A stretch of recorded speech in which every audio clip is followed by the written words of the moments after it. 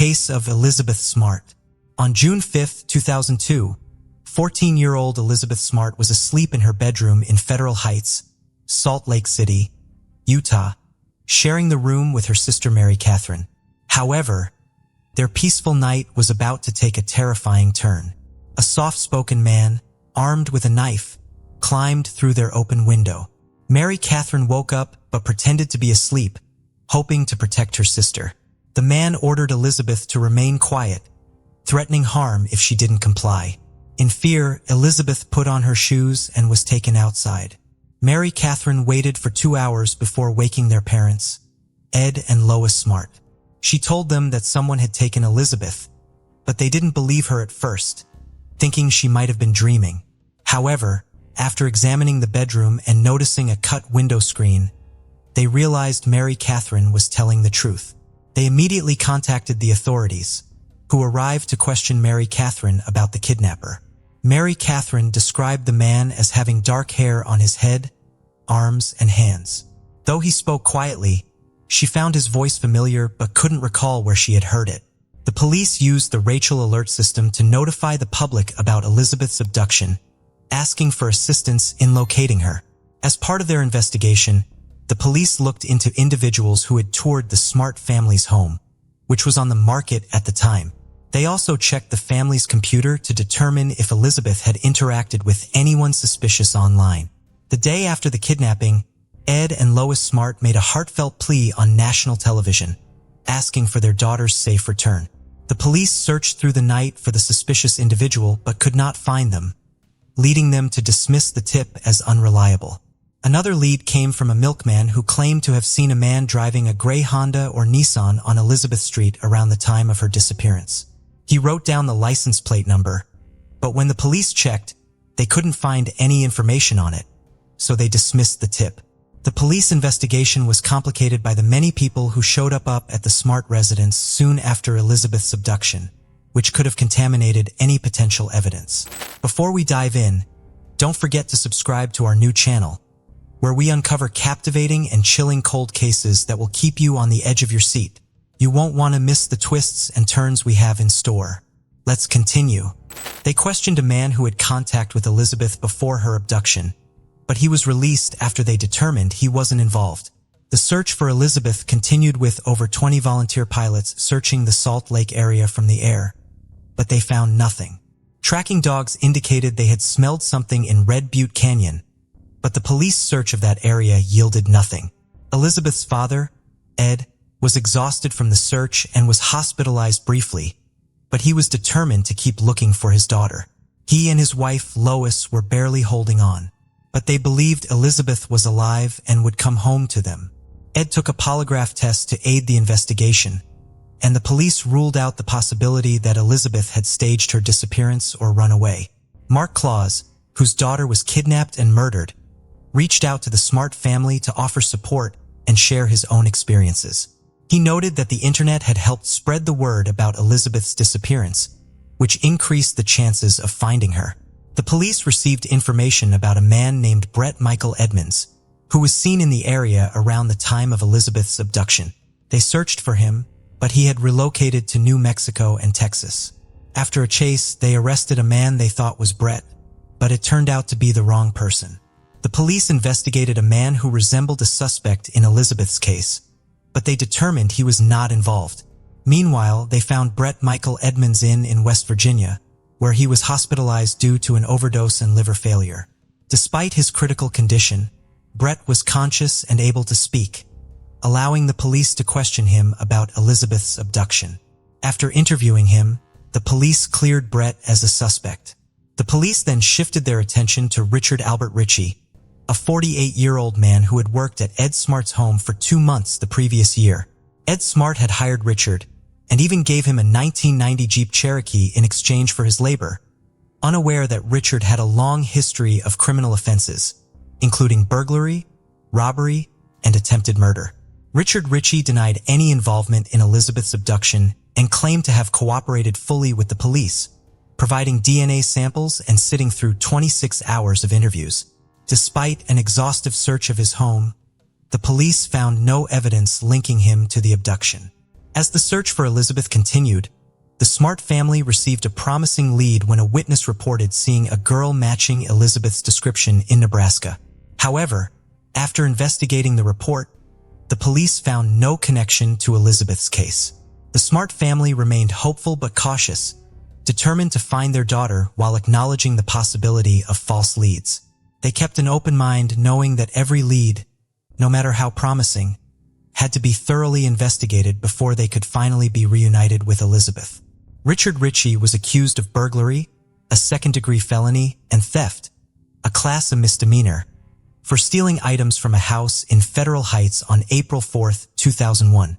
He was also charged with theft, a third-degree felony, for stealing jewelry and a perfume bottle worth $3,500 from the Smart house on June 6, 2001. However, these stolen items were not related to the investigation into Elizabeth Smart's kidnapping. Salt Lake District Attorney David Yoakum announced the charges in a press conference.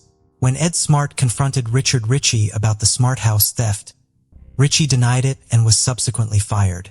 Unfortunately, the police investigation into Elizabeth's abduction suffered a setback in August 2002 when Richard Ritchie, their prime suspect, died from a brainstem injury that caused hemorrhaging. As Ritchie's condition worsened, he lost the ability to communicate or breathe on his own. His family eventually decided to remove him from life support to prevent further suffering. Although Ritchie's death presented a significant challenge to the investigation, the authorities continued their efforts to find Elizabeth Smart's abductor. The investigation into Elizabeth Smart's kidnapping was hindered when the prime suspect was ruled out, causing doubts about the viability of other leads. Around the same time, in August 2002, an 11-year-old girl was brutally attacked and sexually assaulted in her own bedroom. The severity of her injuries was shocking, with every bone in the middle of her face broken. She required surgery, but remained in critical condition. The police arrested a close friend of her father, Javier Sickler, and charged him with burglary, assault, and attempted murder. Sickler claimed to have knocked on the front door of the victim's home, but said he blacked out afterward. Despite initial similarities with Elizabeth Smart's abduction, the police investigated and determined that Javier Sickler was not involved in her kidnapping. As the months passed with no sign of Elizabeth Smart, the police investigating her abduction turned to unorthodox methods to find her. One approach involved consulting psychics who claimed to possess extrasensory perception that could provide clues about her whereabouts. The psychics told investigators that Elizabeth might be found in a crypt in the foothills above Salt Lake City. This lead prompted a Seattle-based company to come forward, stating that over a dozen of its members had pinpointed Elizabeth's body using a specialized psychic technique called technical remote viewing. According to the group, their psychic abilities revealed that Elizabeth had been killed shortly after her abduction. However, when officers searched the specified tomb, they found no evidence of Elizabeth's disappearance. In November 2002, Walter Kenneth Holloway was arrested after falsely claiming to be the kidnapper of Elizabeth Smart. He contacted the Smart family and the Salt Lake Police Department, demanding a $3 million ransom from Ed and Lois Smart in exchange for their daughter's safe return. Holloway threatened to harm Elizabeth if his demands weren't met. However, the police quickly discovered that Holloway was not involved in the abduction and was simply trying to extort money from the Smart family. They tracked him down to South Carolina and cleared him of any involvement in the case. Ed Smart was outraged by the extortion scheme, feeling that it wasted valuable police resources and distracted them from finding his daughter. In October 2002, Mary Catherine, Elizabeth's sister, had a sudden realization. The voice of her sister's abductor sounded like Emmanuel, a man the family had briefly hired to do some yard work and roofing a year earlier. However, the police had doubts about this lead because Emmanuel had only worked for the family for a short time. A lot of time had passed since the abduction, and Mary Catherine had only heard the abductor's voice briefly. Despite their skepticism, the family worked with a sketch artist to draw a picture of Emmanuel based on their descriptions. The sketch was finally released in February 2003 and was featured on several TV shows, including Larry King Live and America's Most Wanted. A relative of a man named Brian David Mitchell recognized the sketch and contacted the police, providing them with recent photos of him. These photographs enabled authorities to confirm that the sketch was an accurate representation of Brian David Mitchell. On March 12, 2003, two couples in Sandy, Utah spotted Brian David Mitchell with a woman and a girl. Recognizing him from news photos as Elizabeth Smart's abductor, they immediately called the police. Brian David Mitchell was accompanied by his wife, Wanda Barzee, when he was found with Elizabeth Smart.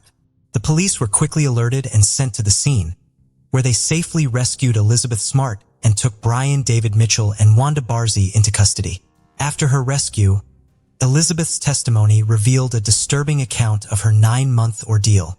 She described being taken to a hidden encampment outside Salt Lake City, where she met Wanda Barzee, who played a significant role in her captivity. The camp was a makeshift shelter surrounded by dense foliage, carefully camouflaged to avoid detection. Elizabeth Smart described Wanda Barzee as initially caring and nurturing, offering comfort and warmth. However, as time passed, Barzee's behavior changed, and she began to exert control over Elizabeth. She forced Elizabeth to follow their unusual religious beliefs, insisting that she pray, read scriptures, and participate in religious rituals. One of the most distressing experiences Elizabeth endured during her captivity was being forced to marry Brian David Mitchell. Barzee threatened Elizabeth with physical harm if she refused to comply. The wedding ceremony, which Mitchell claimed was a symbol of eternal love, was actually a sham with no legal basis. It solely served as a means for Mitchell to assert his dominance over Elizabeth. After being forced into a marriage, Brian David Mitchell assaulted Elizabeth. He justified his actions by claiming to be a king, ordained to kidnap virgin brides to fight against the Antichrist. Mitchell believed Elizabeth was the first of many virgins he would abduct and that she would join him in this fictional battle. During her captivity, Elizabeth suffered unimaginable abuse to prevent her escape. She was chained to a tree with a metal cable, restricting her movement outside her tent. This constant confinement made her feel trapped and helpless, unable to seek freedom. In addition to physical restraint, Elizabeth was also subjected to psychological manipulation. She was forced to take on a new identity, choosing the name Esther after the biblical figure. This name change symbolized the loss of her own identity and the control exerted over her by Mitchell and his accomplice, Wanda Barzee. Elizabeth suffered severe trauma during her captivity, particularly due to the frequent and repeated sexual assaults by Brian David Mitchell, which occurred multiple times a day. This abuse left her deeply traumatized and fearful. In addition to the sexual abuse, Elizabeth was forced to look at explicit materials, which further worsened her trauma and feelings of degradation. Moreover, she lived in constant fear of violence and death as Brian David Mitchell regularly threatened to kill her. This perpetual state of fear and uncertainty amplified the abuse she endured, leaving her feeling utterly overwhelmed and powerless. To gain more control over Elizabeth, Mitchell would often force her to consume alcohol and drugs. He used these substances to reduce her ability to resist him and make her more vulnerable to his control. As a result, Elizabeth was frequently disoriented and helpless, making it easier for her abusers to commit their atrocious acts. After a lengthy legal process, Wanda Barzee admitted to her role in Elizabeth's kidnapping and was sentenced to 15 years in both state and federal prison, with the sentences to be served concurrently. In 2016, her federal sentence was terminated, and she was transferred from a Texas prison to a Utah prison to begin her state sentence. When Wanda Barzee was set to be released in September 2018, Elizabeth Smart, who had become a child safety advocate, strongly objected to her release. Elizabeth believed that Barzee still posed a threat to others, as she had never shown remorse for her actions or any signs of rehabilitation. Despite Elizabeth's protests, Wanda Barzee was released from prison. Elizabeth Smart's protest attracted extensive media attention and brought to light the ongoing concerns about the release of convicted criminals from prison. After a lengthy legal battle, Brian David Mitchell was finally sentenced to life in prison for kidnapping Elizabeth. At his sentencing hearing, Elizabeth took the opportunity to confront her kidnapper directly, delivering a powerful and emotional statement. In her statement, Elizabeth described the immense pain and trauma Mitchell had inflicted upon her, explaining that the 9 months she spent in captivity had stolen a part of her life that she could never recover. Despite this horrific experience, Elizabeth demonstrated remarkable resilience and determination, assuring Mitchell that she would go on to live a good life, unperturbed by the darkness he had brought into her world. The case of Michael Haight. Michael Haight was born on January 7, 1980 in Seattle, Washington, and later moved to Cedar City, Utah with his family after his father finished dental school. As a child, Michael was very active and enjoyed playing sports like baseball, basketball, and soccer. He also excelled in school and achieved the rank of Eagle Scout. After graduating from high school in 1998, Michael worked at a fish plant in Alaska for the summer, where he quickly proved himself as a leader, rising to the position of line manager and overseeing a team of over a dozen men.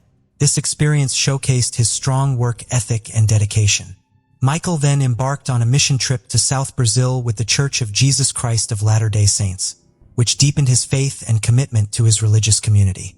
When he returned to the United States, he pursued a business degree at Southern Utah University, graduating in February 2004. During his time at the university, Michael met his future wife, Tasha Earle, and they fell in love. They got married in the St. George Temple on May 10, 2003.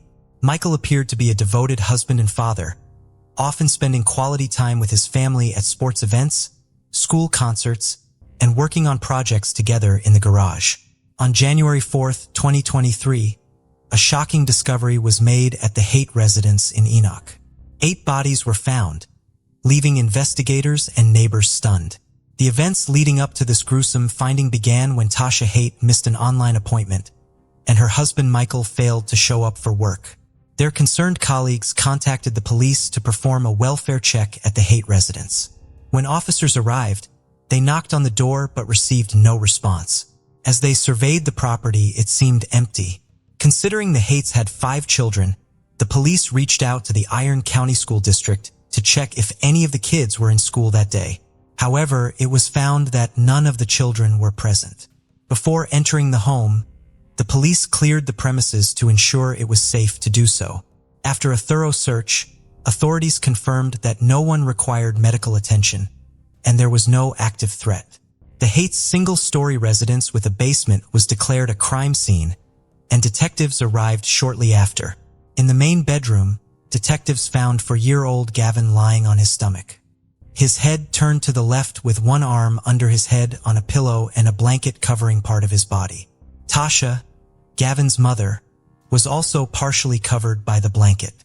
On the other side of the bed, detectives found an older woman, later identified as Gail Earle, Tasha's mother, lying on her back with her head resting on a pillow and partially covered by a blanket, similar to her daughter and grandson. In Bray's room, the 12-year-old girl was found lying in bed, slightly inclined and partially covered with a blanket. In Amon's room, a 7-year-old boy was found lying face down in the corner without a pillow or blanket. His twin sister Sienna was discovered in her bedroom, lying on her left side in bed with her head on a pillow and covered with a blanket. The eldest child, 17-year-old Macy, was found in her bed with her head on a pillow and her body covered with a blanket. In the exercise room of the basement, the detectives found Michael Haight lying on top of a sleeping bag. Sadly, all 8 family members were found dead from gunshot wounds. It quickly became clear to the detectives that Michael Haight was the main suspect, and they believed he had killed his wife, mother-in-law, and 5 children before taking his own life. When detectives started investigating, a neighbor provided vital information that helped them reconstruct the crime's timeline. The neighbor told police she woke up at 3:30 a.m. to use the bathroom, and as she left her room, heard a loud bang that sounded like fireworks. However, realizing it was after the allowed date for fireworks in the neighborhood, she felt annoyed rather than alarmed by the noise. The neighbor reported hearing an initial loud bang followed by 2 more in quick succession, then a short pause, another bang, and a longer pause before the final bang. Based on this testimony and the condition of the 8 bodies found inside the house, the detective inferred that the loud noises heard around 3:30 a.m. were directly connected to the events that unfolded that night, leading them to believe that Michael Haight committed the brutal killings during this time frame. During the investigation into the Haight family murders, detectives discovered a 2020 report from an unnamed individual who had notified the Utah Division of Child and Family Services about abuse in the Haight household. According to the report, 14-year-old Macy had confided in this individual about her fear of her father, sparking a further investigation. The authorities then interviewed Macy and her parents separately. During Macy's interview, she revealed disturbing information. Her father had choked her on multiple occasions, and she lived in fear of being killed by him. She reported that the violent attacks began in February 2017 and recounted an incident where her father grabbed her by the shoulders and pushed her into a wooden piece of furniture. Michael Haight denied hurting his daughter when questioned by detectives, passing off the incidents as misunderstandings and attributing his emotional state to his father's recent death and his brother's divorce. He claimed to have taken out his frustrations on his older daughter. Despite this, Tasha chose not to press charges, and the Utah Department of Children and Family Services, the Enoch Police Department, and the Iron County Prosecutor's Office also declined to pursue the case as it did not meet the legal requirements for prosecution.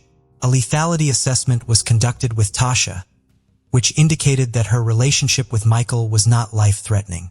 As a result, victim services were made available to Tasha and her children for several months. Further investigation revealed a different side of Michael, unknown to the community. According to Tasha's friends, they had to speak quietly or turn on the kitchen water when visiting Tasha, as they suspected Michael was monitoring and eavesdropping on their conversations. Tasha's friends would often help her clean the house when they visited, which prevented Michael from finding fault with her. When texting Tasha, her friends noticed that she would respond with brief, positive messages, likely to maintain a positive image in case Michael read them. This suggested that everything was fine in their marriage. The detectives investigating the case discovered that Michael exhibited highly controlling behavior towards Tasha. For instance, he would take away her car keys and phone to restrict her freedom. Another red flag was his overreaction when Tasha bought a $30 rug from Walmart to replace a dirty one, which was a legitimate need. Michael's anger was unwarranted, and he claimed the purchase was excessive. Tasha confided in her friends that her 7-year-old son, Amon, was increasingly imitating Michael's bad behavior. When Tasha gave Amon instructions, he would respond, "That's not my job," which concerned Tasha as it showed his lack of responsibility and disregard for authority. Tasha's friends reported that in 2022, Tasha attempted to prioritize own well-being by getting her nails done, a rare treat for her, given her many responsibilities. However, her husband Michael refused to let her do so, imposing strict limits on her autonomy and freedom. Moreover, Michael frequently disregarded or ignored Tasha's instructions, and their friend, Ammon, often followed his lead in doing so. Tasha felt more confident in her appearance after indulging herself, and she decided to get her nails done every month. However, Michael was unhappy about this decision and expressed his disapproval, worried about the cost. Tasha explained that it would only cost $25 per month, but Michael was unconvinced, arguing that the money could be better spent on their children. Michael's reaction was rooted in his need for control and sense of financial responsibility towards their family. Around the same time, Tasha started prioritizing her self-care and began losing weight, which had been a sensitive topic for her since Michael had often called her fat and ugly. However, instead of being supportive, Michael became furious and accused Tasha of cheating on him, trying to explain the sudden change in her appearance. Michael's controlling behavior escalated as he tried to manipulate Tasha's weight loss, pleading with her to stop losing weight because he was worried that other men might find her attractive. This demand was driven by his own insecurities and desire for complete control over Tasha's body and behavior. Tasha's friends also told the police about an incident where the kitchen table broke, and Tasha needed to buy a new one. However, Michael refused to give her the money, further demonstrating his controlling behavior. Tasha was fed up with the old table and decided to take initiative by refinishing it to make it look better and more functional. However, Michael was unhappy with her decision because she didn't ask for his permission first. Michael was extremely frugal during the holiday season despite earning a good income. He only gave Tasha $100 for each of their 5 children to buy presents, which was not enough in Tasha's opinion. Tasha always made sure her children had a wonderful Christmas, but Michael refused to provide more funds, claiming that he worked hard for his money and saw no reason to give more to his family. He believed that his income was rightfully his alone. Michael's passion for reducing waste and conserving resources led him to implement strict rules on household habits. He forced Tasha to wash and reuse plastic bags even if they had been used only once or multiple times. This excessive demand for reusing bags added to Tasha's responsibilities, leaving her feeling burdened and overwhelmed. Michael's controlling behavior extended to every aspect of Tasha's life, including her daily routines. For instance, he demanded that she use baby wipes for cleaning, claiming it was better for the environment and more cost-effective. However, this requirement caused Tasha discomfort, hygiene issues, and unnecessary stress. If Tasha failed to follow Michael's instructions, she would face severe consequences, which he made clear would lead to serious trouble. This threat instilled fear and submission in Tasha, leaving her no choice but to obey Michael's demands. Tasha confided in her friends that while Michael had been cruel to her throughout their marriage, he had never directed this cruelty towards their children until the late 2010s. However, over time, the abuse towards their daughter Macy escalated, driving her to consider suicide. Michael had unrealistically high expectations for his daughter Macy, demanding she earn perfect grades despite her struggles, which were exacerbated by the emotional burden of his abusive behavior. This pressure was crushing for Macy. Macy's friends shared a disturbing incident with the detective. One evening, Michael returned home to find Macy comforted by her mother. He became enraged and ordered Macy to clean her room. This event left Macy deeply disturbed, remembering the hatred and evil she saw in her father's eyes. The detectives also discovered an incident where 7-year-old Briley disobeyed Michael while playing with a changing table. Michael responded by blaming his wife, Tasha, for their children's behavior, calling them the worst and most disrespectful in the world. He then humiliated Tasha, calling her fat and ugly in front of their 5 children. This painful incident prompted Tasha to plan her escape and file for divorce after 20 years of marriage. Tasha realized she had to leave her husband Michael after witnessing his abusive behavior and lack of self-control. She knew staying in the marriage would negatively impact her children, and their well-being was more important than her marital commitment.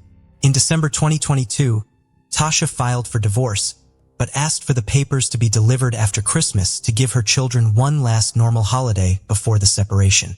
When Michael received the papers, he tried to act normal, but Tasha saw through it.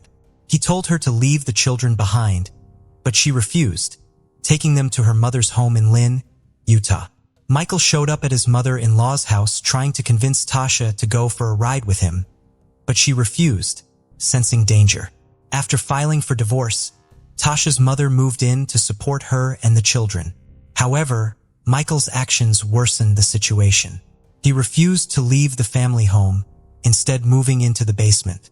Tasha discovered he had secretly transferred $220,000 from their children's savings accounts without her knowledge or consent.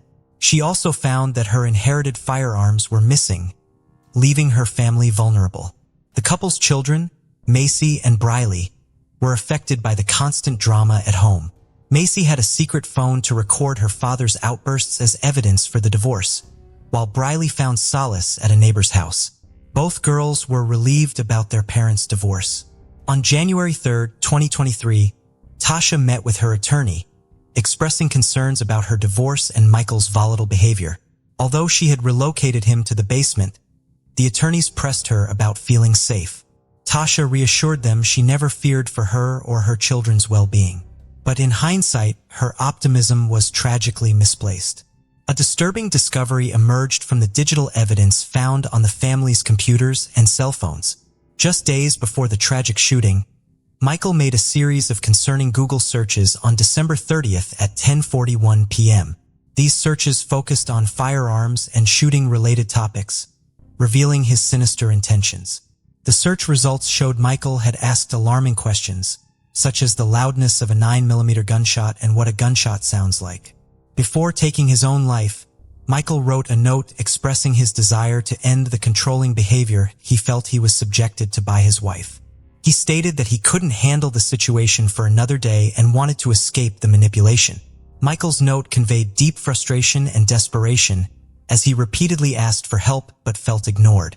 He emphasized his determination not to be a burden to society.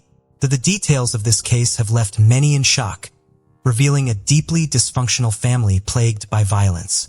Michael's actions were premeditated and calculated as he carefully planned the murders to catch his wife and children off guard. The case of Brooke Schuyler Richardson. In Ohio, the Richardson family, consisting of Kim, Scott, and their children Jackson and Schuyler, seemed like a typical family. Schuyler was a cheerleader who struggled with an eating disorder from a young age. Her mother, Kim, first noticed this when Schuyler was 12 years old and refused to buy gum with more than 5 calories. As a flyer on the cheerleading squad, Schuyler felt pressured to maintain a certain weight. This obsession with her body image led to a constant fear of gaining weight. During cheerleading season, Schuyler started throwing up after meals to control her weight, which only made her issues worse. When the season ended, her struggles intensified. Schuyler experienced episodes of binge eating, followed by periods of starvation or extreme dieting. Her parents grew concerned, but Schuyler shut down whenever they tried to talk to her about it. They sought professional help from various doctors and therapists who eventually diagnosed Schuyler with body dysmorphia, a condition where she obsessively focused on a perceived flaw in her appearance. In July 2016, Schuyler began dating a friend's cousin, but the relationship didn't last long. By January 2017, she had moved on to a new boyfriend, Brandon, and seemed genuinely happy and healthy. Her parents noticed her weight gain and thought her eating disorder was under control. In February, Schuyler picked out her prom dress, a tightly fitted gown that required her to be laced into it. During a family vacation in mid-March, she wore a 2-piece bathing suit and looked wonderful. Her mom, Kim, wanted her to start taking birth control pills to protect her health. In mid-April 2017, Schuyler visited her mother's gynecologist to obtain a prescription for birth control. However, during the visit, the doctor informed Schuyler that she was approximately 8 months pregnant. Schuyler requested the doctor not to tell anyone, and her mother remained unaware of the real reason behind her tears. Schuyler and her boyfriend Brandon attended the prom on May 5th despite her advanced pregnancy. 2 months later, on July 14, 2017, the police showed up at the Richardson home. They informed Schuyler's parents, Kim and Scott, that they needed to speak to the teenager about something she may have witnessed. The police officers assured the parents that Schuyler was not in trouble and took her at their word. Scott decided to drive Schuyler to the police station, unsure of what awaited them. The police wanted to question Schuyler regarding a call they received from a gynecologist's office. A patient of an OBGYN doctor gave birth to a stillborn baby and buried it in their backyard. The police were informed and took Schuyler, the patient, into custody for questioning. Her father was not allowed to be present during the initial interview. The police read Schuyler her rights and shared the details of the doctor's report. According to the doctor, Schuyler had discovered her pregnancy on April 26th, but later reported that the baby was not alive and had been buried in the backyard. Schuyler admitted to the police that she had given birth to a stillborn baby girl on May 7, 2017. She explained that she delivered the baby in the bathroom, noticed it was not breathing, and had no heartbeat. Feeling the need to bury the baby, she retreated to the backyard, dug a shallow grave, and buried the body. To mark the spot, she placed a vase with a flower at the burial site. The police informed Schuyler's parents, Kim and Scott, about the true reason for her detention. They were shocked to learn that Schuyler had been pregnant, as they had no idea. They expressed sadness that Schuyler had gone through this ordeal alone and without their support. Schuyler revealed that she had named the baby Annabelle and claimed the father was a close friend's cousin, whom she briefly dated. Crime scene investigators searched the Richardson backyard, removing weeds and debris to uncover the baby's remains. Despite the challenges, they found several bones, including pieces of the skull, which they carefully collected and preserved. After more than 5 hours of questioning, Schuyler and her parents were allowed to return home. However, 6 days later, the police contacted Schuyler again, informing her that they had received new information from the coroner's office. They claimed that the baby's bones showed signs of burning, which Skylar vehemently denied. She insisted that she would never harm her child. The police suggested that Skylar might have tried to cremate the baby to hide the evidence, but she continued to deny any wrongdoing. However, Skylar suddenly changed her story, admitting that she may have used a lighter to try and cremate the baby's remains. She also stated that the baby might have been born alive and made a noise or even cried before dying. Skylar confessed to holding the newborn too tightly, which might have contributed to its death. During a lengthy interrogation, the police gathered enough evidence to arrest Skylar on a charge of reckless homicide. They believed she had suffocated her baby. After presenting the case to a grand jury, Skylar was indicted and arrested for aggravated murder, which carries a mandatory life sentence in Ohio. At her arraignment, Skylar pleaded not guilty to additional charges of voluntary manslaughter, abuse of a corpse, and endangering children. She spent the weekend in jail until her family secured a $50,000 bond. Skylar became the center of a media frenzy following her child's tragic death. The public judged and scrutinized every move she and her family made, taking a toll on their well-being. They retreated to the safety of their home, but even stepping outside became difficult due to threats and photographers. Despite her defense attorneys believing Skylar gave a false confession, the prosecution pressed forward with their case. Even when the medical examiner retracted her initial report of burning, the prosecution clung to Skylar's admission that she had attempted to cremate the remains. Throughout this period, Skylar's family endured immense stress and fear. The public scrutiny and threats made their lives unbearable, and they struggled to navigate a world under constant scrutiny. Skylar's defense attorneys worked tirelessly to defend her against the charges. Skylar's family raised the $50,000 bail, but as a condition of her release, she was ordered to wear an ankle bracelet. She remained confined to her home, avoiding public appearances. Over 12 months, Skylar's life took a different path. Her university plans were put on hold as she awaited trial for her baby's murder. The charges were serious, and the defense filed a motion to move the trial to a different county, but it was denied. Skylar faced the trial in the original jurisdiction, grappling with the emotional and psychological impact of the allegations and her isolation. Spending time with her dogs provided comfort and companionship as she awaited her trial. Her family stood by her, believing in her innocence and hoping the truth would come to light. Despite the challenges, Skylar remained determined to fight for her freedom. In July 2019, the state offered a plea deal. If Skylar pleaded guilty to the remaining charges, they would withdraw the aggravated murder charge. Skylar's parents were conflicted about the decision, but after careful consideration, Skylar turned down the plea deal. This decision terrified her parents, who wondered if she made the right choice, but they knew it was her decision, not theirs. Skylar went on trial on September 3, 2019 for the murder of her newborn baby girl. The prosecution presented as evidence a text message Skylar sent to her mother shortly after giving birth, saying she was happy and excited that her belly had returned to its normal size. They claimed this showed Skylar was relieved to be rid of her baby.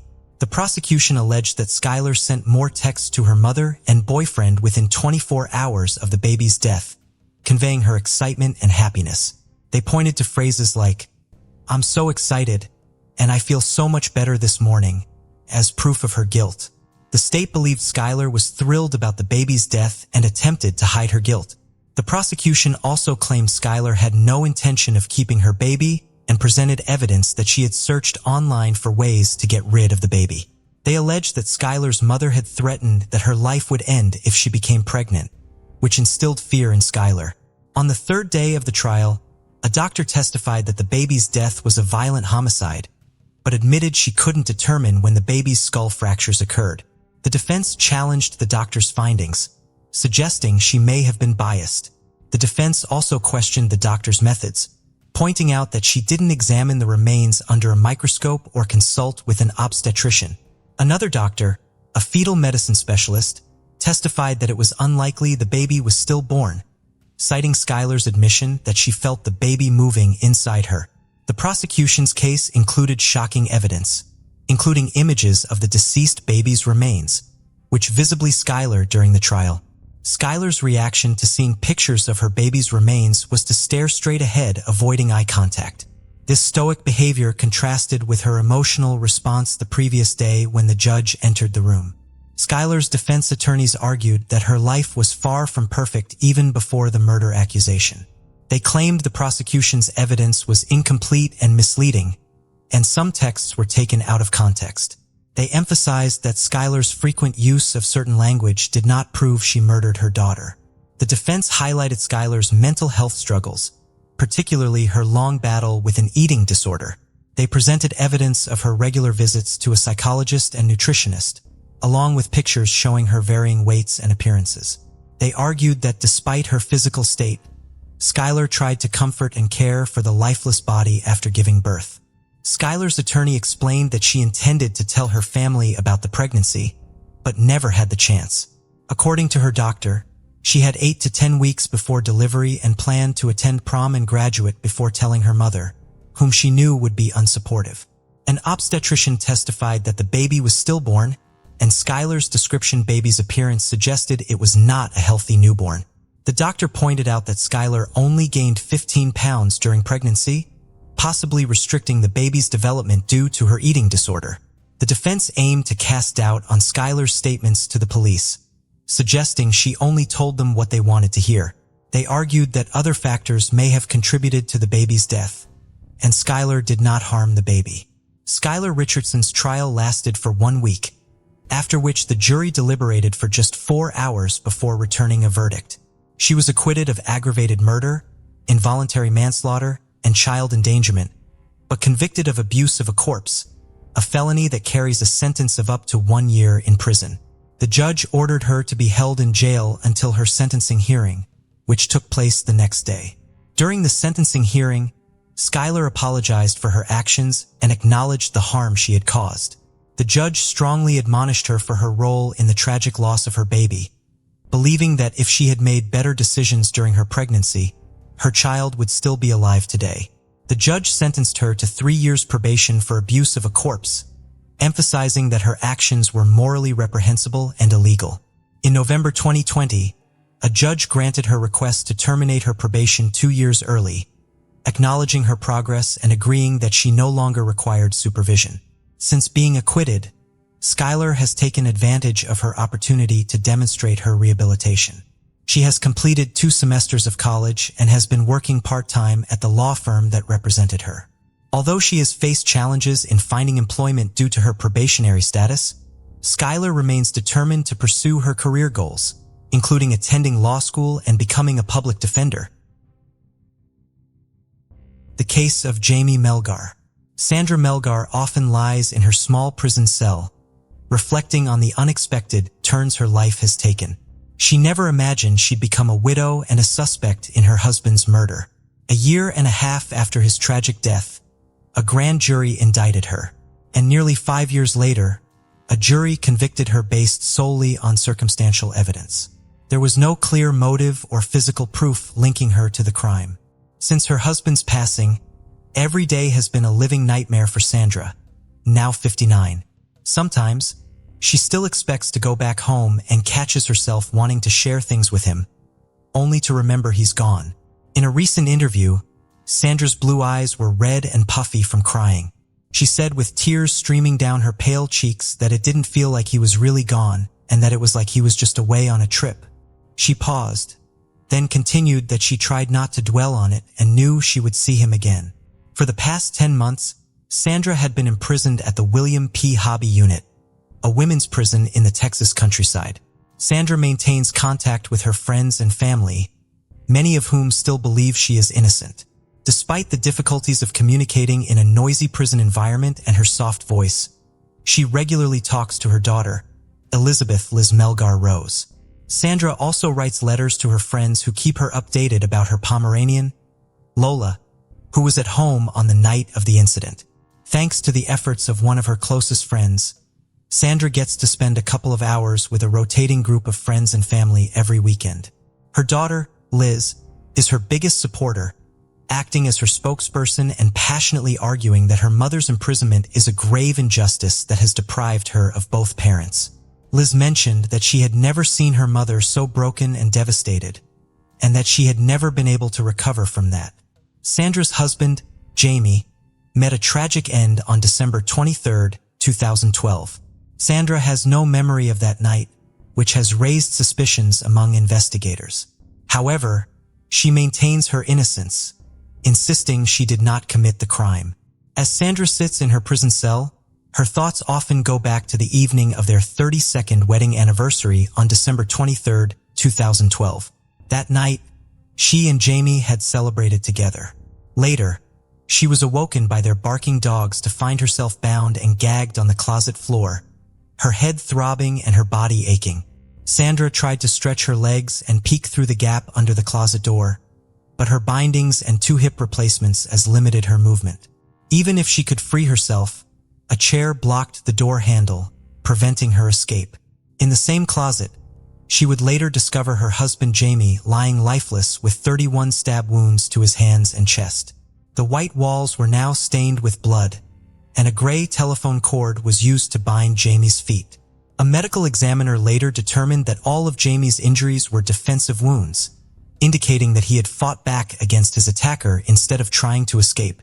One particularly vicious blow had nearly severed his right thumb, which likely contributed to the extensive blood splatters found in the closet and bedroom. The bedroom was in disarray, with dresser drawers open, and clothes, books, and pill bottles scattered all over the floor. Sandra's purse and wallet had been rummaged through, and their contents were strewn across the blood-stained white comforter on the bed. A small white medical stool at the foot of the bed had blood stains on it, suggesting that it had been used as a makeshift surface for a knife during the attack. Nearby, a wooden chair had blood dripping down its back.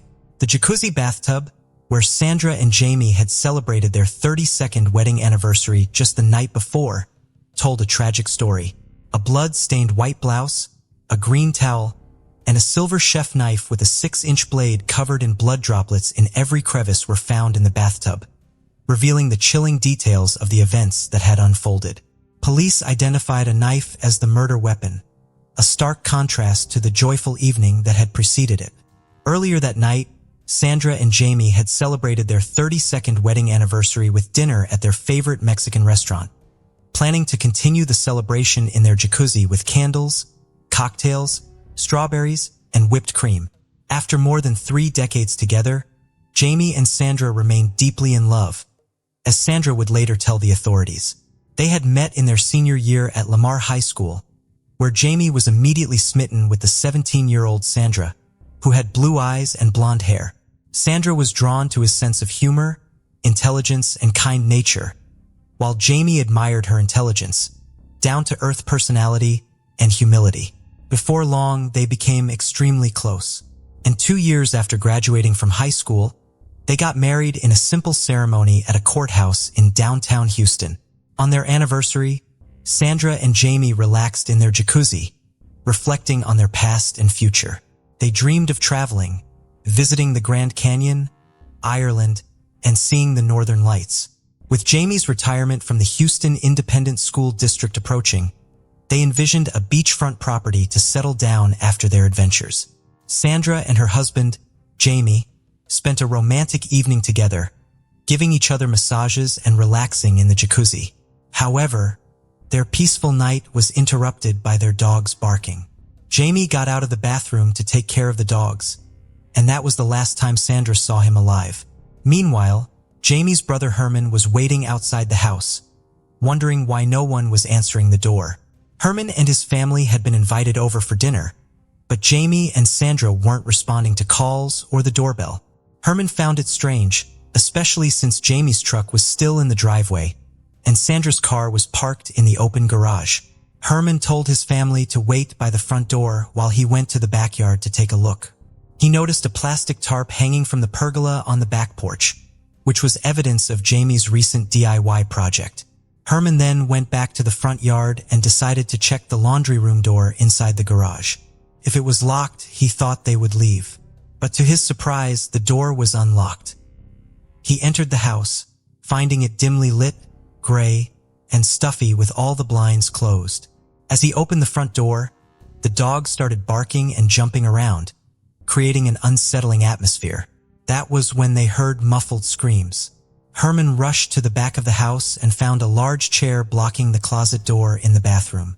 Inside, he found Sandra lying on the floor in a black satin nightgown, screaming for help. Herman and his wife Maria worked to free Sandra from the tight restraints that bound her arms and legs. To help, Herman got a pair of scissors from the bathroom. Meanwhile, Sandra repeatedly asked, "Where's Jamie?" She had visible bruises on her arms, including a dark one on her left bicep. After Herman and Maria finally freed her, Sandra rushed into the bedroom and found Jamie's lifeless body hidden in the closet, his feet sticking out. Despite it being clear that he was dead, given his cold, pale, and naked body, she still checked for a pulse. Sandra put a blue jacket on her injured husband Jamie, and with Maria's help, got him back to the bathroom. When the paramedics arrived, Sandra was extremely distraught, making it hard for her to talk to the first paramedic, Stephanie Roberts. According to Roberts' report, Sandra was in shock, crying periodically, and had lost track of time. Her last clear memory was around 1 a.m., and she was unaware that 15 hours had passed. The police noticed bruises on Sandra's hands and arms, as well as a small scratch on her left thumb, but no visible blood. Sandra told the police that after Jamie let the dogs in, she got out of the bathtub and went to her closet to get dressed. Then she claimed to have no memory until she woke up in the closet at an unknown time, eventually screaming for help, but possibly falling back asleep due to a seizure. Sandra had several serious medical conditions, including lupus, rheumatoid arthritis, and grand mal seizures, which had forced her to resign from her job as a licensed vocational nurse. In the weeks leading up to Jamie's murder, Sandra experienced warning signs of an impending seizure known as auras. After a seizure, she would sleep for hours, then wake up feeling disoriented, confused, and in pain. During the investigation, Sandra was questioned by Sheriff Sergeants Shah Khazal and James Dewey at the Harris County Sheriff's Office. Sandra felt uncomfortable in the cold interrogation room and asked to take a polygraph test despite feeling cold and shaky. The 3-hour interrogation focused on the 36 hours leading up to Jamie's death. Sandra spoke softly and complained of having a headache. She recalled specific details about her activities, such as removing her boots in the bedroom and their conversation in the jacuzzi. However, she struggled to remember other details, and her memory was unclear. Sandra initially said Jamie had left her alone for 15 minutes to let the dogs in before she got out of the jacuzzi. Later, she thought it might have been around 5 minutes. She admitted to being bad at keeping track of time and was just making guesses about the timeline.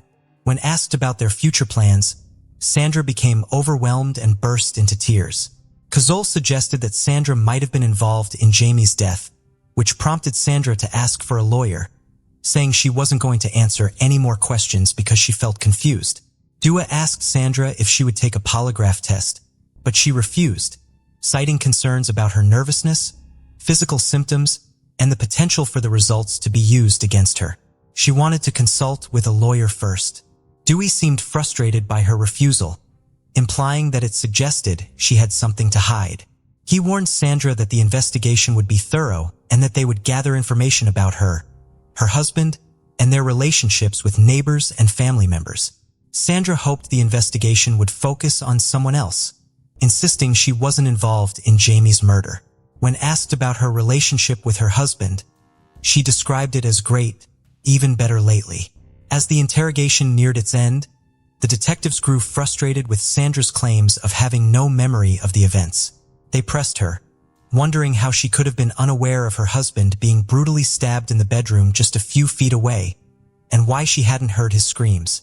Detective Khazal implored her to help, but Sandra repeatedly denied having heard anything, covering her face with her hands. Khazal and Dewey left the cold, confined room, leaving Sandra crying with her face in her hands.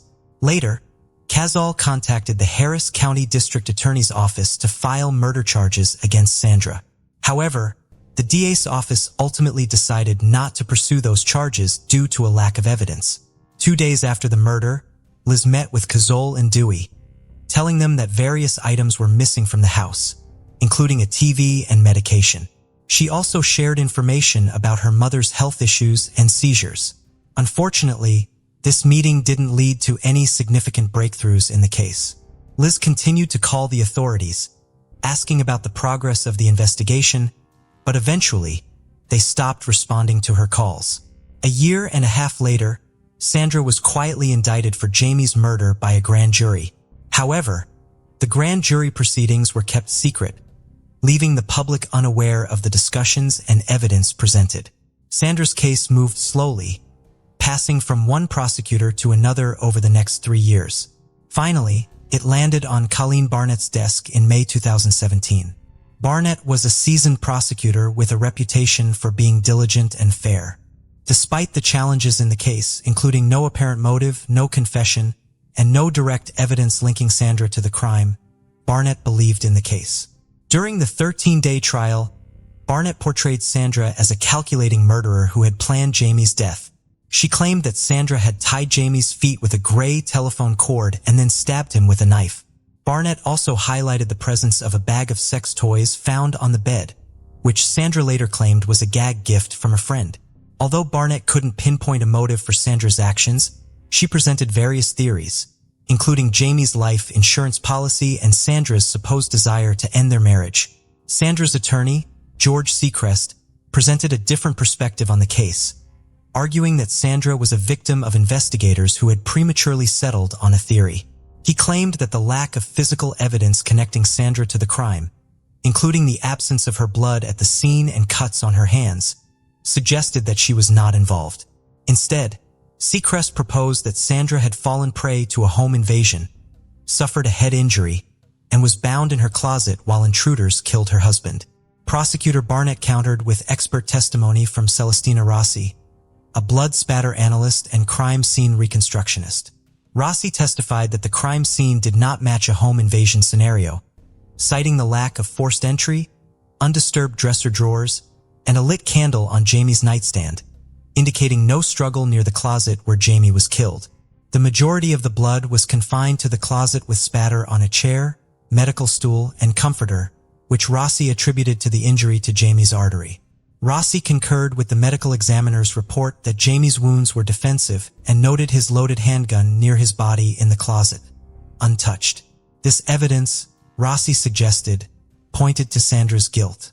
The jury deliberated for 8 hours over several days before finding Sandra guilty of murder, sentencing her to 27 years in prison. The jury foreman later explained that they did not believe Sandra was a threat to society and wanted to give her a chance to see her grandchildren.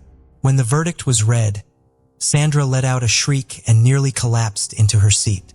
The courtroom, filled with supporters who believed in her innocence, was left in stunned disbelief. As Sandra was escorted out of the courtroom, she paused to embrace her daughter, Liz, one last time. Liz was devastated, feeling that the justice system had failed her family, taking away both her parents. Sandra's supporters were outraged at Barnett, accusing her of manipulating Sandra's words, exploiting her religious beliefs, and fabricating a false narrative that led to her imprisonment. In contrast, the jury foreman stood by the verdict, believing Barnett's version of events was the most plausible. He found Sandra's story inconsistent, citing her changing account of their return home and the time Jamie spent in the jacuzzi before she retreated to her closet. He also questioned the authenticity of her seizure that night, referencing her medical records, which indicated stable seizures, and her visit to the neurologist after the murder, during which she made no mention of the alleged seizure. The foreman stated that the more he listened to Sandra's statements, the more he realized they didn't make sense. He believed the evidence pointed to her guilt, but acknowledged that the jury could be wrong. A month after the verdict, Sandra's lawyer, Seacrest, filed a motion for a new trial, arguing that the investigation was inept, and the prosecution's case was built on conjecture and hypotheses with no Sandra, seated behind a glass partition, maintained her innocence, softly asserting that she did not kill her husband. When asked who might have committed the crime, she replied, "I wish I knew." She clings to hope for a future release, whether through a successful appeal or parole, which she will be eligible for in 2031 when she will be 71 years old. The case of Cody Johnson. At the age of 23, Cody was looking for a long-term partner. He confided in his friends about his desire to marry a woman who shared his values, specifically someone from a religious background. On Halloween 2011, he met Jordan, who would eventually become a pivotal figure in his life. Born in August 1991, Jordan grew up in Kalispell, in a deeply religious family. She attended the Faith Baptist Church, where she worked with children and families, and her ultimate goal was to become a stay-at-home mother. When Cody and Jordan first met on Halloween, they quickly formed a connection. Although initially shy, Jordan opened up to Cody about her dreams of starting a family and her love for nature. Cody was smitten, but Jordan, who was only 20 at the time, was not ready for a serious relationship.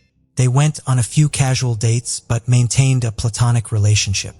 However, Cody's feelings for Jordan only intensified, and he made a concerted effort to win her over. He joined her church, First Baptist, and began to socialize with her friends and community. Before long, their friendship blossomed into something more.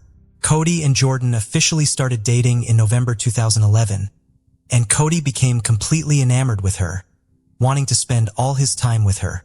Cody was convinced he wanted to marry Jordan just weeks into their relationship, despite her desire to remain chaste until marriage.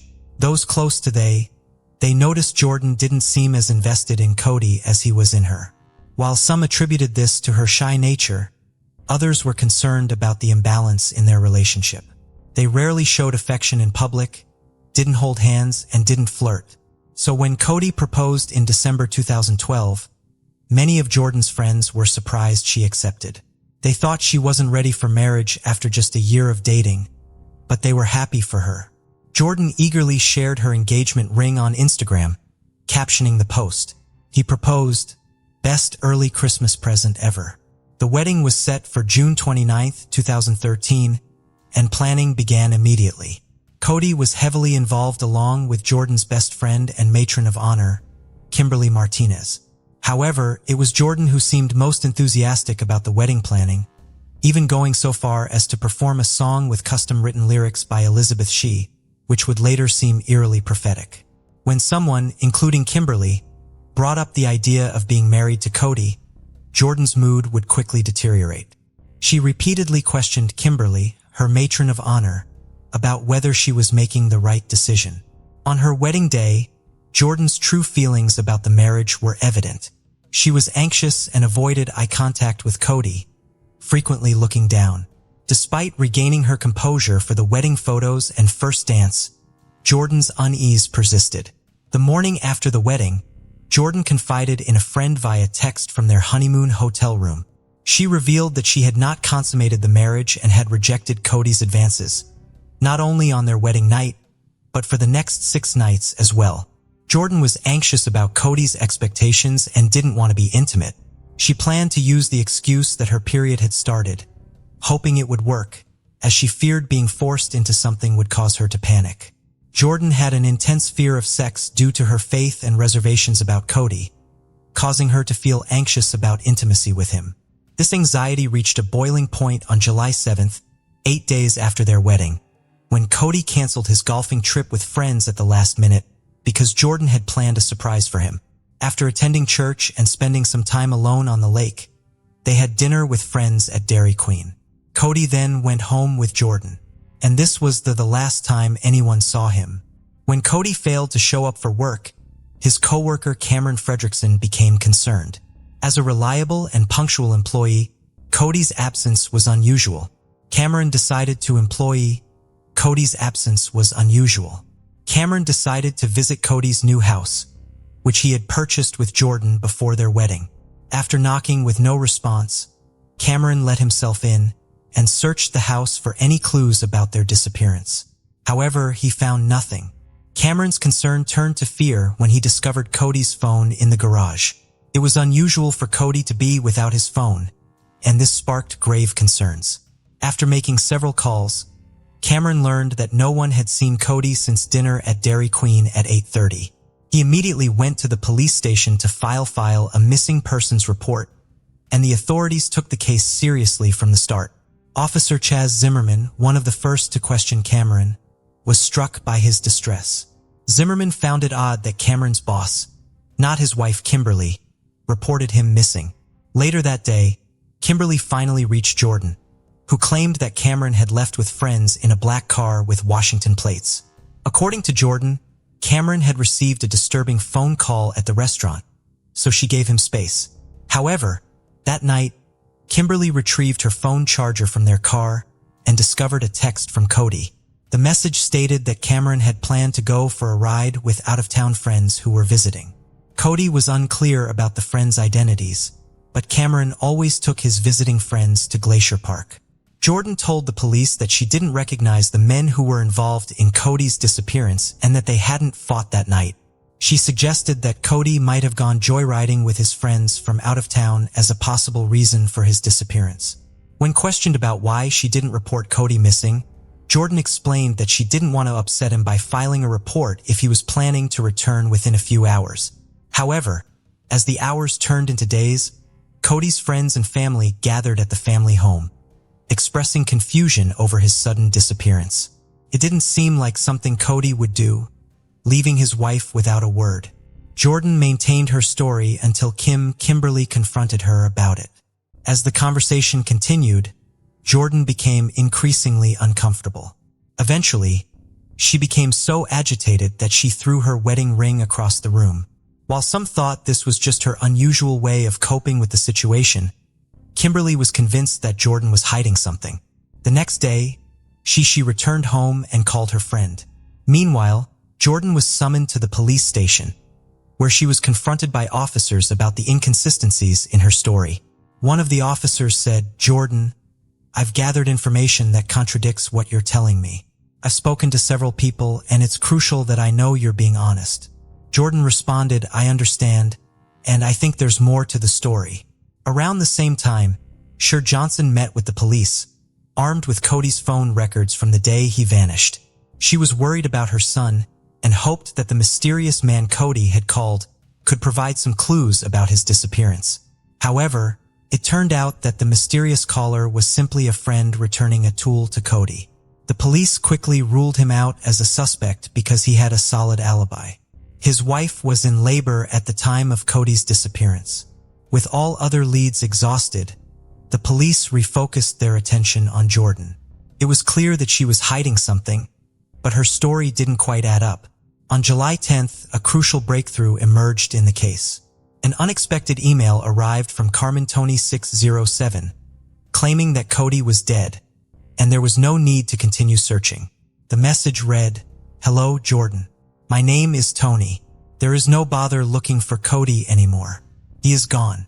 Jordan showed the email to Hannah, remaining expressionless as he relayed the news. According to the email, Cody had supposedly died after falling off a cliff in Glacier National Park while with unknown companions. Hannah was devastated upon reading the message and urged Jordan to report it to the police immediately. Hannah recalled her reaction. "I was freaking out, asking what was going on. I read the email and it said Cody was gone. Jordan didn't show any emotion, didn't even cry. She just handed me the email and I started shaking. I told her to go to the police and she did. But I was rushing her, saying, 'Go move. What are you doing?'" Detective Corey Clark was frustrated that the investigation was ongoing, and an anonymous email hadn't provided the closure they needed.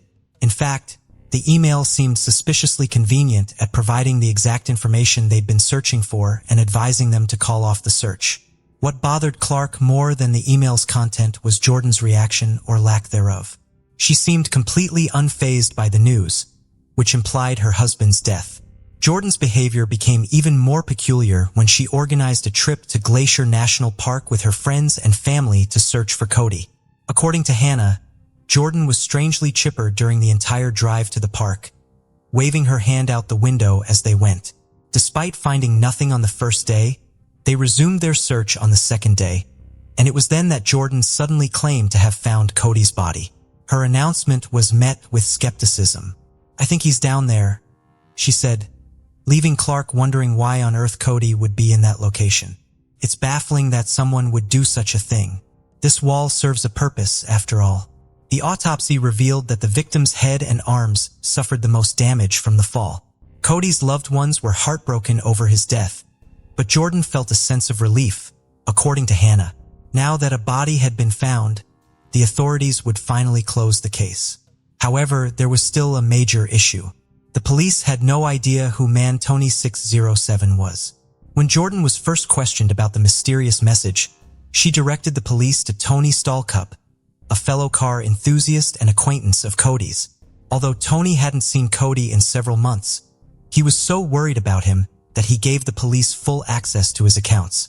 The police were unable to find the email address they were looking for, and Jordan and Cody's phone records did not provide much information. As a result, they had to contact Google to obtain the IP address associated with Carmen Tony 607. While waiting for this information, the police re-interviewed Cody's family and friends.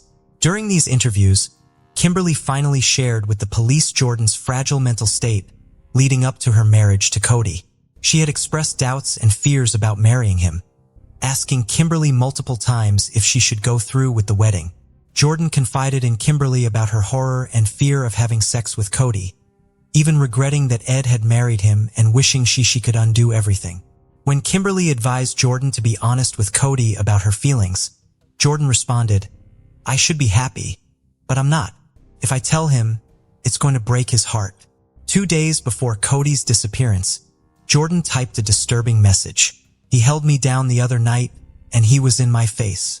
On July 7th, the police discovered another revealing exchange in which Jordan intended to talk to Cody, but was terrified of his reaction. Jordan went to her friend Kim's house later that day and recounted her conversation with Cody, which didn't go well. Cody became enraged, and she left to give him space, eventually spending the night at her step-parents' house.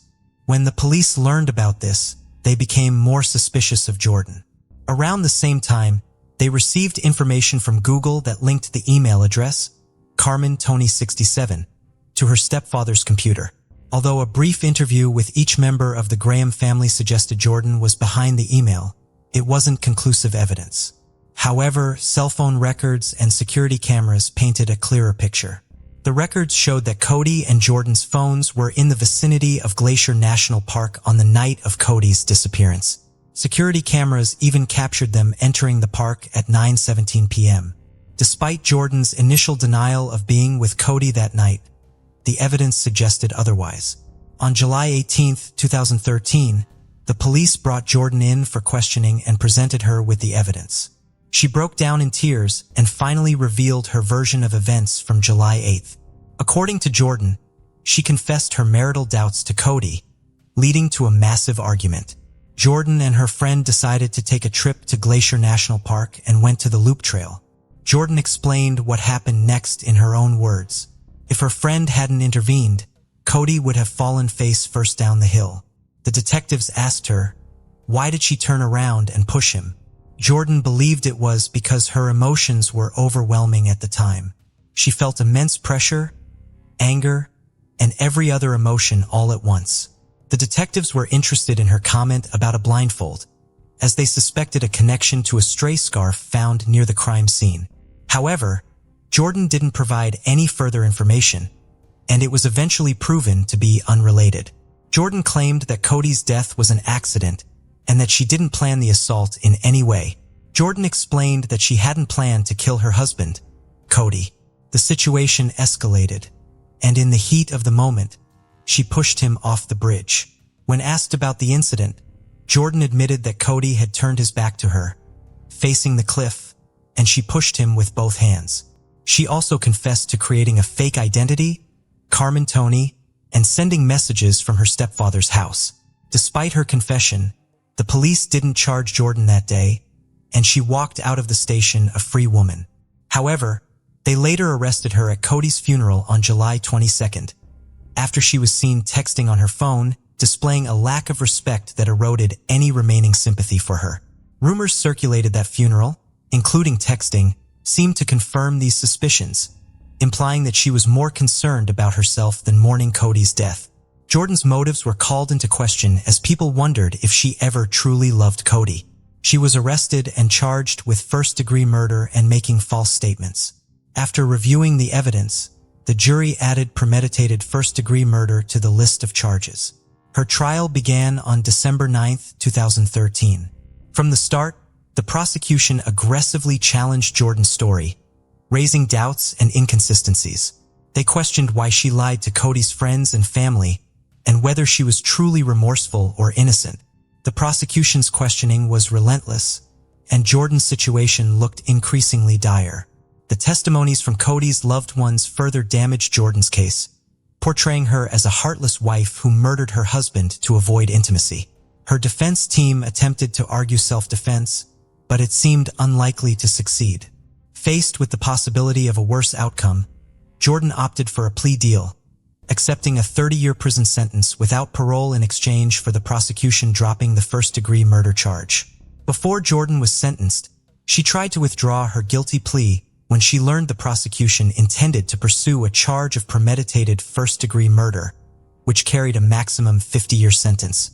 The decision was up to District Judge Donald Malloy, who had to decide whether to accept her original plea or start a new trial. On December 13, 2013, Judge Malloy sentenced Jordan Lynn Graham to 30 years and 5 months in prison. Despite Jordan's attempt to reverse her plea, her case was not reopened or re-examined. The federal prosecution aimed to set a precedent with her case, sending a message that anyone who commits murder under federal jurisdiction will face swift and severe punishment. As a result, Jordan will not be released from prison until she is over 52 years old. The case of Heidi Firkus. Heidi Marie Erickson was born on December 14, 1984 to John and Alinda Erickson and was the youngest of their 3 children and their only daughter. She was known for her playful and artistic nature and lived her life to the fullest. After graduating from high school in February 2003, she continued her education at the University of Northwestern in Roseville. During this time, she was a regular attendee at Calvary Church in the city, where she had been involved since her early years. It was at Calvary Church that she met Nick Firkus, with whom she shared the role of youth group leaders, serving their community with dedication and passion. Nicholas Firkus was born on February 25, 1983 to Julie and Steve Firkus. He was a driven and ambitious young man who dedicated himself to his work as the director of operations at a reputable carpet cleaning company. Known for his well-rounded personality and strong work ethic, he had found his true match in Heidi, whom he met at their shared place of worship, Calvary Church, in February 2005. At the ages of 22 and 20, respectively, Nick and Heidi made the joyful decision to take their relationship to the next level. Surrounded by their loved ones and the familiar walls of the church that had witnessed the blossoming of their love, they exchanged vows, sealing their commitment to each other. To their friends and community, Nick and Heidi's marriage appeared perfect. They shared a love for travel, biking, and their church. They often hosted dinner parties for their loved ones. Heidi had recently started working at a financial firm where her father was employed. Their bond seemed to be growing stronger with time. However, behind closed doors, a different story was unfolding. On the morning of April 25, 2010, Heidi called 911 from her home in St. Paul, Minnesota, reporting a break-in. Only 38 seconds into the call, Heidi yelled no, and a gunshot was heard. 65 seconds later, Nick used Heidi's phone to contact the dispatcher saying, "Please, someone just broke into my house and shot me and my wife." Nick was overcome with grief, repeatedly crying and begging for help, saying, "Oh my Heidi, my wife is dead. Please get here." He also shouted no in despair. When the police arrived, they found Heidi unresponsive on the kitchen floor with a gunshot wound to her back. Nick was beside her, still on the phone with the 911 dispatcher, despite having been shot in the upper left leg. He was extremely upset and told the police that 1 or 2 intruders had broken into their home. According to Nick, he had grabbed his shotgun and tried to escape with Heidi through the back door, heading towards their detached garage. However, the intruder managed to take the shotgun from him and shot both Nick and Heidi. Sadly, Heidi was pronounced dead at the scene, her life cut short by the tragic events. Nick, meanwhile, was rushed to the hospital for treatment and was later questioned by the police while still in the hospital. Police asked Nick why he and Heidi left the safety of their bedroom to face the potential danger. Nick explained that they were trying to escape through the back door. After receiving medical treatment for his wounds at the hospital, Nick was released just 3 hours later and was interviewed again at the police station about the incident. At the police station, Nick provided a detailed account of what happened. He recalled watching a movie with Heidi and having a glass of wine before going to bed around midnight. Nick said he woke up around 6:10 to 6:15 a.m. when he heard the screen door open and someone fiddling with the doorknob. The investigators questioned Nick about locking the deadbolt, and he admitted that he and Heidi usually made sure to lock it, but he believed he had forgotten to do so that particular night. After hearing the noises, Nick retrieved his shotgun from the upstairs closet, which he had brought up from the basement a month ago because he noticed it was starting to rust. Although the shotgun was initially empty, Nick loaded it when he heard the noises. He then woke up Heidi, instructed her to call 911, and told her to leave the house and go to the garage where their cars were parked. Nick also shared that he and Heidi had a safety plan in place in case of trouble, which was to go to the garage where their cars were parked. Nick, who is right-handed, was holding a pair of jeans in his right hand and a shotgun in his left hand as he walked behind Heidi toward the garage. They stopped at the front door where Heidi retrieved her wallet from a table. Suddenly, the door burst open, and a tall, dark-skinned man rushed in. The intruder wore a dark hooded sweatshirt with the hood pulled tightly around his face. Nick dropped the jeans and the intruder grabbed the shotgun barrel. The two men then engaged in a physical struggle. During the altercation, the gun fired, and Nick said his finger accidentally slipped onto the trigger. He believed he hit Heidi in the back, causing her to collapse immediately. They continued fighting over the shotgun, which fired again, hitting Nick in the upper thigh and causing him to fall to the ground. The intruder then fled out the front door. Nick told investigators that Heidi was unresponsive, and he eventually lost consciousness. Nick told the police that his house was supposed to be foreclosed the next day, and he and his partner Heidi had planned to inform their parents and friends about their situation on the same day. According to Nick, they had fallen behind on their bills, and their house had been foreclosed on and sold to someone else. As a result, they were required to vacate the premises, but they hadn't shared this information with anyone. Their plan was to pack up their belongings on Sunday and Monday morning, leaving some items in the garage to collect later and then find someone to stay with temporarily. However, their plans were disrupted, and their peaceful home was left with an air of tragedy. The lives of Nick and Heidi were forever changed by the devastating events of that morning. The investigation continued, with law enforcement securing the area and interviewing residents. None of the neighbors reported seeing anyone leaving the Fergus residence. However, one neighbor, Brendan O'Connell, who was looking after kittens in a nearby house, told the authorities that he heard an argument, followed by gunfire. Nick begged for mercy, claiming a shooter had attacked him and a woman. After talking to police, Nick's lawyer hired an artist to update the sketch, details emerging, an African-American male, 40 to 60 years old. The police initially searched for an unknown African-American male intruder based on Nick's description, but found no evidence or witnesses to support his story. Despite a thorough investigation, no one was arrested or charged in connection with Heidi's death, leaving the case unsolved for many years. Years later, a surprising revelation came to light. Over 10 years had passed since Heidi's murder, and Nick had seemingly moved on with his life, marrying Rachel and starting a family. However, when financial troubles resurfaced, Rachel began to suspect that Nick was hiding something. Rachel's concerns about their financial situation and Nick's evasiveness sparked her curiosity, prompting her to investigate Nick's past.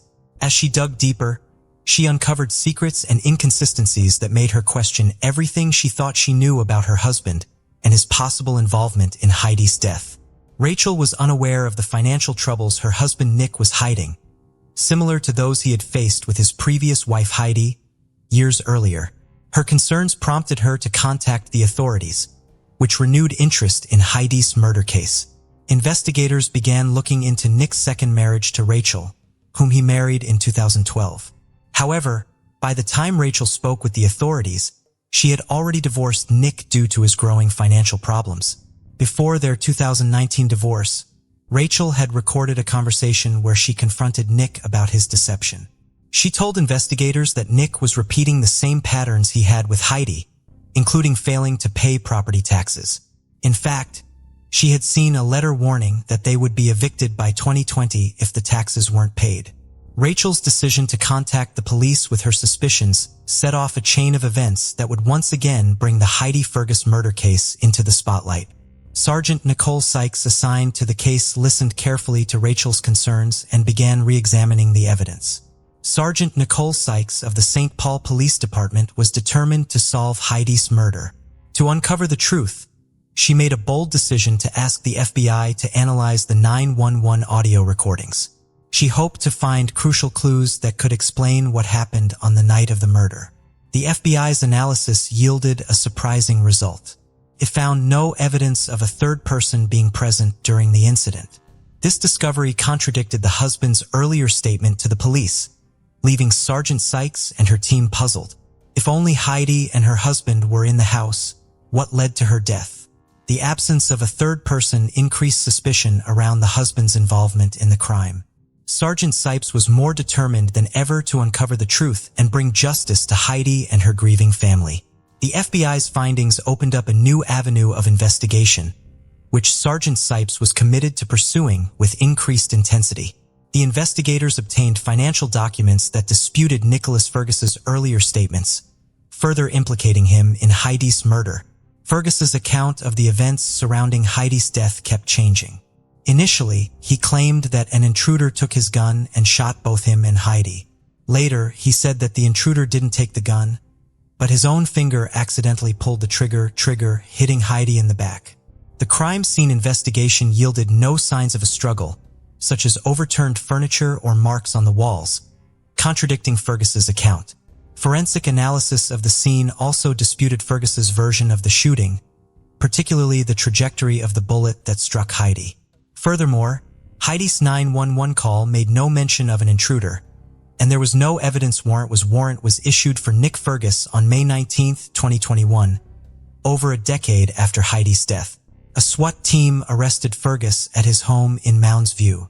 The surprise arrest of Nick stemmed from Rachel's suspicions and the tireless efforts of Police Sergeant Nicole Sykes. This sudden development astonished many who thought the case had stalled and would never reach a resolution. As the legal proceedings progressed, the case details would be re-examined, and the truth about that fateful night would gradually emerge. At the trial, Nick Fergus maintained that he was innocent and pleaded not guilty.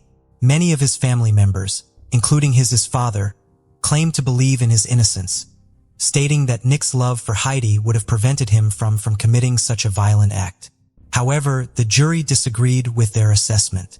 On February 10, 2023, the jury delivered a shocking verdict after deliberating for 10 hours. They found Nick, the person Heidi trusted most, guilty of her brutal murder. This outcome left everyone who knew Heidi in a state of shock and disbelief. The prosecution built a strong case against Nick by showing that he was facing severe financial difficulties, which they argued led him to kill Heidi to avoid shame and conflict.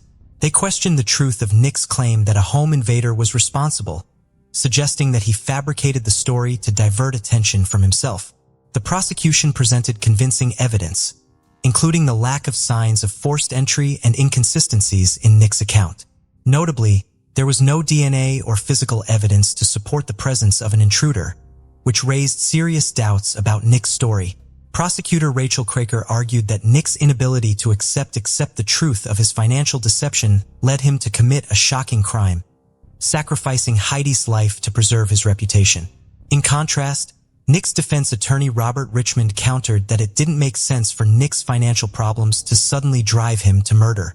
Nick claimed that killing his wife would somehow boost his reputation, but this statement is illogical. After intense debates during the trial, the jury finally reached a verdict that would determine whether Nick would be held accountable for Heidi's death. The jury carefully considered the evidence, emotional testimonies, and legal arguments before delivering a unanimous verdict. Nick Fergus was guilty of first-degree murder. On April 13, 2023, the judge handed down the most severe sentence possible, life in prison without parole. Although found guilty, Nick still insists he had nothing to do with Heidi's death. He maintains his innocence even after being sentenced. When he was sentenced, Nick said, "I understand the pain and loss felt by everyone here today. Justice has been served, but it came at a great cost. A broken family, a betrayed community, and a life cut short."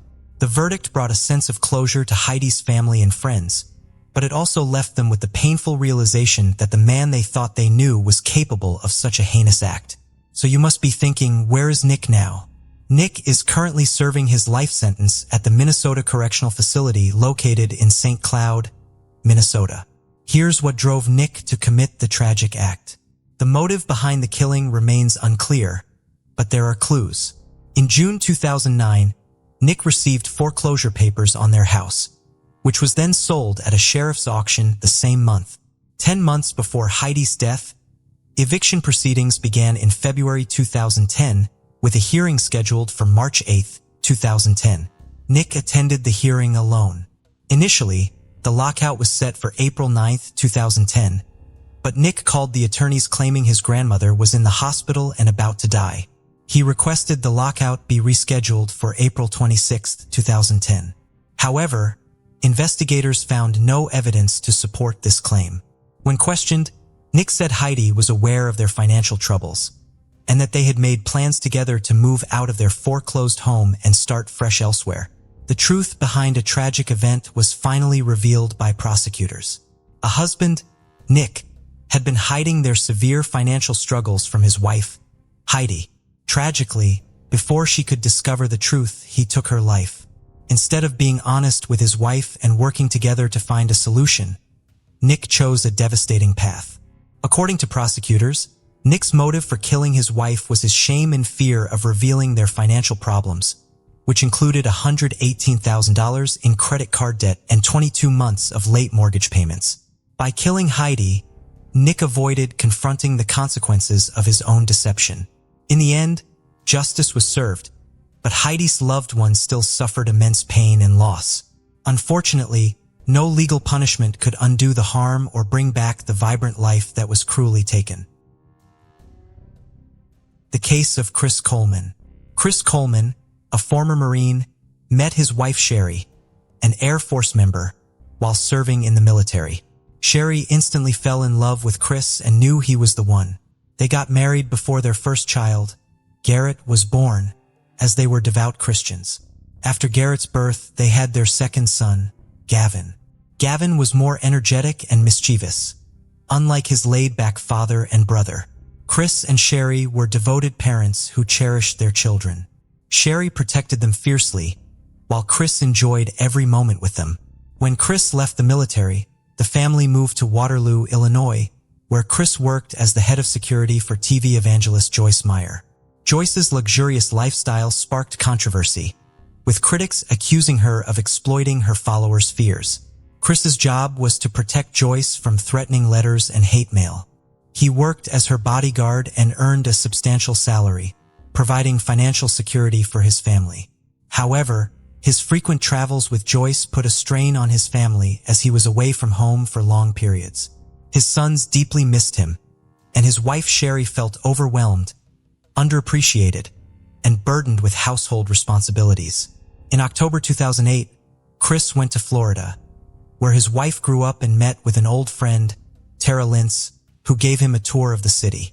Days later, Chris received a disturbing email from an address called Destroy Chris, warning him that he and his family would be in danger if he continued to work for Joyce Meyer. The ministry received more threatening emails specifying a time and date for the potential attack on Chris's family. The emails seemed to have inside information on Chris's schedule, including his upcoming trip abroad. Chris told Sherry about the threatening emails he had been receiving, and on the following Monday, he reported them to the local police. As Chris often worked away from home with Joyce Meyer Ministries, the police offered to increase patrols around their house during his absences. But this did little to alleviate Sherry's fear for her family's safety. Sherry's concern was so great that she once asked a friend to stay with her while Chris was away, as she didn't feel comfortable being alone in the house. She emphasized that she would do whatever it took to keep her family safe. 2 months into the threats, The Colemans received a disturbing hand-delivered letter demanding that Chris publicly renounce his faith or face severe consequences. The letter's ominous tone left Sherry genuinely fearful for her family's safety. The threat had a profound impact on Sherry, and her fear grew daily. To respond to the threat, Chris and Sherry took extra precautions to protect their family, including installing surveillance cameras around their home, which captured footage of the surrounding area and sent it to a screen in their basement office. For a few months, everything seemed fine. However, in April 2009, the family received another disturbing letter warning that Sherry's worst fears were about to come true. Chris was deeply disturbed by the letter's ominous tone. After reviewing the security footage, Chris was shocked to see a mysterious silhouette.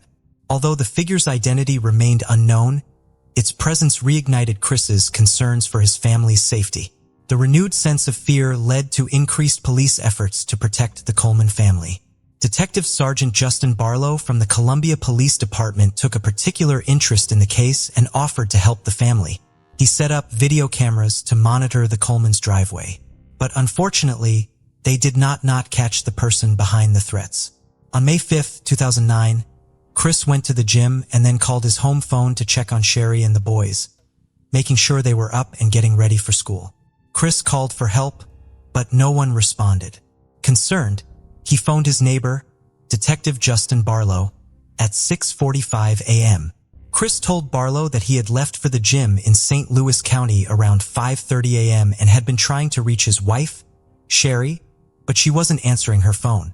Worried, Chris asked Barlow to check on Sherry and their sons. Barlow grabbed his gear, including his weapon, handcuffs, flashlight, light, and radio, and headed to the Coleman house. As he waited for backup to arrive, his priority was to make contact with Sherry and ensure everyone's safety. With a mix of hope and unease, Barlow approached the door and knocked firmly, hoping someone would respond. When Detective Justin Barlow arrived at the Coleman home, the eerie silence and darkness made him feel uneasy. The lack of movement and lights inside the house heightened his sense of unease. Minutes later, a patrol vehicle arrived with another officer to assist him. The second officer went to the back of the house to try to see or communicate with Sherry or the boys through a window or door. Instead, he found signs of forced entry into the basement, which immediately grabbed Detective Barlow's attention. He became deeply concerned for Sherry Garrett and Gavin's safety. Detective Barlow and the second officer decided to enter the house through the basement, announcing their presence as they went. But they received no response. During their thorough search of the basement, they found a disconnected video cable at the computer desk. This discovery led them to believe that the camera's digital video recorder was missing. Detective Justin Barlow and the second officer searched the Coleman home from the basement up, noticing a strong smell of aerosol spray paint that grew stronger as they climbed the stairs. On the main level, they found the walls painted with derogatory messages targeting Chris, Sherry, and their sons. 13 minutes after Chris called the detective, Chris returned home from the gym and was told to wait outside while the officers searched the house. He complied, sitting quietly on the porch without asking questions or trying to enter. Meanwhile, a third officer arrived, and the three of them searched the rest of the house for Sherry and the boys. On the upper floors, they found more hate-filled spray-painted messages. When they reached the second story, Detective Barlow entered the bedroom of Garrett, the oldest son, where he appeared to be asleep. However, upon closer inspection, the detective realized that Garrett was dead with no signs of life and a cold body. Ligature marks around his neck indicated that he had been murdered. Detectives' minds were shocked when they found Garrett's lifeless body. Next door, the second officer entered to check on Gavin and was horrified to discover the boy was also dead, strangled with ligature marks around his neck, just like his brother. The gruesome scene was made even more disturbing by an obscene message spray painted on the bedsheets. In the master bedroom, the third officer found Sherry's lifeless body on the bed, her hair covering her face. It was clear she had been murdered. As the officer examined the room, he noticed Sherry's body had several bruises, indicating she had fought back and tried to defend herself and her sons. After discovering the bodies of Sherry, Garrett, and Gavin, Detectives including Justin Barlow heard Chris enter the house. Having waited outside for news about his family, Detective Barlow took Chris outside to give him some privacy to process the news. However, as the reality of the situation sank in, Chris's reaction was intense. He felt sick, collapsed, and curled up into a fetal position, unable to contain his emotions. The shock of the brutal murders was too much for him to comprehend. Chris was in disbelief that his family had been taken away in such a violent manner. In desperation, he tried to reach out to his father, Ronald, telling him that something had happened to Sherry and the boys. Ronald immediately realized that Chris was in shock upon receiving the news. Ronald was stunned by the tragedy that had befallen his family. The shocking news of the murders of Sherry, Garrett, and Gavin spread quickly throughout the community of Waterloo, Illinois, where the Coleman family lived. As the neighbors learned of the tragedy, they were left devastated and terrified. Chris expressed remorse for leaving his family alone to go to the gym. But when asked if he had any idea who might have committed the crime, he claimed to have no clue. Nevertheless, Detective Barlow noticed several suspicious behaviors during the interview. One red flag was Chris's lack of curiosity about the details of his family's murder, which seemed unusual given the gravity of the situation. The detective noticed Chris trying to hide scratches on his arms during the interview, even using a blanket to conceal them despite the warm temperature. The scratches were suspicious because they suggested Chris had been in a physical struggle, similar to Sherry's fight with her killer. When asked about the scratches, Chris claimed they came from installing a satellite dish the day before. He denied having an affair during the police interview, but did admit to a close friendship with Tara, a cocktail waitress, and high school friend of his wife's who lived in Florida. Chris said his conversations with Tara were innocent, but wouldn't have been approved by his wife. He insisted he would never consider leaving his family for Tara. However, when detectives contacted Tara, her story contradicted Chris's. She revealed that they had been having an affair since November 2008. Tara provided evidence from her phone and laptop, including emails, explicit pictures, and videos that exposed the true nature of their relationship. When detectives confronted Chris with the information Tara had provided, he admitted to seeing her more frequently than he initially told them. Further investigation revealed that Chris and Tara had a secret arrangement to meet at locations where Chris worked for Joyce Meyer. They would sneak away together, often to exotic destinations like Hawaii to spend time together without their family's knowledge. Although Chris claimed that his relationship with Tara was not an affair, detectives found evidence on Tara's phone and computer that suggested otherwise. Tara had marked a wedding to Chris on her calendar, as well as planned vacations with him, indicating that she believed Chris intended to leave his family for her. The detectives were suspicious of Chris because the evidence contradicted his claim that his relationship with Tara was casual. Chris's father, Ronald, was shocked to learn about the affair, but he firmly believed that it was unrelated to the murders of Chris's wife and son. According to Ronald, Chris was a gentle person who was not capable of such brutal crimes. Ronald described Chris as a quiet individual who showed no signs of violence. However, the detectives thought that Chris's affair with Tara was a strong motive for the murders.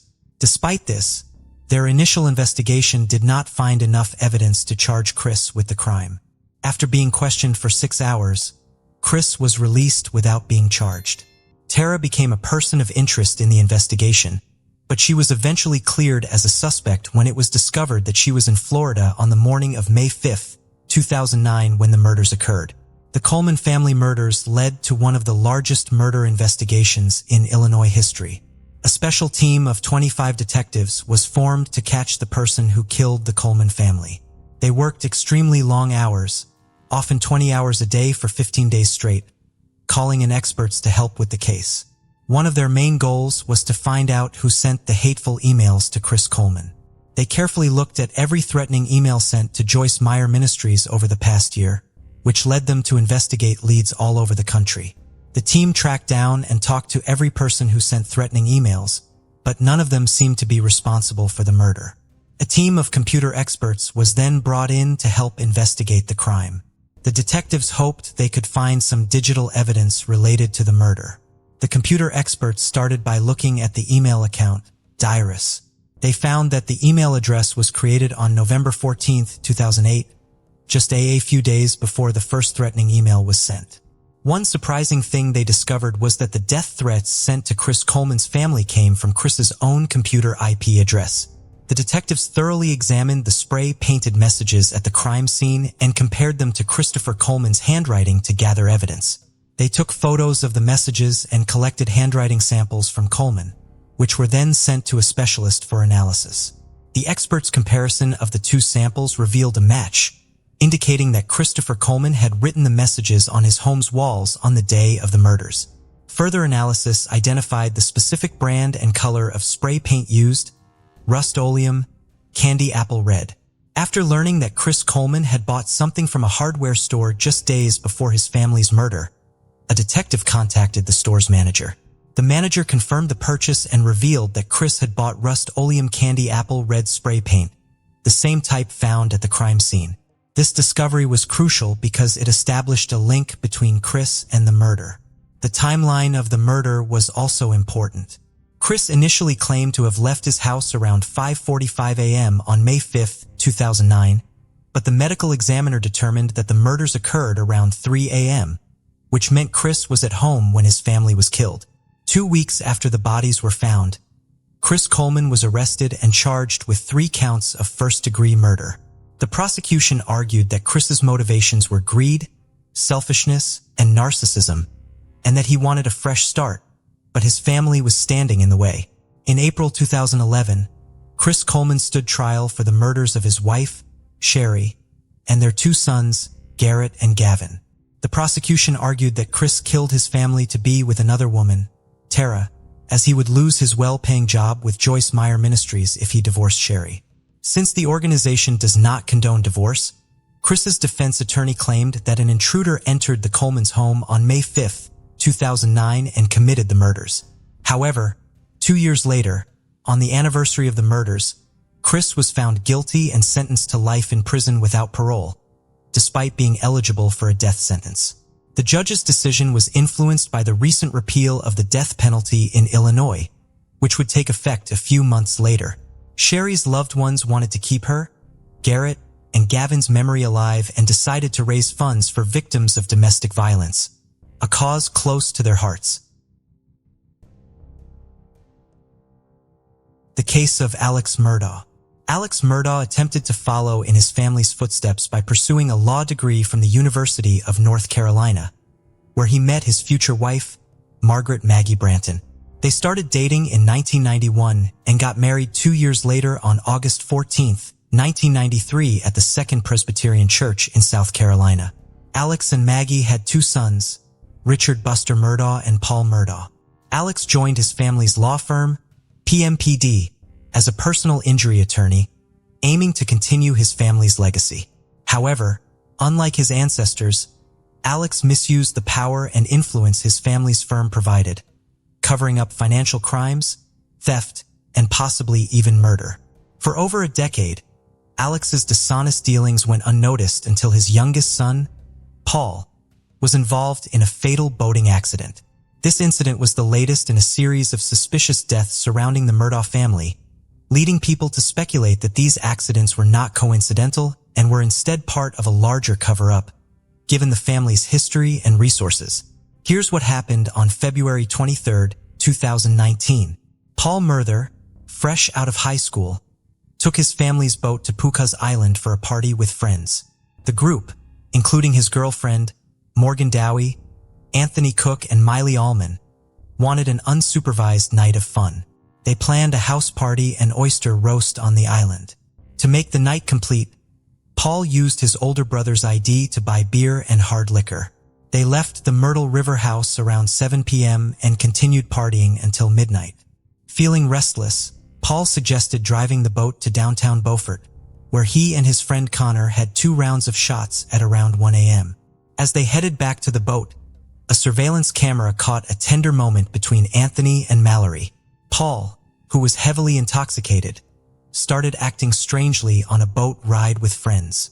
At 1:15 a.m., the group got back on the water, but things quickly spiraled out of control. Paul drove the boat in circles, showing signs of intoxication, and got into an argument with the others. Anthony wanted to get out on a nearby rock, but Paul refused. GPS footage later showed that the boat's speed increased at some point. Although Paul denied deliberately speeding up, he was in control of the wheel. The boat crashed into Urua Creek Bridge at 2:20 a.m., throwing Mallory into the water. The others were severely injured. Connor broke his jaw, and Morgan's hand was badly hurt. Connor called 911, and help arrived soon after. When the deputy sheriff arrived, he saw blood in the main compartment and a large split in the hull from the impact. All the teenagers involved were extremely drunk, and everyone except Anthony required hospital treatment. Paul refused treatment despite being extremely agitated and having a blood alcohol level of 0.243, significantly higher than the legal limit. The search for Mallory's body took 8 days, and she was found to have died from a combination of blunt force trauma to the head and drowning. Despite multiple eyewitnesses stating that Paul was out of control while driving the boat, he was not arrested or charged. This led to rumors that Alex Murdaugh had used his influence to protect his son from justice. In March 2019, the Murdaugh family was served with a wrongful death lawsuit. Mallory's family alleged that Paul's mother, Maggie, was aware that her son was drunk when they went boating and that Buster had helped them obtain fake IDs to buy alcohol. Paul was finally charged with 3 felonies on April 18, 2019, but he never made it to court because he died before his trial. A series of mysterious deaths have been linked to the murder family. One incident involved Stephen Smith, a gay teenager, who was found dead on July 8, 2015. His official cause of death was blunt force trauma to the head, and it was initially ruled a hit-and-run incident with no suspect arrested.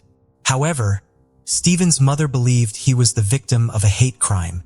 There were rumors that Stephen was in a relationship with Alex Murdaugh's oldest son, Buster, and that Buster might have been involved in Stephen's death. Gloria Satterfield, the Murdaugh family's longtime housekeeper, died on February 26, 2018 due to complications from a severe head injury. Alex Murdaugh claimed that his dogs had caused her to trip and fall, but there was no autopsy to confirm this account. The case was reopened on March 22, 2023, and it was revealed that Gloria's death was a murder, although no suspects have been named. Alex Murdaugh's family was involved in a wrongful death lawsuit after his housekeeper, Gloria Satterfield, died in 2018. The lawsuit resulted in a $4,300,000 insurance policy settlement, but the money never reached Satterfield's sons. Instead, Murdaugh allegedly conspired with his friend Corey Fleming, a lawyer and godfather, to one of Murder's sons to steal the payout.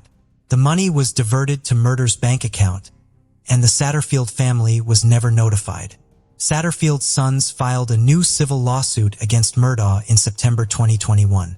On the same day, state investigators opened a criminal investigation into Satterfield's death, citing inconsistencies in the coroner's report. The Satterfield family allowed authorities to exhume Satterfield's body for further investigation.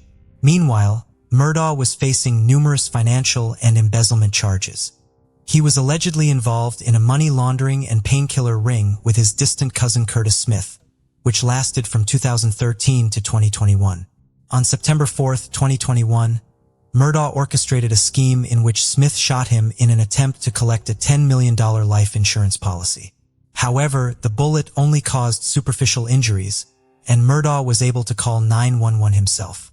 Days later, Murdaugh confessed to the scheme and was charged with insurance fraud, conspiracy to commit insurance fraud, and filing a false police report. He surrendered himself and was taken into 2 days later. He announced his resignation from his family's law firm and entered rehab. However, it was soon revealed that Murdaugh had misappropriated $792,000 from his law firm. His law license was indefinitely suspended in September 2021. Investigators continued to uncover numerous financial crimes, tax evasions, and embezzlements committed by Murdaugh. After leaving rehab, Murdaugh was arrested again and charged with 2 felony counts of obtaining property by false pretenses.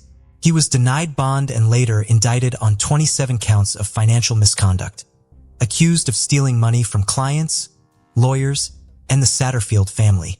Alex Murdaugh faced additional charges on December 9, 2021, with 21 new counts added to the existing 27, bringing the total to 48. The charges included forgery, money laundering, computer crimes, breach of trust, and obtaining signature or property by false pretenses. It was estimated that Murdaugh had stolen over $6,200,000 from his victims. The state's investigation into his business dealings took months, with new charges emerging almost daily. By June 2022, the charges against him had risen to 81. And by the time he was formally disbarred on July 13, 2022, he faced 84 criminal charges and 11 lawsuits. One of the victims' mothers filed a legal claim against the estates of Margaret and Poor Murder, raising questions about the character of the once prominent attorney. Could he be hiding something even more sinister, such as the murder of his wife and son? What could have been his motive? The South Carolina Law Enforcement Division, SLAIR-D, revisited the double murder case, considering new information gathered during the investigation into Murdaugh's financial crimes. They discovered that Alex and Maggie Murdaugh's marriage was troubled, and Maggie was living apart from her husband at their beach home on Edisto Island. Maggie's sister, Marion Proctor, told law enforcement that Maggie had not planned to see Alex on the night of the murders. Alex had asked Maggie to meet him at the family's hunting lodge, where she and her younger son were later found shot dead near the dog kennels. Alex claimed to have taken a long nap before leaving to visit his ailing mother, who suffered from dementia. He stated that he was away for 45 minutes to an hour and a half and found his wife and son dead upon his return. However, law enforcement suspected that Alex's timeline was questionable and lacked a clear motive for the murders. The investigation revealed that weeks before the murder, the state grand jury had subpoenaed Alex Murdaugh's finances, which threatened to expose his financial wrongdoings. Additionally, his law firm had discovered his misappropriation of company funds, and he was confronted about it on June 7, 2021, the day of the murder. State authorities believed that the financial pressure had pushed Alex to hatch a plan to divert attention from his crimes and garner sympathy in the public eye. 13 months after the fatal shooting, Alex Murdaugh was charged with the murders of his wife and son. The prosecutor alleged that Murdaugh had shot and killed his wife and son at close range with a shotgun and an AR-style rifle. The murder weapons were never found. Murdaugh's defense team argued that two shooters were involved due to the different weapons used. Expert witness testimony suggested that the shooter was likely between 5'2" and 5'4" tall, which ruled out Alex Murdaugh as a suspect due to his 6'4" height. However, under cross-examination, the expert admitted that there were other possible explanations for the bullet trajectory beyond the shooter's height. The investigation revealed that Maggie was shot with 300 blackout ammunition from an AR-style rifle, and a box of this ammo was found at the Murdaugh family estate. Prosecutors argued that Alex killed his wife and son to gain sympathy and avoid accountability for his financial crimes.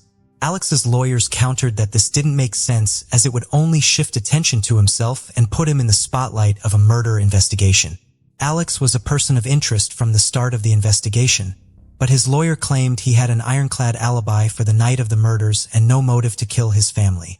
Prosecutors presented two videos taken on the night of the murder, which appeared to show Alex wearing different shirts. The Snapchat video taken from Paul's phone showed Alex wearing a blue shirt, while the body cam footage showed him wearing a different shirt. Investigators couldn't find the blue shirt, and prosecutors suggested Alex tried to influence a key witness's account of what he was wearing. Cell phone data and testimony from Alex's mother's caregiver confirmed that Alex was only at his mother's home for 15 to 20 minutes, contradicting his claim of staying for 45 minutes to an hour and a half. The most crucial piece of evidence was a video found on Paul's phone recorded at 8:44 p.m., just minutes before the murders. The video featured the voices of Paul, Maggie, and Alex, placing Alex at the scene of the crime. This contradicted his previous alibi and confirmed his presence at the dog kennels where the murders occurred. Alex testified that he didn't shoot his wife or son, but admitted to lying about his alibi. Alex Murdaugh changed his story, claiming that his opioid addiction and resulting paranoia led him to lie to law enforcement. However, prosecutors argued that Murdaugh fabricated this excuse after murdering his wife and son. They believed he used his wife's phone to create an alibi by making calls and sending texts, including "Call me, babe," at 9:47 p.m. Phone data showed that Murdaugh's and his wife's phones locked simultaneously, and Alex's phone recorded a sudden increase in steps around the time of the murder. Prosecutors suggested this was evidence of him trying to hide or dispose of evidence, but his lawyers disputed this, pointing out that the step patterns on Alex's phone did not match his wife's. The decisive evidence came from a video recorded at the dog kennels. After deliberating for just 3 hours, the jury found Murdaugh guilty on all counts on March 2, 2023. He was sentenced to 2 consecutive life sentences without parole. Additionally, he received a 5-year sentence for possession of a weapon during a violent crime.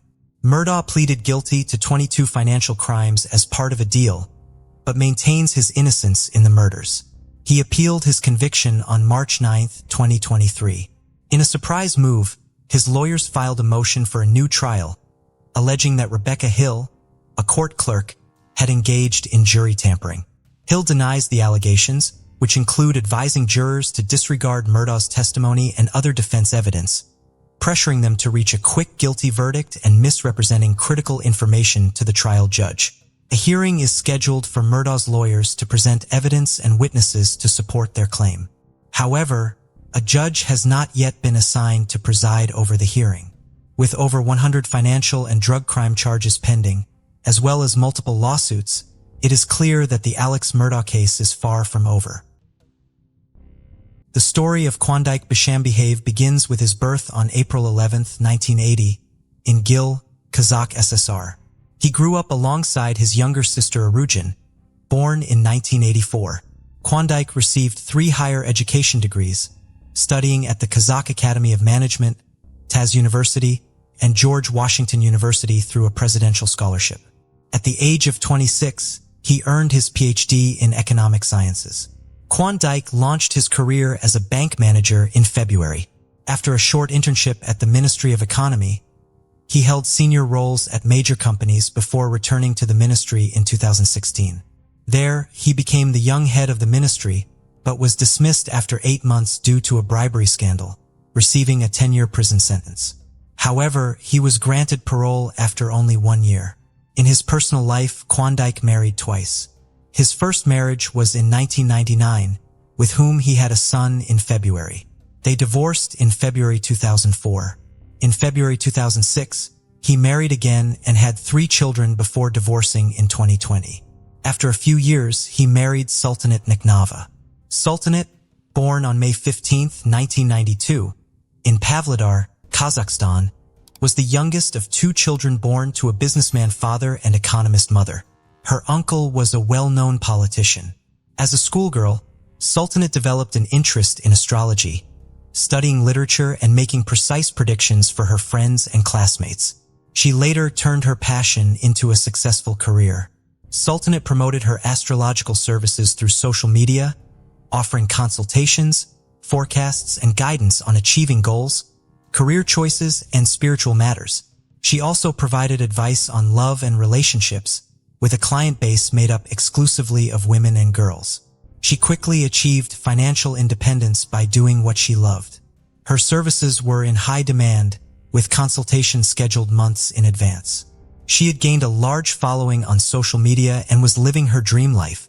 In spring 2022, Klondike stumbled upon Sultanat's page on a popular social network. He liked Sultanat and decided to contact her for an astrological consultation, but she turned him down, saying she only served women.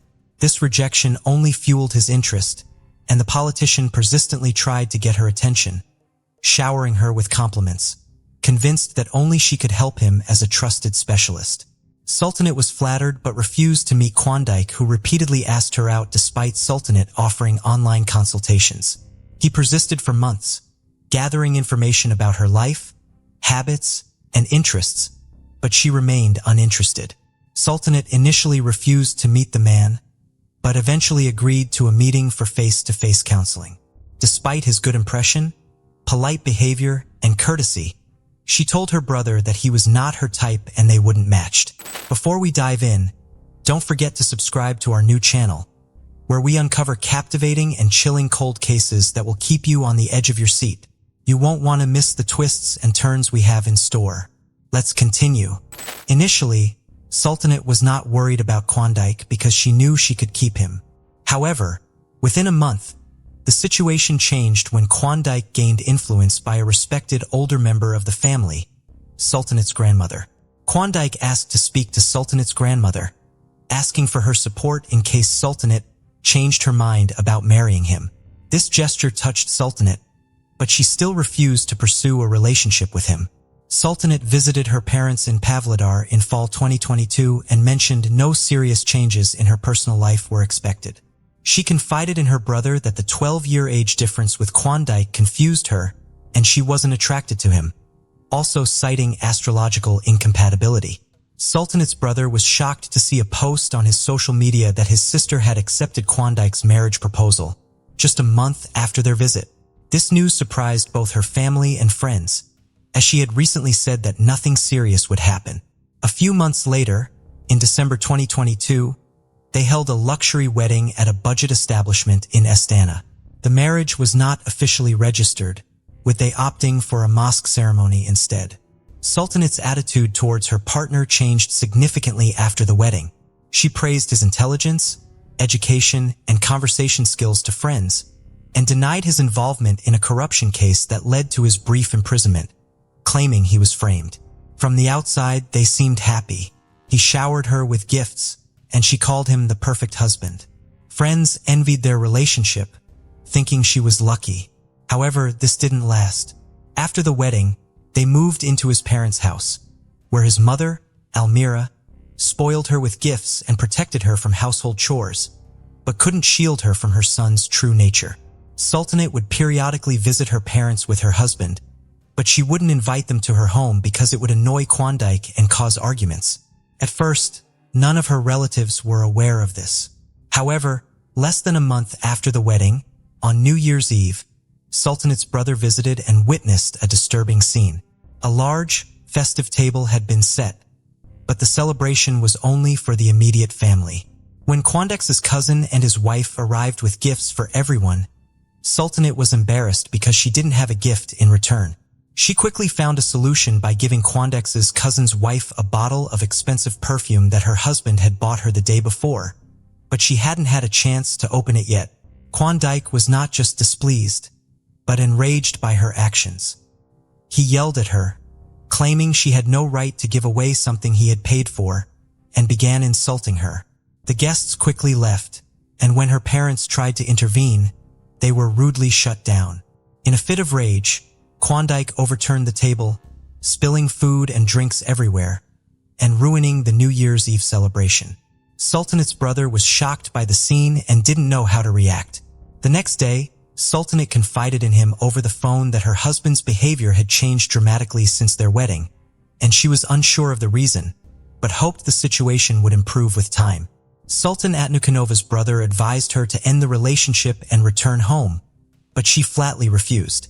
2 months later, she sent him selfies showing severe bruises on her face, asking him not to ask any questions.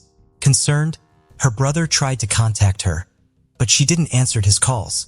He then reached out to her husband, Klondike, who agreed to meet with him. During their meeting, Klondike told Sultanate's brother to stay out of their business and refused to explain the cause of the bruises on his wife's face. Klondike was also unable to account for Sultanate's whereabouts, which filled him with uneasy thoughts. Fortunately, Sultanate was eventually found at her parents' country home. Despite the pleas of loved ones, Sultanate returned to her husband, insisting that she loved him and was willing to do anything to save their marriage. For a while, he behaved impeccably, showering her with gifts and promising to change for her sake.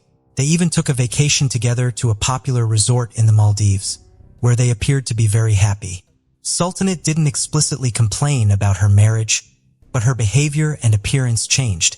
She lost weight, became withdrawn, and wore revealing clothing, possibly to hide bruises. She stopped working as an astrologer and blogger, and only posted happy photos with her husband on social media. Klondike took away her source of income, making her reliant on him. She was not allowed to socialize without his permission and was monitored at all times. Despite appearing perfect to outsiders, their relationship was actually controlling and suffocating. Altonet confessed to her friend that her husband exerted total control over her, forbidding her to work or contact her parents without his knowledge, and was irrationally jealous, accusatory, and abusive. Despite her friend's horror and advice to leave him, she insisted she just wanted to talk, not be advised. They sought help from a family psychologist to save their marriage. Sultanat's husband rejected her therapist options and instead chose his own specialist, who blamed Sultanat for all their problems. She suspected her husband had hired the therapist to humiliate her. In summer 2023, Sultanat tried to leave him and stay with her parents, but her husband appeared a week later, asking for another chance and suggesting a change of environment to save their marriage. Sultanat hoped having a child would change her husband's attitude, but she couldn't get pregnant. After a family dinner in October, she briefly left her husband and moved into a rented apartment found by her brother. However, she returned to her husband 10 days later and even remarried him in a mosque ceremony, which she personally told her family about. On November 5th, she invited her family and close friends to her cousin's restaurant. Klondike made a good impression with his chivalrous behavior, being attentive and affectionate towards her. Everyone believed his feelings were genuine, but tragedy was looming. On November 9th, a relative contacted Sultanat's brother over the phone, sounding frightened as she asked about the truth of a social media rumor. After clarification, she shared a news link which reported that a former economy minister had taken the life of his young wife. Sultanat had asked to stay with him for a night after threatening to leave her husband. He agreed and told her where to find the spare keys, but she never arrived and her phone stopped working. He rushed to her house, but found no one there, and her husband was not answering his phone, which made things even more concerning. The decision was made to immediately go to the family restaurant, where Sultanat was last in contact, to search for answers. While on the way, he received a call from his frightened parents, who had also read the news and were trying to find out what had really happened. However, he couldn't provide them with any information and only promised to look into it. When he arrived at the restaurant, he was met by police officers who expressed their condolences and informed him that his sister had sadly passed away before receiving medical attention. Overwhelmed and disbelieving, he struggled to accept the news, but tragically, it was confirmed to be true. By the time he arrived, the main suspect, Klondike, had already been arrested and taken to the station. Klondike denied any guilt, claiming that the event was a terrible accident and that he was trying to help his wife. Also, the restaurant owner was taken into custody on suspicion of being involved in the incident. Several months ago, on the evening of November 8, 2023, Sultanat and Klondike and their friends attended a concert by singer Dima Bilan. The loud music made it difficult for their friends to follow the conversation between the spouses, who got into a heated argument. Initially, their friends thought they were just discussing something, but it soon became clear that they was engaged in a full-blown fight. They stormed out of the concert hall without saying a word to anyone and went to the restaurant bow, where they continued to quarrel in a private VIP booth. Camera footage shows Klondike taking several bottles of alcohol from the bar and joining his wife in the booth. As they drank wine and discussed their relationship, she told him that she couldn't continue like this and planned to leave him. Infuriated by her statement, Klondike started shouting and threatening her, even slapping Sultanat. After the altercation, she called her brother and told him she would be coming to his house for the night, having finally made up her mind to leave her husband. Around midnight, she stepped outside, intending to go to her brother's house, but her husband caught up with her and the argument continued. The surveillance footage reveals a 15-minute argument between them, after which Klondike convinced his spouse to re-enter the building. They continued to quarrel in the vestibule and eventually secluded themselves in a stall with no camera coverage, making it impossible to determine exactly what occurred inside. In the hallway, cameras recorded Klondike aggressively pursuing his wife, Sultanat, as she attempted to create distance. He grabbed her hands, shook her, and pushed her against the wall. Klondike's lawyer downplayed these actions, describing them as stroking. However, Sultanat tried to escape and locked herself in the toilet to evade her husband's aggression. Undeterred, he kicked the door, resulting in corresponding injuries. After forcing his wife to open the door, Klondike physically assaulted her, striking her multiple times in the face. He berated her, claiming that she lived at his expense. The events that followed are unclear, but Klondike alleged that his wife had an angry outburst and, in a fit of rage, removed all her clothes and jewelry, flushing them down the toilet to demonstrate her independence from him. According to another account, Klondike allegedly forced his wife to undress, intending to humiliate her further after the gold jewelry was lost down the drain. This led to Klondike becoming enraged, punching his wife in the face multiple times, and then pushing her with such force that she fell and hit the toilet.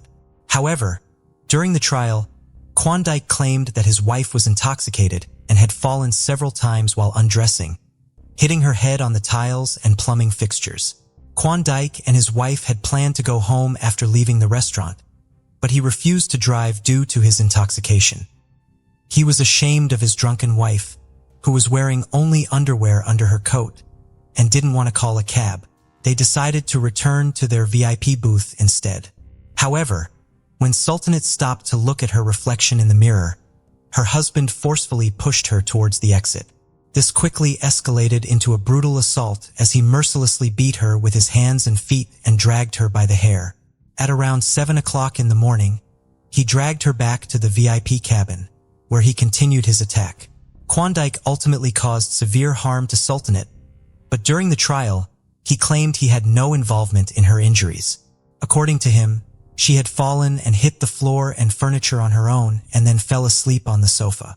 He alleged that he noticed a bruise on her face, but rather than seeking medical attention, he consulted a fortune teller to determine if everything was all right with his wife.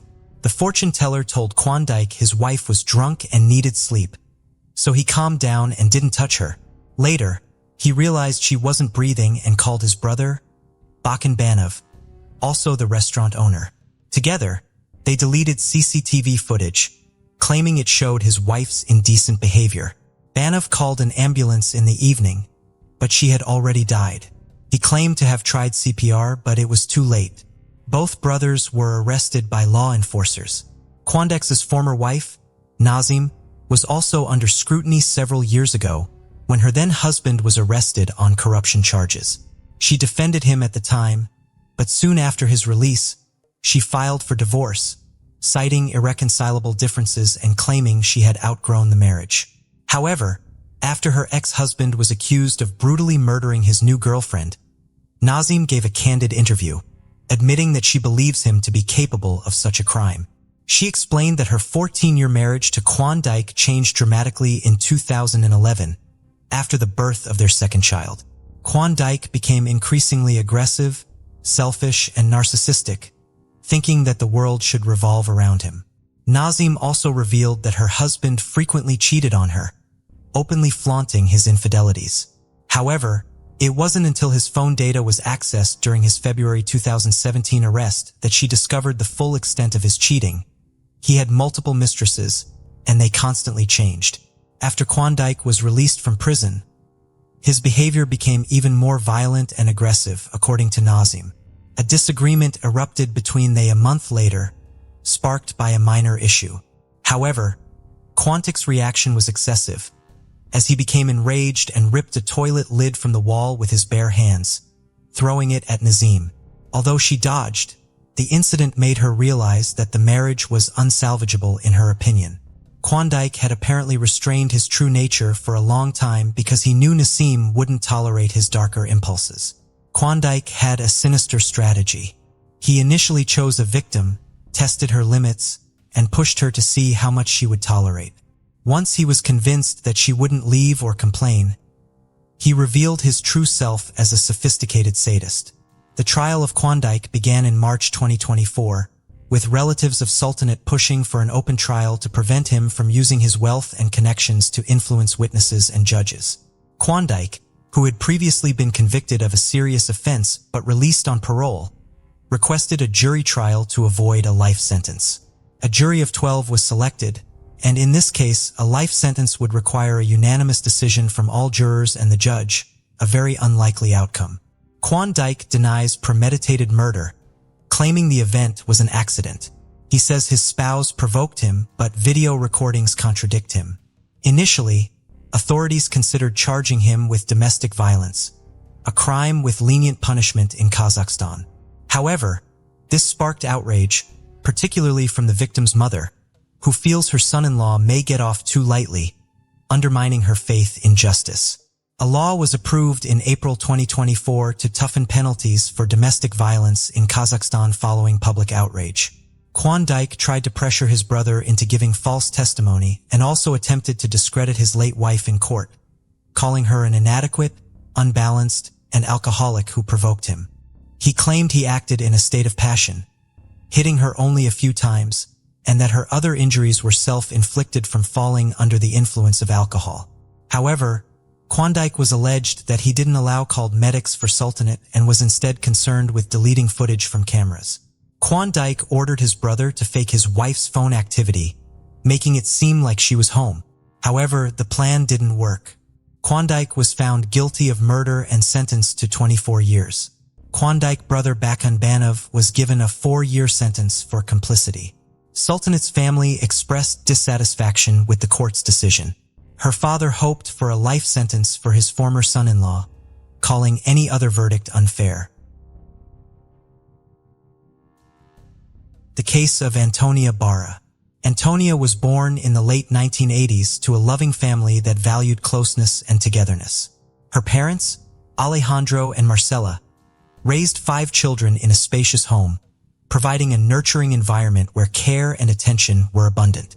The children were well-behaved and kind, and the household was generally free of significant problems. Antonia, however, stood out from her siblings due to her exceptional qualities from a young age. She was remarkably perceptive, responsible, and ambitious, which made her a source of great pride for her parents. She consistently excelled academically, had positive relationships with her teachers, and had clear plans for her future. Antonia's aspirations included traveling and living a fulfilling life. After high school, Antonia successfully enrolled in her preferred university and began pursuing a highly competitive major.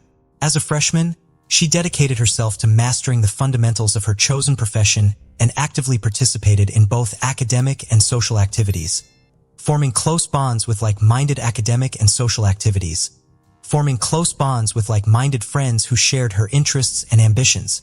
Antonia had become particularly close to Consuelo Uribe, a law student.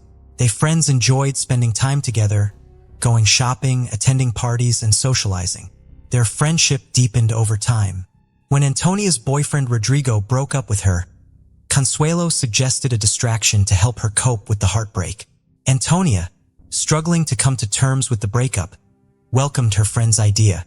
To take her mind off the past and briefly escape her sadness, Antonia and Consuelo planned a trip to Pucón, a tourist town in Chile, to celebrate the country's Independence Day on September 18th.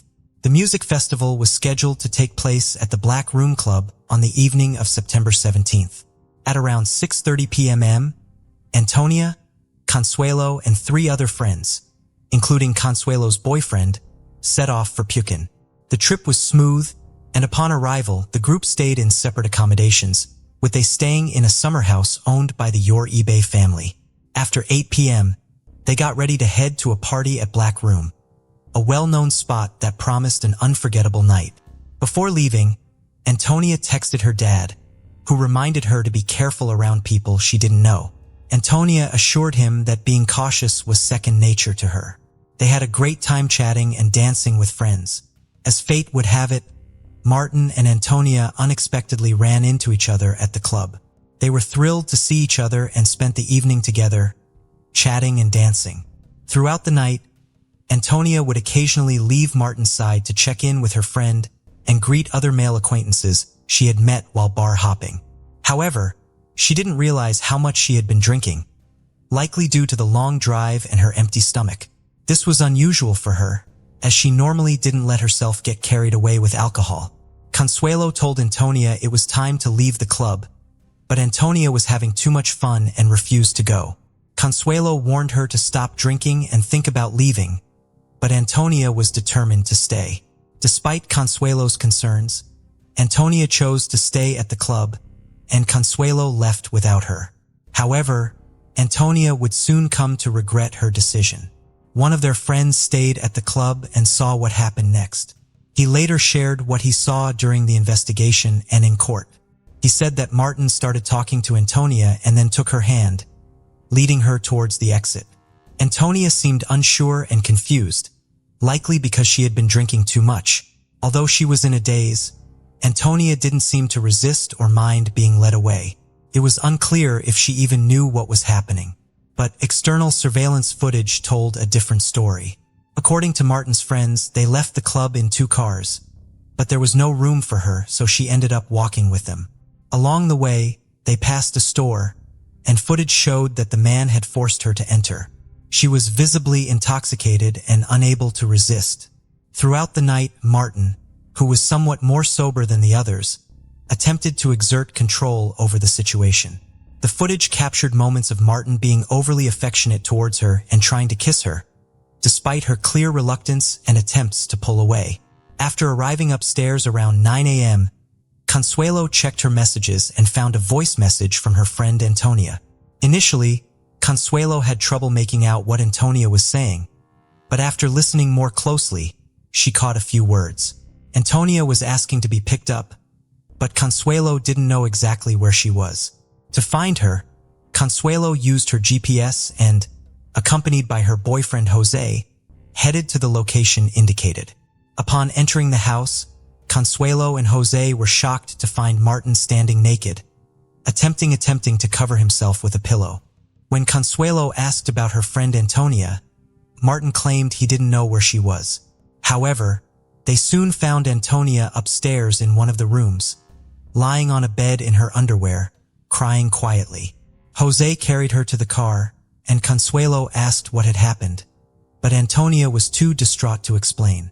At the summer house, Consuelo and Jose tried to comfort Antonia holding her and talking to her. Eventually, Antonia opened up about what had happened. She confessed that Martin had taken advantage of her against her will, leaving her feeling powerless. After learning about the incident, Jose and Consuelo urged Antonia to report the attacker to the police and pursue justice. However, Antonia declined, fearing that her parents and the public would find out and judge her. Instead, she chose to silently cope with the trauma and try to heal on her own, asking Jose and Consuelo to keep the incident private. During a conversation with her father, Antonia tried to respond normally to his lighthearted question about whether she had been drinking too much. However, her response unintentionally revealed her distress. The next day, Antonia met with Martin to discuss the incident, but he was uncooperative and arrogant. Martin claimed that the events of the previous night were consensual, which made Antonia realize that she would not receive the truth or an apology from him. She understood that she needed to try to move forward. Antonia stayed quiet and acted normal for 3 weeks. A close childhood friend claimed not to notice anything unusual, but Antonia's classmates observed that her memory was faltering and her thoughts were disorganized. But sometime later, Alejandro eventually discovered the truth about his daughter. Alejandro shared his daughter Antonia's heartbreaking story, which sparked a nationwide movement. Multiple women came forward with similar allegations against Martin, leading to 6 new charges and his exposure as a serial offender. The Martin family sought court protection for their personal information, which had been leaked online. They claimed that the online harassment, including insults, threatening messages, and false information, had violated their constitutional right to privacy. The court agreed, and on June 12, 2020, it ordered Antonia's relatives to stop sharing information about the Martin family on social media and to refrain from publishing anything that could compromise them. However, this decision sparked widespread outrage in Chile. Many people felt that the court was protecting the suspect, rather than the victims. On July 21st, the Antonia family appealed the decision to the Supreme Court, but their appeal was rejected. The suspect's lawyer then requested protective measures on his client's behalf, but the suspect was eventually charged with multiple counts of attack. The case, known as the Antonia case, became a rallying cry for victims of violence in Chile. For many women, it marked a turning point, and they began to come forward to share their own experiences after years of silence. On July 22nd, a surprising turn of events occurred when the court changed Martin's preventive measure from detention to house arrest, effectively releasing him. The judge clarified that this decision did not imply a reduced sentence. Meanwhile, the prosecutor had charged Martin with 5 counts of misconduct, but the court only recognized 2. This sparked widespread outrage, with thousands of people taking to the streets to protest the halt in investigations and the decision to place Martin under house arrest. In response to public pressure, the authorities appealed the decision, and the judiciary quickly overturned the house arrest order, taking Martin back into custody. Antonius stressed the importance of taking action against Martin, as his behavior made women vulnerable. In February 2021, investigators found Martin's phone, which contained a disturbing collection of photos of women's underwear, suggesting a trophy collection. The 400-page police report included statements from multiple victims, witnesses, and people close to Martin and Antonia. A childhood teacher described Martin as a smart and cheerful child, but noted that he had an unusual interest in intimate topics. Some women recalled that Martin had inappropriately touched them when they were children, but at the time, no one thought much of it. On June 14, 2022, the criminal court in Tomoko began its hearings, which were expected to last over a month. During this time, the prosecution presented evidence, expert testimonies, and witness statements. The court started watching a CCTV. Video footage revealed that Antonia was unable to control the situation. On August 26th, Martin was sentenced to 20 years in prison for crimes against intimacy and intimacy-related aggression. However, on December 29th, the Supreme Court accepted the defense's appeal, disagreeing with the verdict. A new trial was scheduled for spring 2023. In a related development, Martin's original lawyers resigned on March 16th, and the public defense took over his case. The second trial began on April 24, 2024, focusing on 5 counts of violence and 2 counts of forced intimacy. During the trial, Martin waived his right to remain silent and provided his account of the events. He claimed that his actions were the result of severe intoxication. However, the prosecutor countered that by drinking with the victims, he had taken advantage of their vulnerability. Ultimately, Martin was found guilty on July 7, 2023. The federal prosecution sought a prison sentence of 41 years, but on July 28, 2023, Martin only was sentenced to 17 years in prison for committing 7 intimacy-related crimes against 6 victims. Since he had already spent time in custody, he would serve 14 years. The case of Lizzie Marriott. In February, Lizzie Marriott began her studies in marine biology at the University of New Hampshire. To reduce her living expenses, she moved out of her family home in Massachusetts, where she lived with her parents, Bob and Melissa Lizzie, and relocated to Chester to live with her aunt and uncle, Tony and Becky Hannah. Lizzie quickly became a beloved member of her aunt and uncle's family. She had a passion for marine animals, which led her to pursue a degree in marine biology. Although she was now 2 hours away from her parents, they remained close and kept in regular contact. Lizzie was known for her kind, gentle, and sweet nature, which made her a favorite among those who knew her. Lizzie's aunt recalled that whenever Lizzie came home, she'd exclaim, "I'm home," and it filled their hearts with joy. Lizzie was thriving in her new life, with new opportunities opening up in her free time. She had found a job at Target, where she quickly fit in and earned respect from her colleagues. That's where she met Kate McDonough, an 18-year-old who quickly became a close friend. They girls often hung out after work, and one day, Kate invited Lizzie over to her apartment. On subsequent invitations, Lizzie was happy to accept. Lizzie and Kate planned a cozy evening with dinner and a movie on October 9th. However, Kate's boyfriend Seth joined them, bringing a lively atmosphere. Seth was a man of many talents, with a theater arts background and a black belt in karate.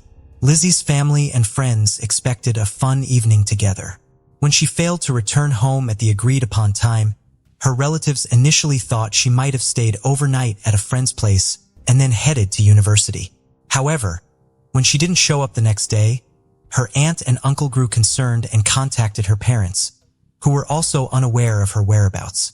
Lizzie's parents immediately drove to Chester, reporting their daughter's disappearance to the police along the way.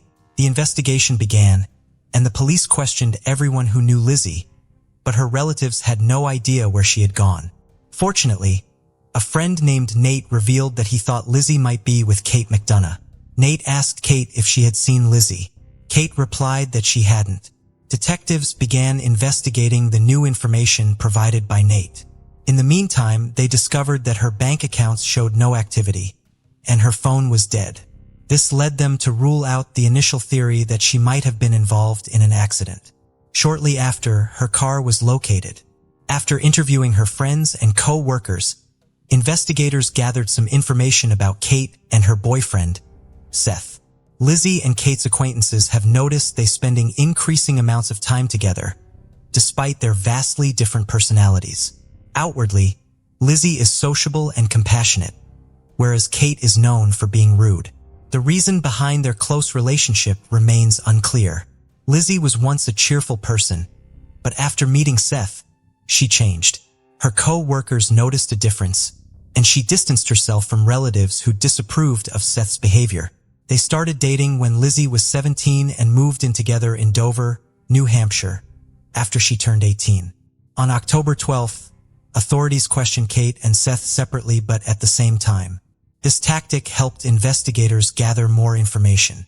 For 2 hours, Kate consistently denied ever having met Lizzie on October 9th, but then she stopped cooperating completely with the investigation. Seth, on the other hand, was more open with the details. He contradicted Kate's account, saying that Lizzie was actually at their place on the 9th. Seth described the events of that day, saying that he, Kate, and Lizzie watched a movie together, played strip poker, and then engaged in a consensual threesome. However, the situation becomes tragic when things don't go as planned. Lizzie accidentally dies while tied with rope. Too shocked and afraid of being misunderstood, Seth and Kate decided to dump Lizzie's body into the Piscataqua River on Pierce Island. After being questioned for 11 hours, Seth accompanied police to the location and reenacted how he and Kate threw the body off the cliff. Lizzie's parents doubted Seth's account of her death, insisting she was in a loving relationship with Brittany and wouldn't cheat or take her own life. They urged police to find her body for a proper burial.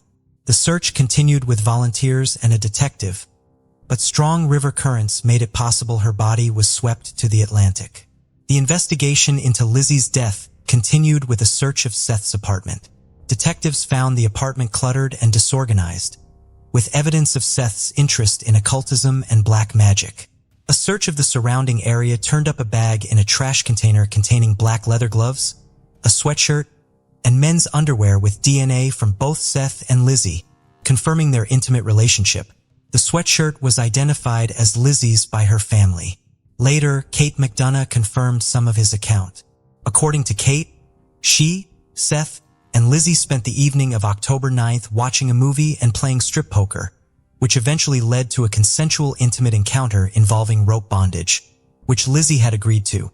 Lizzie Marriott was having a good time until she suddenly had a seizure, suffocated, and lost consciousness. She stopped breathing when Seth and Kate lifted her up. Kate thought it was an accident. Unexpected witnesses' testimony took the investigation in a new direction. A young woman visited the police station, claiming to have crucial information about the Lizzie Marriott case and requesting to speak with the lead detectives. During the conversation, she introduced herself as Catherine Fish, Seth Mella's ex-girlfriend. Her statements implied that Seth was capable of murder. She revealed that Seth had once confided in her about a fantasy in which she took someone's life. To understand Catherine's testimony, it's essential to examine her past relationship with Seth. They met 10 years ago, and initially Seth seemed attentive and caring. However, during their first intimate encounter, Catherine discovered Seth's interest in BDSM. Seth initially seemed great, but he revealed a cruel and controlling side over time. He didn't tolerate disagreement or boundaries. After sharing dark fantasies, kind of felt trapped and scared, especially when Seth physically attacked her, grabbing her throat and refusing to let go despite her pleas. This incident shattered her illusions about their relationship. After moving to a new city, kind of felt isolated and alone. dependent on Seth. As his behavior escalated, he introduced other women, proposing a polyamorous relationship. Kind of felt trapped, afraid to leave due to Seth's controlling behavior. It took months for her to gather the courage to escape the toxic relationship. In May 2014, Seth Mella appeared in court, facing not only intentional murder charges but also accusations of taking advantage of multiple individuals. Several people testified against him, including Kate McDonough. 2 months after Lizzie's death, Kate was arrested and held in custody on charges of obstructing justice and interfering with the investigation. During her time in custody, Kate had ample opportunity to reflect on the events and consider who she was protecting. While imprisoned, Kate and Seth stayed in close touch and envisioned a life together in a country where they could not be extradited. They shared dreams of getting married, starting a family, and building a future, but their escape plans stalled in February. Seth convinced his cellmate, Ryan Bachman, who was about to be released, to help their escape. The plan was for Ryan to use his bank account to withdraw money, buy drugs, and sell them to increase their initial investment. They intended to use the money to purchase guns, 2 cars, explosives, and a boat. Ryan had different intentions and chose to keep the money for himself, causing Seth to give up on their plan to escape. Meanwhile, authorities became aware of their scheme. Seth wrote to Kate and hinted at a reunion in the afterlife, suggesting he believed in its existence. This could imply that Seth was vaguely suggesting Kate should consider ending her life to join him in the afterlife. As time passed, Kate's thoughts became clearer, allowing her to make a more rational decision when the prosecutor's office presented her with a favorable deal in February 2014. Under the agreement, Kate was required to reveal the truth about the events that occurred on the evening of October 9th, and in return, her potential 20-year prison sentence was significantly reduced to 3 years. This offer was especially beneficial in light of the circumstances that later came to light during the investigation. As part of their agreement, Kate acknowledged that she was deeply intimidated by Seth and followed his instructions without hesitation. Over time, Seth had slowly stripped Kate of her autonomy and stifled her ability to make decisions for herself. Approximately 6 weeks before the tragic event, Seth had asked Kate to arrange a threesome with someone else while she was away on a 10-day theater tour, but Kate was unable to find someone to participate. Over time, Seth's messages to Kate became increasingly aggressive, transitioning from giving her instructions to making threats. He warned her of severe consequences if she didn't meet his demands, which included bringing a friend to participate in his plan. Kate invited Lizzie to visit her at home, and Lizzie agreed because she trusted Kate and had been to her place before. However, Kate didn't tell Lizzie that Seth would also be there, as she knew Lizzie might be hesitant. Seth had seen Lizzie's photos and was eager to meet her. On October 9th, Seth arrived at Kate's apartment at 9 p.m. At first, Kate and Lizzie chatted together, and Seth joined in later, initially creating a light-hearted atmosphere with his jokes and friendly demeanor. As they watched a movie, Seth suggested playing strip poker, dimming the lights to create an intimate setting. Lizzie began to lose the game, eventually ending up in her underwear. In another round, Seth suggested kissing Kate, but she refused, explaining that she was in a committed relationship and found the idea unpleasant. Seth suggested leaving Lizzie alone, but she refused. He retrieved a rope and gloves from his room, returned, and strangled her with the rope before she could react. After killing Lizzie, Seth committed a further act of violence against her body. His girlfriend, Kate, was present but did not intervene, claiming she was too scared to act. She feared that she would become the next victim if she tried to help. Later, at around 1 a.m., Seth and his girlfriend wrapped Lizzie's body in tarpaulin and placed it in a suitcase. They then transported the suitcase to Lizzie's car and drove to Pierce Island by the river. From the observation deck, they removed Lizzie's body from the suitcase and threw it off the cliff. After the incident, Kate and another person cleaned up inside her car. Then they drove to the campus parking lot, where Kate parked her vehicle. From the parking lot, they walked a 10-mile distance to Kate's home. The experience left Kate severely shaken, and she went into shock. She was also fearful of testifying against Seth in the future, worrying that he might intimidate or silence her due to concerns for her safety. During the trial, Kate's excessive sobbing raised suspicions, with some doubting her emotional display in suggesting she was a skilled actress. Kate's defense claimed that Lizzie's death was an accident during intimacy, but acknowledged that Seth and Kate had disposed of the body. They alleged that Seth isolated and coerced Kate, affecting her mental state. The prosecution focused on deliberate murder, citing the discovery of gloves at the scene, which suggested premeditation. Roberta Gherkin and Paul Hickok, acquaintances of Seth Mella, testified for the prosecution. After Lizzie's murder, Seth called them at 10:49 p.m. asking for help. When they arrived after 11 p.m., they found Seth on the bed next to Kate McDonough in lingerie. Seth said, "This time things went too far." Roberta found Kate in the kitchen and suggested calling an ambulance. They chose not to intervene or contact police, avoiding involvement. Seth Mella was convicted of first-degree murder by strangulation and conspiracy in February 2014, receiving a life sentence without parole. Kate McDonough, who was 20 at the time, got a 3-year sentence as part of a plea deal and was released in February 2016. She has since maintained a low profile. Lizzie Marriott's parents, Bob and Melissa, do not feel the sentence is sufficient. They hope her case can serve as a warning to others, especially women. They created a memorial bench in her hometown since her body was never recovered. Blake Leibel was born in Toronto, Ontario, Canada on the May 8th. His family was a well-off family right up the tree. His father, Lorne Leibel, is a well-known real estate tycoon and Canadian Motorsport Hall of Famer, while Blake's mother, Eleanor Chaitel, inherited Alrose products from her father, Paul Chaitel. This company makes plastic polytart materials and is reported to generate over $28 million in sales annually. But while grandfather Paul Chaitel was a success, it was reported that he was known to be a control freak and bully. Paul's wife, Blake's grandmother, suffered from a severe mental illness of some kind. The specific diagnosis remains unknown, but what is known is that when Paul Chaitel passed away, he left a will behind that withheld inheritance from his family, pending not only alcohol and drug screening, but also an HIV test. Once relatives successfully passed these stipulations, Paul Chaitel's girlfriend would get 2 Mercedes-Benz cars, a Cadillac, and some other parting gifts, while Blake's mother got a payout of $12 million. Oddly enough, Blake's brother Cody Leibel was cut out of the will, with Paul Chaitel stating that it wasn't out of lack of love, but rather that he knew Cody's father would adequately provide for him. On the other side of the family, Blake and Cody's father, Lorne Leibel, was a man who dated beautiful young women and took them out in fancy Ferraris.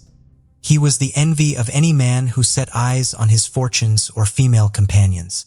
When Lorne Leibel split up with Eleanor Chaitel, Blake lived with his mom, while Cody lived with his dad. It was during this time that Blake and his father reportedly became distant and estranged, as Blake felt that Lorne wasn't providing enough for him financially. Even so, the Leibel family was, by all accounts, a highly successful one.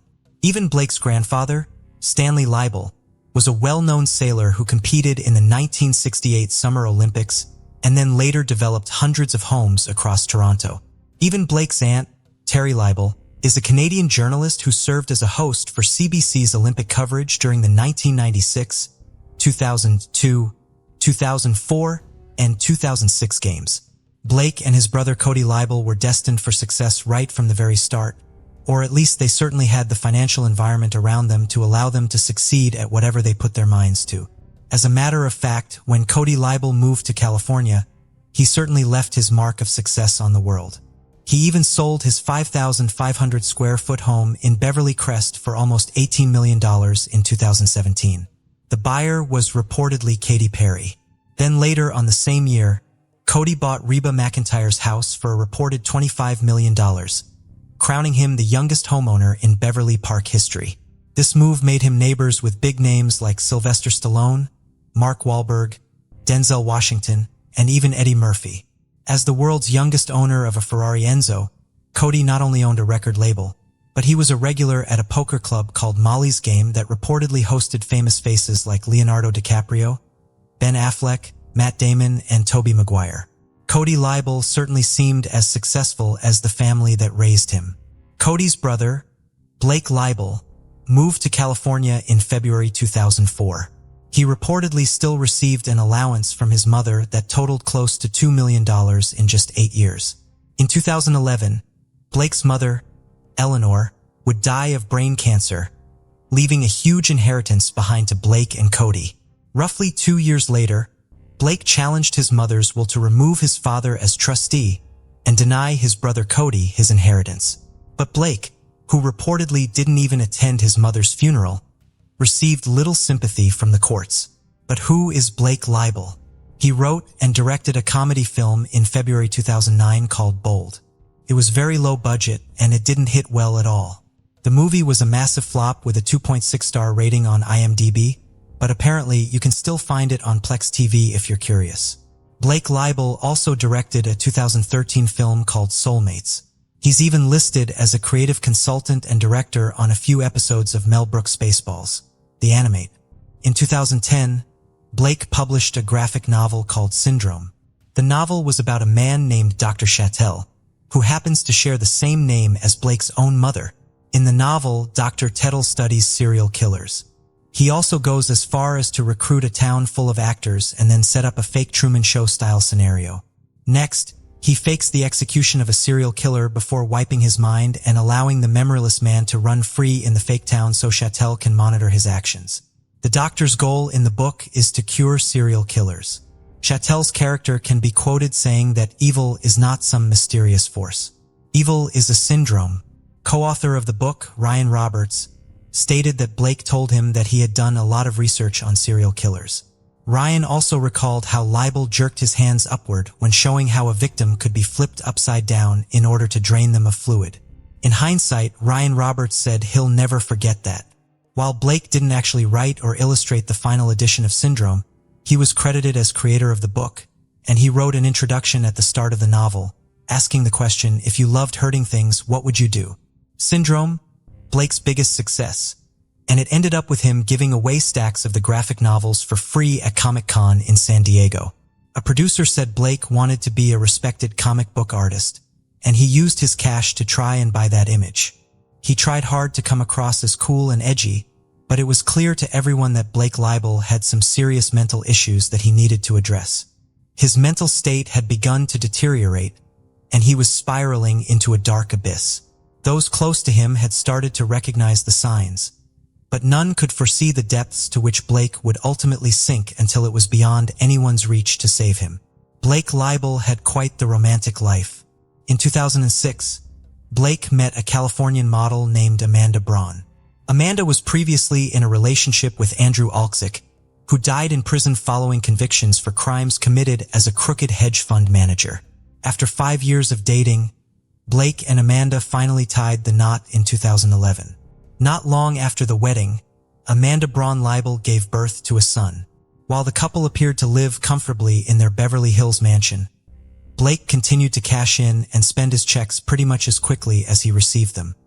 He reportedly smoked weed constantly and came up with various plans for success, but none of his ideas proved fruitful. During this time, one of Leibel's friends said, Blake was developing a dark obsession with brutal violence. It was like Blake was becoming a different person. He was distant and paranoid. Then in the summer of 2015, Blake left Amanda while she was pregnant with their second child. This was reportedly due to his pot-smoking habit consuming his life, but I'd say there was more than a marijuana issue brewing.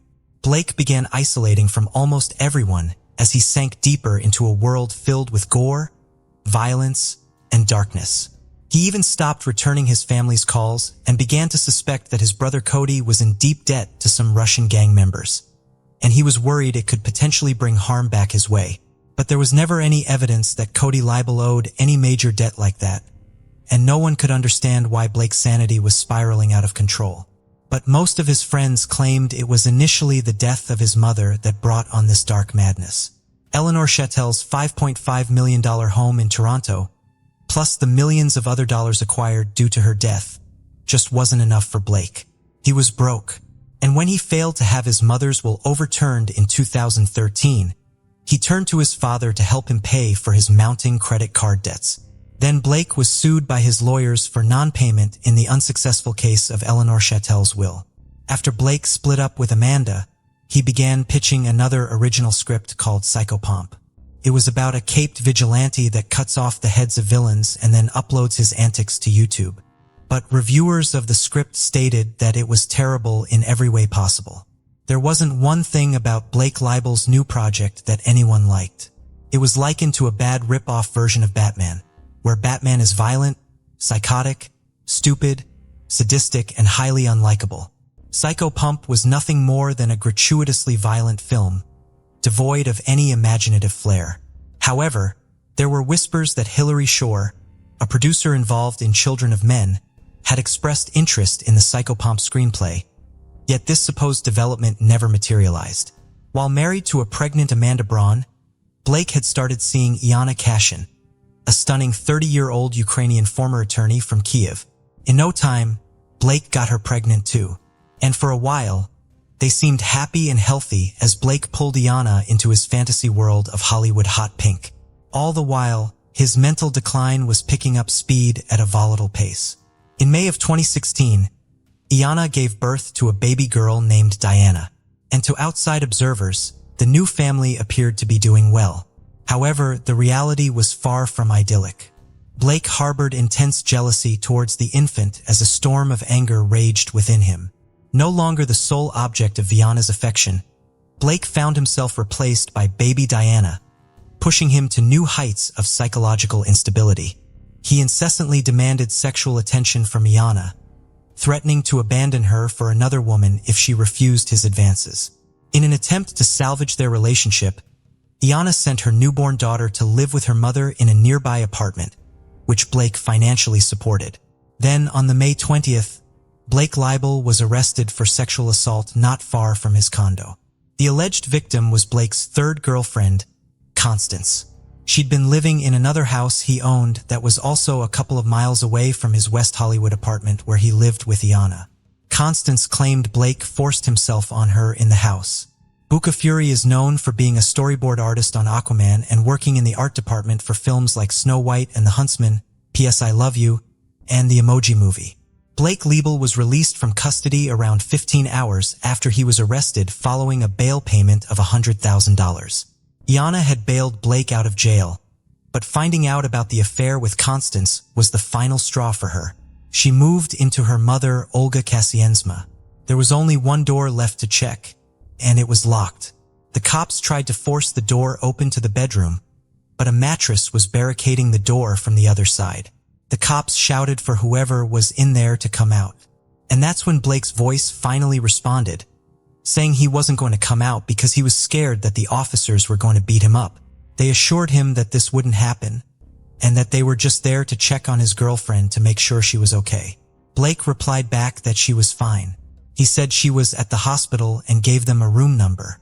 He also said that his father would be there soon and that he wasn't coming out until then. Blake was referring to his accountant and mentor, Stephen Green. Blake had called Stephen around noon and asked him to come to the apartment. For a month before Stephen Green received that call, he had been unable to get in contact with Blake Libel. Green had called, messaged, left voicemails, and even emailed Blake several times, but he never got a reply.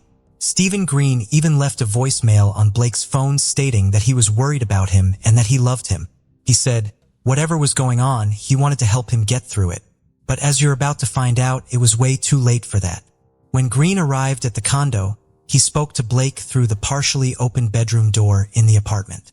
A short while later, a detective arrived on the scene to find Green now in the living room talking to Blake on the phone. Libel was still barricaded in the master bedroom.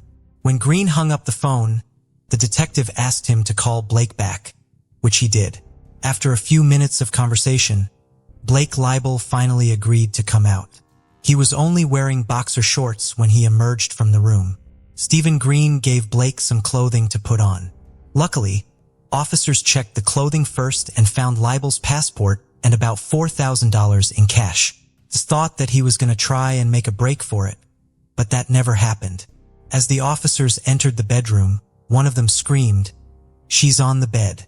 The detective immediately ordered everyone to go outside, and he called in the paramedics who were waiting on standby. Sadly, Yana Kashin was pronounced dead at 1:02 p.m. on May 26th. Yana Kashin's naked body was lying on a clean sheet and was covered by a red Mickey Mouse blanket on top of a blue polka dot blanket. Her head was on a pillow. There were abrasions and bruising on the left side of Kashin's face consistent with blunt force trauma. There were human bite marks on Kashin's left jaw and left bicep, as well as fingernail marks under her jawline. Her scalp had been removed from around her eyebrows to the hairline on the back of her head. A large portion of skin on the right side of her face had also been removed. The skull bone was visible. There were cuts across her lower forehead below the eyebrows. There was also a cut on the right side of her face from her cheek to her jawline, and another on the left side of her face toward where the ear should have been, but it was missing. The medical examiner later proposed that a sharp-bladed tool had been used to cut off the skin, but he also noted that some facial tissue had been ripped away by hand. Considering the extensive damage to Yana's face and skull, combined with the challenging nature of both cutting and tearing the tissue, the doctor believed that inflicting these injuries would have been a lengthy process. Moreover, the presence of inflammation in the tissue and bleeding from several severed samples led to the tragic conclusion that Yana Kashin was still alive while enduring this prolonged torture. The examiner also determined that there was no blood in Yana's heart, veins, or arteries. Half of Yana's blood supply was missing. This is highly unusual even considering the weight of her injuries. Gravity wouldn't have been enough to drain that much blood from her body. Her heart would have had to have been pumping the entire time. It was the medical examiner's opinion that Blake may have drained Yana's blood by placing her in the bathtub with her head lower than her feet and then running water over her head, which could have increased the blood flow and potentially interfere with clotting. Due to the presence of foam in her nostrils, the doctor concluded that Yana was probably submerged in water for at least 30 minutes. Her body was then washed and placed on the clean sheet. Her cause of death was ruled as exsanguination, which is the draining of blood. There was an additional pillow to the left of Yana with an indentation on it. It was as if someone had been laying next to her.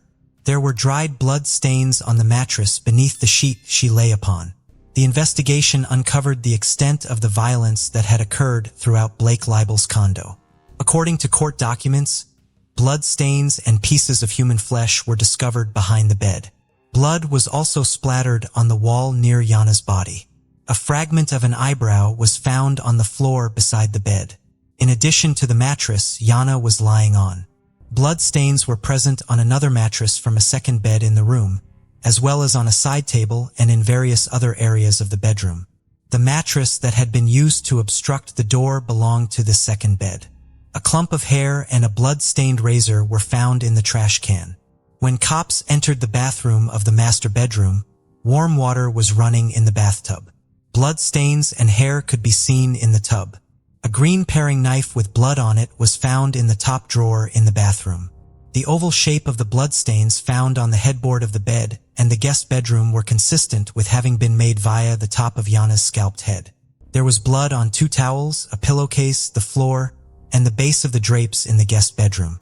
The drain in the tub of the guest bathroom also tested positive for blood. The same drain contained some freshly cut hair. Chemical testing also confirmed the presence of blood that someone had tried to clean up in areas of the dining room, the hallway, the guest bathroom, and both of the bedrooms. The kitchen garbage disposal also tested positive for blood. Then more evidence was found in the dumpster. Inside trash bags that had been thrown down the garbage chute, mere feet from Blake's condo door, investigators found blood-stained bedding, towels, clothing, bath mats, placemats, a bed skirt with bloody handprints, human tissue, including some pieces with hair that appeared to be scalp, and the missing ear. Samples taken from Blake's hand and fingernails also contained Yana's DNA.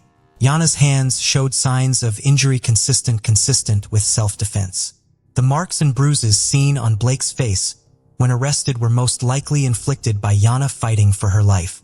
The LA coroner concluded that she was kept alive for around 8 hours. He said he'd never seen injuries like that, and he likened them to wartime injuries. Blake Libel was arrested and charged with the torture and murder of Yana Kashin. It was later discovered that he used her phone to order food to the apartment via Postmates twice during the time Yana was missing. Blake's demeanor on the scene was described as ice cold.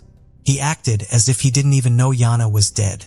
When an officer told him, he simply replied, "Well, I guess you'll find out who did it then." Leibel donned an evil grin as officers led him away from the condo in handcuffs. On June 26, 2018, Blake Leibel was sentenced to life without parole. Due to the nature of his crimes, he was eligible for the death penalty, but the DA didn't pursue it even though doctors deemed Blake not to be insane and stated he was fit to stand trial. It took the jury just 3 hours to deliver a guilty verdict. Blake was also ordered to pay about $43 million to Yannikasian's family. Cody Leibel was present on every day of the trial. Blake's father never showed up. Yannikasian had only been living in the United States for a couple of years before tragedy struck. She was working on becoming a translator. What happened to her was absolutely devastating. It was a crime with little motive outside of Blake's narcissistic desire to control women with his allowance. It was as if this aged evil little boy had never been rejected. And once he was, or rather felt like he couldn't take it. His ego collapsed, and he snatched away the life of his newborn daughter's beautiful mother in the cruelest way possible. Blake Leibel will rot in prison where he belongs, alone with no one, nothing, and no future that will lead to any shedding of light in his direction. The case of Siobhan McLaughlin. On February 28, 2006, McLaughlin was found deceased in a locked bedroom at her residence in Knockanishi, Goldstown, Dublin 14. At first, it appeared as if she had tragically taken her own life. But within hours, the members of the McLaughlin family were convinced that she had been brutally murdered. Siobhan was one of 8 children, 7 girls and 1 boy, born to her parents, Oon and Deja McLaughlin. Siobhan worked as a chef in the canteen of an electrical firm.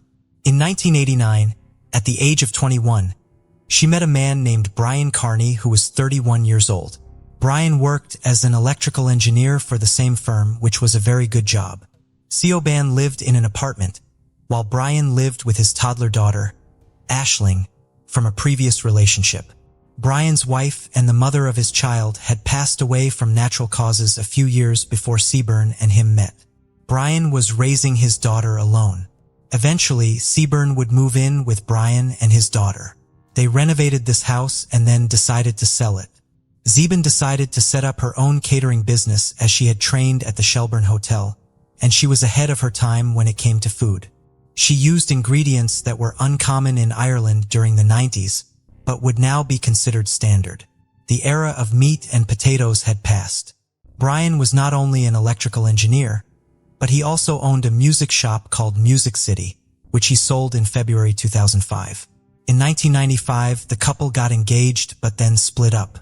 They did keep in touch with each other over the years, meeting for dinner every few months. While they were separated, Brian never entered into any other relationship and eventually, they reconciled.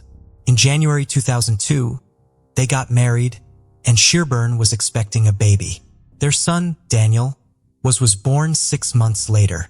That same year, Brian and Siobhan traveled to Spain on holidays with the prospect of buying a boat. But while there, they came across a 200-year-old merchant's mansion on the island of Majorca in Spain. They bought it and converted it into a boutique hotel. It had 6 luxury bedrooms and a heated outdoor pool. The couple bought the property for €2.5 million and oversaw most of the renovations themselves. Siobhan was a visionary, traveling from place to place, collecting pieces for the hotel, along with her impeccable taste and furnishings. Siobhan's culinary skills were what would make the hotel a success. The hotel opened in January 2003, and Siobhan's barbecues quickly became a highlight of guest stays and were popular among the locals. Siobhan and Brian would regularly travel back and forth between Majorca and Ireland. However, during the holiday season, which spanned from March to December, Brian would travel back to Ireland more frequently. This meant that Siobhan was left in charge of running the business in Majorca while also raising their son, Daniel. Later, people who knew Siobhan would say that towards the end, they could see that she was not happy and was exhausted from doing everything. They felt there was an atmosphere of tension when Brian was around. However, because Jovan's family was so large, Saibon would frequently receive visits from one or a few of them, and she was very glad to see them. These visits seemed to lift her spirits and put a pep in her step. Siobhan was very independent, but she also greatly valued the closeness of her family. A few years into owning the property in Spain, Brian and Siobhan decided to build a new house beside their property in Dublin, hoping to sell the original house and move into the new house or rent out either of the properties. Siobhan came home to Dublin for the break. In February 2006, she consulted a lawyer about legally separating and what she had to do. The solicitor advised her to keep a diary of the goings-on between herself and Brian. She enrolled their son Daniel in a local school and was going to approach Brian about her and their son moving into the new house that was being built next door. While Siobhan loved what she had built out there, she was very much on her own, overworked, and trying to raise their son with no family around her for support. On the morning of Tuesday, February 2006, it was Brian's birthday. Sorbon's sister Niev arrived at Sorbon's house as usual. While she normally arrived at 9 a.m. to leave her car in the driveway and catch the bus into the city, this morning, she did not arrive until 9:30 a.m. As she had her own key, she let herself into the house and found 3-year-old Daniel wandering around on his own downstairs. Niev then went upstairs to Siobhan's bedroom door and found it was locked. There was no reply when she called her name.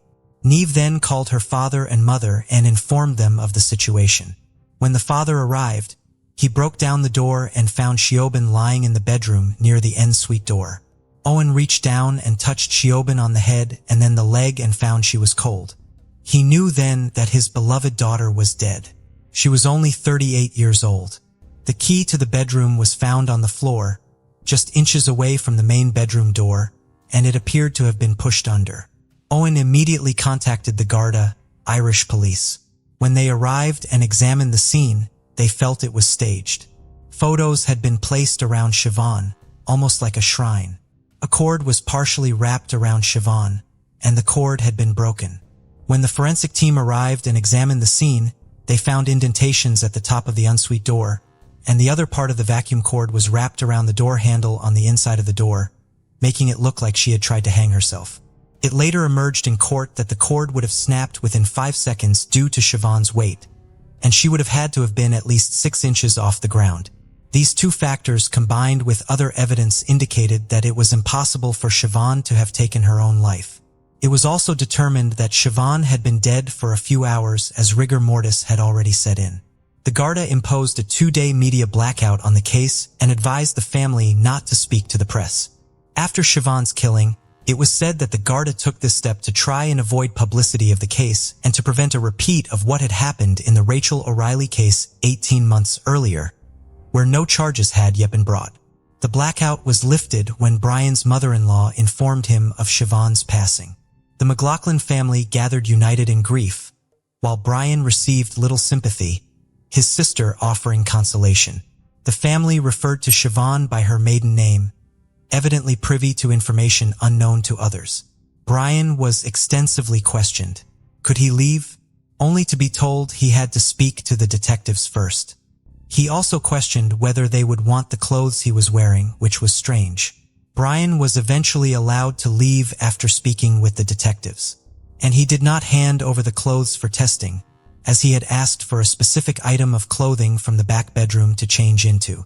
The police officers did not want to give him these clothes, so they let him leave with the clothes he was wearing. He went to stay with his parents along with Daniel. Later that evening, Gwadi went to the house to retrieve the clothes he was wearing, and it was discovered that his mother had washed the clothes. Very convenient. On Thursday, March 2nd, 49-year-old Brown was brought in for questioning and detained for 12 hours. Reports indicate he was picked up from his parents' home. After initially agreeing to cooperate with the investigation, he refused to answer any of the questions asked. He was released that evening. Gwadi told the press that they were conducting further inquiries, and a file would be prepared for the Director of Public Prosecutions. The Garda interviewed Siobhan's friends and family, and they discovered that was unhappy in her marriage and had visited a solicitor weeks before she died. She had also contacted the Citizens Advice Bureau for advice on separation and dividing assets. The family also revealed that they were suspicious of Brian and that he was a controlling individual. They provided an example of Siobhan being made to take out the dishes from the dishwasher and being required to wash them by hand, because it was too expensive to run the dishwasher. He controlled the money, and she had to get his approval for everything. Siobhan sold her apartment, and Brian moved them to Spain. One of the sisters would say it was his dream to move to Spain, not Siobhan's. Siobhan's life was in Ireland, and she had no one in Spain. It was his way of isolating her from her friends and family. There was also a growing rift between Brian and the McLaughlin family. Brian delayed the funeral by 10 days after asking for a second autopsy. When a death notice was published in the newspaper, the McLaughlin family referred to Siobhan as McLaughlin and not Carney and never mentioned Brian. Meanwhile, they published a separate notice in a different newspaper. At the funeral on the March 11th, a picture was placed beside the coffin of Siobhan and her son, but Brian was left out. Additionally, at the funeral, the Kearney and McLaughlin families sat separately in the church. They did not look at each other or interact on the day. This is characteristic of Irish people. We do not hesitate to express our genuine feelings about someone. The week after the funeral, the Garter traveled to Spain and conducted a search of the hotel that Siobhan and Brian owned. Furthermore, Brian's mobile data was recovered, and it placed him at the scene of the crime at the time they believed Siobhan died. Witnesses reported seeing Brian in the driveway at the time he claimed to be at his brother's on the morning of the murder. Brian's DNA was also found on a part of the vacuum cord. On June 22, 2006, Brian was arrested again and questioned at Dundrum Garda Station. He was questioned for 8 hours before being released without charge. The Garda felt they had enough evidence at this stage and sent a complete file with all the new evidence gathered over the months to the Director of Public Prosecutions, DPP. It was now a waiting game. Meanwhile, Brian went to Spain to oversee all the preparations for the hotel's new season opening. However, once word spread about the murder, cancellations started coming in, and staff also quit, considering it too difficult to work without Silbin, who was the backbone of the business's success. The staff's loyalty was to Silbin, not Brian, which reflects the kind of person Silbin was. They again returned to the hotel in Spain, and under oath in front of a Spanish judge, the staff gave about Siobhan's demeanor in the weeks before her death. On December 10, 2006, Siobhan's family held a vigil outside her house where she was killed. Her sister said, "We are utterly distraught without Siobhan, but we are equally determined and will not rest until her killer is brought to justice." Siobhan was the embodiment of fun, life, joy, a terrific mother, and an adorable and hilarious sister and daughter, a true friend, and she will never be forgotten. 200 people turned up at the vigil. They held hands, sang hymns, and held up pictures of Siobhan. In January 2007, the newspapers once again spoke to Gotti sources, and they said they were confident that an arrest would be made soon. However, the amount of evidence was substantial, and it would take time to go through it. On Tuesday, January 2007, the inquest into Siobhan's death was postponed. The McLaughlin family appealed to the public for fresh information to convict the main suspect, Brian, as the Director of Public Prosecutions announced they needed even more evidence to go for a conviction of murder against Brian. Brian did not attend the short hearing. On May 30, 2007, Kearney was arrested at his home next to his original home with his kids. He was charged with Siobhan's murder, brought to court, and remanded to prison. His response was not guilty, and no bail request was made. The McLaughlin family attended the hearing, but Kearney avoided eye contact and chewed gum disrespectfully. Kearney was freed on bail on June 6, 2007 after appealing to the High Court at Clover Hill Prison the previous day. His release came with conditions. He had to surrender his passport, pay €100, and provide a €55,000 bond from an independent juror, which his brother Patrick supplied. He also had to sign in weekly at Dundrum Garda Station. In July, a date was set for the trial to begin 6 months later, with a 4-week time frame to hear all evidence and reach a verdict. So the trial was to start in early 2008. On February 11th, Kearney appeared for trial before Justice Barry White and a jury of 12. He pleaded not guilty. However, one juror worked for a home security company that had installed and serviced the Kearney residence system. While the defense was willing to continue with 11 jurors, the prosecution objected, and the judge agreed. The jury was dismissed, and a new one sworn in a week later. It was the prosecution's case that Kearney had murdered Siobhan, tried to stage it as a suicide, and left his son alone before going to work. The McLaughlin family testified about the events, and Siobhan's father found her dead. Her mother also recounted the morning's happenings, including Neve's wrong actions towards the authorities and Kearney. She said when Kearney arrived home, she broke the news to him that Siobhan was dead upstairs. When she had been on the phone with him, she had not told him what was wrong, and Kearney never asked. Deja also confirmed that in 1999, Siobhan had signed herself into the St. John of God's psychiatric unit after suffering from stress at work and what was described as a little breakdown. But after 5 days, she returned to work. Bridget, Siobhan's sister, stated that in February 2005, Kearney phoned her to say that Siobhan was suffering from her nerves again. But when Bridget phoned Siobhan, she was perfectly fine.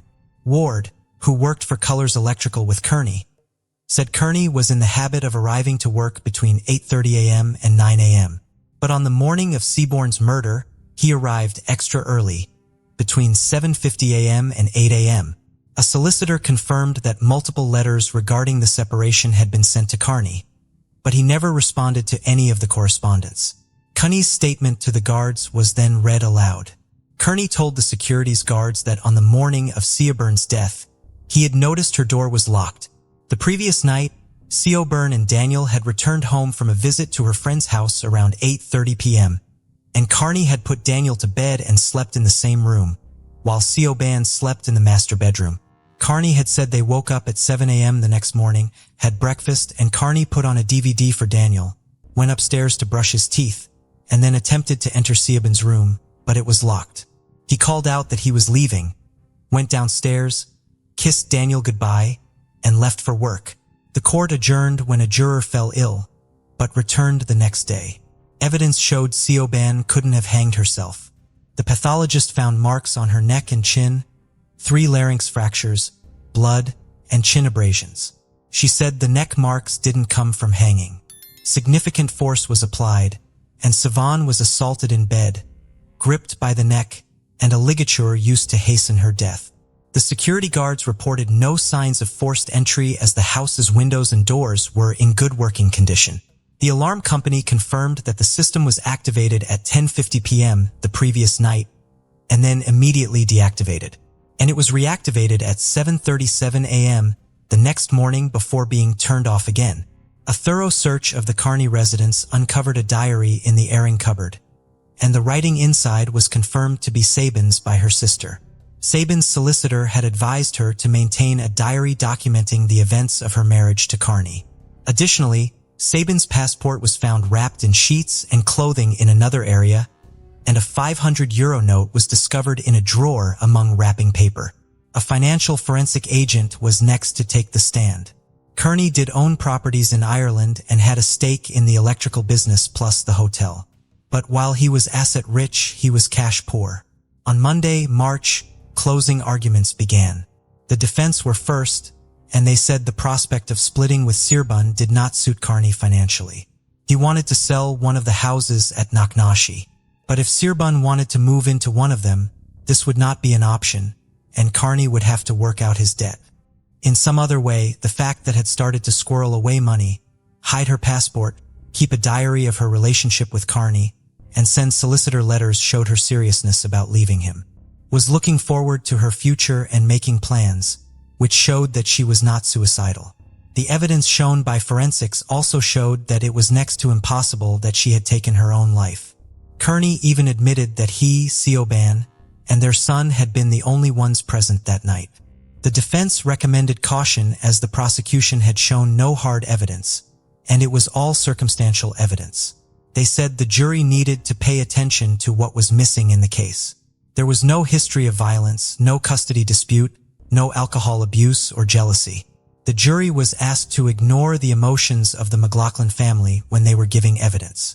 It is known that there doesn't have to be outward signs of abuse, as it's the rabbit hole of a course of control, which the family would say there was plenty of.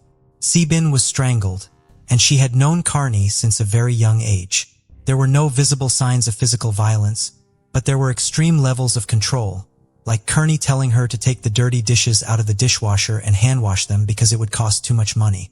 When Siobhan finally said she was going to a solicitor, that's when Kearney couldn't cope, and he took her life. Coercive control is considered a form of domestic abuse, even if there is no physical violence.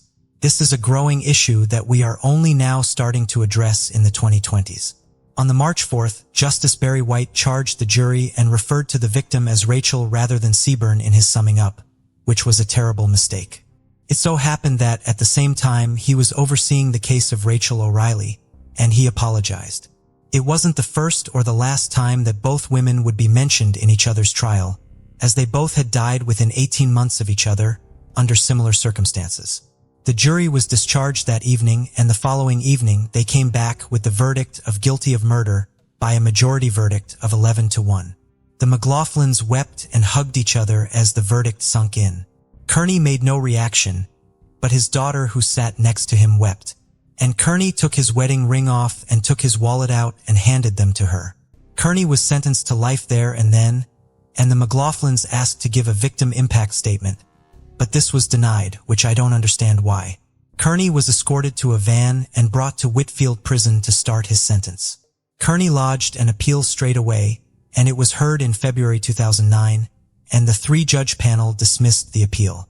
In 2012, Kearney was refused permission to bring his appeal to the Supreme Court.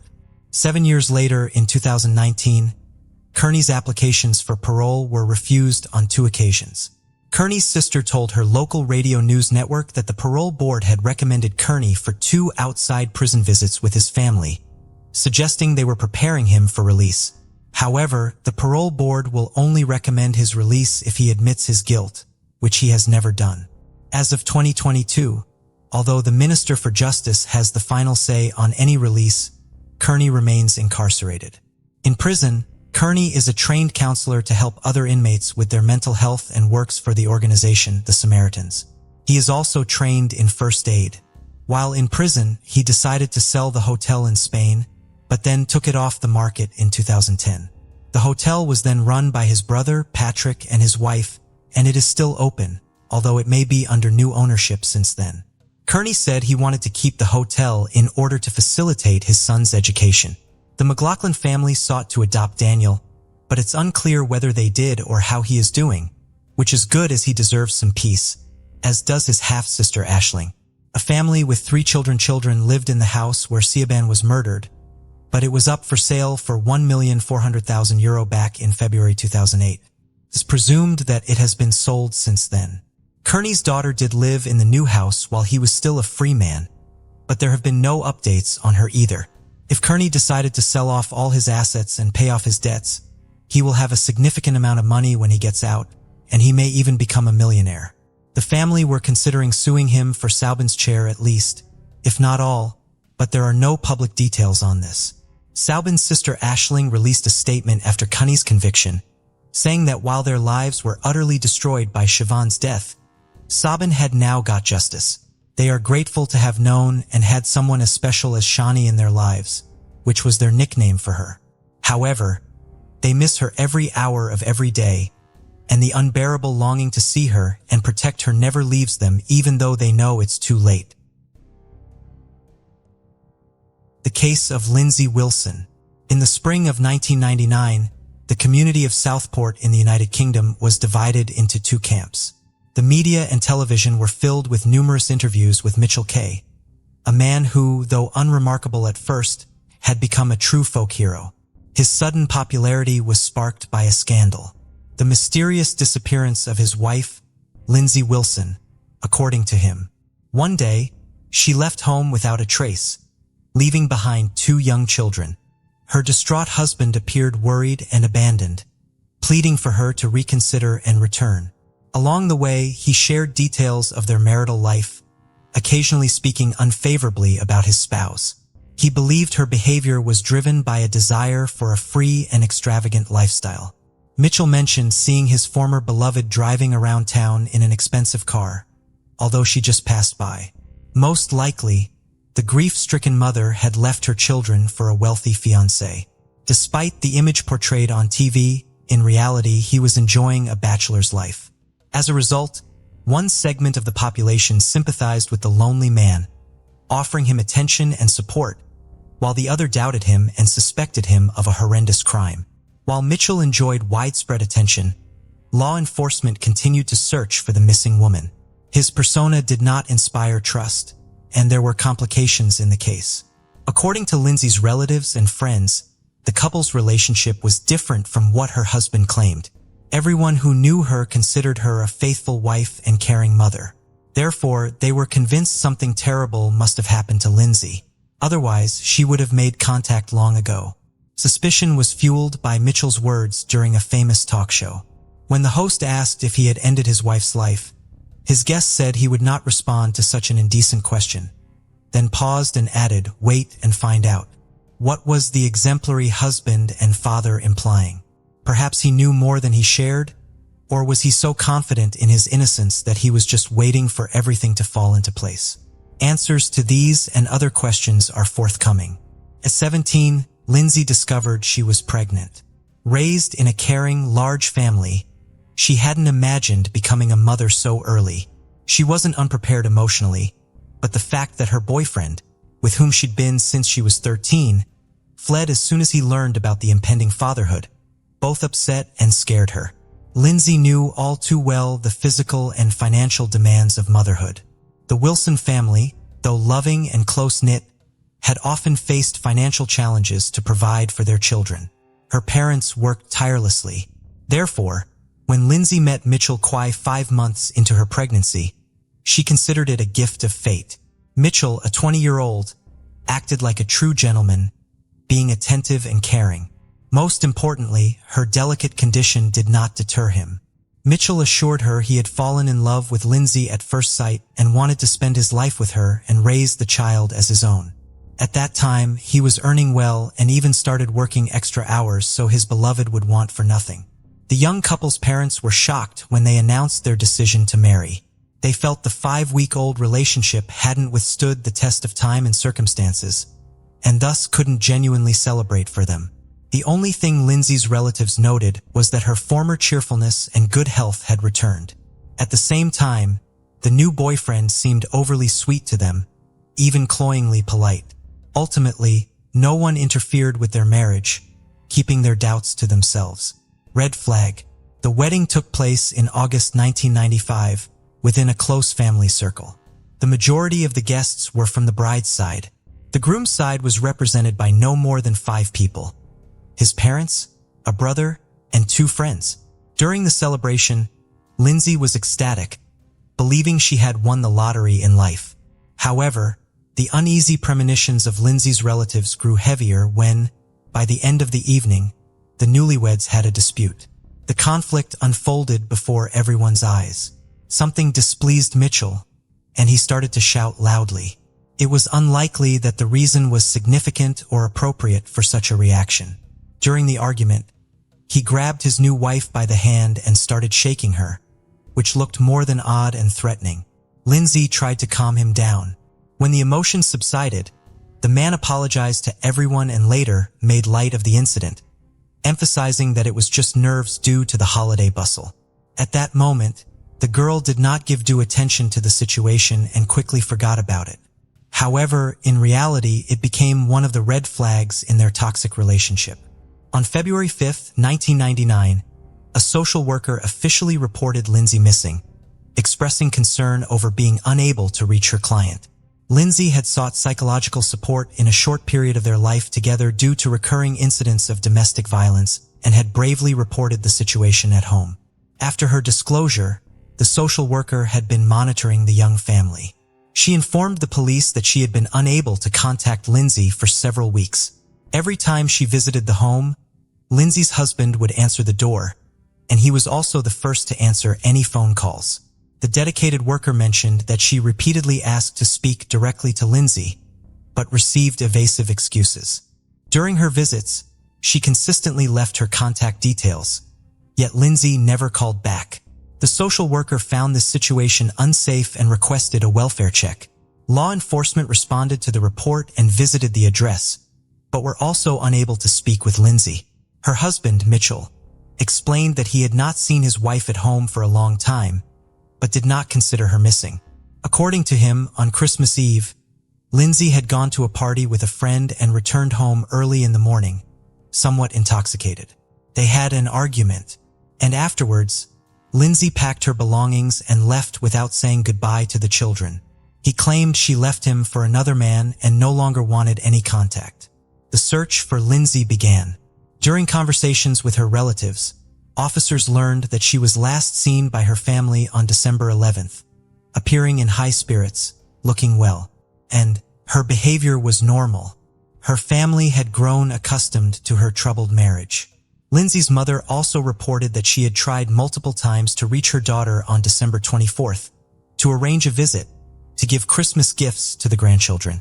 Unable to reach Lindsay, she decided to visit in person that day. Mitchell answered the door with the children and told her that his wife had left with friends and accused her of infidelity. However, Mrs. Wilson had long learned to take her son-in-law's words with a grain of salt. After giving the gifts to the children, she left. Detectives found it strange that no one had been concerned about the young woman's well-being for 2 months. However, there was an explanation. Everyone knew that Mitchell restricted his wife's interactions with the outside world, even with close relatives. They had previously experienced difficulty communicating with her. Therefore, it was plausible for Lindsay to drop out of sight for a while. Nonetheless, this did not mean they were not concerned about her. The news alarmed them. Everyone asserted that she did not drink and led a modest lifestyle. Moreover, her husband had forbidden her all contact with the outside world, not to mention meetings with friends and acquaintances. Mitchell told the police contradictory information that aroused the investigators' suspicions about his character. It seemed unlikely that Mitchell could simply let his wife go, and that Lindsay would leave her children with a tyrannical husband. However, the situation demanded a thorough investigation. To this end, the police spoke with all of Lindsay's acquaintances and tried to find anyone who had seen her after the family gathering. They also questioned neighbors and requested surveillance footage from the residential complex where the couple lived and its surroundings. Unfortunately, all footage had been deleted by the time Lindsay's disappearance was noted. Some time had elapsed. However, another date was discovered when she was last seen in person. On December 15th, she was at the local post office sending several letters and postcards as usual. Her older sister also admitted that they met that day. Lindsay had visited despite Mitchell's disapproval. The sisters had tea and a brief conversation, after which Lindsay saw her guest out. On the way, she slipped a note into her sister's hand and asked her to read it later. The sister put the note in her purse and in the whirlwind of days forgot about it. Regrettably, the older sister couldn't find it later, and its contents remain unknown. After that day, no one saw Lindsay again. Over several months, investigators tried to cling to any information.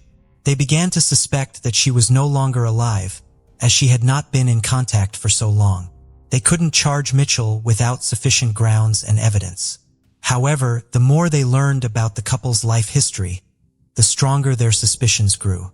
Shortly after their wedding, Mitchell and Lindsay decided to move away from their parents. They rented an apartment in Southport. Sometime later, Lindsay gave birth to a daughter named Robin. The only shadow over the joy of the new baby was her stepfather's volatile temper. After moving, the young wife fully experienced her husband's unstable moods. One moment he could be joking and laughing, the next he became unbalanced and aggressive. Trying to maintain a fragile peace at home, she didn't realize how completely she had submitted to his will. He controlled every step she took and caused a scene whenever she failed to hear the phone or answer a call. However, loud arguments were often followed by passionate reconciliations. Mitchell would kneel, beg for forgiveness, and profess his love.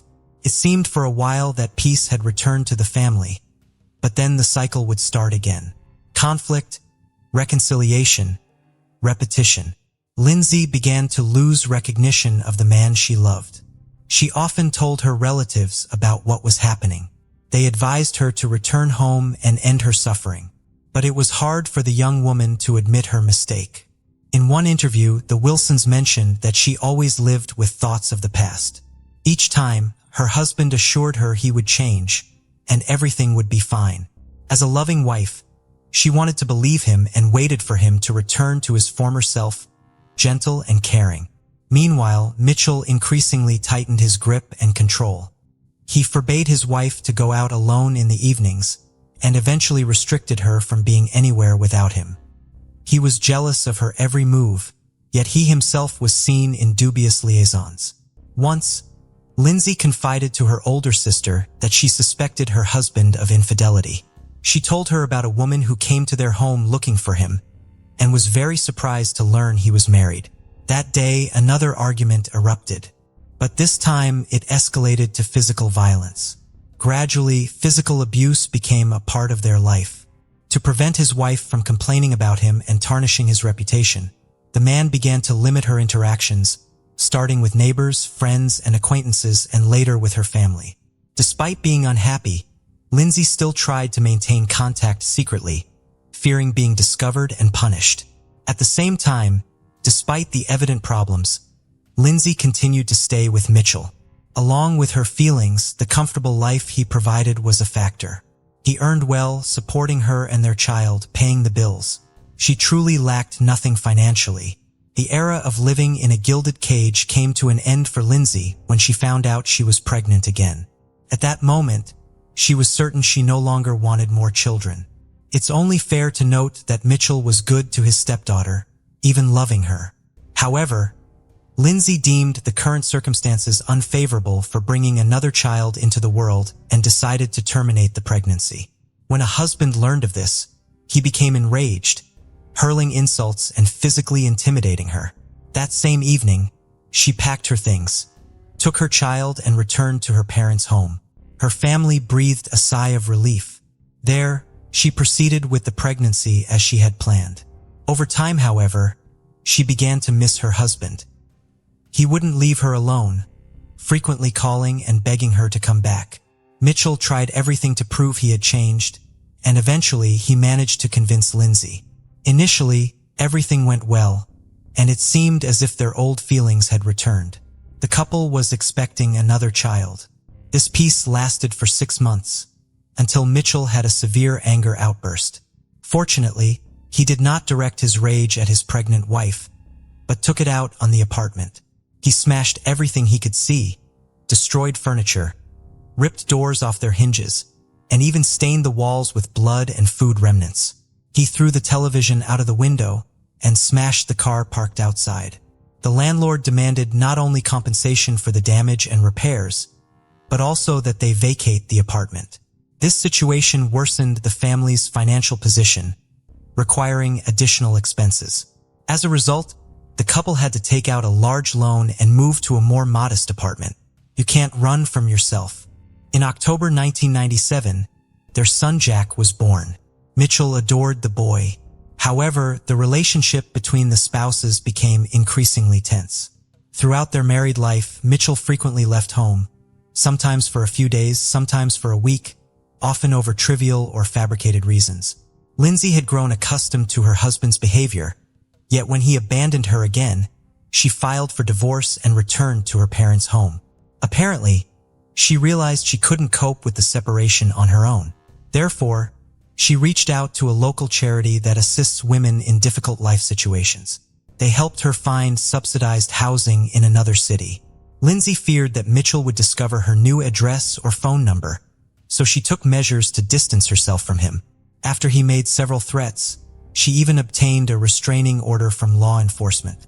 Mitchell remained unpopular with Lindsay's relatives. They too wanted nothing to do with him. Ultimately, their communication nearly ceased. Despite all efforts, Lindsay repeatedly returned to the abusive relationship. Thus, her circle saw no point in trying to save her anymore. They accepted the situation and stepped back. However, this time, her decision proved to be fatal. At the outset of the investigation into Lindsay's disappearance, Mitchell was initially helpful in the search efforts. However, as the case gained media attention, his focus shifted dramatically. He turned his misfortune into a public spectacle, becoming a media figure in the process. As Mitchell invited more journalists into his home, his abundant media appearances began to seem less genuine, with viewers often noting a smirk on his face. Lindsay's parents considered their son-in-law to be involved in their daughter's disappearance, and detectives also viewed him as the prime suspect. Yet, the lack of direct evidence tied their hands. Searches were conducted not just at the couple's home but throughout the area.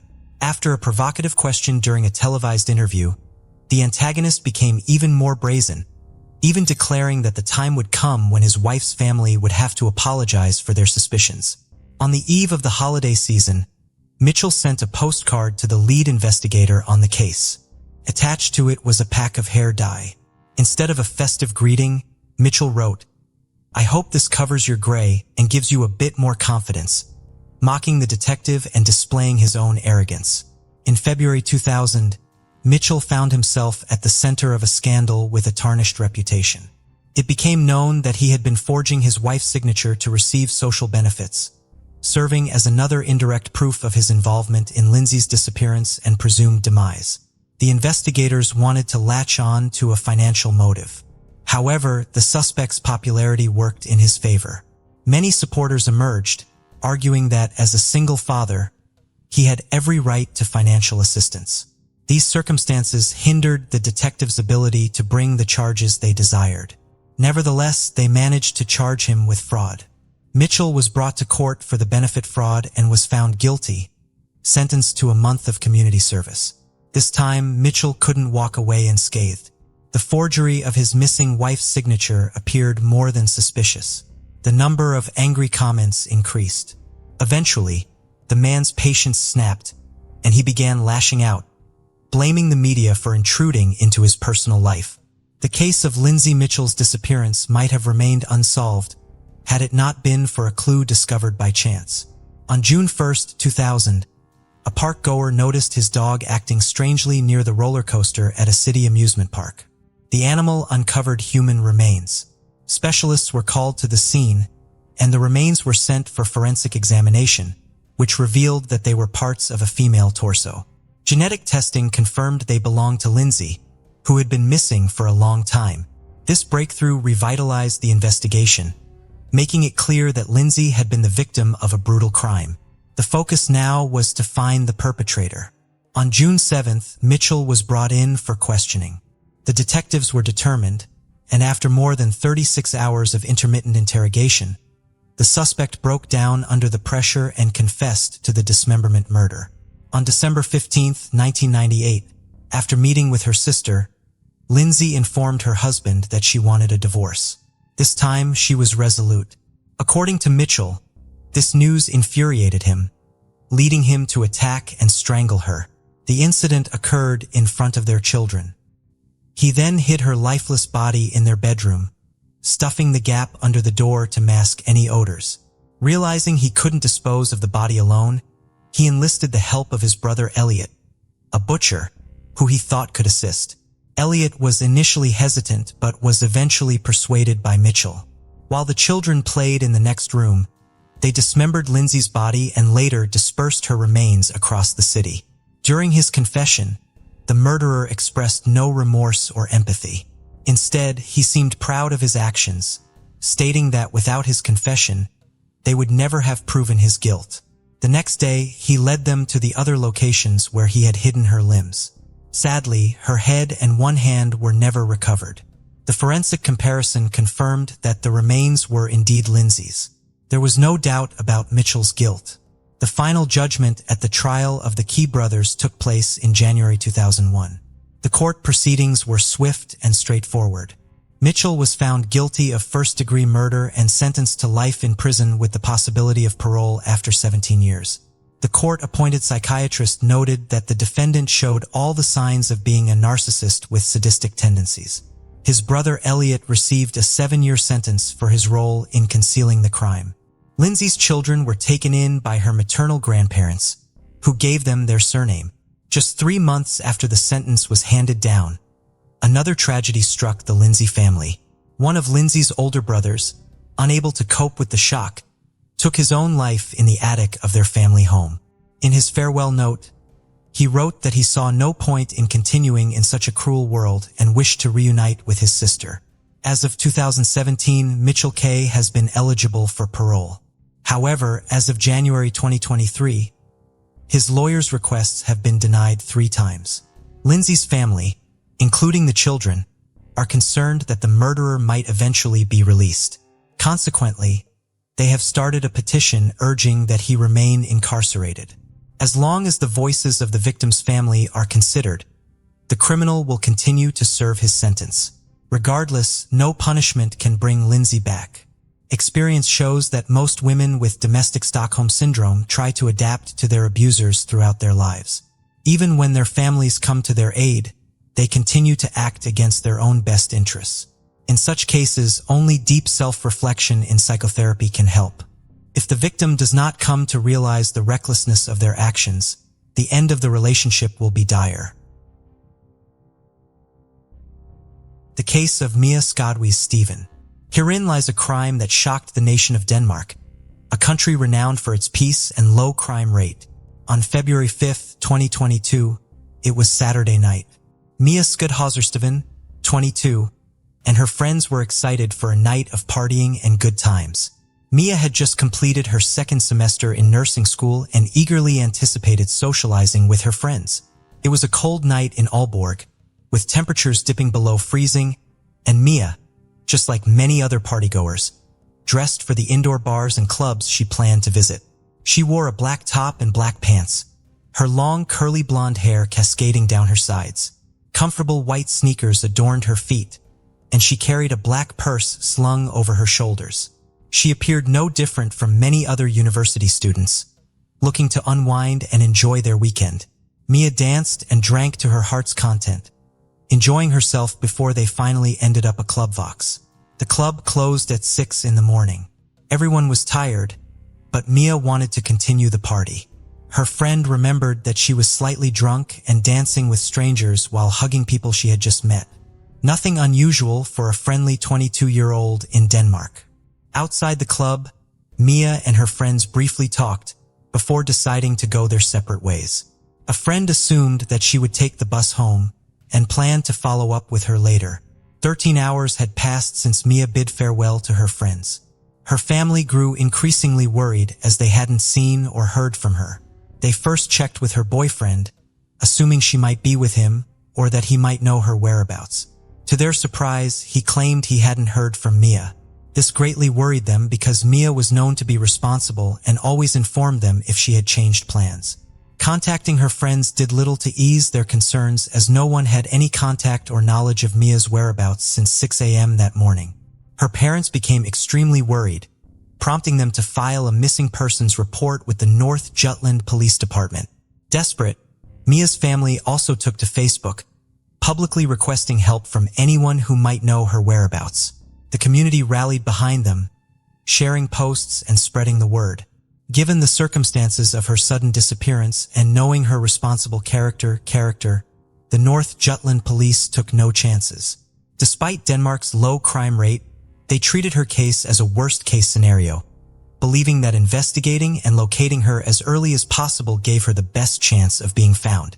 The police promptly initiated an extensive investigation, imploring the public to safeguard and provide any photographs or videos captured by mobile phones, cameras, or other devices from the vicinity that morning. They were aware that this was a bustling area, well known and frequented by numerous individuals, and there had to be someone who possessed information about Mia, deliberately or inadvertently recording her on camera. The responses were staggering. Close to 400 calls, images, recordings, and messages flooded in from residents throughout North Jutland following their appeal for information. The country genuinely came together to assist in locating Mia. What remained was the laborious undertaking of painstakingly analyzing hours of footage for any clue regarding Mia's location. Mia's background was that of a normal 22-year-old with no criminal history. Born on September 19, 1999, she began her academic journey at West Himalayans Gymnasium in 2016. Her pursuit of nursing led her to the University College of Northern Denmark, UCN, in Aalborg. On February 7, 2022, 26 hours had passed since Mia was last seen.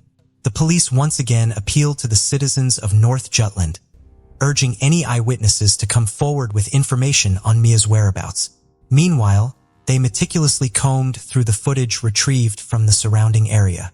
Detectives began cross-examining people who knew Mia and anyone warned she may have spoken with that night. A major clue emerged from CCTV footage dated Sunday, February 6th, at 6:09 a.m., showing Mia standing at a bus stop at Vespa number 99.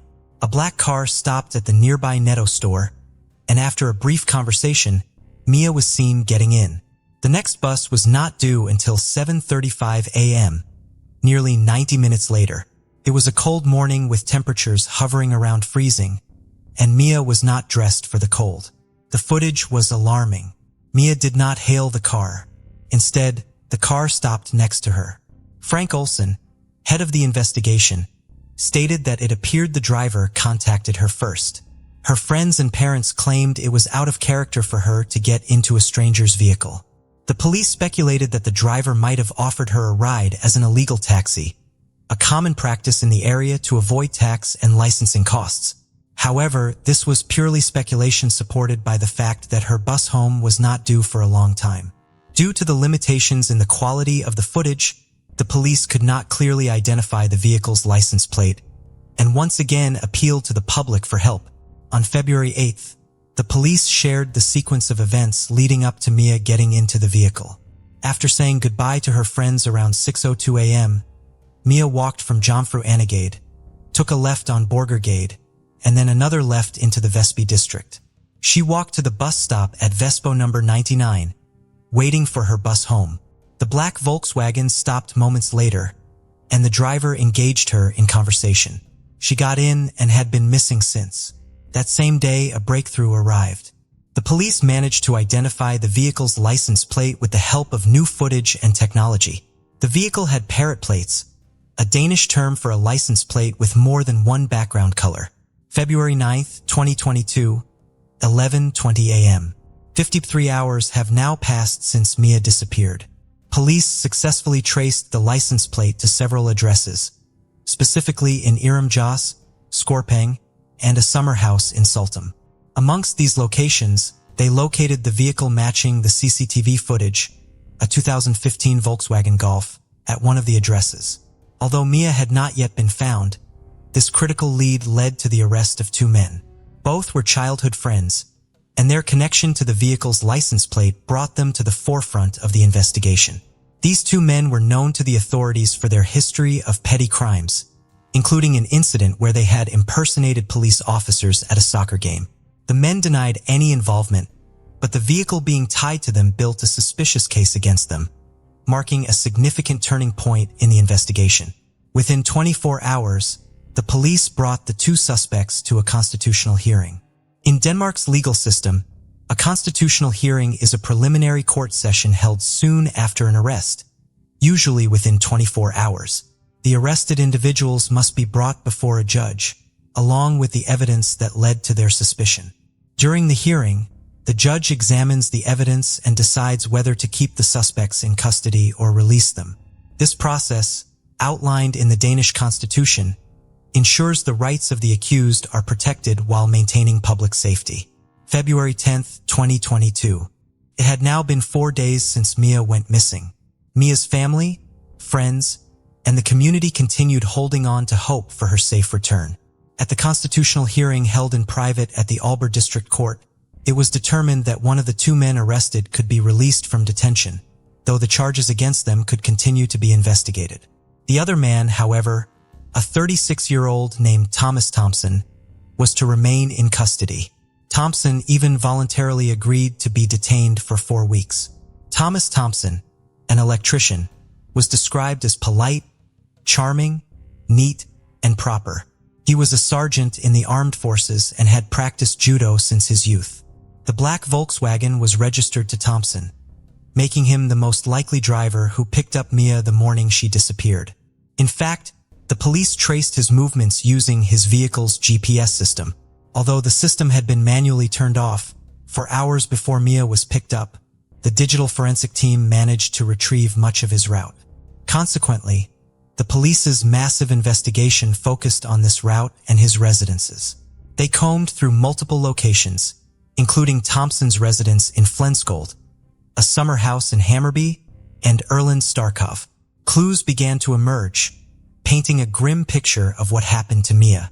Leading into the Hammarby forest from a clearing along the road, police dogs located Mia's keys, an elastic hairband, and 2 breast patches. These belongings were spread over a distance, indicating she may have been running and dropping them along the way. Their worst suspicions were confirmed in the forest area of Erland Starkov, a 10-minute drive from Thompson's home in the village of Flensgold. Here they discovered several shallow holes, which appeared to be dug by hand. Within them were dismembered human remains hacked into over 200 pieces. The police assumed the worst, believing these remains likely belonged to Mia, and sent samples for confirmation. That very night on February 10th, the police held a press conference to share these details with the public. Sadly, but clearly stating their belief that Mia had likely been murdered and dismembered, and they would push on with the investigation. On February 12, 2022, 2 days later, the remains were confirmed to be MIA, dismembered into 231 body parts. The coroners determined the body was dismembered with an electric saw, a hobby knife, and scissors. Some parts were partly dissolved with a strong alkali solution, such as sodium hydroxide. The cause of death was determined to be strangulation. What happened that day? Thomas disconnected the GPS in his car at 2:14 a.m. on February 6th, planning to avoid being tracked while he was out on the prowl. However, due to a fortunate technical error, the GPS still logged its position every 15 seconds. When confronted about why he disconnected the GPS, Thomas claimed he did this to avoid a certain police officer who, according to him, harbored a grudge and harassed him at every opportunity. His GPS was turned back on at 9:23 a.m. It's assumed that what happened to Mia occurred between 6:09 a.m. when she entered the vehicle and 9:23 a.m. At 6:09 a.m., Thomas stopped next to Mia, rolled down the passenger side window, and offered her a ride, which she accepted, sitting down next to him. The trial took place in June 2023. According to Thomas's claimed, in his own words, "It surprises me that she's standing at the stop. There is no one else. It's a long time until the next bus. I see her standing with her bare arms. Then I wonder if she would like me to give her a ride." He said he pulled over and offered Mia a lift for free. According to him, Mia was flirtatious in the car. He drove them towards the training ground at Camp Hammer in Hammarby because he wanted to show Mia something cool. When they arrived, they mutually agreed to have sex. But at one point, she became enraged when she learned he had been a sergeant. Thomas later explained in court that during this time, Mia accidentally fell and suffered a fatal twist to her neck, or was perhaps strangled by her backpack straps when she got out of the car with him in the wooded area of Hammarby. It's important to point out that his statements were contradictory. Initially, he asserted that she didn't stumble and fall until a considerable time had passed. However, in a subsequent statement, he mentioned that she tripped while exiting his vehicle. These inconsistencies raise questions about the reliability of his narrative. He acknowledged that he panicked and didn't know what to do, so he put her body in his car and drove it back home where he dismembered her. He initially tried to use alkali to dissolve her body, but when that didn't work, he gave up and chopped her into pieces. He then partly buried her remains and scattered some in a deserted area in Erland Starkov. Additionally, he burned buckets, tools, coveralls, a car mat, and possibly her bag in a fire, but he couldn't remember where. The police suspect that Mia entered Thomas's vehicle, expecting him to drive her home since the next bus wouldn't arrive until 7:35 a.m. However, either through deception or coercion, Thomas took Mia to Hammarby against her wishes. There she was chased, overpowered, raped, suffocated, and mutilated. They completely reject Thomas's claim that she died from an accidental fall.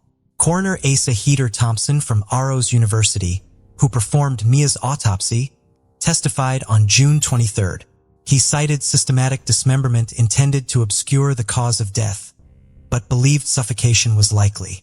A fall, as described by Thomas, would be impossible. Thompson emphasized that sexual assault had occurred and that strangulation was the cause of her death, although crucial body parts confirming suffocation were missing. Other evidence indirectly supported this theory. Evidence suggests Mia ran for her life. Her belongings were scattered across the forest. Her hairband was found on the dirt road, her keys further down, and 2 chest patches in the dark forest where Thomas claimed they never went. The GPS recorded 3 stops on the dirt road. Special Prosecutor Meta Abendix argued this indicated Mia fought for her life, dismissing any notion of mutual consent. The police believe Thomas committed these acts to fulfill deviant sexual gratification through control and power. Further evidence showed Thomas cruising around Aalborg with the GPS off that night before the murder. Before heading out, he watched porn featuring younger girls online. Due to the extensive tampering with the body, no scene traces were found. However, the police remained steadfast in their belief that rape occurred. DNA from Mia was found on the door handle to Thomas's bedroom, confirming she was dismembered at his home. In fact, Thomas maintained the facade of a completely normal life while dismembering Mia's body over several days. He bought pizza and sweets, went to work, and texted his friends with jokes and emojis as if nothing had occurred. If he was shocked by her accidental death, he sure didn't seem affected by it one bit. If anything, he seemed pleased with himself as if he had gotten away with murder. According to the prosecutors, he believed he did. Thomas Thompson was born on June 18, 1985. Thompson was raised in SE and later moved to Falkenskald, a small town with 500 residents. Initially living in an apartment, he later moved into his grandparents' farmhouse. Raised in stable conditions without violence, crime, or abuse, Thompson made a career in the military as a sergeant before training as an electrician. He was considered good at his job, but was described as a loner by those who knew him in the village. In February 2009, Thompson was convicted of being a peeping Tom after leaving semen on a girl's window. The incidents occurred in February 2005 and February 2006 in Frederick, Maryland. He would knock on the windows of 2 girls, identified as Louise and Maria, and masturbate. Thompson was only charged in Louise's case because semen was found on her window. Maria vividly recalled the humiliating experience, describing how she had gone to bed when someone knocked on her window in the middle of the night. Thinking it was a friend, she turned on the light but saw nothing due to the darkness outside. When she rolled up the blinds, she saw a man with his pants around his ankles, masturbating in the pouring rain. She remembered his blank, staring eyes and ran to wake her parents, who then contacted the police. Thompson's DNA also matched a trace from an old assault case involving a sleeping woman in Aalborg in 2010. The incident occurred in an apartment at Jammuangad, where 2 women woke up to find a man sexually assaulting one of them. The man fled, and the case remained unsolved when Thompson picked up Mia Skothaug 7 in his car. It was also near Jammuangad. The connection between the cases has only recently been made, likely due to advancements in DNA technology. However, the statute of limitations means Thompson cannot be prosecuted for the 2010 assault. Nevertheless, the 2 women involved and a witness have been summoned to testify in the current case. The testimonies of Thompson's ex-girlfriends also painted a disturbing picture. They describe how he quickly went from charming and polite to controlling, arrogant, and manipulative. He insisted on having things his way and would get angry if he didn't get it. This behavior was corroborated by his childhood friend. The ex-girlfriends also recounted instances of transgressive sexual behavior, lies about his age, and surveillance both during and after their relationships. A woman testified that he had tied her naked against her will. Another reported that her brake lines had been cut after their breakup, an act for which Thompson was convicted in 2010. A third woman discovered an Excel sheet listing women and their sexual activities on specific dates. Thomas Thompson pleaded not guilty to rape and manslaughter, admitting only to the indecent handling of corpses. The court could not find sufficient evidence to prove he raped Mia or exposed her to sexual relations beyond his claim of mutual intercourse. Thus, he was only found guilty of attempted rape. Only the killer, Thomas Thompson, and his victim, Mia Skothaug Stephen know exactly what transpired that morning in the deserted forest area of Hama Bakar. It was there that he drove the slightly intoxicated young woman after trapping her in his car following several hours of driving around searching for a potential victim. In June 2023, the now 38-year-old electrician Thomas Thompson was convicted of murdering Mia Scathawk Stephen. He was also convicted of attempted rape and indecent treatment of a corpse. The court noted particularly aggravating circumstances and sentenced Thompson to custody based on a mental evaluation conducted during the case. The Council of Forensic Medicine stated, "He is domineering, manipulative, and not reflective in relation to guilt. There is a high risk of repetition of violence and crimes of immorality." They concluded that Thompson posed a significant danger to the life, limb, and health of others if found guilty of the crime. Thompson continues to maintain his innocence regarding the charges of murder and attempted rape. Immediately after his sentencing, he appealed to the High Court. He's expecting to hear the judgment on his appeal by the May 2024, hoping for an acquittal or a lighter sentence. In the face of such tragedy, Mia's parents' brave linked the community for their outpouring of support. They wrote, "Thanks for all your thoughts and greetings, but we are asking for no flowers." This case sparked an increase in community concerns for more surveillance cameras in the city center. Additionally, a group of dedicated volunteers came together to establish the Safe House Initiative, which aims to ensure the safety of all young people traveling home. The case of Catherine Nevin. 55-year-old Tom Nevin was fatally shot in his pub, Jack White's, near Arklow, in the early hours of March. He was killed by a single shotgun blast to the side, as he was counting the takings after the St. Patrick's holiday weekend. His car, which was driven away after the robbery, was later discovered abandoned at Dartmouth Square in Dublin. Today, members of the investigation team took Mr. Nevin's widow, Catherine, into custody when she was visiting Dublin. She was arrested in the Balibo area of the city at lunchtime and brought to the Bridewell Garda station, where she was charged with the murder of her husband and with soliciting others to murder him in 1989 and 1990. Shortly afterwards, she was taken before Judge Michael Canelon in the nearby Dublin District Court.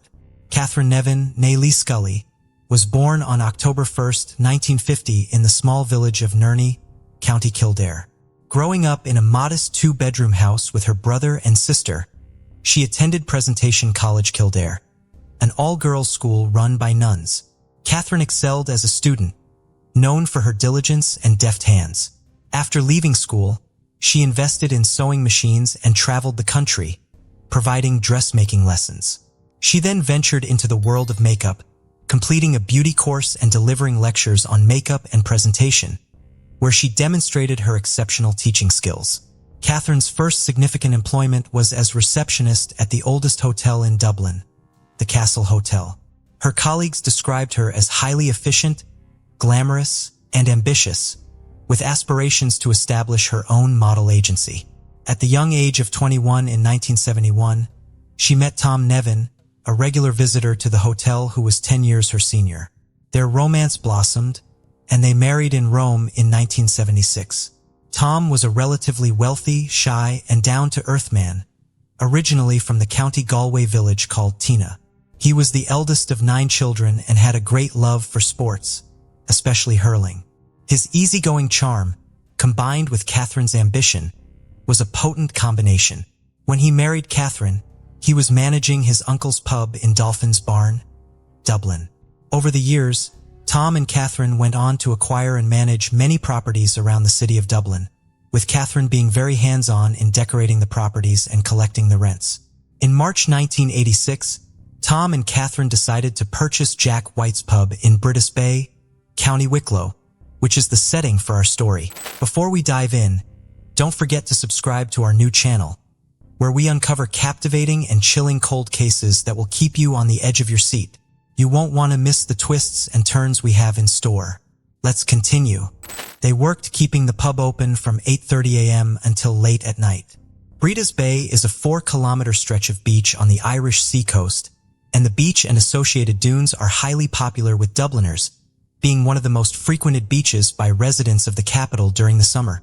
Acquiring Jack White's pub and restaurant was a very lucrative move for the Nevins. However, this is where Catherine's true nature emerged, and her marriage began to deteriorate. Catherine was a bossy, bullying individual who was abusive towards both Tom and her young staff.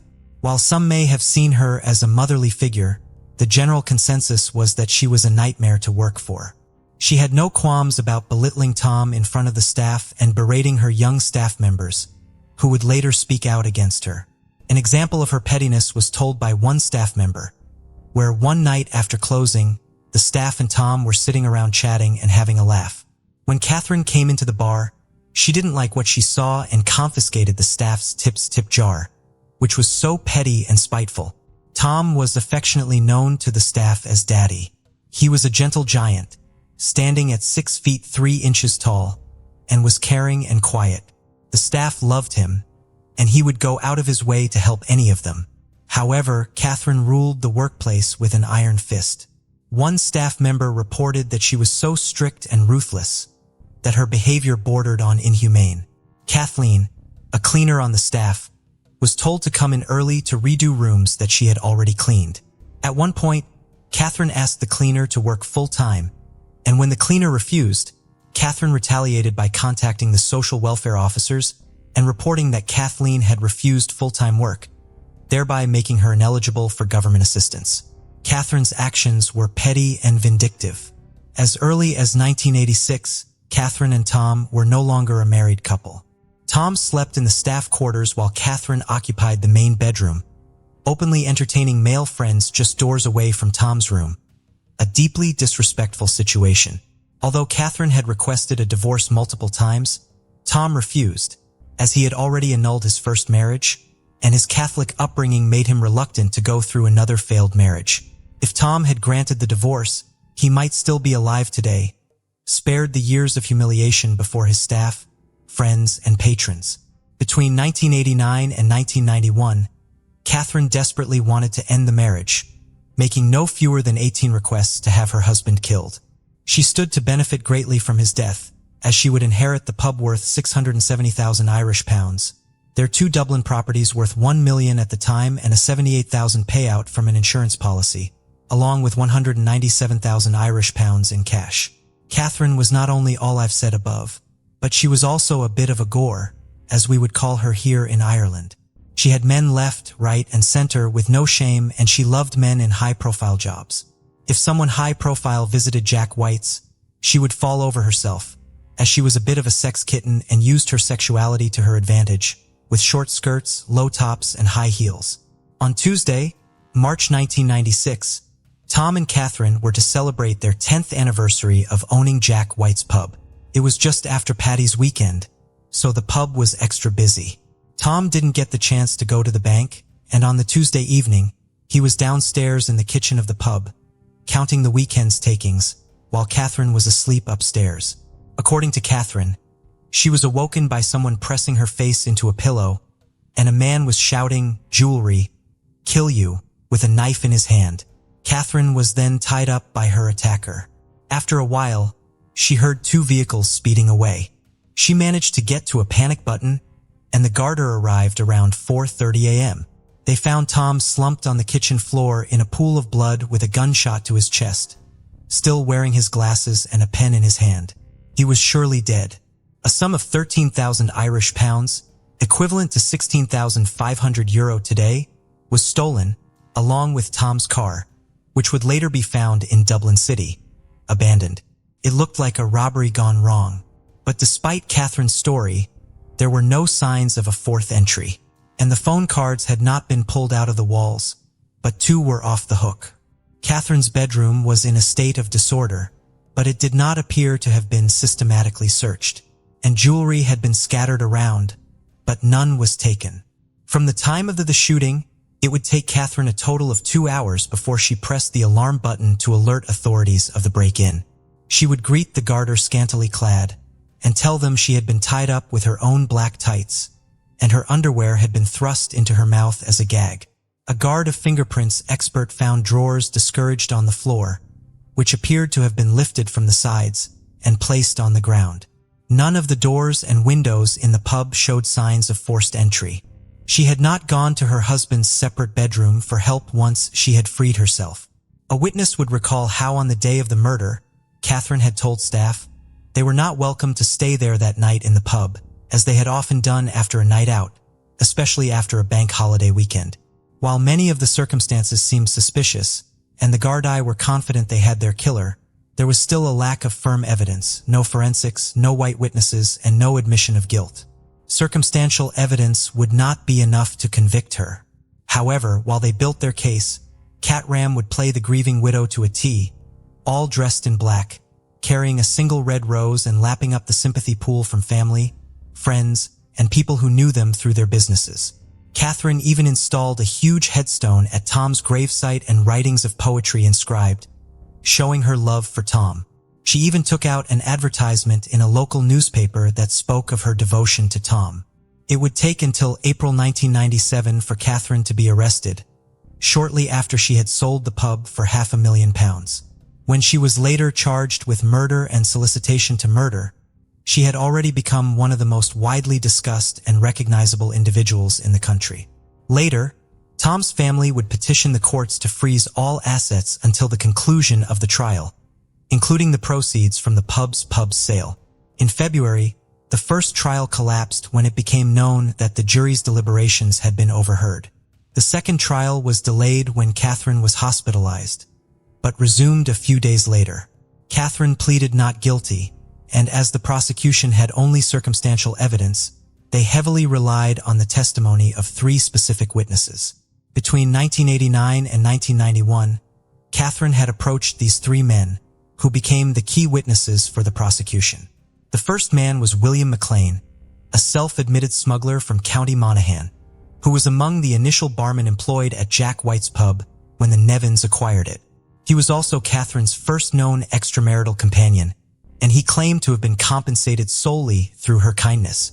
Years later, he received a phone call from Catherine, informing him that she was hospitalized following a heart attack. However, it was in fact a cosmetic surgery procedure. She offered him £20,000 and the prospect of rekindling their relationship if he agreed to kill Tom. His response was a firm refusal. The second man was John Jones, a former member of the political party Sinn Féin, who ran an advice clinic at the back of his shop in Dublin. She had offered to host meetings in the pub to gain favor with the IRA. She visited his shop one day and directly requested that he have the IRA kill Tom. Jones thought she was joking and refused.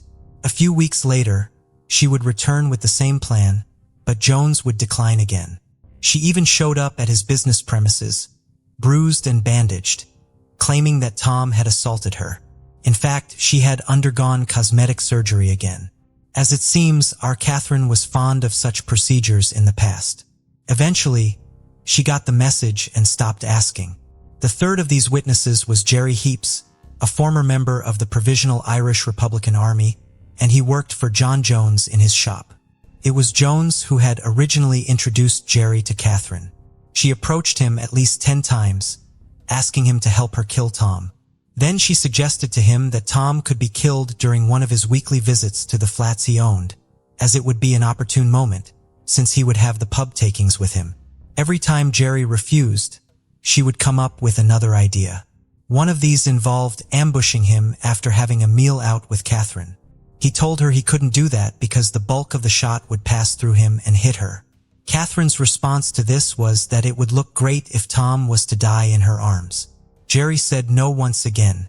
Catherine also would have an affair with Guard Inspector Tom Kennedy, an affair he would deny in court. This affair began in 1991. Several staff members would say in court that Kennedy was a frequent visitor to the pub, and one staff member said she had seen him and Catherine in bed together on several occasions. Kennedy would say that Tom was his friend, and he was the only reason he went to the pub.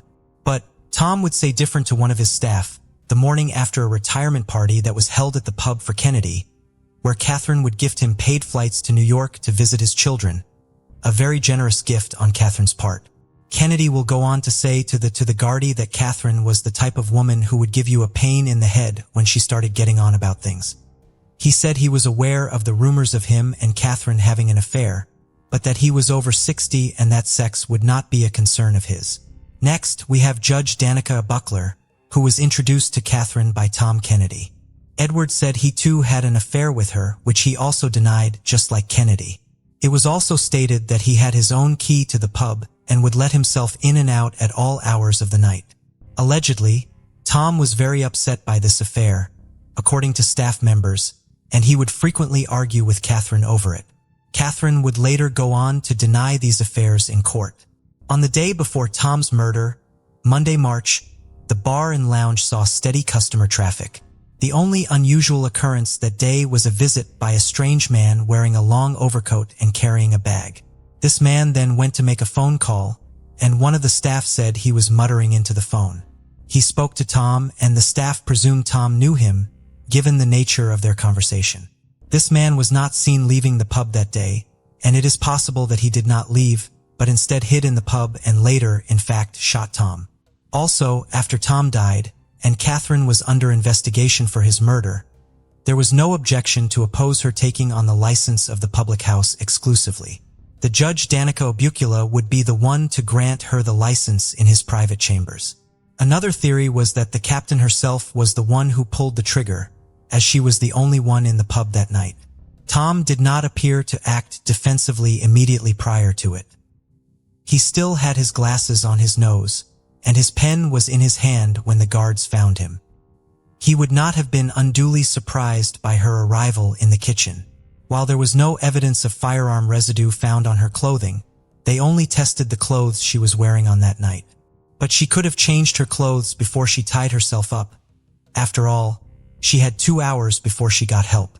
She also admitted to washing her hands before their arrival. In another scenario, Catherine would have had to be assisted by an accomplice who tied her hands and took the money, the gun, and the car to Dublin. The other theory is that Catherine helped one or more people to carry out the killing. The trial of the notorious Black Widow, as she was dubbed, captivated the nation from start to finish, and she quickly became one of the country's most high-profile killers. She assassinated Tom's character by claiming he was abusive and alcoholic.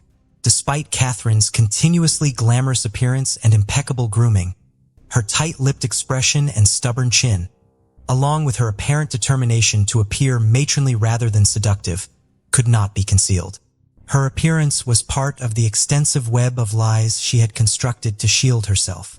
The media reported on Catherine's appearance from her clothes, her hair, and makeup, and even down to her nail polish.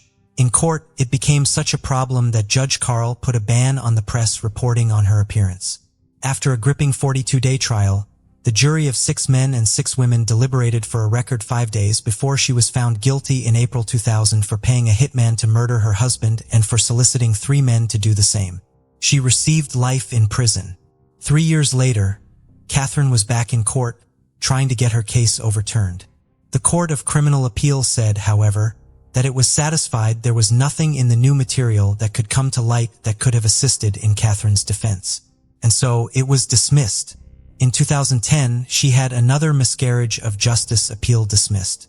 In 2014, she was denied in her bid to appeal her murder conviction to the Supreme Court. Tom had not made a will, and Catherine and he never had any children, so she was to inherit everything. Tom's mother had effectively frozen Tom's estate, including the proceeds from the sale of the pub. The application of probate by Catherine was still pending on the results of the trial. And when she was found guilty, she lost any claim to the estate. Tom's mother had also initiated legal proceedings to try and have her disinherited. She died a year before Catherine had been convicted of her son's murder, and her case was taken over by her son Patrick and daughter Margaret. They believed they should be allowed to rely on her conviction as part of their legal action, and the Supreme Court agreed. So basically, Catherine got absolutely nothing when she was found guilty.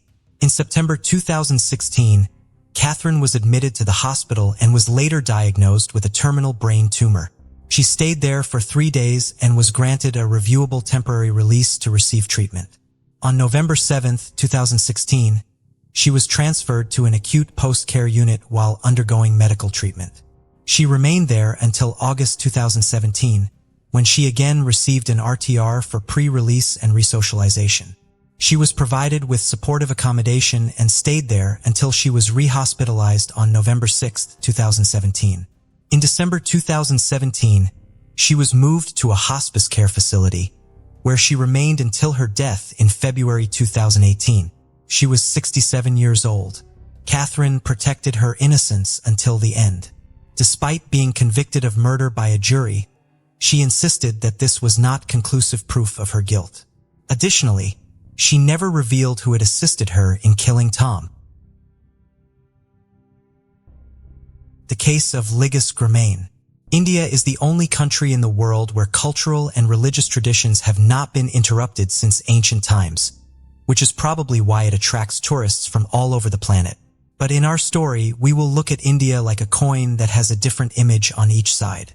On April 20th, 2018, at dawn, two young men went fishing down the river toward a mangrove forest. They took a long boat ride downstream until they reached a remote and quiet place. One of them jumped into the water to tie up the boat, but his attention was distracted by a pungent, acrid odor that was very close by. They went ashore and followed the odor. Curiosity led them to a horrifying find. There was something that looked like a human body hanging on a tree branch and a skull lying nearby. The guys abandoned the boat and rushed to the nearest village to report the terrible find.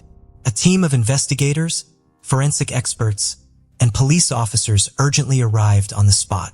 The experts confirmed that the suspended body was indeed human. It was obvious that it had been hanging for a long time and had already begun to decompose. The flesh on the arms and legs had torn off, and the skull was found nearby. Next to the body were packs of cigarettes, packaged drinking water, and a lighter which probably belonged to the victim. An investigation was conducted at the scene the same morning.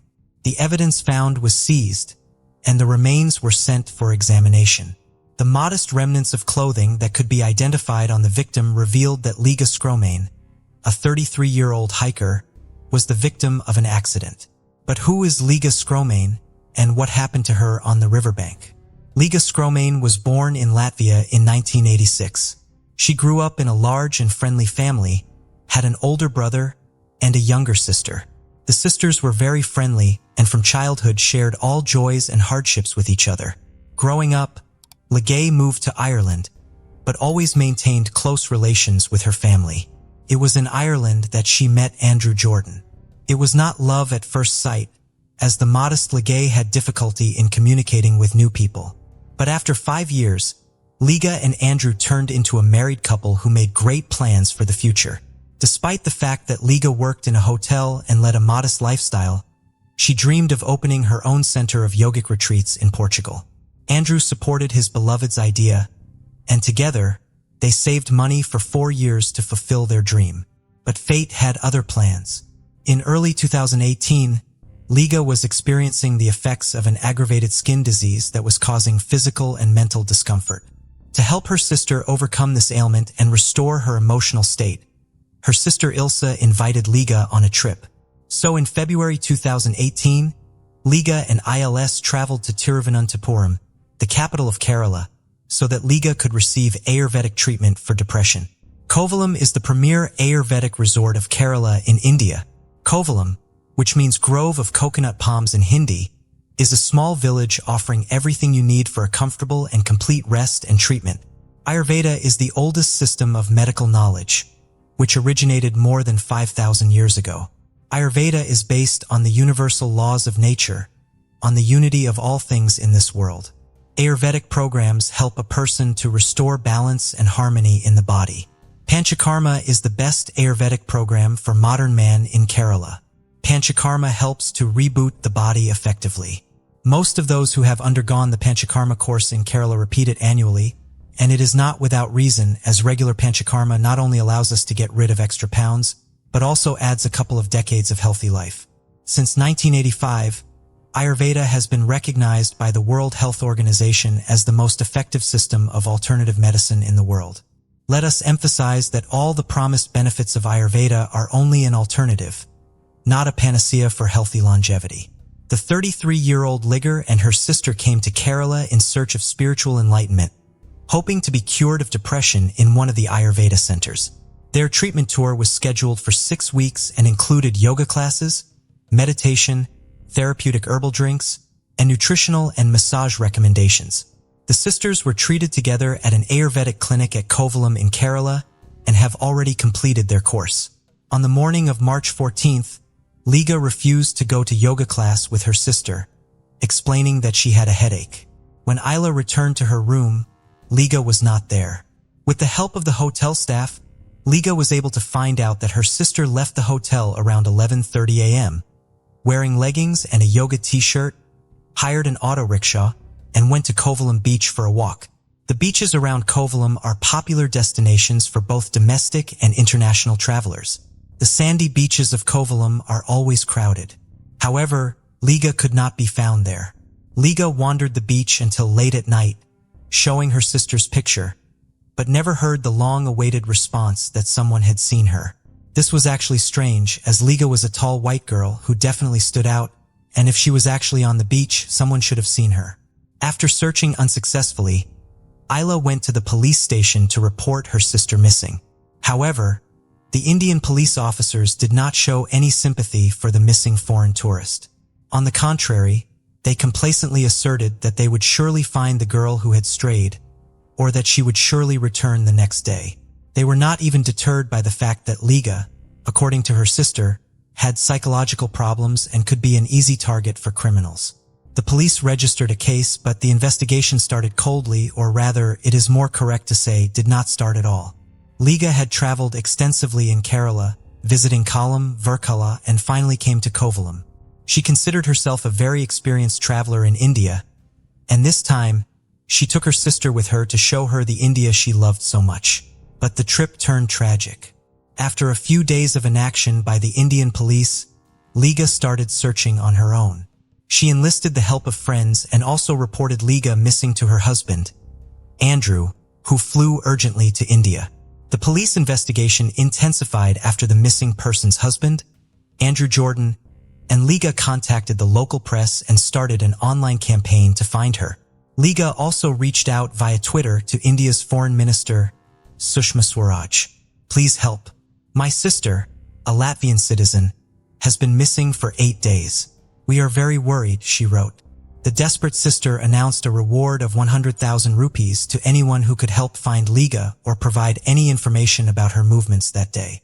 Liga and her friend Alexa, who had also traveled to India after hearing about Liga's disappearance, put up posters in the Kovalam beach area where Liga was last seen. Together, they put up flyers and distributed them to people. Numerous locals took an active part in the search for the missing tourist. The important fact remained that Liga suffered from depression and had a hard time interacting with strangers. On the day of her disappearance, she hired an auto rickshaw to reach the beach and was never seen again. She had about 8,000 rupees with her, but no passport, so she could not leave the country. Ashok Kumar, head of the local police station, said that the police had no leads in the case. The police kept saying that the tourist had gone on a bender or eloped and would soon return on her own. However, regular, persistent requests for help from Liga and Andrew forced the police to search for Liga. The search operation was conducted in the Kovalam beach area, where Liga Scani was last seen. Police assumed that she had drowned, just as the unidentified body of a woman was found washed ashore at Kakal, in Kanyakumari district. Investigators examined the body along with the missing woman's sister, but the latter did not identify it as her sister. The version of drowning was not confirmed, and the search for Liga continued. Andrew, on the other hand, was convinced that his wife had been kidnapped by local gangs for the purpose of selling her. He tried to infiltrate these gangs to get more information, but was exposed and warned that repeated contact with the gangs would result in him having to leave the country. A month after Liga went missing, there were still no leads to help find the girl. Liga continued to look for her sister. She visited Kovalam beach every day and watched people. On one such day, she spotted a boat, and she had a theory. The only way to leave the beach unnoticed was by boat. On April 17, 2018, after a forced hiatus, Andrew returned to India to continue his search. Liga and Andrew entered a new struggle to find Liga Skroman, but her body was still not found. The search was complicated by the fact that Liga was a tourist and a citizen of another country. The Latvian Foreign Ministry said the embassy was in constant contact with Liga's relatives and was also working closely with the Indian police. The Latvian embassy also appealed to the Indian Foreign Ministry with a request for special support in the search for Liga, as well as the Honorary Consul of Latvia in India, whose consular district includes the region where Liga disappeared. At the request of the Kerala state government, the Indian Navy and Air Force joined the search for the missing Latvian citizen. The search operation involved NN-32 transport plane, Gemini inflatable boats, underwater sonar, and 5 deep-sea divers. But even this extensive effort did not bring the desired result, and Liga remained missing. The search continued, and by this time, all local residents knew about the missing tourist from Latvia. They supported and sympathized with Andrew and Liger. On April 20th, 2018, Liger's phone received the longest-awaited yet most horrific call of her life. A body had been found in the mangrove jungle. She and Andrew drove to the place waiting for them. For the boat crossing, Liga's heart was pounding like never before. She felt that for the moment, she would have to swim the path that Liga had traveled to her demise. On the spot, horror overwhelmed her. Liger saw her sister's clothes. She recognized the shirt and leggings on the body, but the jacket and shoes did not belong to Liger. It remained unclear how, with whom, and why Liger had gotten to a place that could only be accessed going through Panader from Samudra Beach. 2 women confirmed that they had witnessed Liga traveling alone into the mangrove forest. But why would a girl who was being treated for depression and already alone take a boat to a remote place in the forest? The body was shifted to the Medical College Hospital, where it underwent an autopsy which was captured on video camera. The police said they could not confirm the identity of the body until DNA analysis was completed. According to the city police commissioner, the body was badly mutilated, with the head lying nearby. Police tentatively identified the dead woman as missing tourist Liga Screwmain. In favor of the investigators' conclusions is also the fact that Liga's relatives identified the victim by her hair and clothes. One of the versions put forward by rescue services in India was poisoning. There are poisonous pong-pong trees in the mangrove forest, and she could have accidentally or intentionally eaten their fruit and poisoned herself. Between 1989 and 1999, more than 500 people died from poisoning by its fruits in Kerala alone. However, this theory seemed nonsensical because the person was found hanging upside down, but there was no head. It is obvious that if Liga had been poisoned, her body would have been in a completely different position and the head would have been in place. The Indian authorities were talking utter nonsense. Based on the information about Liga's complex psychological problems, the investigators also considered the possibility that Liga had voluntarily taken her own life. Liga feared that the police would try to pass off her sister's murder as a voluntary departure from life. Although a rope had been found at the scene, and it could be concluded that the hiker had hanged herself, Liga demanded a separate explanation for the missing head. "Don't tell me it's lost," Liga said sarcastically in yet another appeal on the internet. Breathlessly, Liga and the anxious public waited for the results of the forensic tests. The forensic results were overwhelming. The report stated that there were areas of blood pooling in part of Liga Schremann's brain, as well as bruising in the neck area. The autopsy revealed that the woman had been strangled by several people and was killed in an attempted violent attack. There were external injuries on the body, probably sustained during the struggle. However, the fact of violence could not be definitively confirmed, as the body was in the decomposition stage. There were characteristic injuries on the cartilage in her throat, which indicated that someone had forcefully squeezed her throat. The trauma was severe enough to be fatal, according to forensic experts. There were blood clots in her brain, which confirmed strangulation. They also noted that there were bruises on her neck and legs. A total of 9 wounds were recorded on Liga Scremani's body. In view of the above, the police no longer considered the version of voluntary death. According to the autopsy, it was determined that Liga was murdered after resisting or struggling. Ilse breathed a sigh of relief and hoped that the police would soon find her sister's killers. But there were complications as well. As part of the investigation, the police began checking out local drug dealers and card players. In addition, during interviews with local residents, 2 women said that they saw Liga walking alone to the place where her body was later found, but the police said they did not fully trust their words. Meanwhile, Liga's relatives have accused Indian police of incompetence, claiming that if the girl had been searched for immediately, the tragedy could have been avoided. The 33-year-old Latvian tourist is believed to have been grabbed from a nearby beach and transported by boat before being strangled. A special team of investigators has begun looking for those responsible for the crime. About 40 suspects were interviewed. However, arrests were planned to be made a few days later, after the law enforcers had enough evidence. The Indian police conducted an investigation that led to the arrest of 2 men, who were eventually accused of killing Liga Skrymine. Police revealed that Liga Skrymine was lured by 2 men, who then abused her before dismembering her body. The alleged assailants, who are now in custody, are local dealers in illegal substances. The suspects fully confessed under torture. Both the accused were pimps and were also dealing in illegal substances, police said. The autopsy did not reveal much evidence, because Liga's body was badly decomposed. Andrew Jordan filed a petition in Superior Courting for a review of the felony murder case. He believed that more people were involved in the woman's murder. In the petition, he pointed out that both defendants later recanted their pleas of guilty to the crime. According to Jordan, the men may have confessed because they were tortured, which, as it turns out, is a common practice in India. However, the Supreme Court of India denied the murdered woman's common-law husband, Andrew Jordan, a review of the case due to lack of direct evidence. The trial was postponed for 2 months, but Andrew was outraged by this attitude of the authorities. He had earlier accused the Carlo authorities and police of incompetence and attempts to cover up Liga's murder, so as not to scare away tourists. Both the suspects' lawyers asked for and got a postponement by law. They have the right to postpone the case once without giving any reason. The more they postponed, the more he was convinced the case was unclean.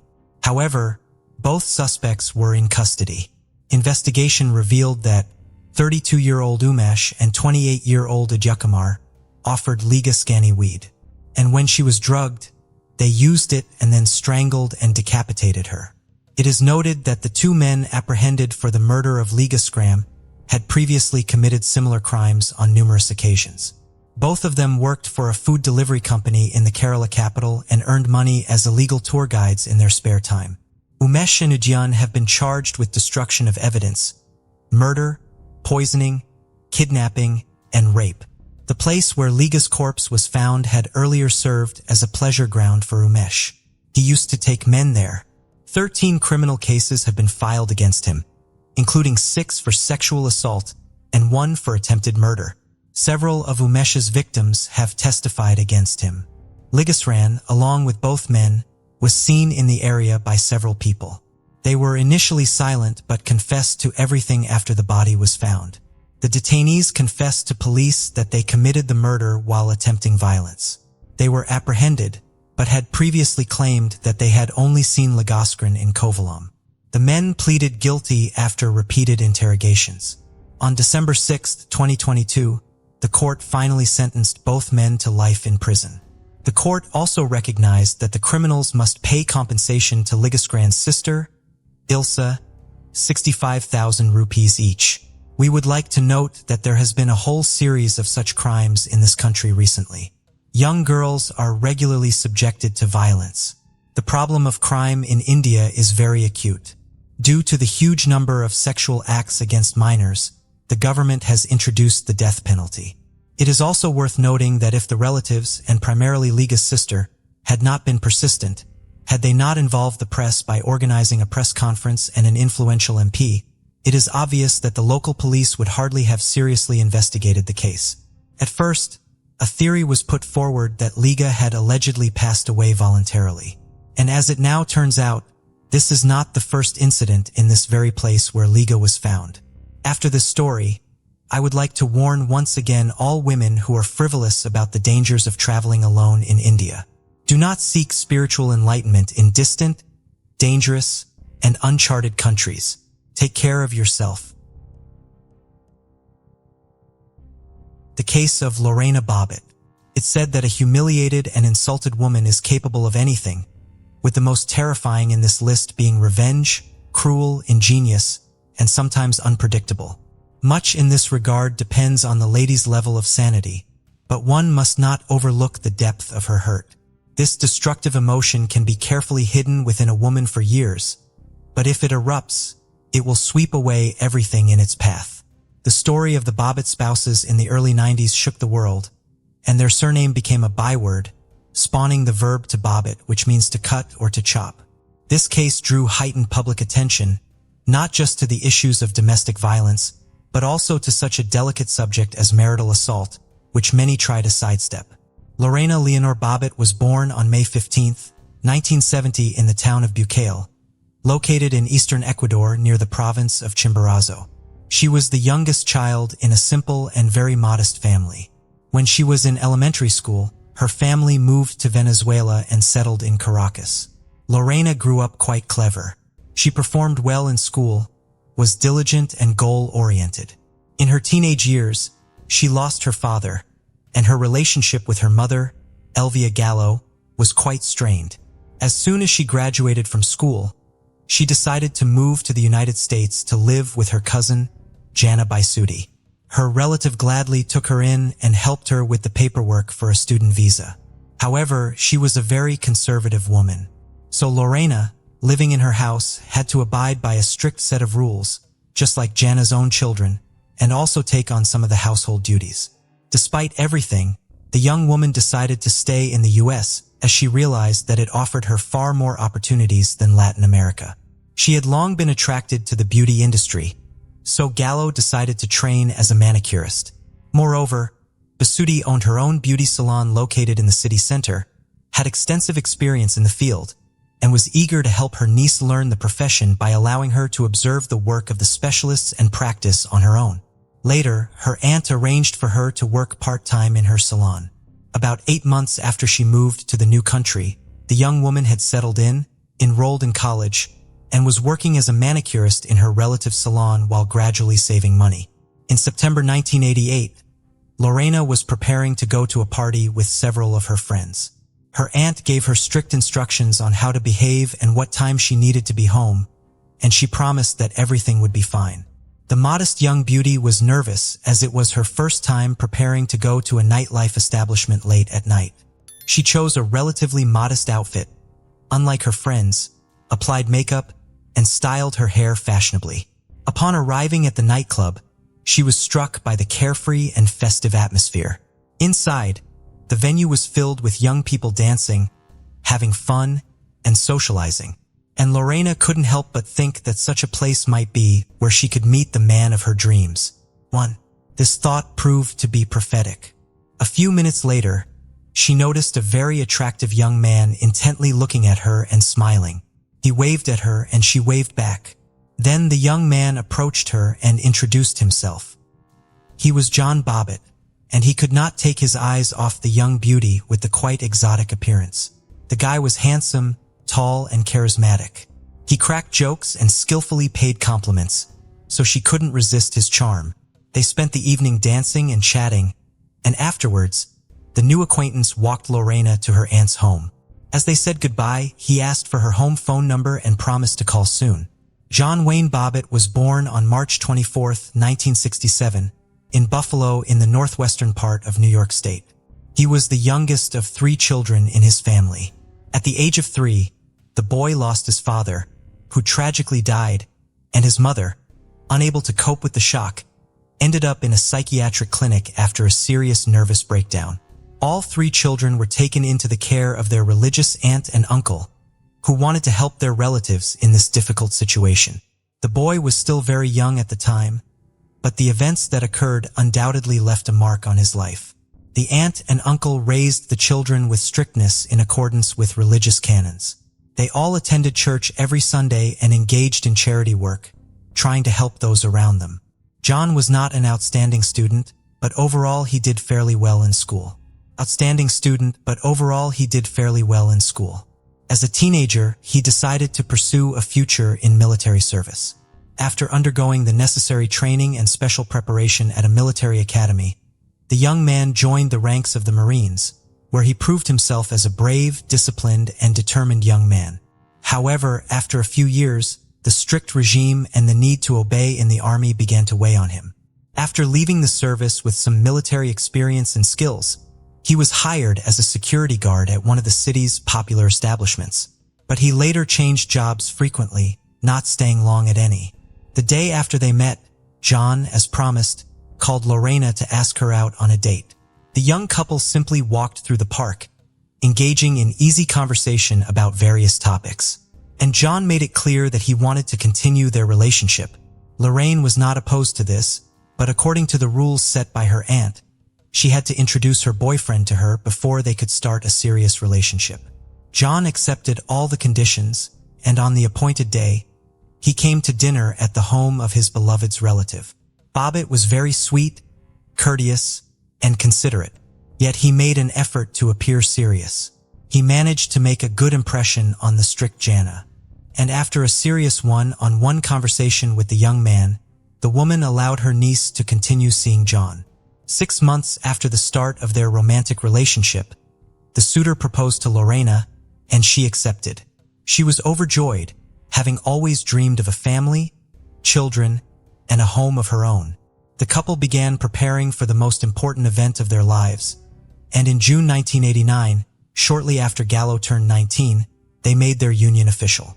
The wedding celebration was quite modest, as the young couple did not have the money for a lavish ceremony, and they chose to spend their savings on a honeymoon by the warm ocean coast. They were happy, but the only shadow over the celebration was the absence of the bride and groom's parents. Instead, their aunts and uncles came to share the joyous moment with them. After the wedding and a delightful honeymoon, the couple moved to Virginia and settled in a quiet and cozy area of the city called Manassas. The first few months of their life together were like a real fairy tale. They enjoyed each other's company, showing mutual tenderness, care, and love. But as the new year of 1990 approached, the situation began to change for the worse. At first, Lorena tried not to pay much attention to some of her young husband's remarks and rudeness, thinking it was just a so-called adjustment period. But one day, when she served cold soup for dinner, her husband simply threw the plate on the floor and then started yelling at his wife, insulting her and calling her a terrible homemaker. She tried to argue, pointing out that John Wine, he closely monitored where she went and who she spoke to. At home, she had to follow the rules he set, and intimacy between them occurred only when John wanted it, regardless of Lena's wishes. The poor girl couldn't share her problems with anyone as she found the situation shameful and humiliating. On June 22, 1993, John, along with his longtime military buddy, decided to go out to an entertainment venue. The men partied and drank until late at night while Lorena was at home alone. She did not wait up for her husband and went to the bedroom around midnight, soon falling asleep. Around 3 in the morning, a drunk and aroused John returned home. He didn't waste any time and ripped the shirt off his sleeping wife. Lorena hardly understood what was happening when her husband forcefully took advantage of her. She begged him to stop and not to do this, crying, but he was completely indifferent to her pleas and tears. After it was over, John simply collapsed next to her and fell asleep. Lorena, trembling and sobbing, made her way to the kitchen. She poured herself some water and took a few sips to calm down.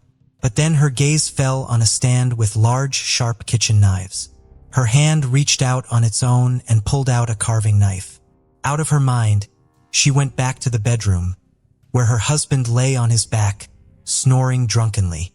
She grabbed his genitalia with her left hand, squeezed hard, and sharply cut through with the knife, severing a large part of it.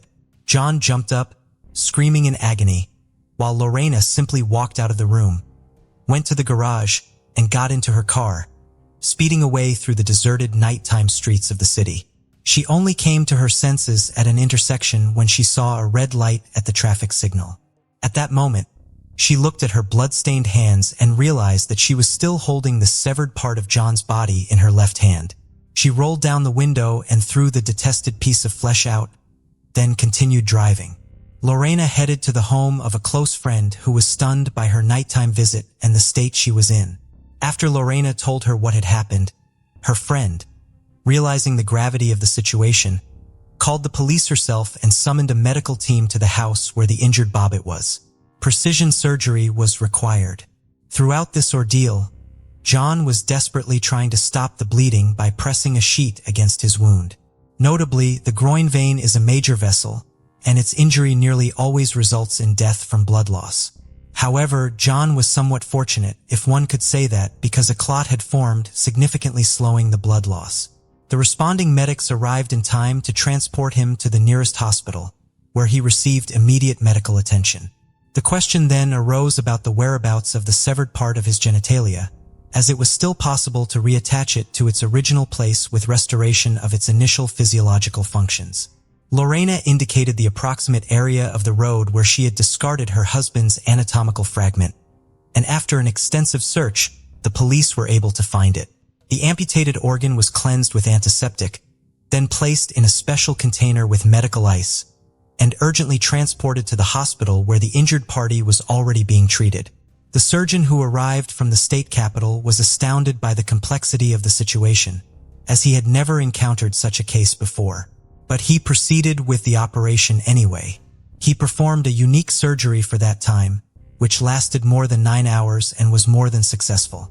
Despite the traumatic amputation of the organ and the fact that it had lain on the road for over an hour, all tissues and vessels were successfully reattached, and the patient quickly began to recover. Public outcry ensued. That same night, Lorena was arrested and taken to the police station for questioning, as well as to clarify all the circumstances and motives of her actions. She immediately confessed to everything and shared her harrowing story that had driven her to such a desperate act. She recounted how 4 years of marriage had turned into a real nightmare for her, with her husband regularly abusing her, both emotionally and physically, and forcing intimacy only when he desired.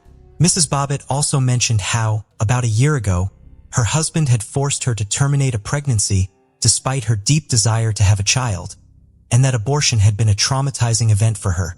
Regarding the incident itself, she said she remembered very little of that night and had acted as if she were in a fog. Lorena recounted how her husband had come home drunk and simply taken advantage of her, and although she tried to resist, he ignored her. After the incident, she went to the kitchen for water, and the next thing she remembered was her husband's scream, the roar of the car engine, and the part of his genitalia that she was clutching in her hand as she sat behind the wheel. The case caused a significant stir in the press and was actively covered by the media. Many women like Lorena, who had suffered from domestic violence, as well as feminist organizations which were gaining strength and popularity at the time, rallied to her side. In the early 90s, wives who were subjected to emotional and physical abuse by their husbands typically remained silent about their plight. Society was still inclined to blame the victims themselves, suggesting that they provoked conflicts or behaved improperly. It was assumed that a wife should be submissive and obey her husband in everything. And if the husband was dissatisfied and resorted to violence, it was considered the wife's fault. It was her fault.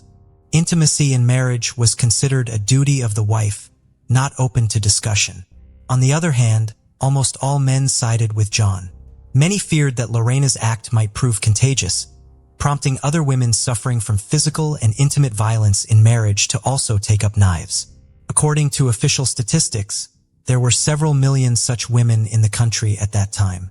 Trials and sentences of the spouses. 2 parallel court cases began almost simultaneously.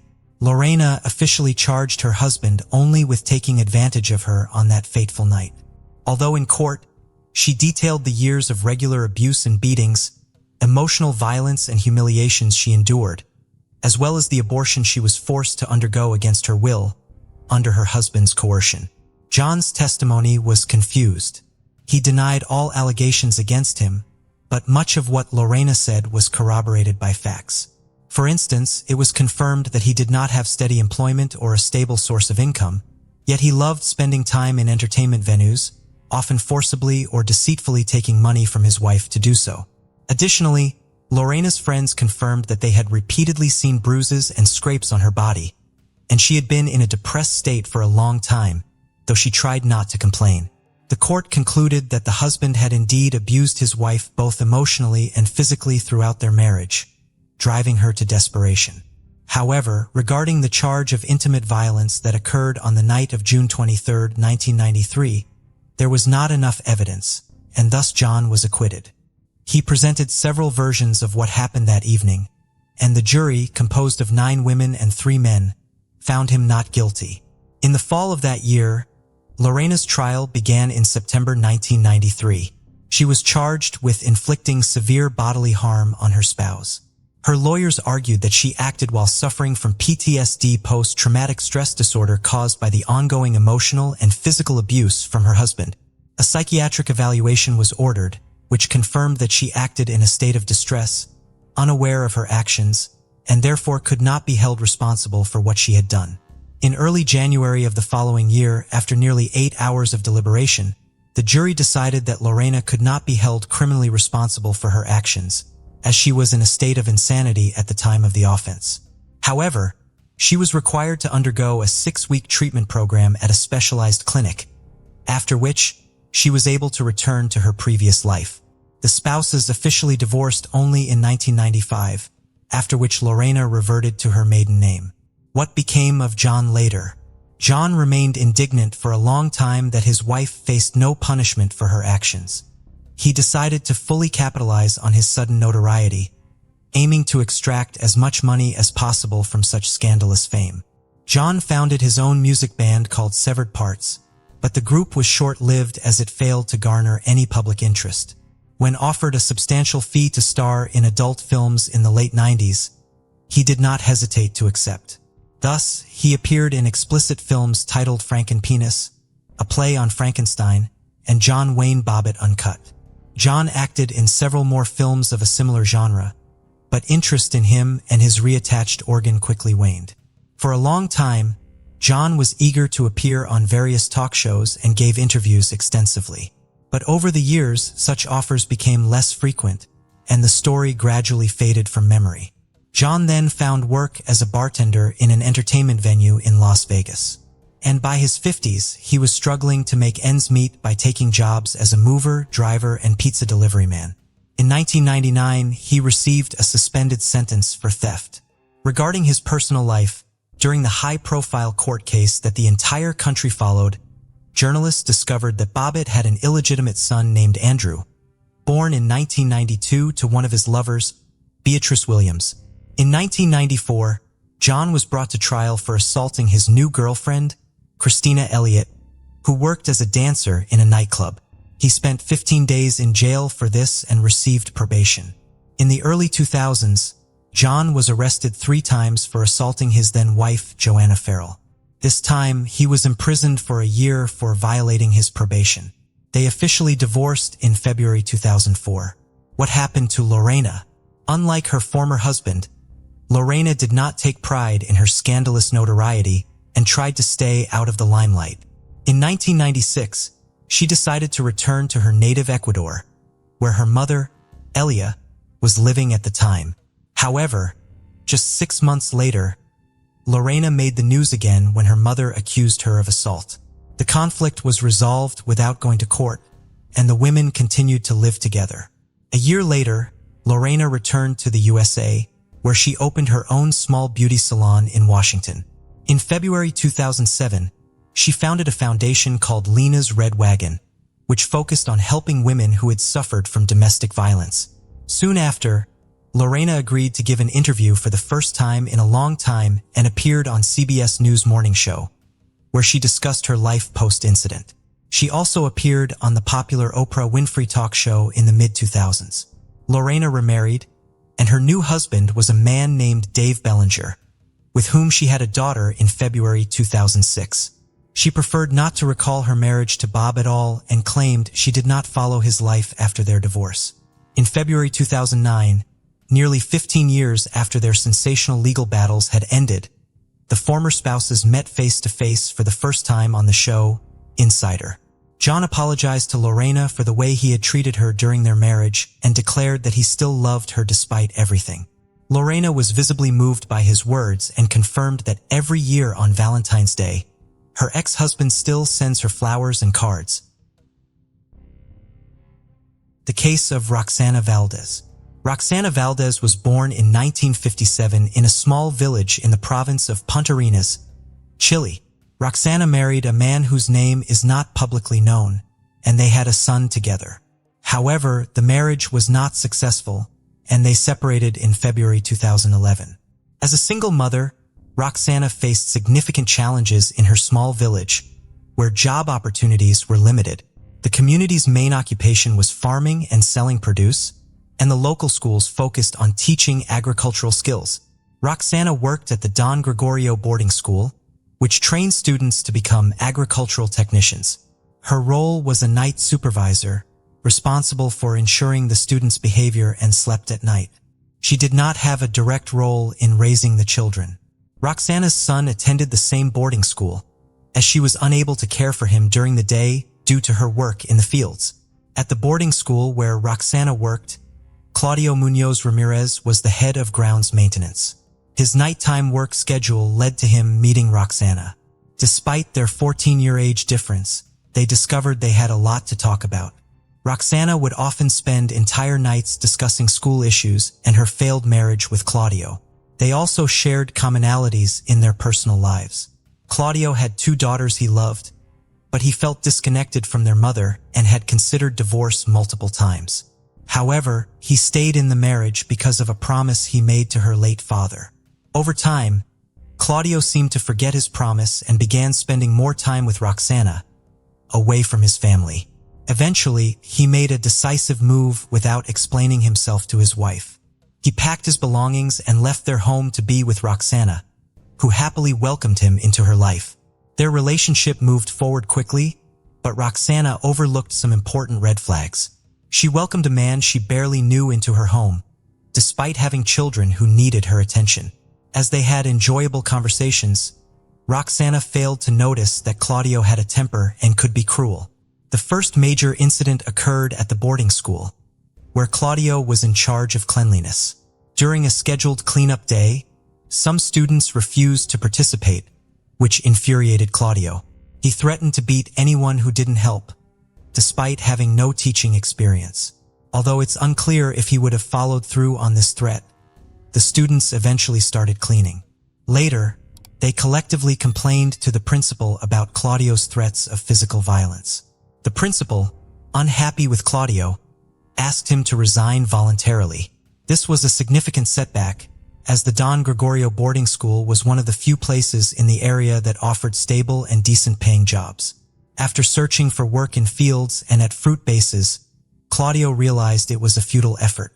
He and Roxana decided to look for a better life elsewhere, but they left their son at the boarding school so he could continue his education. They didn't want to take any risks by bringing him along. To avoid relying on employers who had already let them down, Claudio and Roxana decided to start their own small business, a fruit kiosk.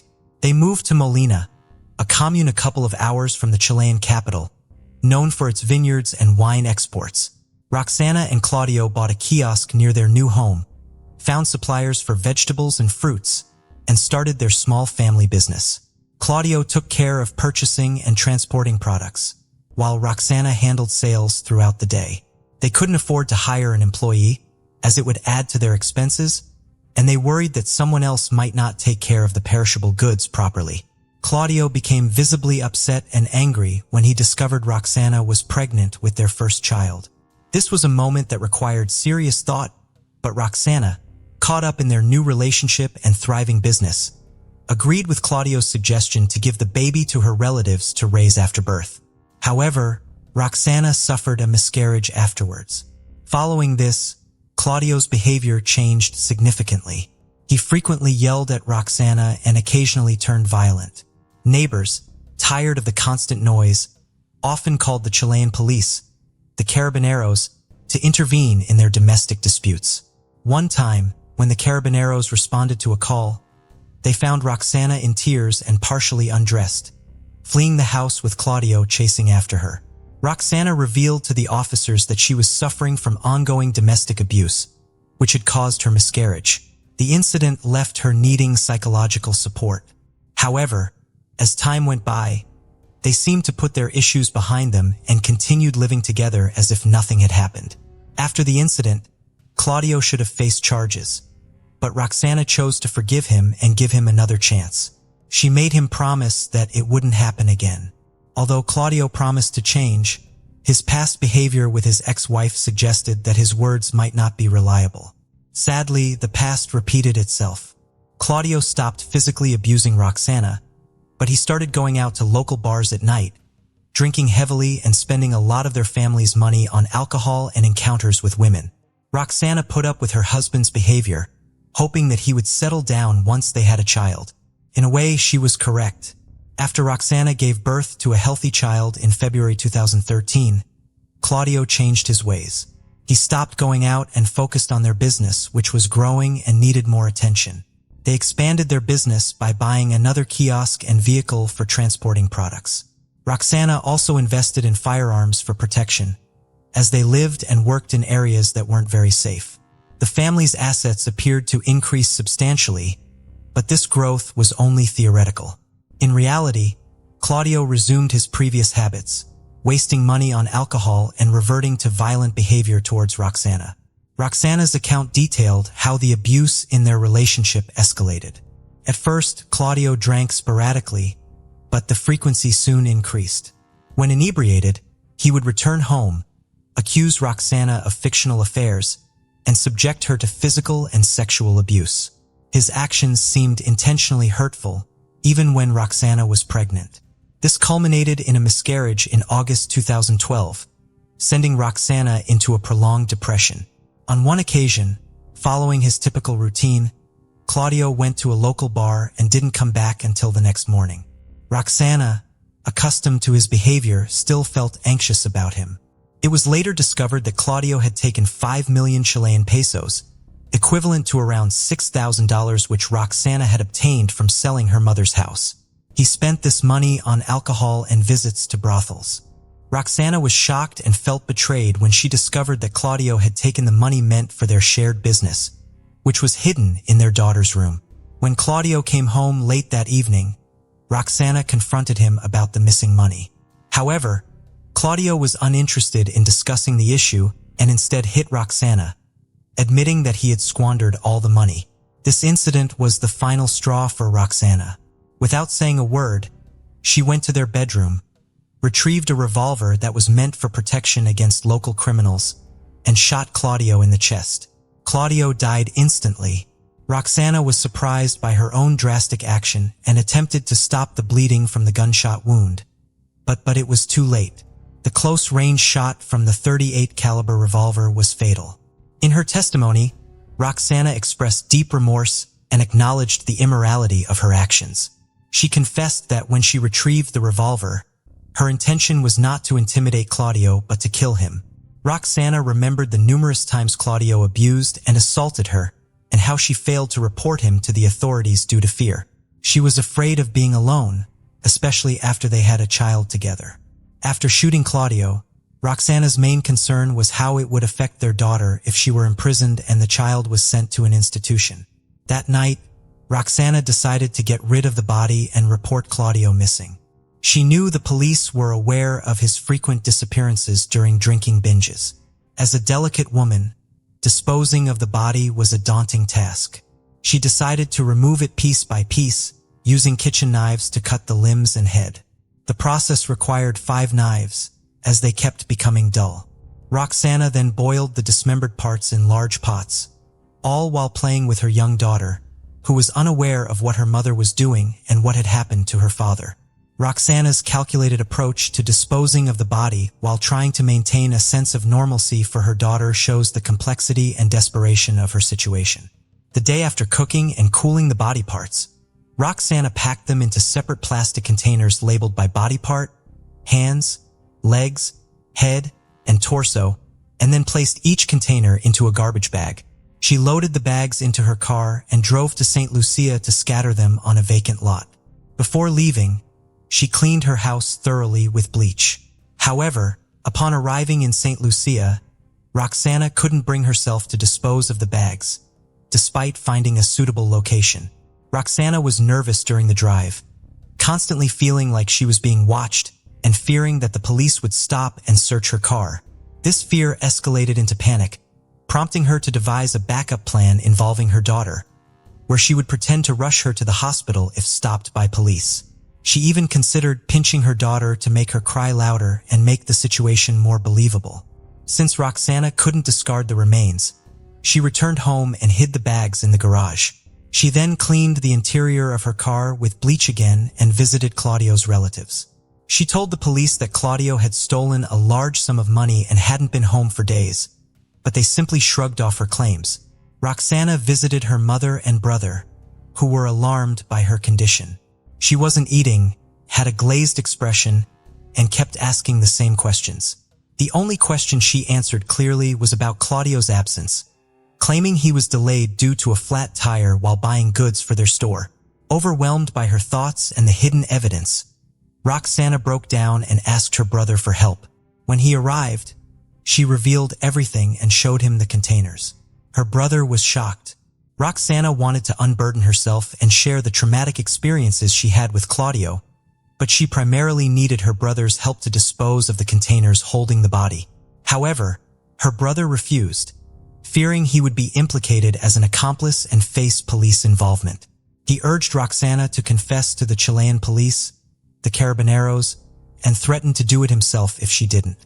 Disappointed but with no alternative, Roxana decided to cooperate. That night, she went to the 4th police station to make a significant statement. The officers, who knew her, initially assumed she was there to report her problematic husband. However, they were stunned by what she revealed. Roxana was arrested on the spot.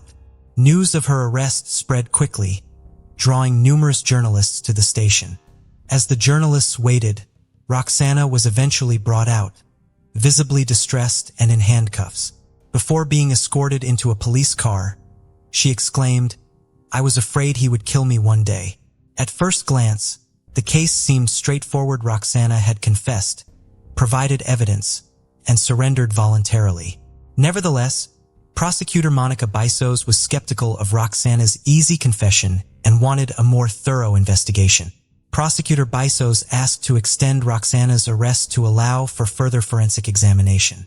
The goal was to determine if Claudio was still alive when his body was dismembered, which would have led to a longer sentence for Roxana. The judge agreed to a 60-day detention to continue the investigation. At the same time, Roxana's lawyer, Carolina Gutierrez, argued that Roxana committed the crime under extreme emotional distress. This could have been made worse by postpartum depression and the domestic abuse she suffered. Gutierrez highlighted Roxana's cooperation with the authorities and her voluntary confession as reasons for a more lenient sentence. However, forensic results later showed that Claudio died from a gunshot wound to the chest, disproving the prosecution's theory that he was alive during dismemberment. As a result, the factors that would have increased Roxana's sentence were dismissed. Another lawyer, Juan Pablo Cardenas, pointed out that the gun used in the murder was registered. He also noted that Roxana first reported domestic violence to the police just 20 days after they moved in together.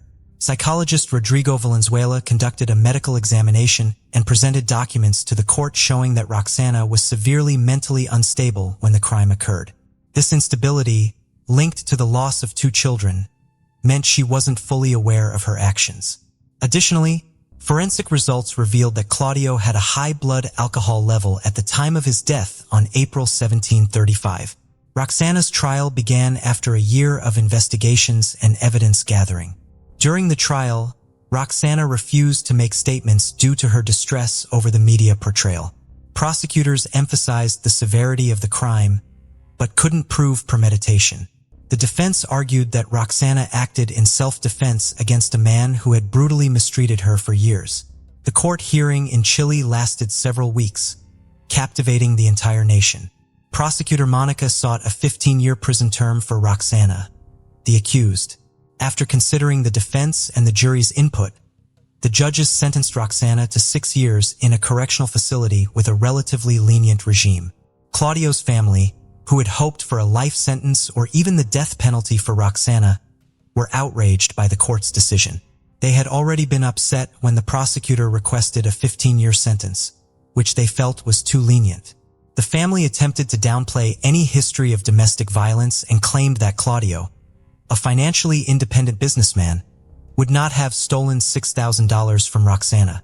Additionally, they alleged that Claudio had confided in them about Roxana's threatening behavior, stating that she would often retrieve a revolver from the closet and threaten to kill him. In a press interview, Claudio's sister shifted the blame to the Chilean state, arguing that the country's judicial system is corrupt and fails to deliver justice, as evidenced by the relatively short sentence given to Roxana, which she compared to punishments for minor thefts. Giselle, Claudio's first wife, spoke out in his defense. She stated that Claudio was never violent during their many years together. In contrast, Roxana frequently started arguments due to her jealousy and possessiveness. Roxana was initially imprisoned, but after serving 2/3 of her sentence, she was transferred to a semi-open education center in Tala for good behavior. She was allowed to stay in contact with her daughter and was eventually released early. The media reignited public interest in the case, and many people were outraged by her early release.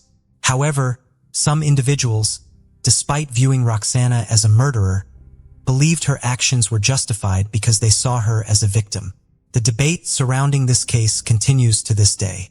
This story emphasizes the severe consequences that can occur when domestic violence is not addressed promptly. The case of Carrie Leah Farver. Carrie Leah Farver was born on November 30th, 1974, in Macedonia, Nebraska, USA. As a single mother, she raised her son, Max Maxwell, after experiencing failed relationships in the past. Raising Max was challenging for Carrie. Despite her immense love for her child, she struggled with depression, which led to a period where she spent a month in bed. During this time, her mother, Nancy Rainey, took care of Max. Carrie's difficult relationship with Max's father and unstable living conditions contributed to her mental health issues. At the age of 20, Carrie's struggles led to a diagnosis of bipolar disorder. This condition causes extreme mood swings, ranging from euphoria, increased productivity, and excessive friendliness to depression, bitterness, and feelings of powerlessness. Although bipolar disorder significantly complicates daily life, Carrie's doctor found an effective treatment for her in the early 2000s. With this treatment, Carrie was able to manage her condition and live a relatively normal life. Whether Carrie wanted to settle her personal life is an open question. On one hand, what woman doesn't dream of a suitable partner? On the other hand, why commit to someone who might bring worries and misfortunes? Carrie was raised in a loving family and had an active lifestyle. She played sports and aspired to become a doctor. However, her dreams were cut short during her first medical practice when she fainted at the sight of blood. Deciding not to risk her health or her patients, she pursued a career in programming instead. In February, Carrie received a job offer in Omaha with good prospects and decided to take it. However, her son Max was in middle school and preferred to stay in his familiar surroundings, so he remained with his grandmother in Macedonia. According to Amy, a friend of Carrie's father, Carrie had a radiant smile that drew attention whenever she entered a room. It was likely this quality that caught Dave Kroppa's eye when they met at an auto repair shop in November 2012. As Carrie showed him something inside her car, a Ford Explorer, Dave felt an instant attraction.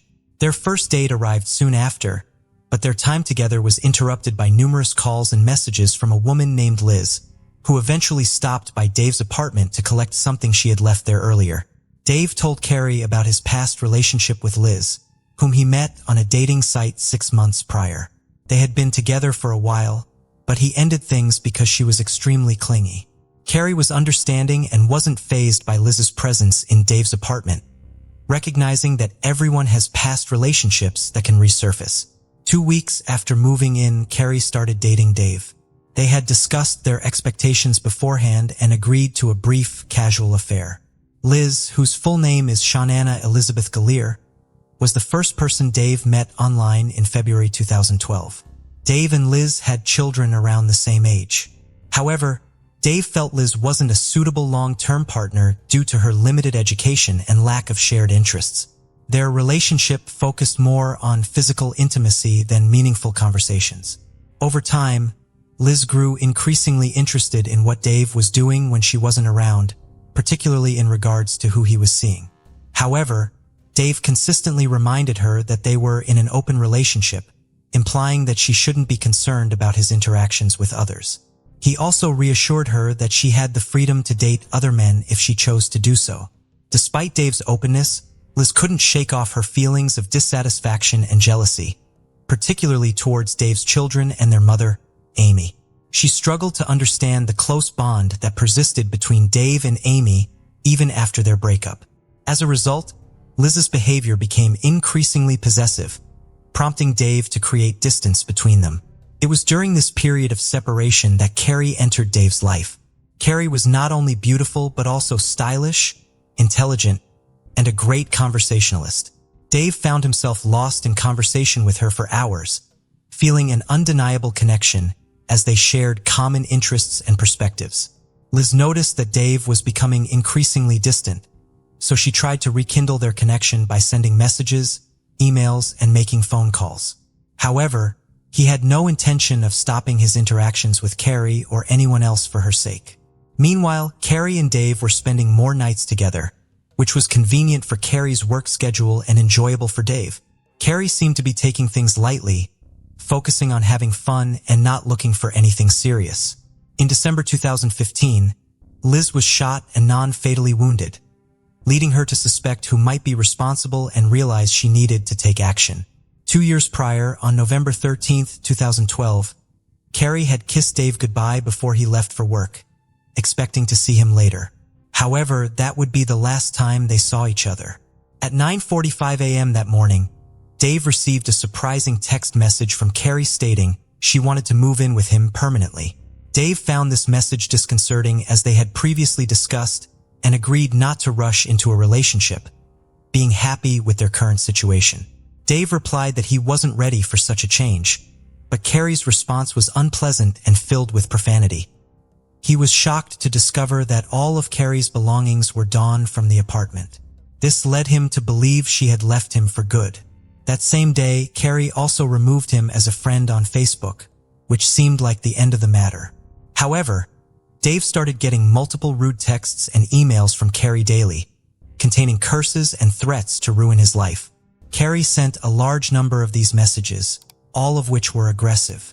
Uncharacteristically, she also stopped showing up for work despite being known for her punctuality. Strange messages weren't only sent to Dave but also to her mother and 15-year-old son, Max. She claimed to have found a job in Kansas and planned to take Max with her, but wanted to be alone for the time being due to worries over her failed romance. In May 2013, Carrie posted on Facebook that she'd left of her own free will and was tired of criticism. She wasn't missing her old life but wasn't ready to return home. Carrie asserted her independence as a grown woman, stating that she had the right to leave home if she chose to. She apologized for hurting everyone by leaving abruptly. However, as time passed, Carrie failed to reappear. Her mother became increasingly concerned when Carrie missed important family events, including her own birthday, Max's birthday, and other celebrations. The final indication that something was seriously wrong was when Carrie missed her father's funeral. Liz began receiving messages from Carrie, which were insulting, humiliating, and even threatening. Carrie warned Liz to stay away from Dave. Confused by Carrie's behavior, Liz reached out to Dave, who revealed he was facing a similar situation. Carrie was sending him messages and emails, accusing him of wrongdoing, calling him a liar, and vowing revenge for the pain he allegedly caused her. The messages were sometimes ominous, with Carrie claiming to know what Dave was doing at the moment. The shared experience brought Dave and Liz closer together, but also made Dave feel guiltier about the trouble he had caused. The messages from Carrie grew more menacing and were filled with grammatical errors and illogical content. This was unusual, as Carrie's mother claimed that her daughter had always been a calm person who wrote coherent and well-structured letters and documents. Carrie was known to be meticulous about spelling and writing style. It's possible that she had experienced even more severe mental health issues. Her actions seemed to be driven solely by her uncontrolled mental state. A key indicator of dissociative identity disorder, also known as split personality, is the presence of separate, simultaneous self-consciousness in each ego, each with its own distinct memories, thoughts, behaviors, and inclinations towards specific actions. This might explain Carrie's unusual behavior and altered writing style. Everything suggested she was unstable, which is why the police didn't initially consider her missing, instead focusing on stopping the pursuit of Liz and Dave. They tried to track Carrie's cell phone, but it was unsuccessful due to blocked signals. Meanwhile, Liz and Dave continued to receive hundreds of texts and emails, sometimes simultaneously receiving nasty messages when they were together. Dave and Liz continued dating, but he felt uneasy around her as she became increasingly demanding. Despite claiming to be fine with their no-commitment relationship, Liz's behavior suggested otherwise. Every time Dave tried to end things with Liz, Carrie would start texting him, bonding with him over their shared victimization. This common ground drew Dave and Carrie closer together, causing them to reunite repeatedly. In January 2013, a missing car was surprisingly found in Dave's front yard. However, the fingerprints on the steering wheel didn't match Carrie's, and the car showed no suspicious signs. The police eventually returned the car to Carrie's parents. Carrie continued to message Liz and Dave, escalating her behavior by sending pictures of their children and threatening to harm them unless Dave left Liz alone. As time passed, Carrie's stalking persisted, and Liz's jealousy grew, frustrating Dave. He became exhausted with the events unfolding in his life and eventually found the strength to end his relationship with Liz. This decision came shortly after a tragic incident in August 2013, when Liz reported a fire at her home that resulted in the death of all her pets, including a snake, a cat, and 2 dogs. Liz suspected Carrie was responsible, citing threats made via texts and emails. The incident marked a significant turning point in the case of missing person Carrie Farver, leading to Carrie's placement on a federal wanted list. Tens of thousands of messages were meticulously analyzed. Law enforcement seized cell phones from Dave and Liz, as they believed Dave was also in danger. Someone had vandalized the auto repair shop where he worked and thrown a brick through his window. It appeared that Carrie's anger was directed at anyone in Dave's life. Consequently, Amy Flora, Fave's ex-wife, began receiving threatening messages from Carrie. As Dave spent time with his children, he also saw Amy regularly. The police were perplexed as to why Carrie, who had dated Dave for less than 2 weeks, was now stalking Dave and his ex-wife. The investigators decided to focus on Dave Kuppa, as Carrie's disappearance raised many questions that needed to be answered. It was a mystery that didn't add up. Carrie Farver's family was also tirelessly searching for her, exploring every possible lead to find her. Their efforts finally paid off in the spring of 2015, when detectives Ryan Avis and Jim Doty took on the case. Unfortunately, they found no evidence that Carrie was still alive. One of the detectives shared their thoughts with ABC News.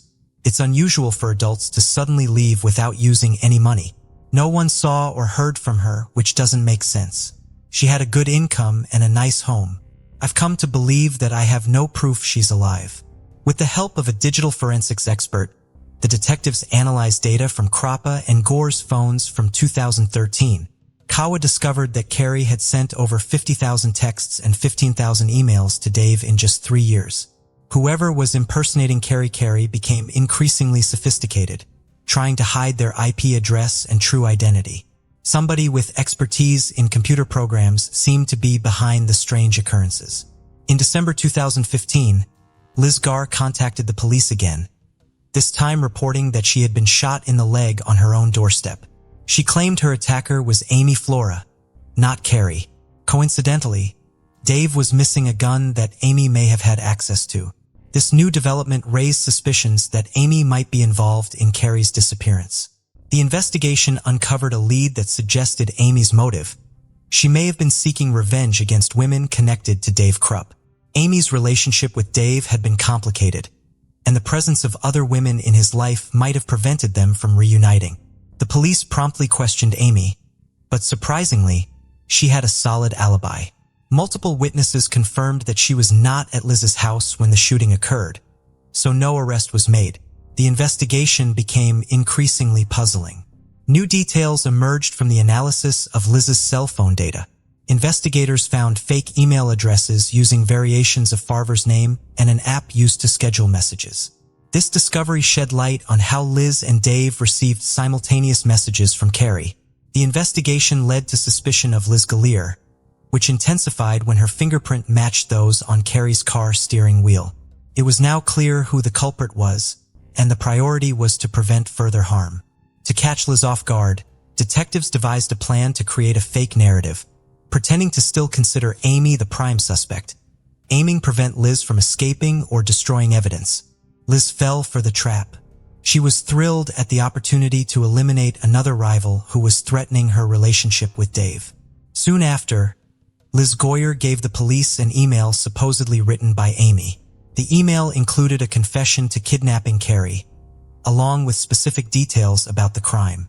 According to the confession, Carrie had been stabbed in the stomach or chest area before her body was disposed of. The email also revealed information about Carrie's car and home that had not been publicly disclosed. According to an investigative spokeswoman, Liz provided detectives with information that only someone intimately involved in the crime could have known. In doing so, she inadvertently implicated herself in Carrie Farver's murder. The letter made it clear that the crime occurred in a car, prompting authorities to re-examine the victim's vehicle. Upon removing the seat covers and fabric, specialists discovered a blood stain belonging to Carrie Farver. Liz managed to send messages posing as Carrie without arousing suspicion, but it's unclear how. Reports suggest that Liz Goyer led a double life, dating both Dave and a man named Garrett. Notably, Garrett's IP address was linked to messages sent under Carrie's name. When questioned, Garrett revealed that he had been in a long-term relationship with Liz. Out of kindness, Garrett invited Liz to move in with him and his children after a fire. However, their relationship became complicated and deteriorated significantly once they started living together. Garrett would often take care of Liz's children while she isolated herself in her room or left the house. Garrett was shocked by what the police told him. It was discovered that Liz spent 40 to 50 hours a week pretending to be a missing woman. Although her room was messy, no significant evidence was found. However, investigators did discover several cell phones and electronic devices in the last place she stayed. In late December 2016, Shawnanna Liz was charged with first-degree murder.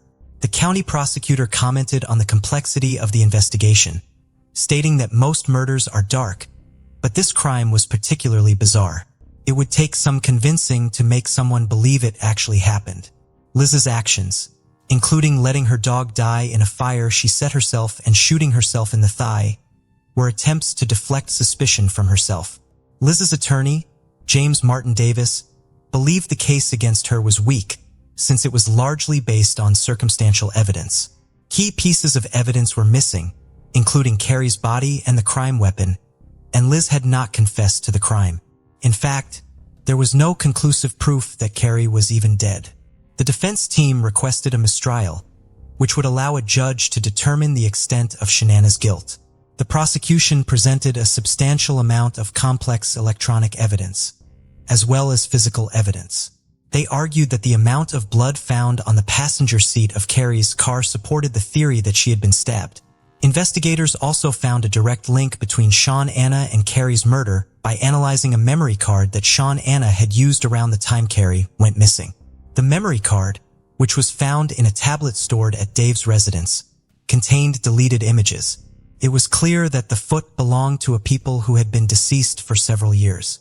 Notably, Carrie had a similar tattoo among her distinguishing features. Her mother later confirmed that the tattoo indeed belonged to Carrie. The photo solidified the conviction of Shawnanna Liz was predator. The judge ruled her guilty of first-degree murder and handed down a life sentence without parole, stating that Carrie Farver did not disappear by choice but was tragically murdered. Authorities suspect that Shawnanna murdered Carrie, allowed her body to decompose, and then burned the remains to eliminate all evidence. Motivated by jealousy, she decided to eliminate her rival. After disposing of Carrie, Shawnanna took her cell phone and used it to send messages that would make Farver appear unstable and win back Dave's favor. When this plan succeeded, Shawnanna wanted to eliminate Amy as well, but she became too entangled in her own scheme and ultimately fell into her own trap. Shawnanna, also known as Liz, was also found guilty of arson for setting fire to her own home in August 2013 and attempting to blame it on Carey.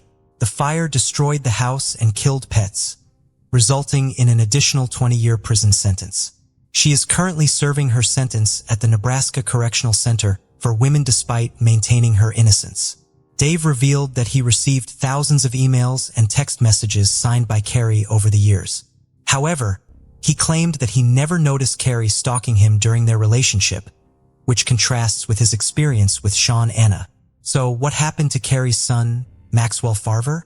According to his LinkedIn profile, he followed in his mother's footsteps and became a computer programmer. He graduated from the University of Iowa with a degree in software engineering and data science, and is now married. Although it's unlikely he's forgotten the past, he may have found some peace with his new family. As for Dave Kroppa, he now lives a private life, away from the public eye. He doesn't have a public account on any social media platform. This disturbing crime story is a harsh reminder of the complexities and manipulation that can occur in human relationships. It highlights how vulnerable we can be in our own surroundings, unaware of the true nature of those around us. Years have passed since Alyssa Burkett's life was tragically cut short. Her daughter Willow has grown up in a loving family surrounded by the care of her grandparents. Each year on Alyssa's birthday, they visit her grave remembering her beauty, kindness, and boundless love. The memory of Alyssa lives on in the hearts of her loved ones, in every beat of little Willow's heart. And while the pain of loss will never fade, they know Alyssa will always be with them in their thoughts, actions, and hopes for a better future. Her story is a sad but important reminder of how fragile life is, and how important it is to appreciate loved ones while they are close by. Alyssa Ann Burkett was born on the December 31st, 1995 in Mesquite, Texas to Teresa Ann Burkett and Joshua Forsyth. She had 3 sisters, Nikki, Madison, and Taylor, and 2 brothers, Lamden and Tyler. From a young age, Alyssa displayed creative inclinations. At the age of 7, she dreamed of becoming a fashion designer and crafting her own clothing. She enthusiastically sketched designs for future outfits. Her grandfather, Russell Forsyth, a songwriter, encouraged his granddaughter's passion and hoped she would continue his legacy. However, at the age of 13, Alyssa changed her plans and decided to pursue a career in law. She explained to her grandfather that she enjoyed arguing and felt a calling in it. Russell supported his granddaughter's choice, albeit warning about the necessity of diligent study on this path. After graduating from Royce City High School, Alyssa enrolled in a local college. At 18, she discovered she was expecting a child with her boyfriend, Andrew Bird, who was 9 years her senior. This unplanned pregnancy caught Alyssa off guard and compelled her to reassess her life plans. Alyssa parted ways with Andrew, deciding to raise her daughter on her own. She dropped out of college and dedicated herself entirely to motherhood. On the December 31st, 2019, her 20th birthday, Alyssa gave birth to a healthy baby girl whom she named Willow. Despite the challenges, Alyssa strived to be an exemplary mother. Her relatives noted that she wanted to provide her daughter with a stable and loving family, a privilege she was deprived of in her own childhood due to her parents' divorce. On her social media platforms, Alyssa appeared vivacious and open. She shared family photos, thoughts, and interests. Those close to her described her as straightforward, energetic with a heart of gold and a radiant smile. Alyssa worked tirelessly to provide for her daughter.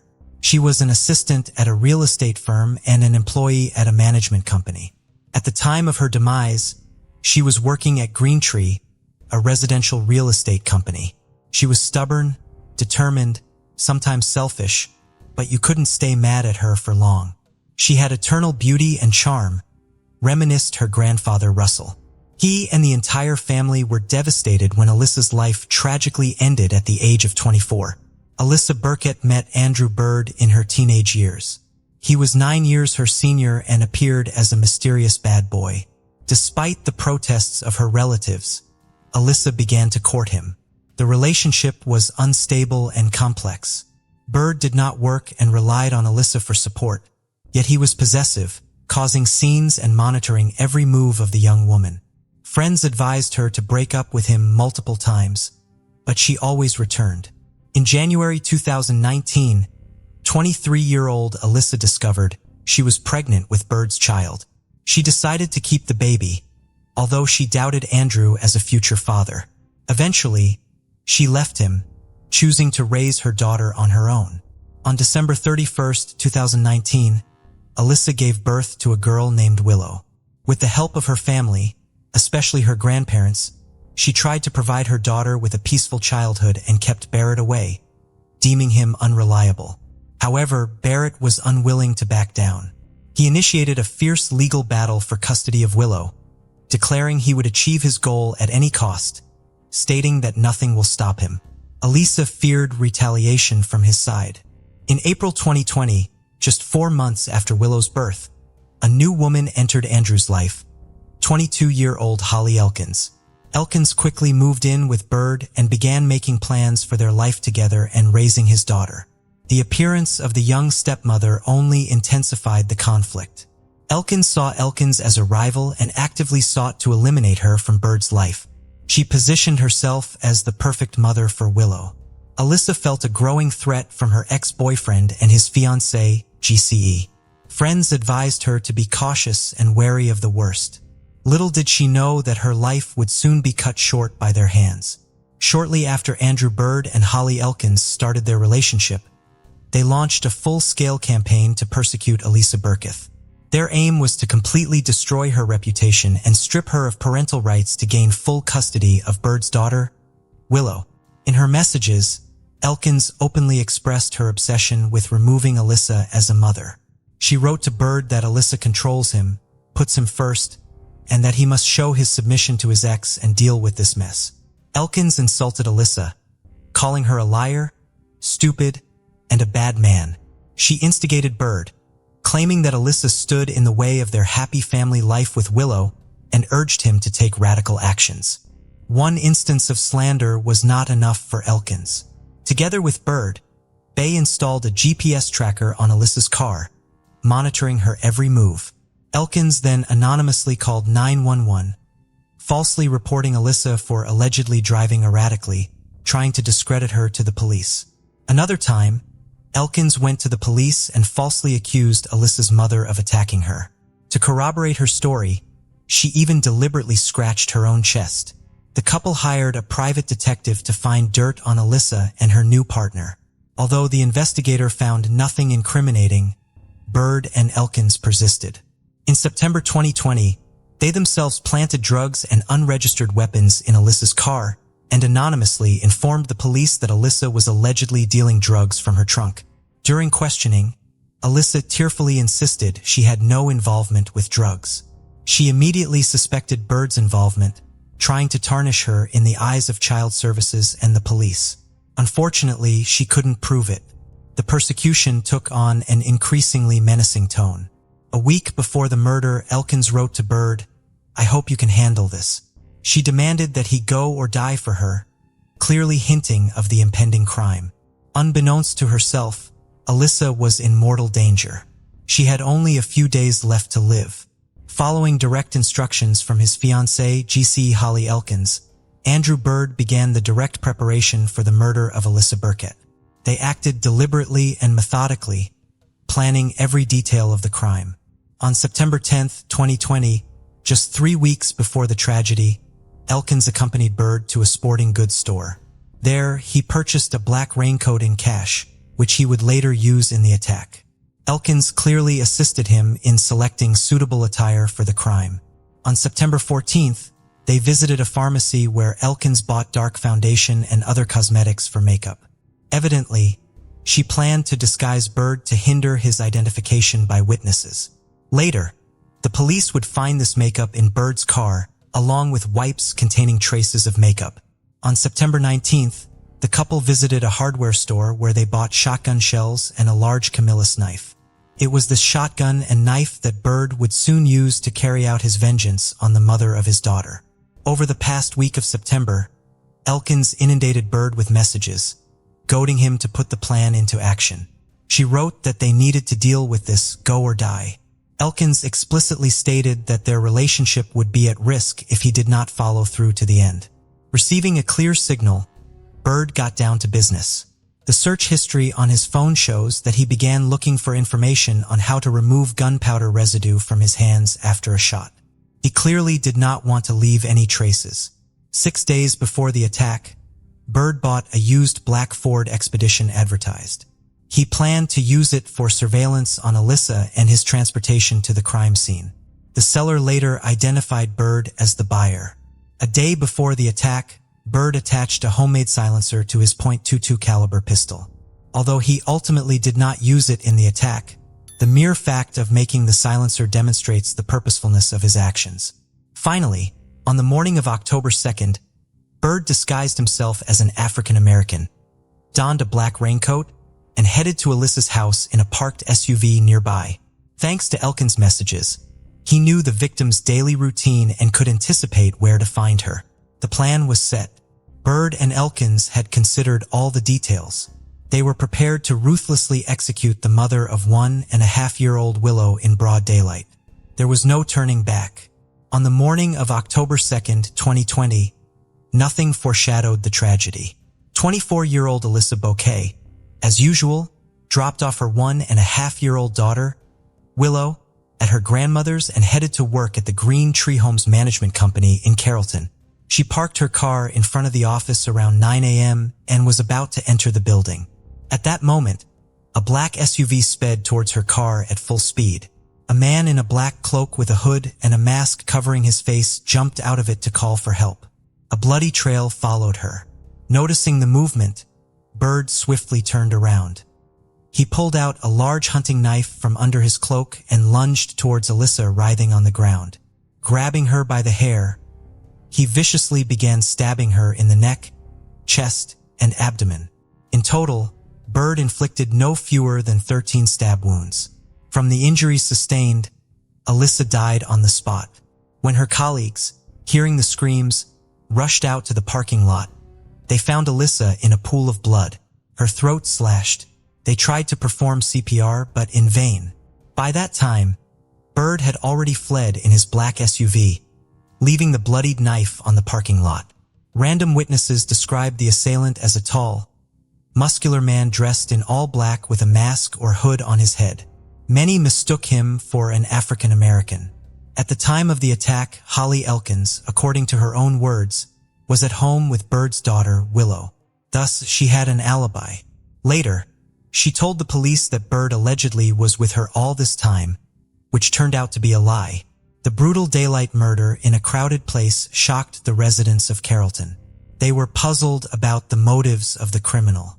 However, Alyssa's relatives and friends immediately suspected Andrew Bird. They were aware of the protracted conflict between the former partners and feared the worst. Alyssa's mother, barely holding back tears, informed the police of her suspicions regarding Bird. She recounted his threats and obsession with her daughter, the prolonged legal battle for custody of her granddaughter. According to her, Bird had repeatedly stated that the living Alyssa Willow would not get.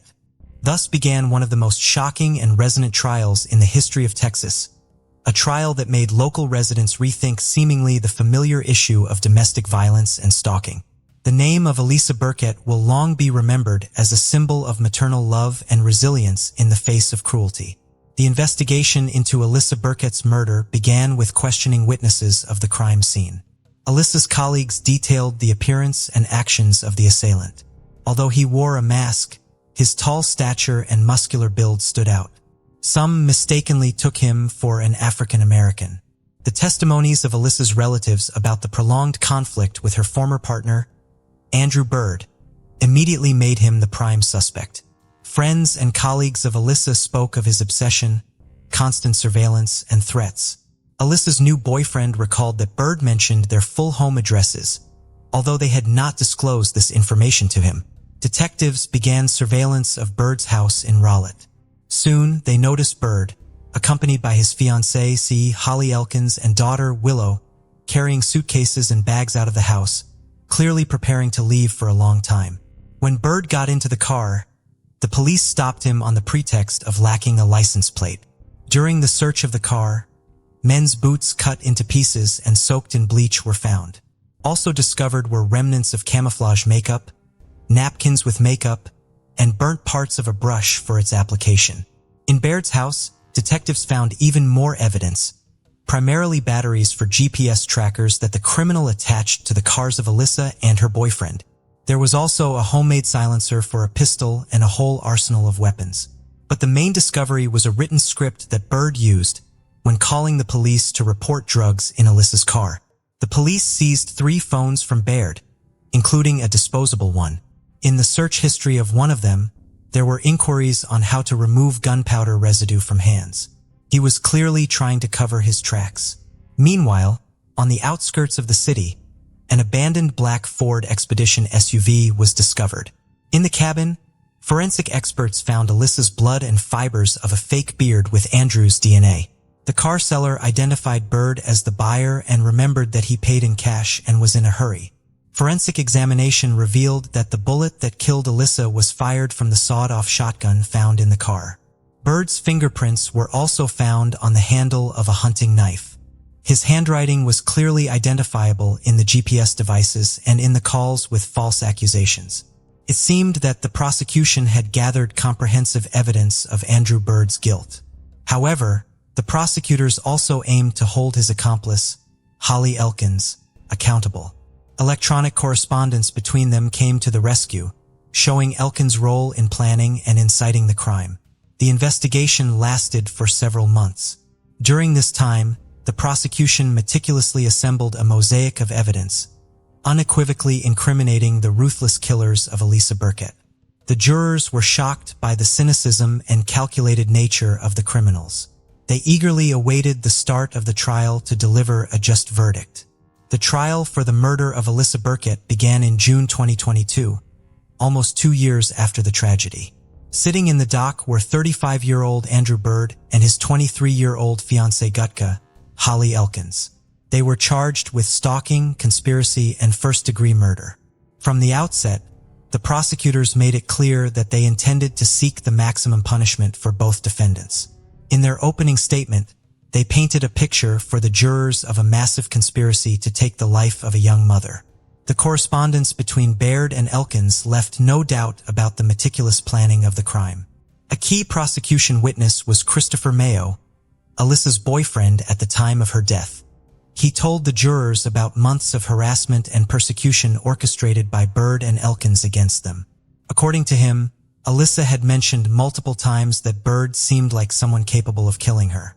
Mayo recounted the phone threats, constant surveillance, and attempts to discredit Alyssa in the eyes of social services and the police. He stated that Elkins was the public master, directing Baird's actions. Her pathological jealousy and obsession with another's child ultimately led to the tragedy. Colleagues and friends of Alyssa shared the grief of the slain mother.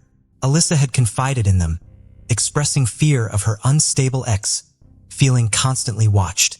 A few days before her death, she told a friend, "If something happens to me, know that Andrew did it." Forensic experts presented the jurors with a rich arsenal of physical evidence unequivocally linking Baird to the crime scene. In addition to DNA and fingerprints on the murder weapons, there were traces of gunpowder and disguised fragments in his house and car.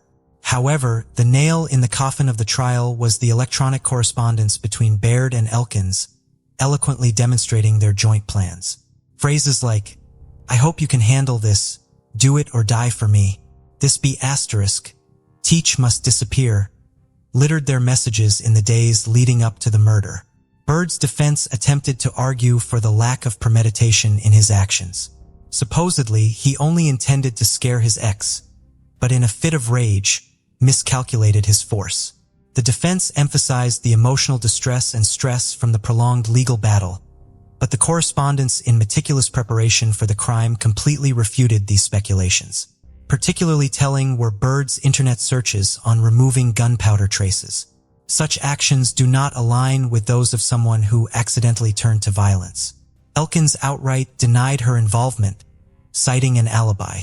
However, even here, her position was woven with white lies. Messages where she urged her partner to deal with the rival literally put a nail in the coffin of her innocence, at least in incitement. In the end, Byrd admitted guilt on the main points. Apparently, he decided to mitigate his fate, avoiding a life sentence. He detailed, albeit quite impassively, the circumstances of the murder, his preparation, and motives.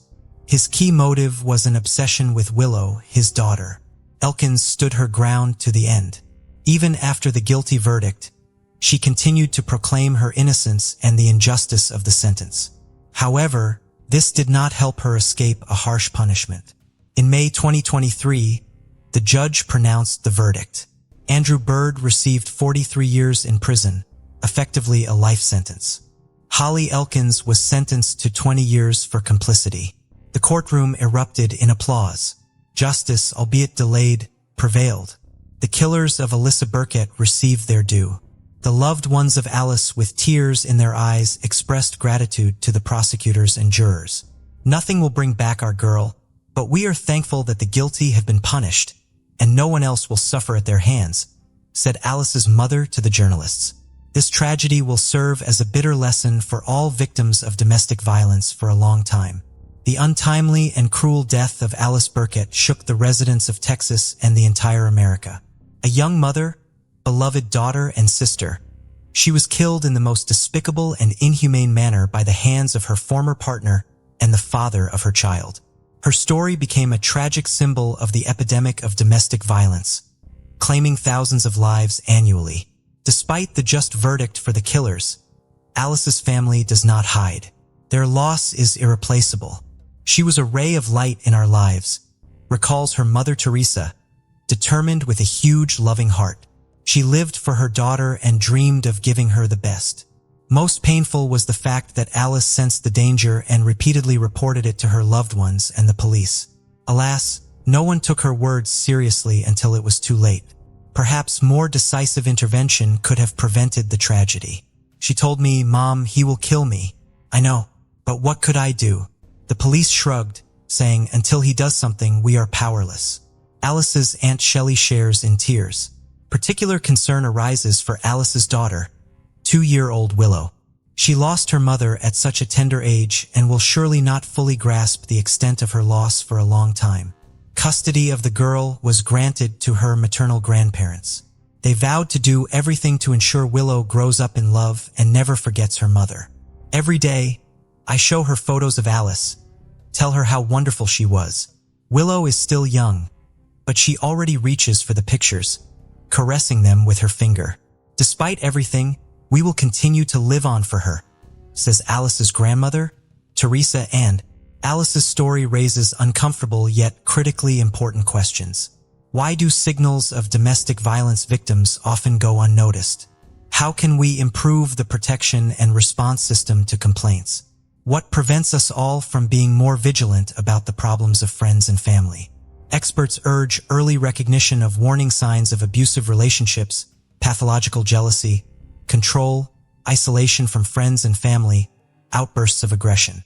Victims need to know they are not alone and can seek help at any time by contacting hotlines or crisis centers. The most important thing is not to remain silent, not to tolerate, not to consider it normal. Violence is never acceptable, and it rarely stops on its own. Alice was strong, but even the strong sometimes need help, emphasizes psychologist Anna Byers, leading a support group for abuse survivors. Alice's death should not be in vain. Her case once again shows how important it is to take threats and signs of violence seriously, especially when the well-being of children is at stake. No family drama is worth a lost life. The name of Alice Burkett will forever remain in the memory of her loved ones and fellow citizens. Her photos and posts on social media continue to gather likes, comments, and words of support even years after the tragedy. Many see in her an example of resilience and dedication to loved ones despite all trials. Rest in peace, dear Alice. You will forever remain in our hearts. We will continue your work and love Willow as you loved her. Justice has prevailed, and now you can rest peacefully. We will always remember your goodness, wilt her grandfather Russell on the first anniversary of her death. Perhaps someday in the future, Willow will be able to read these words and learn what an amazing woman her mother was, a woman who fought for her until her last breath and did not let her love fade even in the face of monstrous cruelty. Her short but bright life will forever be an example for all mothers. Alice Birkhead's story is not just another criminal chronicle. It is a tragedy of a young woman who only wanted one thing, to love and raise her daughter. But her life was cut short by those who vowed to protect her, her child's father and his new partner. Obsession, jealousy, desire for control. These were the true motives driving Andrew Bird and Holly Elkins. Neither pleas from Alice nor fear of the law nor thoughts of the well-being of little Willow stopped them. In pursuit of a sick passion, they crossed the final line. The most frightening thing is that Alice's case is just the tip of the iceberg. Hundreds of women across the country face domestic violence, harassment, and threats daily. Many are afraid to speak openly about it, considering their burden shameful. Unfortunately, the outcome of this silence can be fatal.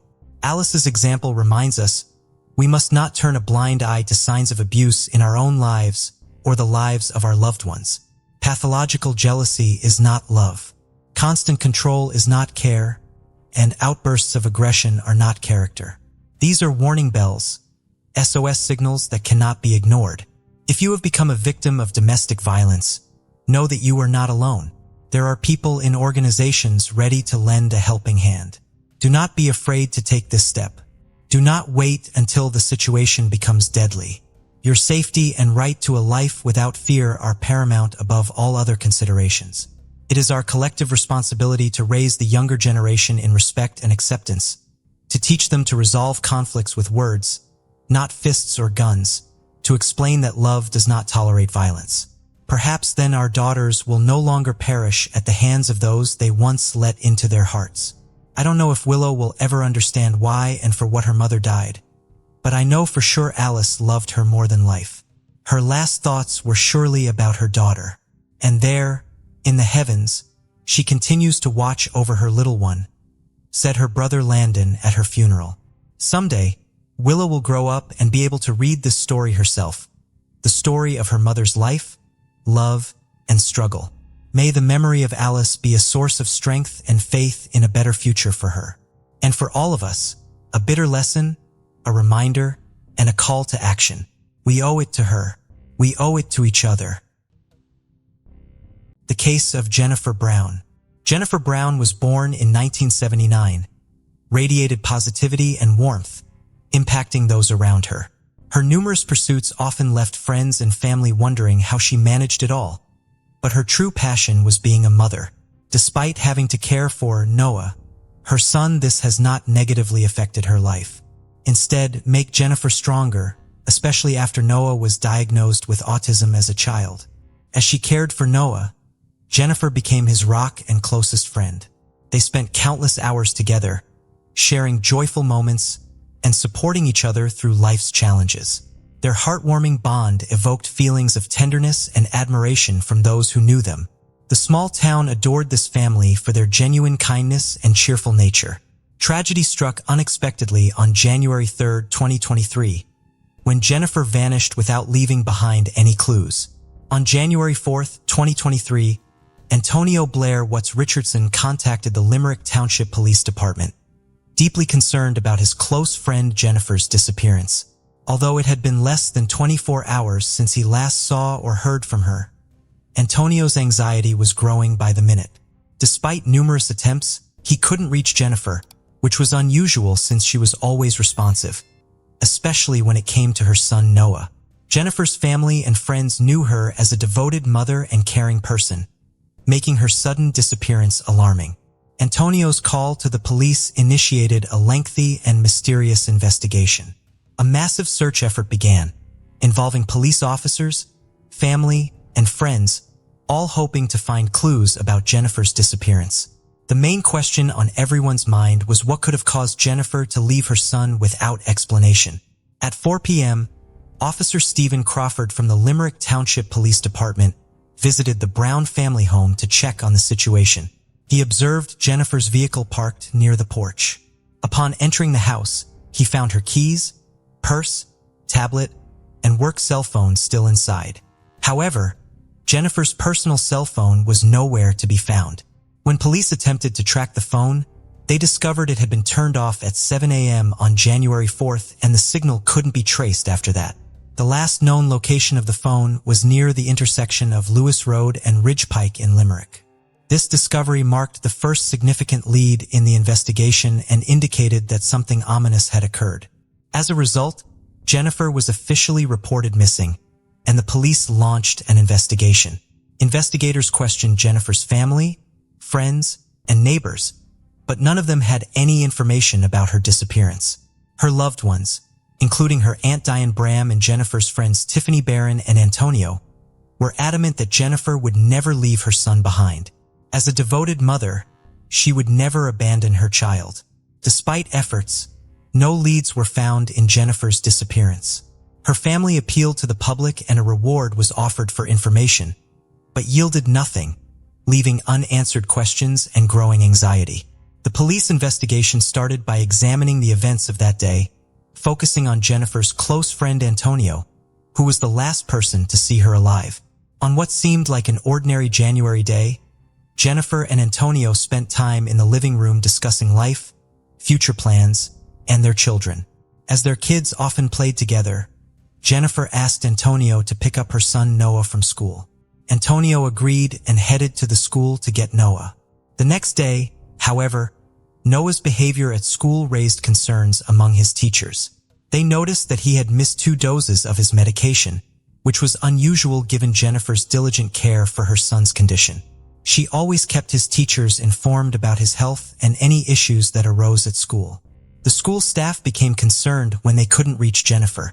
Noah told them Jennifer had gone to the grocery store but hadn't returned. She would never leave her son alone at this time. Antonio also tried to contact her but was unsuccessful. Antonio reported her missing to the police. As the investigation continued, no new information about Jennifer's whereabouts emerged. Hope for her return began to fade with each passing day. It seemed she had vanished without a trace and might never be found. However, on January 18th, 2 weeks after her disappearance was reported, 2 warehouse employees in nearby Limerick Township stumbled upon something unusual. They exited the building to grab coffee and stumbled upon what seemed to be a freshly dug hole. Upon closer inspection, they were shocked to find a woman's body buried in a shallow grave. The workers immediately notified the police, who promptly arrived at the scene. The body was identified as Jennifer Brown, who had been missing for 2 weeks. The sheriff informed Jennifer's family that her body had been found partially buried near a warehouse in Rosefort. An autopsy revealed that Jennifer's death was caused by asphyxiation, with 3 broken ribs indicating violent struggle with her killer. The investigation shifted from a missing person case to a murder case. Police re-interviewed Jennifer's family and friends, but these conversations yielded no new leads. The investigation seemed to be reaching a dead end, with no suspects in sight. However, just when detectives thought they had hit a roadblock, an unexpected lead emerged from an unforeseen source. After Jennifer's disappearance and murder were made public, the police asked anyone with relevant information to come forward. Noah's teacher responded to this request. She remembered an incident that initially seemed insignificant but raised serious concerns after Jennifer's death. The teacher reported that Noah shared an important detail about the day Jennifer disappeared. Noah told his teacher that when Antonio picked him up from the bus stop on January 3rd, he saw his mom's personal cell phone among Antonio's belongings. Noah recognized the phone because the lock screen showed his own childhood photo. This information proved crucial in the investigation into Jennifer's murder. Previously, investigators suspected that Jennifer's killer had taken her phone. Now, Antonio became the main suspect. The police started investigating the relationship between Jennifer and Antonio, uncovering surprising details. Initially, Jennifer and Antonio's friendship appeared strong and enduring. They spent a significant amount of time together, were well acquainted, and their families socialized with one another. However, once the financial dealings between them became known, one that had been concealed behind their seemingly friendly relationship. Antonio owned a restaurant called Bird's Kitchen, which had declined and closed in early 2022. Following this, Antonio sought help from Jennifer in August 2022. To support her friend, Jennifer decided to invest in Antonio's business, helping him reopen Bird's kitchen in a new location. They signed a contract that required Jennifer to provide regular financial support to sustain the restaurant, making payments approximately every 6 weeks. To rebuild Bird's kitchen, Jennifer gave Antonio approximately $36,000 from August to January. They agreed she would give him another $99,000. Antonio was supposed to find a new location, pay rent, sign a contract, and reopen the restaurant in January 2023. However, Antonio spent the money on personal needs instead of the business. As a result, the property owners canceled their agreement with him on December 26, 2022, because he failed to meet his financial obligations. This left Antonio in a difficult situation, losing both money and the opportunity to open the restaurant. The police suspected Antonio of committing a crime to save his business due to his desperate situation. Upon investigating Jennifer's iPad, they found 2 unauthorized transfers of $177,000 to Birdie's Kitchen on January 3rd. These transfers were not part of the agreement between Jennifer and Antonio, and they initially failed due to 2-factor authentication, which was later disabled. This evidence increasingly implicated Antonio in her murder. Police interviewed the owners of the property where Antonio lived, who had recently terminated his lease. Surprisingly, on January 4th, the same day Antonio reported Jennifer missing, he had met with them, claiming he had the money to sign a new lease. This led investigators to believe that Antonio was likely the killer, but they knew he would not confess easily. They needed concrete evidence to prove his guilt. To gather more information, investigators spoke with Antonio's wife, Tiara Taylor. They asked her about Antonio's whereabouts on the day Jennifer went missing. Tiara told them that Antonio had visited the Brown family at around 1 p.m. on January 3rd and didn't return home until 4:30 a.m. the next morning, when he picked up Noah from the bus stop. She also mentioned that Antonio came home briefly, then left again around 5 p.m. and didn't return until late that night. This timeline became a crucial focus point for further investigation. Further investigation found that Antonio spent the night with his mistress, Tatiana Garrett, and didn't meet her until 8 p.m. This left a 3-hour gap with no alibi. Based on evidence, detectives created a timeline of the murder. According to them, Antonio went to Jennifer's house on January 3rd around 1 p.m. and allegedly killed her while Noah was at school. Antonio then transferred funds from Jennifer's iPad to his account and left to pick up Noah from the bus stop around 4 p.m. Later, he returned to Jennifer's house, dropped off Noah, and went back to dispose of the body. He buried it in a shallow grave in a field near Roseford. Afterwards, he went to Tatiana's house and spent the night. Everything seemed carefully planned, but one mistake led the police to Antonio. The mistake was letting Noah see his mother's cell phone. The police had enough evidence to convict him but investigated further to confirm his guilt. This involved film experts and a trained dog that could detect cadaveric odors indoors. First, the dog was taken to Jennifer's home to familiarize itself with her scent. This was the same location where the crime had occurred in her kitchen. The police then led the dog to Antonio's car, where it immediately picked up the same scent. This final piece of evidence solidified the detectives' suspicions of Antonio's involvement in the murder. After months of investigation, Antonio was arrested on February 8th and charged with first-degree murder, third-degree murder, and theft. He is currently being held at the Montgomery County Correctional Facility without bail, awaiting a preliminary hearing where he will face the law for his alleged crimes. Jennifer's loved ones were devastated by her death, especially since the killer was someone they trusted. Now that the killer has been brought to justice, the case was finally closed. The boy's observation of the killer's mistake played a crucial role in uncovering the truth and bringing the perpetrator to justice. The tragic events in Lemoore Township serve as a reminder that even the most meticulously planned crimes will ultimately be solved. Cruel and inhumane acts will not go unpunished, and those responsible will face the law. 31-year-old Carly McBride disappeared under mysterious circumstances after visiting her ex-boyfriend's house. After receiving a missing person report, the police began an investigation. However, it took the authorities almost 2 years to answer the question, where did Carly disappear to? Carly was born on April 14, 1983 in the family of Steve McBride and Lorraine Williams. She was a cheerful and outgoing child with a close relationship with her parents. Growing up, Carly started experiencing more and more problems. She started abusing alcohol and illegal substances. Nevertheless, she made efforts to overcome these harmful addictions. In 2014, Carly was a 31-year-old woman that lived in Belmont, New South Wales, Australia. She was a mother of 2 children, 7-year-old son, William, and 3-year-old daughter, Cadence. Carly's children were from different men, but I couldn't find any specific information about her relationship with her former partners. However, we know that Andrew Easton, Cadence's father, was one of the last people to see Carly. In 2013, Carly checked into a rehabilitation center to overcome her addiction to illegal substances. While there, she met Sale Kenneth Newson, the friendship with whom gradually grew into something more. From August 2014, Carly and Sale started spending almost all their time together. The couple had fights sometimes, but they seemed to be happy on the surface. On September 30th, 2014, Sale took Carly to Musselbrook, where her 3-year-old daughter Cadence lived with her father, Andrew Easton. Carly came to stay with her for a few hours. She entered the house of her former partner at about 12:30 p.m.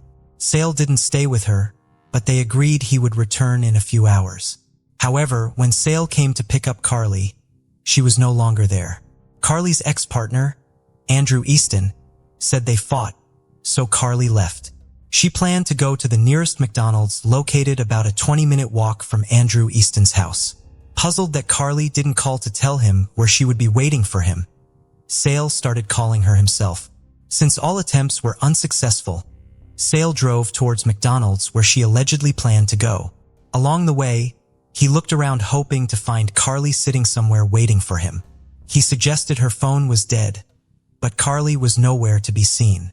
She wasn't at McDonald's where she supposedly went or anywhere near it. Sale drove around the streets of Musselbrook for a while, but it was in vain. Carly seemed to disappear into thin air. When she didn't return home to Belmont that evening, Sale contacted the police. The detectives asked him the details of what had happened. It would be exactly the same thing every time. I would drop her off. She would get out and go to the front door.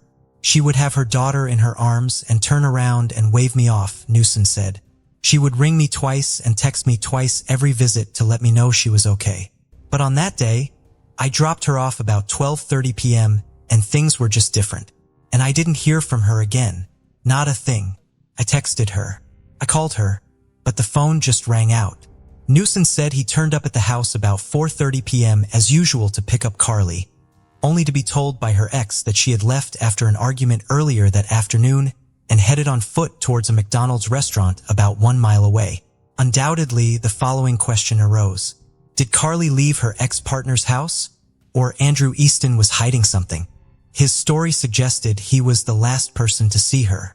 However, no other witnesses could confirm that Carly really left his house. Police interviewed neighbors and people living along the route Carly would have taken if she had gone to McDonald's.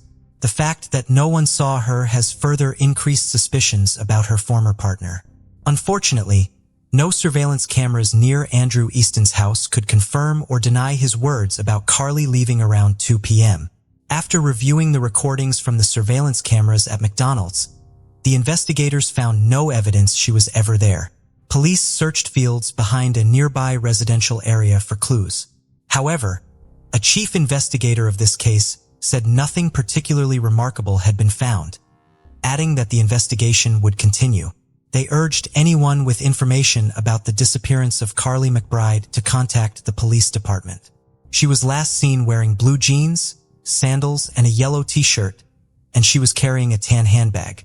After obtaining a search warrant, the police examined the house where Carly was seen last. A group of police officers went there hoping to find clues that could shed some light on what happened to the mother of 2 children. But after searching Andrew Easton's house, the police did not find new clues. Nothing there indicated that someone committed a crime in that house. However, investigators did find something suspicious. They discovered Carly's Facebook account got deleted a few hours after she vanished before the official report of her disappearance. This mysterious deletion of her account on a social network raised a lot of questions. Deletion of her account on a social network raised a lot of questions. Are the account deletion in Carly's disappearance somehow connected? Was she the one to delete her account? Or did someone else do it? Why was the account deleted? Perhaps the Facebook messages could tell about what happened, and that's why someone deleted the account. To get answers to these questions, the detectives turned to the U.S. Department of Justice, hoping the latter would help restore Carly's account and determine who could have deleted it. Facebook data analysis is done at the company's headquarters in Menlo Park, California, but Sergeant Wright said Miss McBride's Facebook friends could help New South Wales police. We're asking if anyone may have been in contact with Carly via Facebook or any other social media in the days leading up to her disappearance. If anyone noticed anything unusual, if they could come forward and let us know, he said. Given the timing of the Facebook page being shut down and in the context of the disappearance, we think it's hugely suspicious, but it's also something that could hold some vital information about what happened to Carly. Carly's parents didn't believe their daughter had just fled to start a new life. Close friend and flatmate Carly Smith said nothing appeared out of the ordinary as she spoke with Carly on the phone as she traveled to Muswell Brook. She was so down to earth. I would call her a free spirit. She was easygoing. She just loved life, Miss Smith said. She was always there for her friends. If you were having a bad day, she just knew, and she would be in contact. And she also made a plea. We all wake every day not knowing what happened, not knowing where she is, she said. You have to have a conscience. Come forward with some news. Just give us something. The police thoroughly searched the area where Carly was before her disappearance. The search included dogs, police divers examining the Hunter River and its surroundings, and aerial and trail bike patrols. And yet none of this helped to find any traces of Carly McBride. Months passed, but the investigation did not bring any results. Carly didn't leave any digital footprints. After she disappeared, she never turned on her phone. Her social media accounts were inactive, and she did not use bank cards. Investigators began to assume that Carly was no longer alive. 9 months after Carly's disappearance, her parents sought help finding their daughter. They were joined by Detective Timothy Seymour, who could contribute by requesting any information helpful to the case. Miss McBride's mother, Lorraine Williams, shed tears during the public appeal and begged for help to find her beloved daughter. If you know anything, even if it's the smallest thing, please come forward and help us, she said. Steve and Lorraine said their family experienced difficulties after Carly's disappearance. We are coping the best we can, Mr. McBride said. As far as Carly's children are concerned, it's a fairly complex area. Both children have 2 different fathers, and to be honest, we haven't had too much close contact with those children. So we're just hoping that changes so we can have further contact with them. Detective Inspector Timothy Seymour said officers had worked tirelessly since Miss McBride's disappearance. We have a plethora of information that we are sorting through. However, we are still appealing again, Inspector Seymour said. The breakthrough moment may come from somebody who might think they have an innocuous piece of information. Over time, Carly's parents started realizing that they would probably never see their daughter alive again. Lorraine wrote a heartbreaking letter addressing the man who robbed her of her daughter. I don't believe there is one person who does not now know what happened to my bub or hasn't noticed what has happened on that fateful day. Please help us for her children. They are innocent and gorgeous babies. Whoever you are, you have taken their mummy away. They are lifeline to fun times and happiness in their lives. Their tower of strength. They will never feel her soft, warm, and reassuring kisses and her big warm hugs with that big contagious belly laugh of hers and her radiant smile. Their memories are lost. They cannot say goodbye to her. Our pain, anguish, angst, and frustration are keeping us all down, causing us to wake up super vigilant that we might get a call to say they have found my bub. Whoever you are, you decided on that day to rip my daughter away from us, you bottom-feeding runt. We are left with question after question after question. We don't know how to grieve or what we are grieving. We are in a kind of grief limbo. Our little beautiful poor babies need to know where their mommy is. They are the innocent victims in this horrible nightmare we are enduring. Please someone come forward so they can move on and grow into the amazing people their mommy would have wanted them to be. We can't honor and respect Carly's life until she is found. My daughter is reeling you in, and you will be a fine catch when you least expect it. This is my only wish, that we find my bub, that we can put her to rest. It is a basic human right with the dignity and respect that she deserves. Then her babies and their beautiful but broken hearts and heads can start to heal, and they may have a life without the anguish and pain and angst. You didn't give my daughter a chance. Please give her children the knowledge they ache for. William and Cadence should not be burdened with this pain. Please help us give them some semblance of grief and loss in their journey. Carly is a proud Aboriginal woman, as is her beautiful sister, and I am proud and honored to be their mother. No one deserves this in life, but my baby is reeling you in. You are breaking while we are aching. Your truth is Carly's truth, and in turn is our truth. Please someone speak up. Since the police couldn't link Carly's disappearance to her ex-partner, Andrew Easton, they turned their attention to another potential suspect, Sale Newson. During the investigation, they learned that the relationship between Carly and Sale was far from perfect. The man was very jealous, which was a frequent cause of their fights. Despite their relatively short relationship, Newsom told everyone he was deeply in love with Carly, mentioning she was the first woman he had fallen in love with in the last 14 years. He desperately asked for any information, participated in launching a Facebook page, offered financial rewards, and knocked on every door in the area where she was last seen. But notwithstanding these public statements of love and devotion, Newsom almost immediately started intimate relationships with other women. Besides, a few hours after reporting Carly missing, he offered sexual intercourse to several women. Carly disappeared on September 30th, and on October 2nd, Sale spent the night with another woman. But in public, he behaved like an inconsolable guy who had lost the love of his life.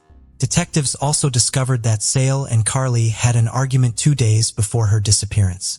The reason for this fight was Facebook messages that Carly allegedly received from other men. However, all this was only circumstantial evidence. They needed direct links to bring any charges against Sale Newson. In April 2015, the authorities searched properties at 3 addresses, one in Muswellbrook and the other 2 in Scone. Scone is a town in the Upper Hunter Shire in the Hunter region of New South Wales, Australia. The distance from Scone to Muswellbrook is about 15 miles. During the searches, they seized 3 firearms and an unspecified amount of illegal substances and arrested a 24-year-old man, James Cuneen. However, the police stressed that the charges weren't related to the ongoing investigation into Carly's disappearance, and yet they did arise during this investigation. Thus, we should keep this name in mind. Almost 2 years have passed since Carly was last seen alive.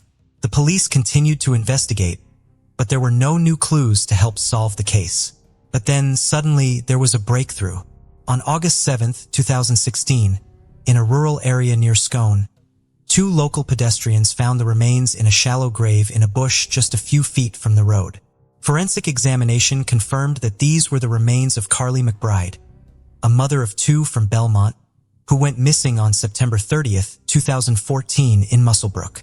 The police postponed the announcement of finding her body for 4 days, hoping to obtain additional evidence. Superintendent Guiana repeated police suspicions that they did not suspect Carly, 31, had been snatched off a street by a stranger. We don't believe that this was a random act, so we are looking into her past and as many people as we can find, he said outside Scone Police Station. But he stopped short of identifying any suspects in the case as it is all too fresh. It has taken us 2 years to get this breakthrough, and we have a fairly vast volume of fresh evidence that we need to evaluate in a thorough fashion, he said. We have put a lot of work into this in the past 2 years. The team here is pretty keen to solve this for Carly's family, and we have got so much new evidence now that it is going to take a lot of work. But we are well into it, he said. The heartbroken parents have told through tears of their desperate need for answers. Please come forward with anything, Lorraine sobbed. We still need to know who did this to my baby. The couple said they have had some closure now with her body being found and were extremely grateful for the police and public help to find their lost daughter. For 10 months, the investigators carried out extensive work, which resulted in the issued arrest warrant for Sale Newson. On June 19, 2017, he was arrested and taken to a police station. Newson denied any involvement in the death of Carly McBride. However, Sale Newson wasn't the only one who received charges. Police believed that 26-year-old James Canine was the one who helped Newson dispose of the body. Carly McBride, Sale Newson, and James Canine met in a rehabilitation center for people with addiction to alcohol and illegal substances. Each one left the center at different times and for various reasons, but they stayed in touch. The trial of Sale Newson began in August 2018 and protracted for several years because the police had only circumstantial evidence. Prosecutors alleged that Newson met with Carly after she left her ex-partner's house, struck her several blows to the head and back in a jealous rage, and threw her body away. Forensic experts have determined that Carly McBride died from multiple blunt force trauma. She suffered 23 fractures to her skull, 13 fractures to the torso, and spinal and rib fractures. The judge said Carly McBride suffered blunt force at the hands of Newson before she died. Judge Irise also noted how Newson had told interviewing police he was a skilled mixed martial arts fighter. His main sport was Thai boxing. I had 20 fights and 20 wins. I trained alongside world champions, but when I got really good, I got too old, he told police. I find the cause death was severe trauma to the brain due to a high degree of force to the deceased's head. The judge said, I am satisfied the offender caused death by the use of fists or feet or both or the use of objects. While searching Newson's house, police found the map in a shoebox under the bed. This map contained a drawn circle around the towns of Musselbrook and Scone. Carly's remains were found exactly in this radius. That map also had the numbers 1, 2, and 3 written on it in locations outside Musselbrook, with Senior Constable Mohini giving evidence that the first 2 numbers marked the location of point-to-point cameras. After the police found Carly's remains in 2016, Newson called her father, Steve. During the conversation, Newson mentioned that the found skeleton was missing hand bones, and yet the police never disclosed this information. The only people who knew about it were the police, Carly's parents, and the Department of Forensic Medicine at the John Hunter Hospital. As the authorities believed, Newsom knew about it because he was familiar with the crime scene, and he was the person who left Carly's body where they found it 2 years later.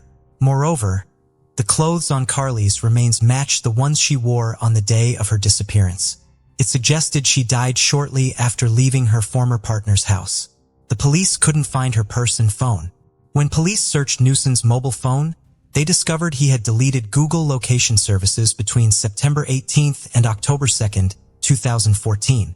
During the trial, the investigators learned that the photo of Carly, which Newson took on the way to Musselbrook and later used in missing person flyers, was edited and cropped even before the police received the report of Carly missing. When the search for Carly began, Newson offered a $20,000 reward for information about her whereabouts.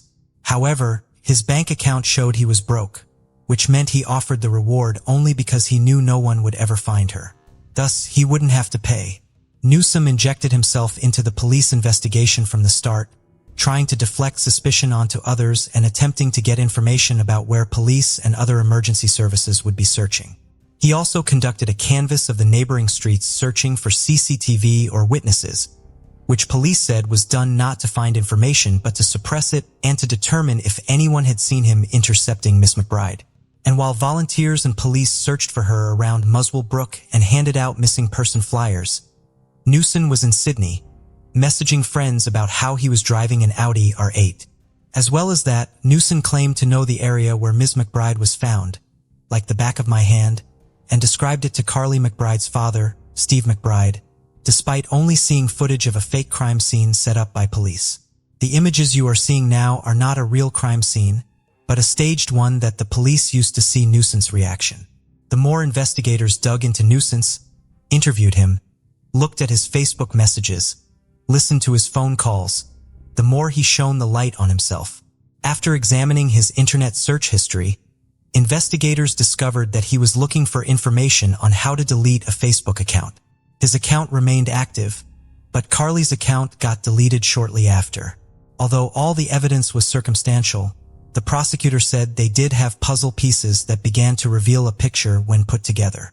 Eventually, these pieces turned into an irrefutable case, ruling out any other possible explanations for how Carly McBride disappeared and how her body was about 82 feet from the side of the road. The judge concluded that the motive for the brutal and unplanned attack on Carly was nuisance jealousy. After he picked Carly up from Musselbrook, he discovered she had spent about 90 minutes with her ex-partner instead of spending time with her daughter as was planned. Carly's daughter was not at home during that time, and the fact that she was alone with her ex-partner for an hour and a half allegedly ended with Newsom attacking Carly in a jealous rage. Miss McBride's mother, Lorraine Williams, told a sentencing hearing that she lived in a blur of grief and anxiety for 2 years as she waited for her happy, gorgeous, and outgoing daughter to come home to her 2 young children. Instead, the next time she saw Carly was in the morgue, a day she tearfully described as the worst day of my life. Carly should be here living her life with her children, her sister, her father, and me. Miss Williams said, "After today, I never want to hear, speak, or see the man who took my beautiful daughter's life ever again. He no longer has any power to hurt me, and I refuse to think of him anymore. I will miss Carly for the rest of my life every second of every day," Miss Williams said. Almost 7 years after he reported Carly missing, 43-year-old Newsom was found guilty. In December 2021, he was sentenced to 27 years in prison with parole eligibility in 2038. After the sentencing, Newsom turned to the judge to restate his innocence. "I understand the verdict's been the verdict," he said. "Your Honor, I'm innocent. From the day I reported Carly missing to this very day, I've been compliant with the police, with the courts, with the jails, everything, and I've been found guilty of a crime that I did not commit. Someone out there has committed this crime, and it wasn't me. It wasn't me. And now I've got a big struggle ahead of me to try and clear my name through the courts after this." James Cunin, who helped Newsom dispose of Carly McBride's body, denied his guilt. However, in July 2022, a jury found him guilty too. The judge said Cunin lied to police in 3 interrogations to create a false alibi for Newsom and deleted data from the phone to cover his tracks. Unfortunately, I couldn't find his picture, but it is known that when Cunin received charges in the Carly McBride case, he was already in prison for illegal weapons possession and prohibited substances.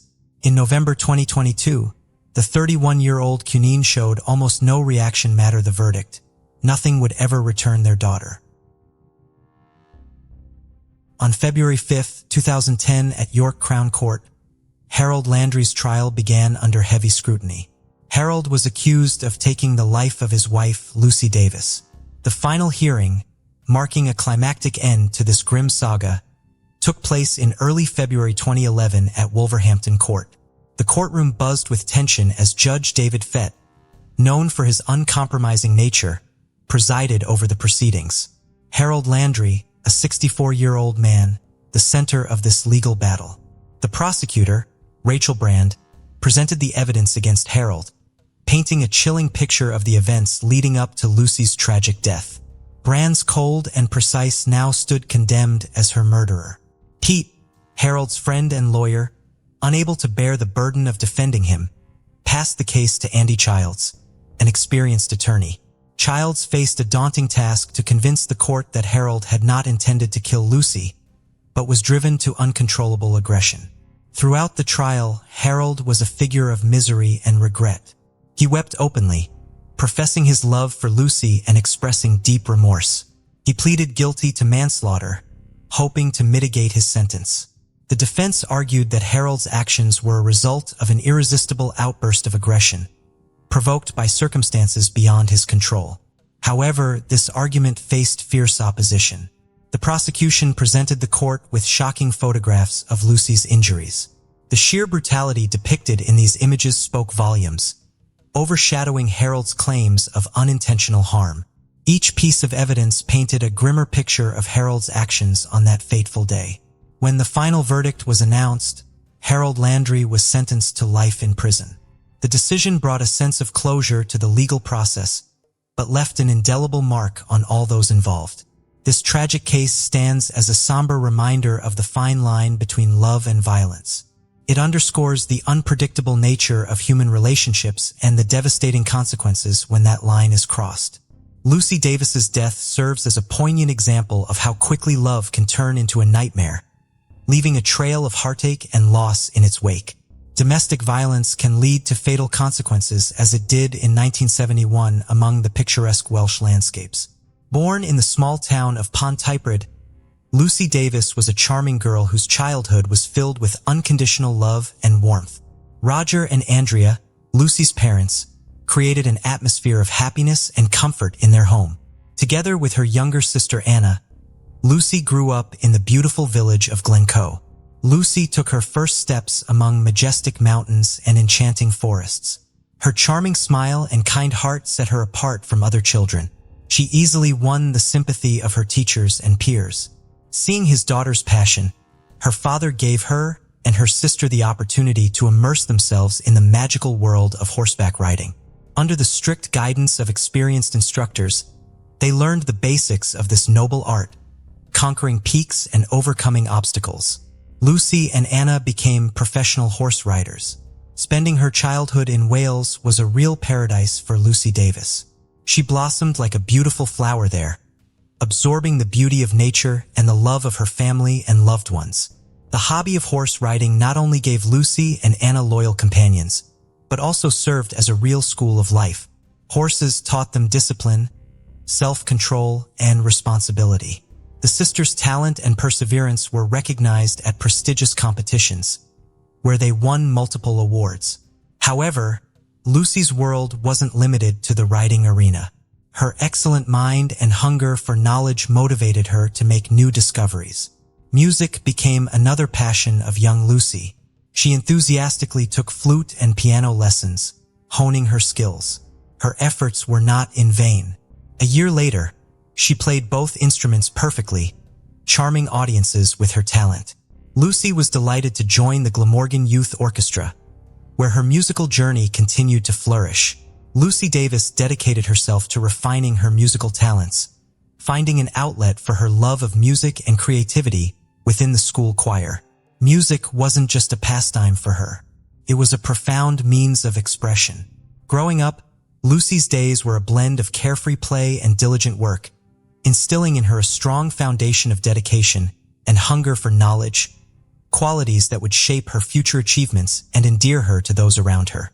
In high school, Lucy crossed paths with Garrett Jenkinson, a fellow Welshman shrouded in mystery. Despite the enigma surrounding Garrett's past, the two formed a close friendship that only deepened over time. Though Garrett harbored romantic feelings for Lucy, he chose to keep them buried deep within himself. Upon graduating in 1998, Lucy was resolute in her pursuit of a musical career and higher education. She secured admission to the University of Yorkshire in Northern England, initially envisioning herself as a future music educator. However, as her ambitions evolved, Lucy found herself drawn to the bustling artistic landscape of a metropolitan city. This newfound aspiration led her to Grimy McAllister, whose worldview and sense of humor resonated deeply with Lucy. Their relationship flourished, prompting Lucy to introduce Grimy to her parents. The initial encounter proved successful, solidifying the bond between Lucy and Grimy and setting the stage for their future together. Roger and Andre recognized him as the ideal life partner for their daughter almost instantly. After careful consideration, Lucy and Grimy made the decision to move in together, forging their own family. Sometime after the move, Lucy proposed the idea of official cohabitation, which Grimy agreed to in 1995. Even while still pursuing their studies in college, they welcomed a son into their lives, whom they named James. Lucy opted to take a break from her own pursuits to focus on caring for her son, while Grimy diligently continued his studies to provide for their family, taking up night shifts at the city's postal sorting department. Lucy into a whirlwind of challenges, but she faced them with optimism and determination. Despite her deep love for her family, the months spent at home with her child were tinged with loneliness. Rarely did she and her husband find time to be together, and his night shifts only exacerbated the situation. Seeking solace and connection, Lucy created a social media account under the pseudonym Missaria, immersing herself in a virtual community where she could share her experiences and forge new friendships. It was within this online realm that her attention was captured by a user named Harold Landry, a 53-year-old entrepreneur hailing from Louisiana. Rising from humble beginnings, Harold's fervent pursuit of independence and success from a young age propelled him to establish a thriving company manufacturing hydraulic equipment for major oil companies in the southern United States. His hard work not only brought him material wealth, but also garnered him prestige and eventually billionaire status. Conversing with Harold proved to be a revelation for Lucy. His life experiences, unwavering dedication, and boundless generosity left her captivated. However, their relationship faced its share of challenges. The disparity in their ages, social standings, and lifestyles created friction between them. Harold's life seemed extravagant and diverse, filled with eccentric hobbies and lavish acquisitions, including real estate holdings on KML. In Mexico, Harold's marital status was shrouded in mystery. He had been married twice and divorced twice, yet nothing was known about any children from these unions. However, in 1992, Harold's life took a dramatic turn when he divorced his second wife and crossed paths with Geraldine Price. Geraldine, born in 1966 and originally from Mexico, was 20 years his junior and married to Chris Price with 2 children. Despite her familial ties, Harold managed to capture the heart of this young woman. On February 6, 1994, Harold orchestrated a romantic dinner for Geraldine in New Orleans. They hired a babysitter, Christian Houghton, to tend to their children, allowing them to enjoy an evening devoid of parental responsibilities. As the night drew to a close, Harold escorted his girlfriend home. In a gesture of gratitude, he offered Christian a ride home, to which she accepted. Unbeknownst to Harold, fate had a surprise in store. Chris Price, Geraldine's husband, had been surveilling the couple. Upon witnessing their clandestine affair, Chris resolved not to let the matter slide. He pursued Harold, and when they halted at a red light, Chris unleashed a torrent of accusations. Despite Harold's composed demeanor, the situation escalated. In a fit of rage, Chris dared Harold to shoot him. Without hesitation, Harold brandished his firearm, warning Chris of the consequences.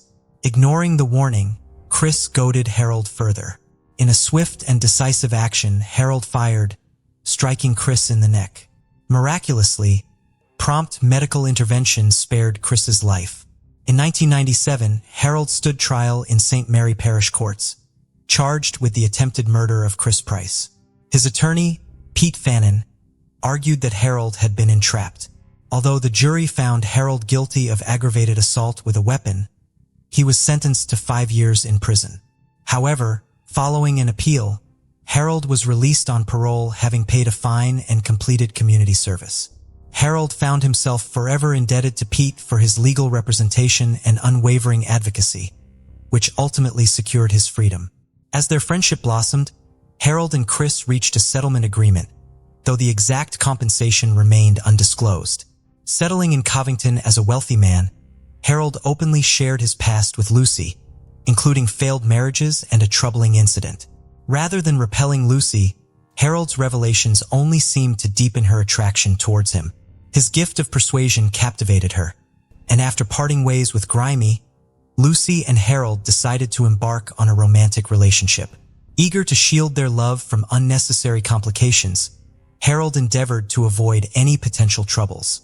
In the early 2000s, he journeyed to England to meet Lucy's parents, Roger and Andre, who, despite initial surprise at the age difference, supported their daughter's choice wholeheartedly, refraining from interference in their relationship. Expressing his devotion through lavish gifts, including expensive jewelry, Harold spared no expense in fulfilling Lucy's desires.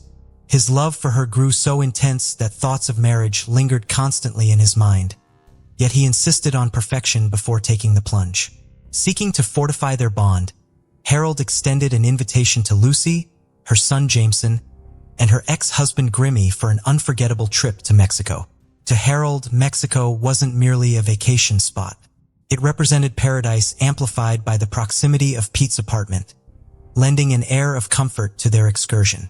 Inspired by the purchase of a diamond engagement ring, Harold excitedly shared the news with Pete, who harbored suspicions about Lucy's fidelity due to her frequent rendezvous with Grimmy. Blinded by love, Harold proposed to Lucy, and she accepted his proposal, leading to their marriage in the midst of February 2003. Acquiring $1 million home in Warshire County, their new family life in the neighborhood overflowed with joy. Welcoming Jameson into the family with open arms, Harold treated him as his own, fostering a strong familial bond. Soon after their wedding, their daughter, Hearth, was born, becoming the apple of their eyes. Surrounded by supportive neighbors like Rachel Clark and Stephen Kennedy, Lucy and Harold's familial ties deepened with each passing day. However, as time went on, issues began to arise in their relationship.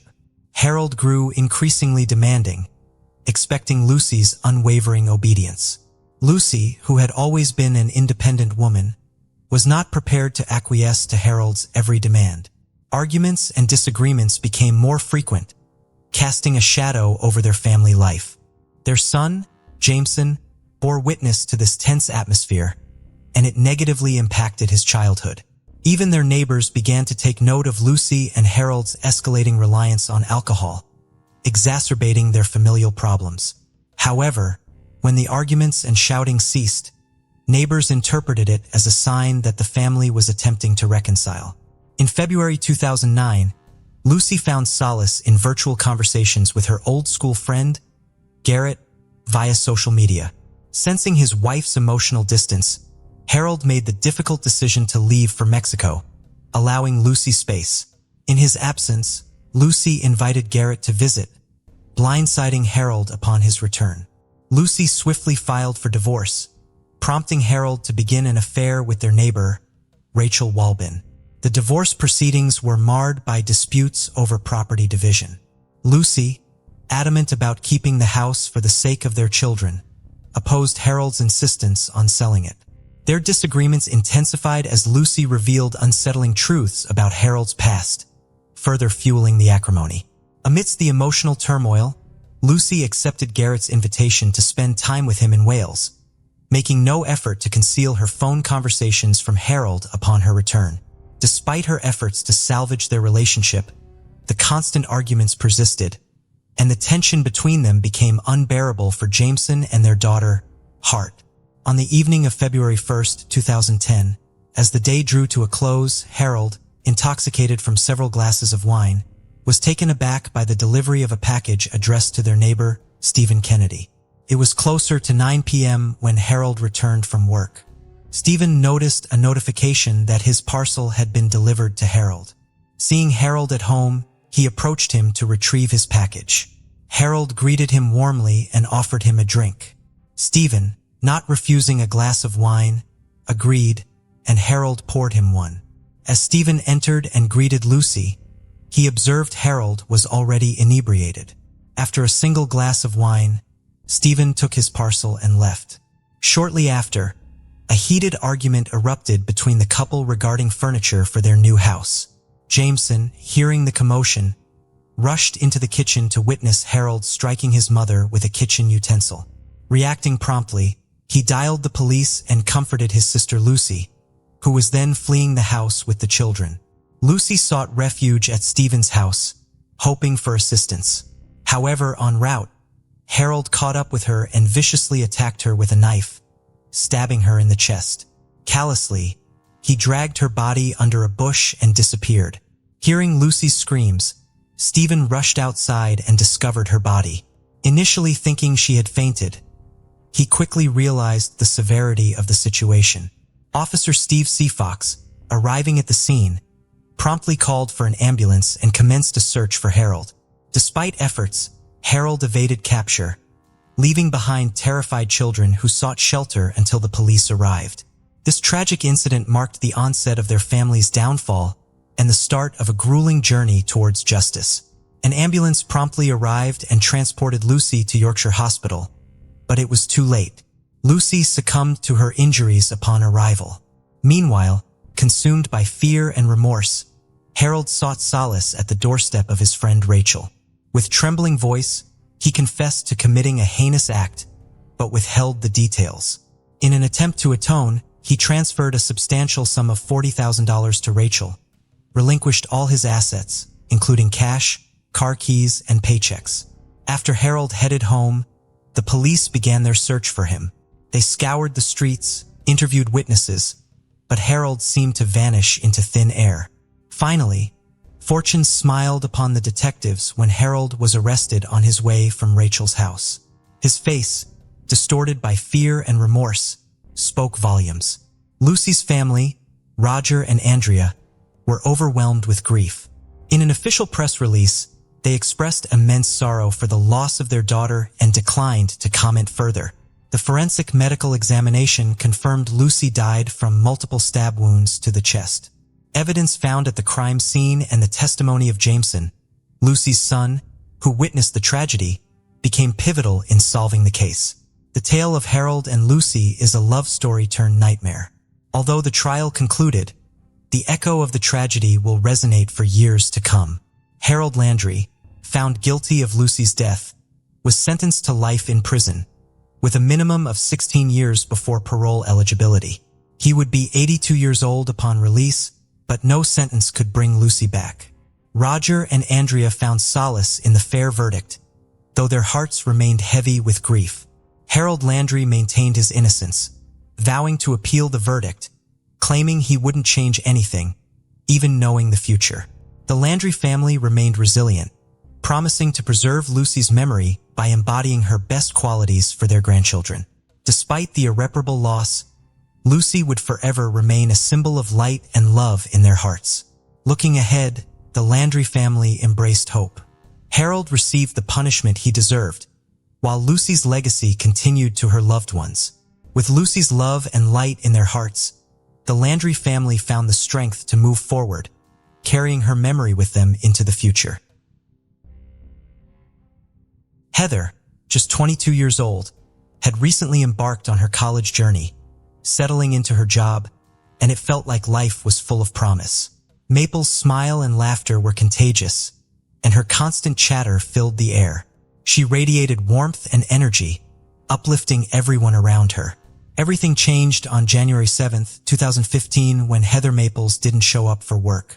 Her lifeless body was discovered in her apartment, partly unclothed. Who had the right to take Heather Maples' life? Detectives faced a challenging investigation because Heather had no enemies, and the motive behind this crime remained unclear. If not for one small detail, Heather Maples' death could have remained unsolved, and the criminal would have gone unpunished. On a typical morning at the real estate agency in Murfreesboro, Tennessee, on August 7, 2015, Kelsey Price arrived at work and began her usual tasks. Heather, her friend and colleague, was running late, which wasn't surprising to Kelsey as Heather was known for her lack of punctuality. Kelsey started calling Heather to wake her up, but received no answer. The previous night, Heather had planned to go to a bar with some friends and had asked Kelsey to come get her if she overslept or didn't answer her calls. Therefore, Kelsey wasn't concerned and went to Heather's apartment to wake her up. The girls' apartments were located in the same complex where they worked. Upon arriving, Kelsey found the front door unlocked. Easily entering inside, she saw her friend lying on the bed, sleeping on her stomach, wearing only a crop top and no underwear. Assuming Heather had a wild night, Kelsey tried to wake her up, but there was no response. She then tapped Heather's foot, attempting to rouse her from her sleep, which no one would ever interrupt again. Maple's foot was so cold that Kelsey literally jumped back in horror at the realization of what had happened. Kelsey Price, in horror, stepped out of the apartment and called 911. Soon, emergency services were on the scene. Detective Tommy Massey was one of the first to arrive at the crime scene, and the forensic team meticulously combed through the apartment. Heather was indeed partially undressed with signs of blows on her face. The hair of the poor girl was soaked in blood, which was also splattered on the walls. It was clear she had been brutally beaten, tortured, and actually assaulted. Massey and his colleague, Detective Maples, coincidentally sharing Heather's surname, recalled this crime as a horrifying nightmare. That's understandable as witnessing such a heart-wrenching scene is extremely difficult. Heather Nicole Maples was born on August 23, 1992 in Ocala, Florida. Her mother jokingly called Heather a hurricane baby. This nickname was entirely justified as many envied the energy and courage that Heather possessed. In February 2004, Jennifer Hunter gave birth to her second child. Heather welcomed a brother, Ryan, into her life with great joy. However, Ryan was later diagnosed with significant developmental delays, and the older sister of her own accord dedicated all her free time to him. She took care of him, happily spent time with him, taught him to speak, walk, and eat on his own. Heather was in the 7th grade at the time and devoted all the following years until graduation to Ryan. Showing immense love and dedication, the journey began with a call from her former classmate, Chaz, inviting her to join him in Murfreesboro, Tennessee, where he studied. According to him, it was the perfect place for Heather, with a small college town where she could get a great opportunity to prepare for college. Heather accepted, and in January 2015, the future student went to Chaz in Murfreesboro. By the way, their relationship soon turned romantic. A completely different life began for the girl. With the support of her best friend, Kelsey, Heather found a job in the office of the residential complex where they lived. Maples was balancing work with her college preparations. Her friends and family supported her. Everything seemed to be going well. But soon, her relationship with Chaz began to crumble, which led to a breakup, and Chaz moved away. At the August, she excitedly called her mother to share this wonderful news. She had been accepted to college. Her mother, filled with pride, was thrilled for Heather's achievement. However, a week later, Heather failed to show up for work, sparking concern and uncertainty. The detectives understood that considering the nature of the crime, it could have been related to Heather's personal life. At that point, most of her friends were considered suspects, and frankly speaking, there were reasons for that. Upon examining the apartment, there were no signs of forced entry, suggesting that Heather likely knew her attacker and possibly let them in herself. After a thorough investigation of the crime scene, several important pieces of evidence were discovered. Unknown DNA and a hair that did not belong to the victim. All of this was sent for analysis to identify the suspect. However, the most significant piece of evidence was a clear bloody fingerprint on the right side of Heather's bed. Detective Massey explained that if someone had deliberately dipped their finger in ink and intentionally left their mark, it wouldn't have been so clear and precise. Of course, this print was sent for analysis as well. Additionally, Heather's mobile phone was found in the apartment, but without the password, accessing its contents was impossible. This is where Kelsey came in handy. She played a crucial role, not only helping with the phone, but also deciding to inform Heather's mother of her death, believing it would be better coming from someone who loved and cared for Heather. Detective Massey hoped to get a lot of information about Heather from her friend, Kelsey Price. He wanted to know everything about the victim's personal life, especially her relationship with Chaz. Kelsey told the detective that the relationship was quite tense as Chaz had obvious anger management issues. And sometimes, he was too aggressive and cruel towards Heather, so the girl decided to end the relationship herself. Therefore, the police immediately decided to investigate Chaz, but an unexpected turn of events occurred. A young man named Michael was determined to access the crime scene despite the caution tape. He had keys to Heather's apartment. According to Michael, on the evening before her death, Heather called him and invited him for dinner, which he accepted. Immediately after dinner, Michael went home, unlike Heather, who went to a local bar with friends. But later, Heather reached out to Michael for help. As Michael recounted, Heather was in trouble. A young man named Ortavio was bothering her and was quite aggressive. Immediately after the incident, Michael offered to drive Heather home. As per his statement, it was around 2:30 in the morning on August 7th, the last time he saw Heather. Additionally, during the interrogation, Michael mentioned that Heather's front door should have been unlocked because he had her keys since she was dressed in a dress and didn't have pockets to carry them, and he simply forgot to return them after unlocking the door. Michael was very disappointed and did not seem like a liar at all, but investigators had to take his fingerprints and a DNA sample. They also contacted the bar to obtain surveillance footage, which confirmed everything Michael had said during the interrogation. Analysis confirmed that the fingerprints and DNA found at the crime scene did not match his. After Michael was cleared as a suspect, investigators turned their attention to the man who had been with Heather that night, Ortavio. With Kelsey's help in unlocking Heather's mobile phone, interest in Ortavio significantly increased. Detectives discovered that Heather had messaged Ortavio, a friend of hers, inviting him to her apartment just hours before she was found dead. But why did Heather call Ortavio to her home after Michael had saved her from him? The answer was simple. They were friends and became more persistent than usual at the bar. Heather was caught off guard. She wasn't prepared for this. Now the detectives needed to speak with Ortavio to get his side of the story. Interrogation continued. The detectives intensified their questioning of Ortavio using a tough interrogation method that not every suspect could withstand. Ortavio was shocked by what he heard. It seemed he genuinely didn't know what had happened to Heather. Following the interrogation, he willingly agreed to a DNA test, confident that it would clear his name. The results proved him right, as the DNA found at the crime scene did not match his, leading to his exclusion as a suspect. Without any leads, the detectives worked practically around the clock, reviewing surveillance footage, scrutinizing every detail provided by witnesses. On the 9th day of the investigation, as Detective Massey was preparing to leave the office late at night, he received a crucial call from one of the directors of the forensic laboratory.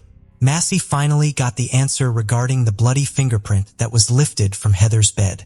It belonged to a young man named Brandon Bowling, whose fingerprints were on file due to his employment at a company where he previously worked.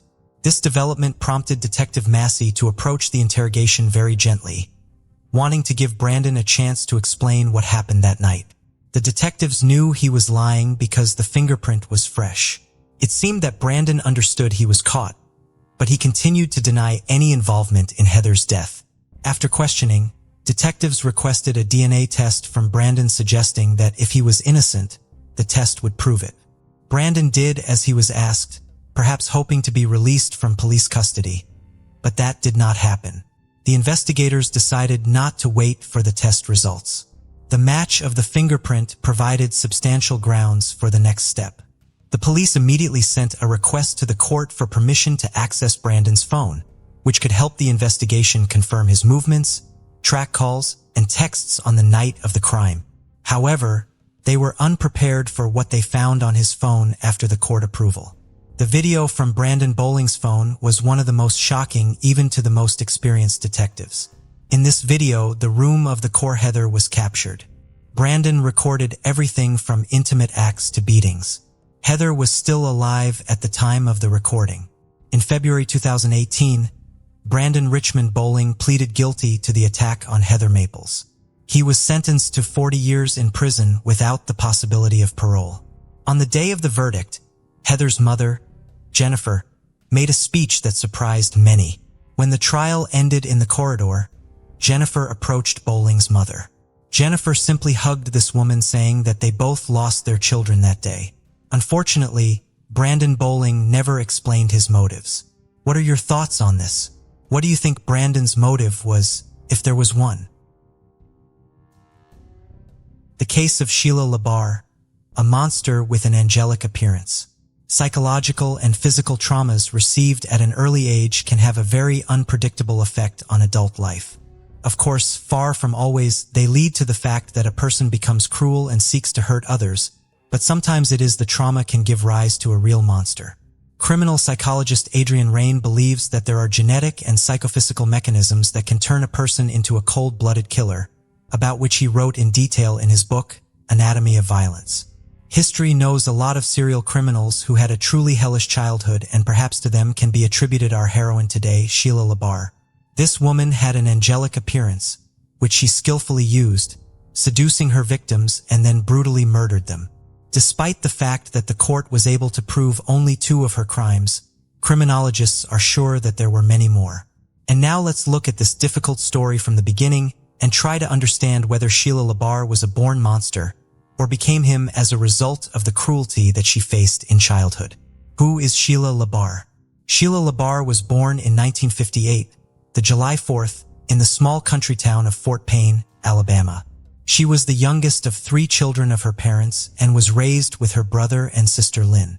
Her childhood was spent in a picturesque but rather secluded place on a farm nestled among cornfields. According to the memories of Lynn's older sibling, Sheila was an active, inquisitive, and open-minded girl with a creative streak. She liked to be in the center of attention, had a good voice and cute appearance.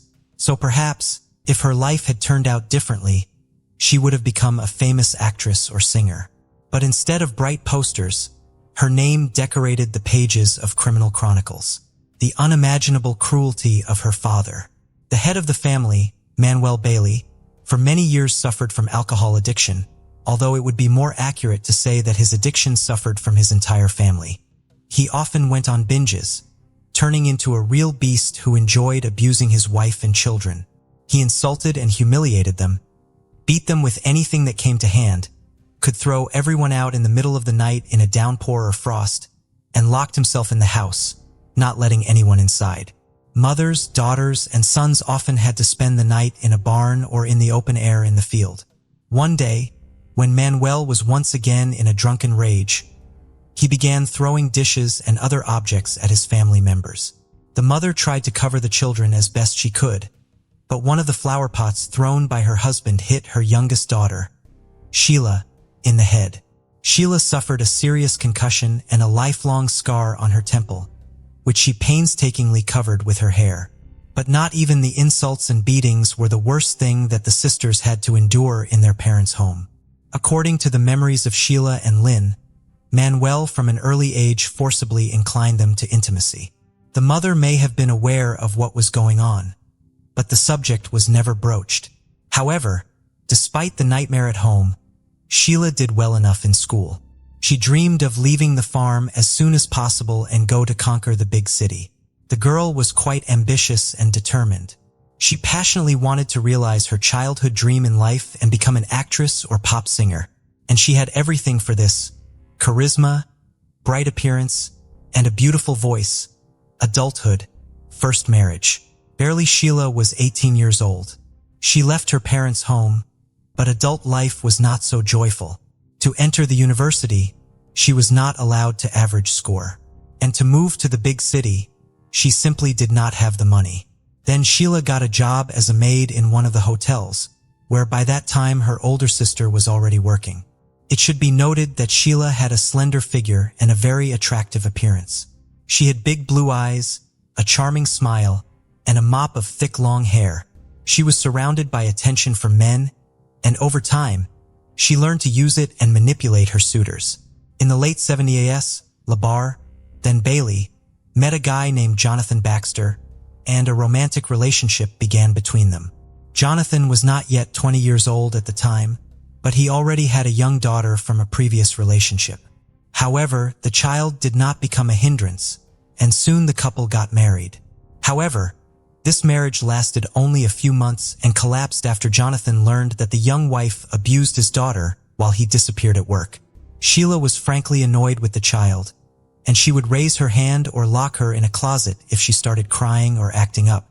Jonathan did not organize scandals and listen to explanations. He just filed for divorce and put his wife with his belongings outside his house. He never wanted to see or hear from her again. After the divorce, Sheila dated various men and mostly lived off them. But all these relationships were fleeting and lasted from a few weeks to a couple of months until in the early 80s she met her future second husband, Ronnie Jennings. The tumultuous romance soon led to marriage, and Sheila took on a double last name, Bailey Jennings. It was an unhealthy relationship between two irascible and unstable people who regularly cheated on each other, scandalized, and even fought. Still, their marriage lasted more than 3 years. In 1984, after another family quarrel, Sheila demanded a divorce from her husband, but he refused her. In fact, Ronnie did not hold on to the relationship at all. He just wanted to piss off his wife and make her mad. And he succeeded. Sheila became hysterical, took a large number of drugs in front of her husband, drinking strong alcohol, and after this infernal cocktail, sat behind the wheel of the car and rushed down the road.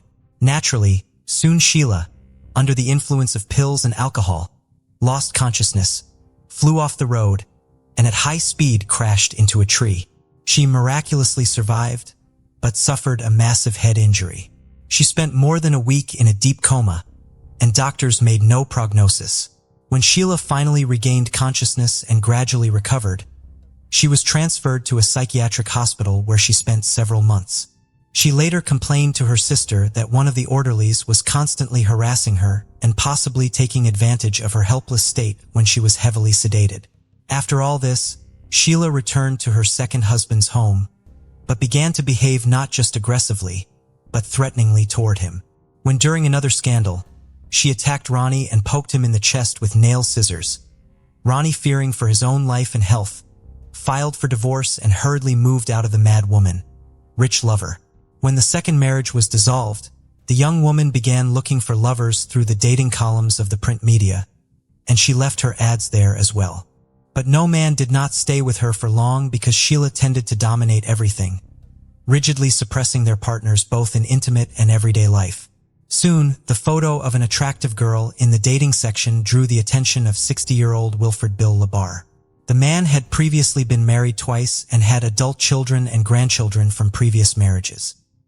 He was widowed a few years ago and had been living alone on his large country ranch ever since. Bill was a fairly wealthy man. He had a chiropractic office in Epping, New Hampshire, and on the ranch he raised horses. At the same time, he was very lonely and needed a strong, powerful woman. In fact, that's exactly what he found. Sheila was attracted by the wealth of her new acquaintance, and she decided that it would be an ideal union for her. And to make Bill completely lost his head, she began to send him a postal mail frank letters, supplementing them with her nude photos. The trap worked, and soon Labar invited a charming pen pal to visit his ranch. Their romance developed rapidly. An elderly man is not stingy on expensive gifts for a young mistress, and in the summer of 1987, she moved to live with him. This has incredibly flattered the doctor, who now went out in public with a beautiful companion who was half his age and was fit for him as a daughter. Nevertheless, he did not plan to marry Sheila.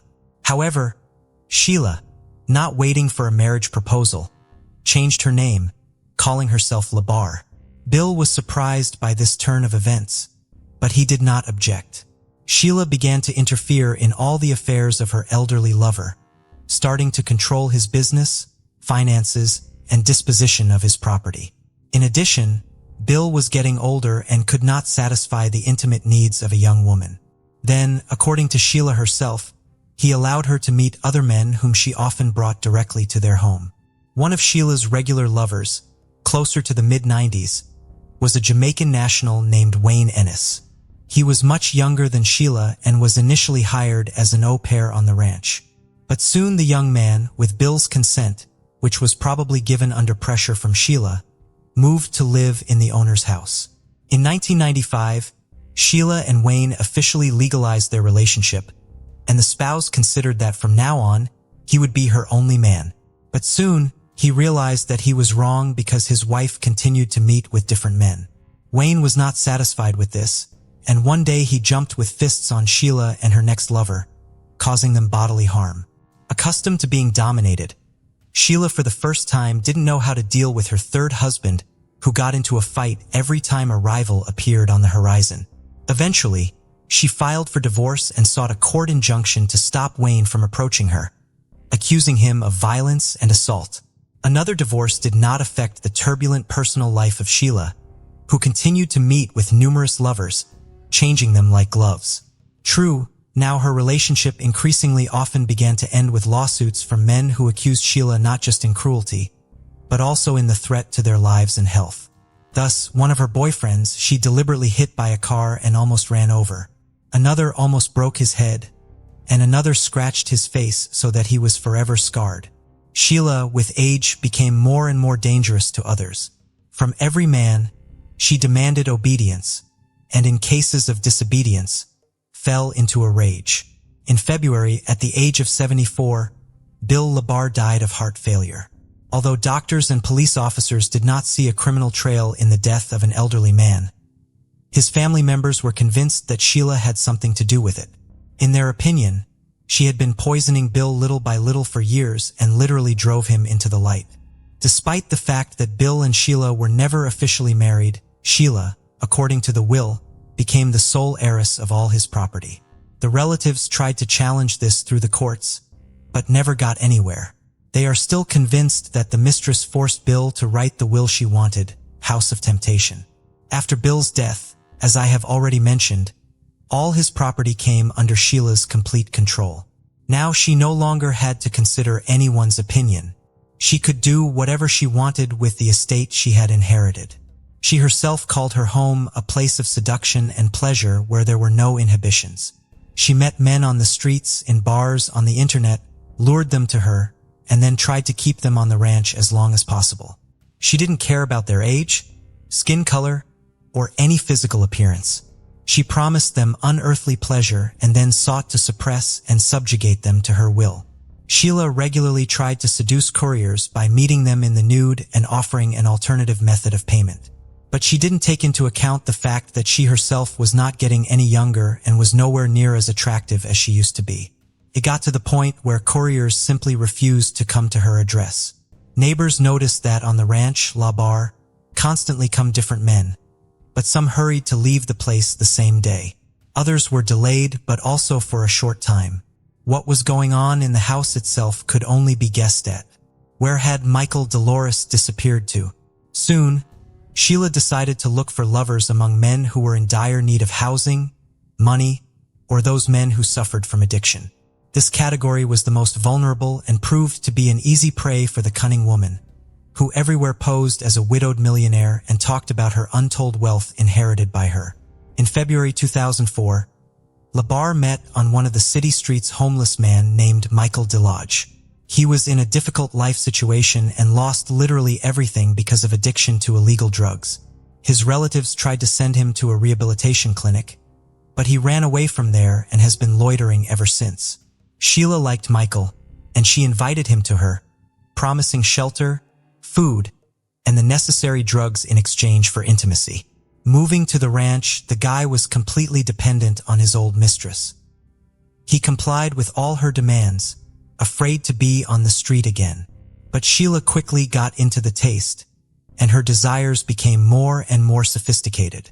She bound, beat, and humiliated Michael, taking pleasure in it. He tried to escape several times, walking dozens of miles and hiding in homeless shelters, but he never decided to go to the police for fear they wouldn't believe him. Meanwhile, Sheila found him each time and brought him back to the ranch. In desperation, he tried to contact his family members and let them know he was in trouble. His loved ones immediately responded to this disturbing news, but it was too late. In October 2005, Michael Delage disappeared without a trace.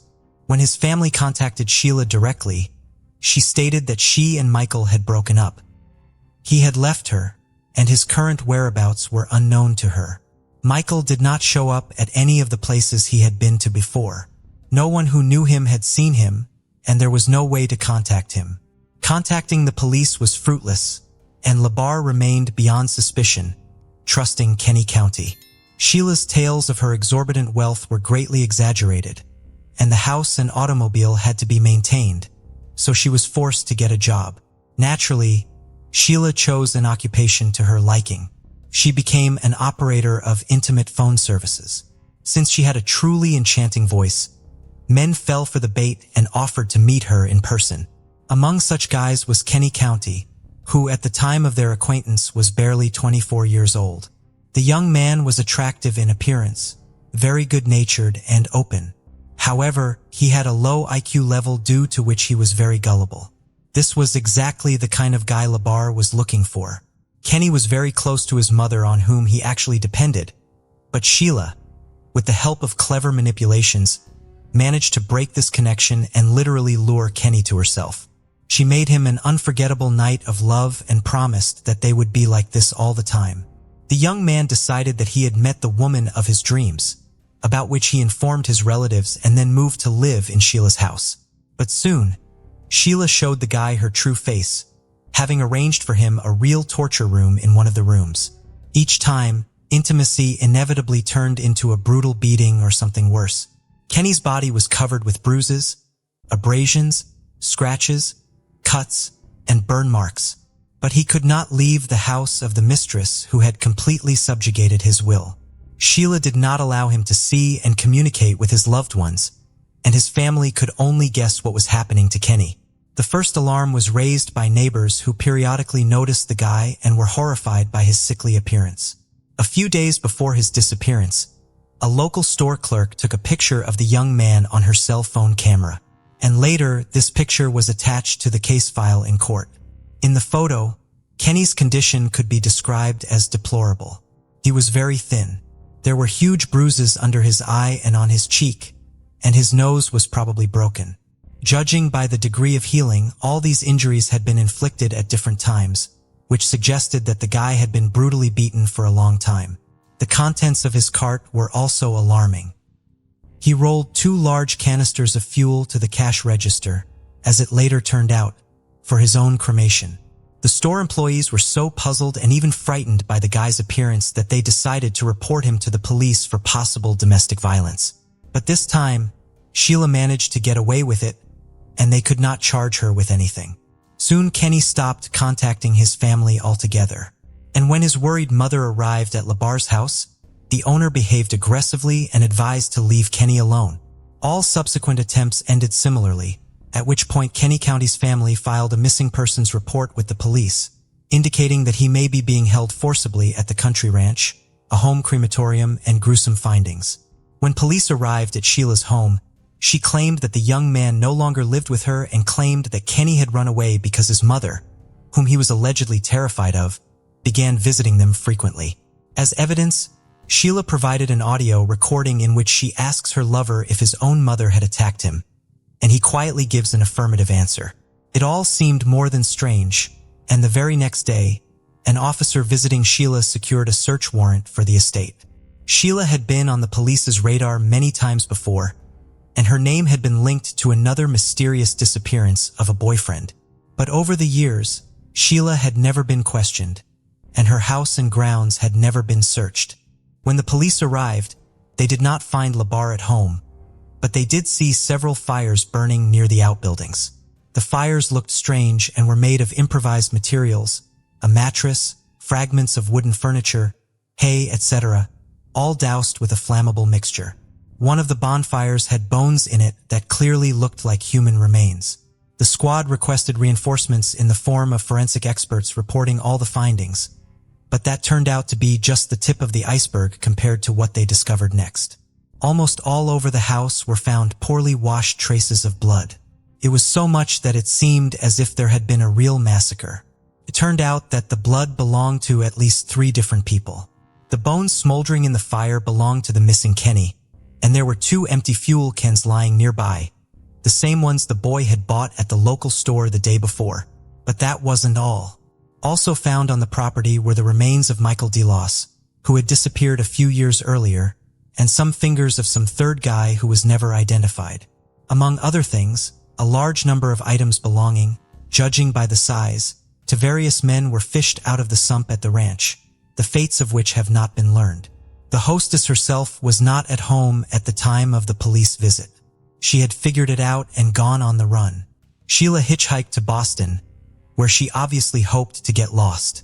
Moreover, on the way, she seduced one of the drivers who gave her a ride, and he trustingly invited her to live in his house.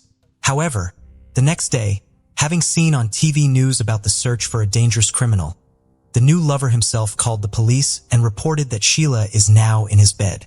It was there that she was arrested.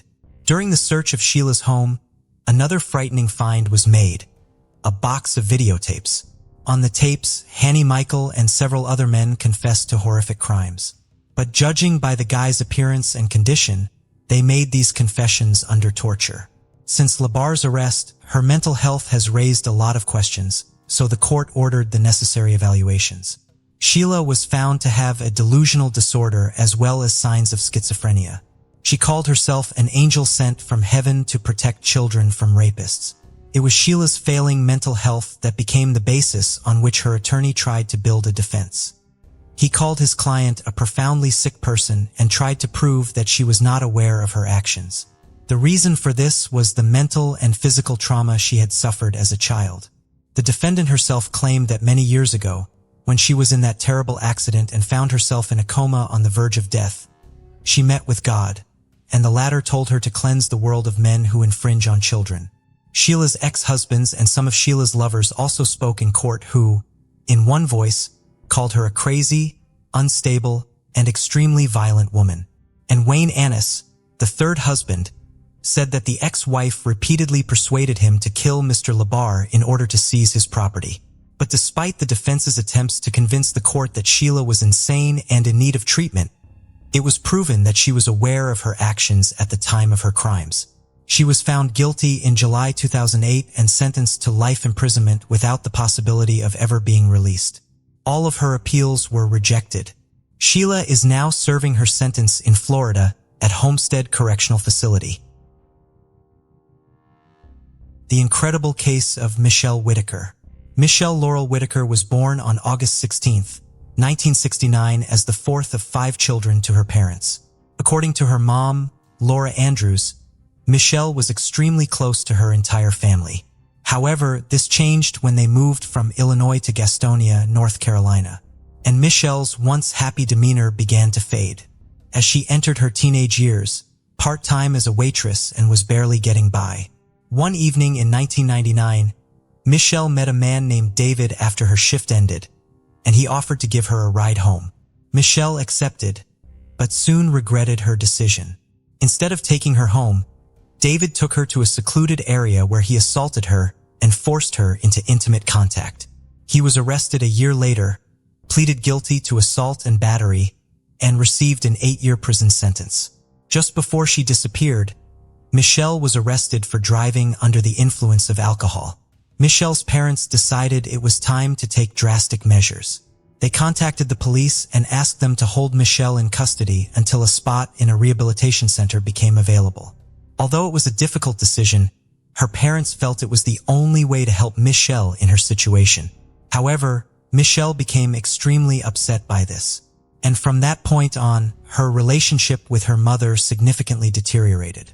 Unfortunately, Michelle was mistakenly released from jail without receiving the court-ordered treatment for her substance and alcohol abuse.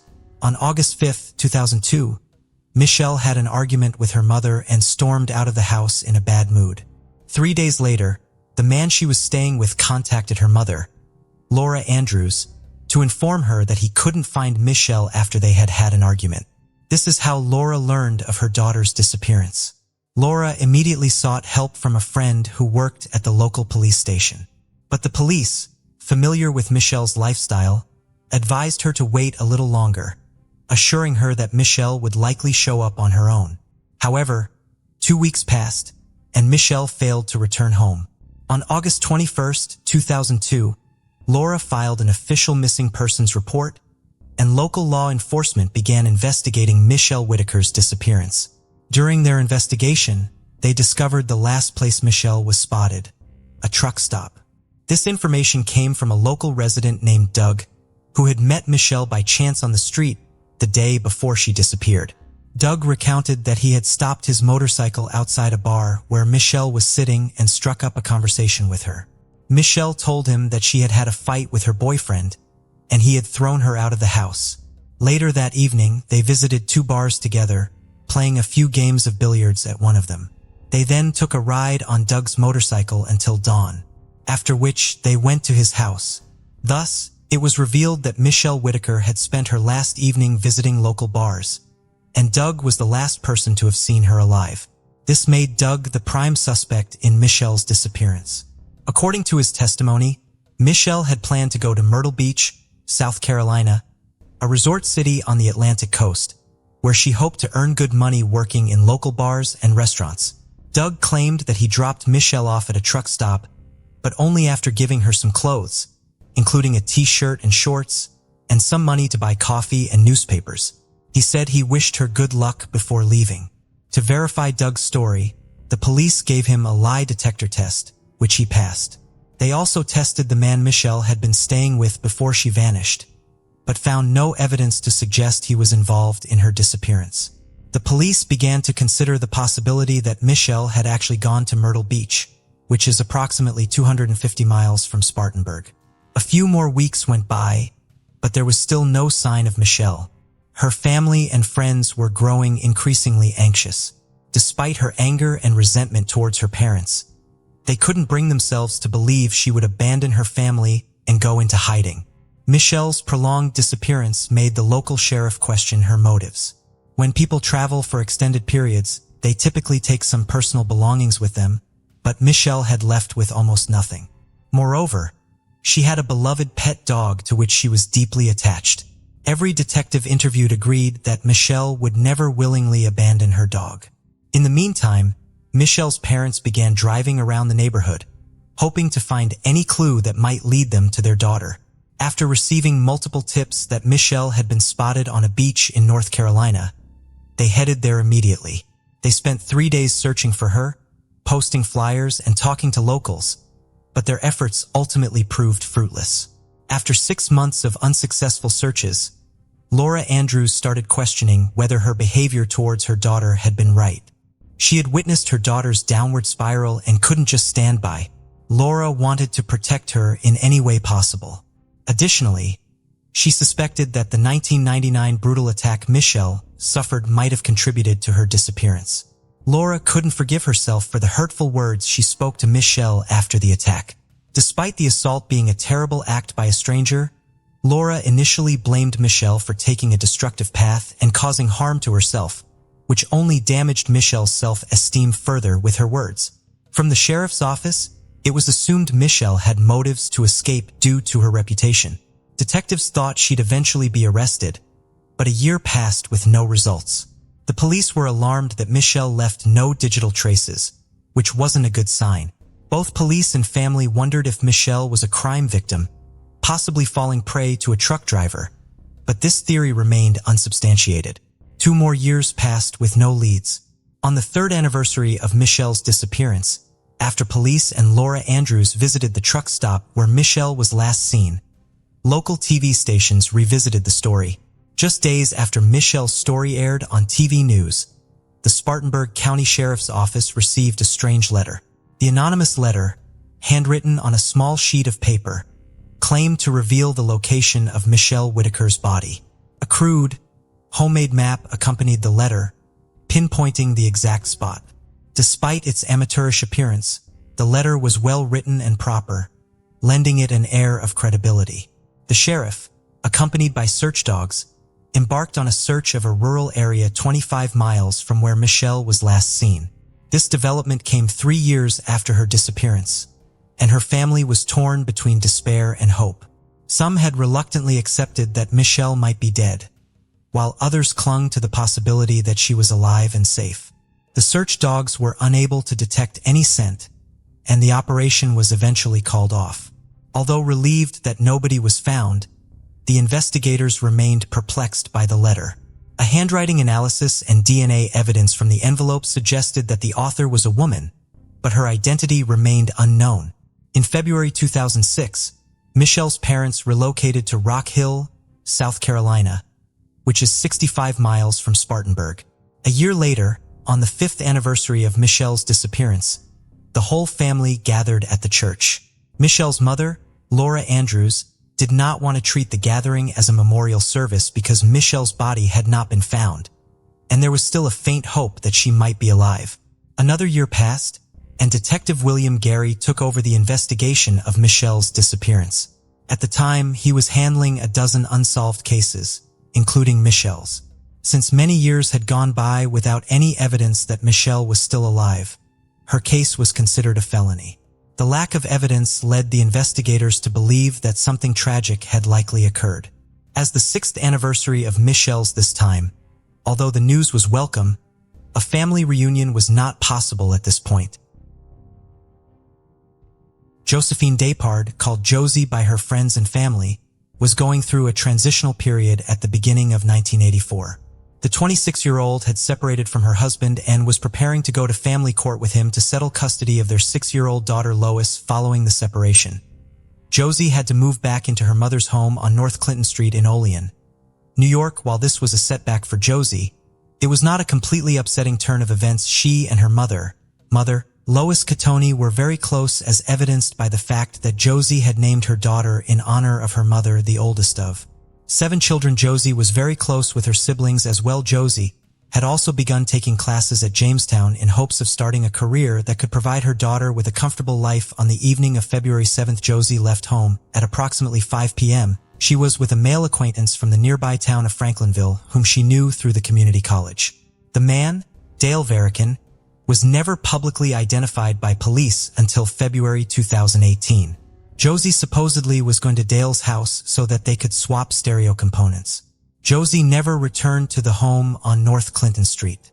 According to Dale, he and Josie had changed their plans, not going back to his house, but instead to the nearby Olean Center Mall. The two got coffee, and Josie ran into some friends. He claimed that Josie left with these friends, and the last time he saw her was at approximately 6 p.m. Dale was obviously heavily scrutinized by police assigned to Josie's case. None of Josie's known friends or acquaintances came forward identifying themselves as the people Josie went off with, and no witnesses placed Josie or Dale at the Olean Mall. There have been rumors of witness statements placing Josie at a Perkins restaurant later on the night of February 7th with a group of unidentified men, but police have never been able to substantiate these claims. As far as investigators have been able to ascertain, Dale was the last person to see Josie before she vanished. Dale's behavior immediately after Josie's disappearance did not do anything to quash suspicions about him. Right after Josie went missing, he reportedly tried to flee the country. He was stopped at the Canadian border and charged with a parole violation and marijuana possession. He was then sent back to the United States. Dale committed suicide a few months later, in October of 1984. Dale's suicide was a setback in the investigation into Josie's disappearance. While they had no proof that he had harmed Josie, both his behavior at the time of her disappearance and his background made him a person of interest to police. In 1981, Dale had been sentenced to 2 to 6 years in prison for 2 sexual assaults that took place in 1979. One of the victims was just 14 years old. Erican received credit towards his sentence for the 6 months he had spent in the county jail while the charges were pending. The remainder of the time he had been in custody had been spent in a mental health facility following a suicide attempt in his cell, and that time was not eligible to be used as time served. Despite these mental health issues, a psychiatrist who evaluated Dale testified at the 1981 trial that he had been able to distinguish between right and wrong at the time of the attack on the 14-year-old. It has been speculated that Dale's history of mental health problems was the reason police did not release his identity until February 2018. While police remain skeptical about Dale's claims of innocence, he is not an official suspect in Josie's disappearance, and he was never charged with any crimes in relation to it. With a major avenue of inquiry cut off so soon into the investigation, Josie's case had few leads to follow. Her case remained active, but police never came closer to solving the mystery in the intervening years. That all changed in February 2018. On February 7, 2018, the 34th anniversary of Josie's disappearance, an anonymous letter arrived at the Ollie M Police Department. The letter, addressed to Captain Robert Blavsky and retired officers who had worked Josie's case, has never been released to the public out of concern that doing so may jeopardize the investigation. Captain Blavsky has stated that the letter contained some information that he already knew as well as some information that he had speculated but never been able to verify. In an attempt to get the writer of the letter to come forward, the Olean Police Department posted an appeal on their official Facebook page and received cooperation from local media. Captain Blavsky has stated that while they would like to speak with the letter writer, that person is not in any trouble. The letter does not implicate the writer of the letter in Josie's disappearance. Blavsky also told the local television station that the information in the letter has investigators looking for 3 other individuals. Although he could not identify them, Josie's brother, Dominic Catoni, has also publicly expressed hope that the person who sent the letter would speak with police further. According to the Ollie and police, 8 or 9 people came forward with information about Josie's case as a result of the publicity garnered by the letter. As of August 2018, the identity of the letter's author remains a mystery. Josie's family is aware that after 34 years, it is most likely that she is no longer alive. They would, however, like to locate her body so that they can give her a proper funeral and bury her next to her beloved mother. Josie's ex-husband, who was in California at the time of her disappearance and therefore never a suspect in the case, eventually remarried. Josie's daughter Lois was legally adopted by Josie's sister Eileen Payne and her husband Dana a few years after Josie went missing. Lois, now Lois Payne, grew up in Strongsville, Ohio with the 3 brothers she gained upon being adopted.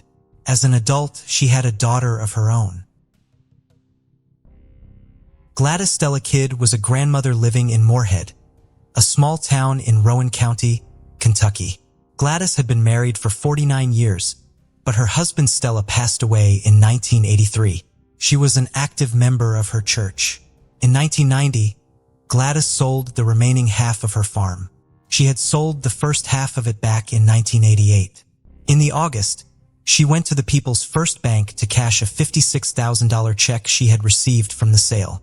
Despite warnings from the bank staff, she insisted on taking the full amount in cash. After August 6, 1990, Gladys Stella Kidd was never seen again. The only things found to be missing from Miss Kidd's home were the cash, a filing cabinet, and some clothes. She parked her car in town and left it there with the keys inside. 17 days after Miss Kidd was last seen, a letter postmarked in Lexington, Kentucky arrived at her son's home. The letter instructed her family not to look for her and said that she would leave again if they found her and forced her to return home. While this letter seems to indicate that Miss Kidd disappeared voluntarily, it has not been determined that she wrote it willingly. Miss Kidd's family believes that she was the victim of foul play and that she had been forced by her killer to write the letter. The note was her killer's way of preventing an investigation into her disappearance and protecting himself from being caught. The family's concern stemmed largely from a mysterious boyfriend who had been a part of Miss Kidd's life for the last few years prior to her disappearance. A few years after her husband's passing, Miss Kidd began corresponding on the phone and going on secret dates with a man that she refused to identify to anyone in her life. When calling Miss Kidd at home, this man would hang up the phone if anyone besides her picked up. Despite multiple family members pressing her for details on this man, Miss Kidd would always refuse to reveal his identity. All she would ever say was that he was a man known to the family and that they would be surprised when they did find out who he was. The secrecy around this relationship caused many people close to Miss Kidd to warn her to end it. According to a letter to the editor in the Moorhead News written by Miss Kidd's granddaughter, Sandra Nathanson, her family believed this man to be a predator. She further implied that this boyfriend was the reason that the proceeds Miss Kidd earned from selling the first half of a family farm in 1988 mysteriously vanished. If this boyfriend had been using Miss Kidd for money, he would have had no use for her after receiving the proceeds from the sale of the second half of their family farm. Having taken all of Miss Kidd's assets, this individual could have seen her as a liability once she realized her boyfriend's interest in her was purely financial. Miss Kidd would no longer be willing to conceal his identity. She therefore may have fallen victim to foul play to protect both her boyfriend's ill-gotten financial gains and his reputation in the community. The family's belief that Miss Kidd met with foul play is supported by the fact that after she disappeared, she stopped collecting her Social Security checks and her driver's license was never renewed. Furthermore, her car was left in Moorhead. If she left town, someone else would have had to drive her. As no one else went missing from the area at the time, she clearly did not run off with her boyfriend to start a new life together. As of February 2018, Miss Kidd would be 99 years old. Even if she did not meet with foul play at the time of her disappearance, it is unlikely that she would still be alive today. As her family does believe she was murdered in 1990, they are still searching for answers so that the person who took her from them can be brought to justice. They had her name engraved on her husband's tombstone in the Crick Cemetery in Moorhead in hopes that one day she can be laid to rest next to him. Jalek Rainwalker's life was an uphill battle from the very beginning. Born addicted to crack cocaine on the floor of his biological grandmother's Albany, New York kitchen in August of 1995, he was also diagnosed with fetal alcohol syndrome shortly thereafter. As a result, he was removed from his biological mother and placed into foster care 2 days after his birth. Jalek spent the first several years of his life going from foster home to foster after living in 5 different homes. He was lucky enough to eventually be placed with Jody and Larry Shohan at age 3. The couple cared for Jalek for 4 years and had plans for adopting him. However, Jalek's difficult beginnings would derail this bright future. Jalek had been diagnosed with reactive attachment disorder, a condition that can develop in children whose emotional and physical needs were not met early on in their development. The condition can have a wide range of psychological and emotional symptoms. Broadly speaking, children with this disorder cannot properly accept affection once they are finally given it. They have trouble asking for help, are severely withdrawn, and respond to affection and interaction in inappropriate ways. In addition to his R.E.D., Jalek's fetal alcohol syndrome may have contributed to his behavioral problems. FAS, which is caused when a child's mother consumes alcohol during her pregnancy, can result in a broad range of physical and psychological complications. Children with this syndrome often have learning disabilities, poor reasoning and judgment skills, and hyperactive behavior. Any of these effects could complicate management of his R.A.D. The Shohans have described Jalek as a loving and bright child who loved to read. Unfortunately, his psychological conditions did make caring for him difficult. When he became frustrated, Jalek was prone to violent episodes, where he was essentially unmanageable for up to an hour. The Shohans spent 4 years helping Jalek try to live a normal life. However, when Jalek was 7, he attacked the Shohans' biological daughter. At that point, Jody and Larry decided that they were not equipped to manage Jalek's condition after all and decided not to continue with their plans to adopt him. After leaving the Shohan home, Jalek was sent to live with Jocelyn McDonald and Stephen Kerr, a married couple with 4 biological children and another foster child with special needs. 18 months later, the couple adopted Jalek, along with his foster sister.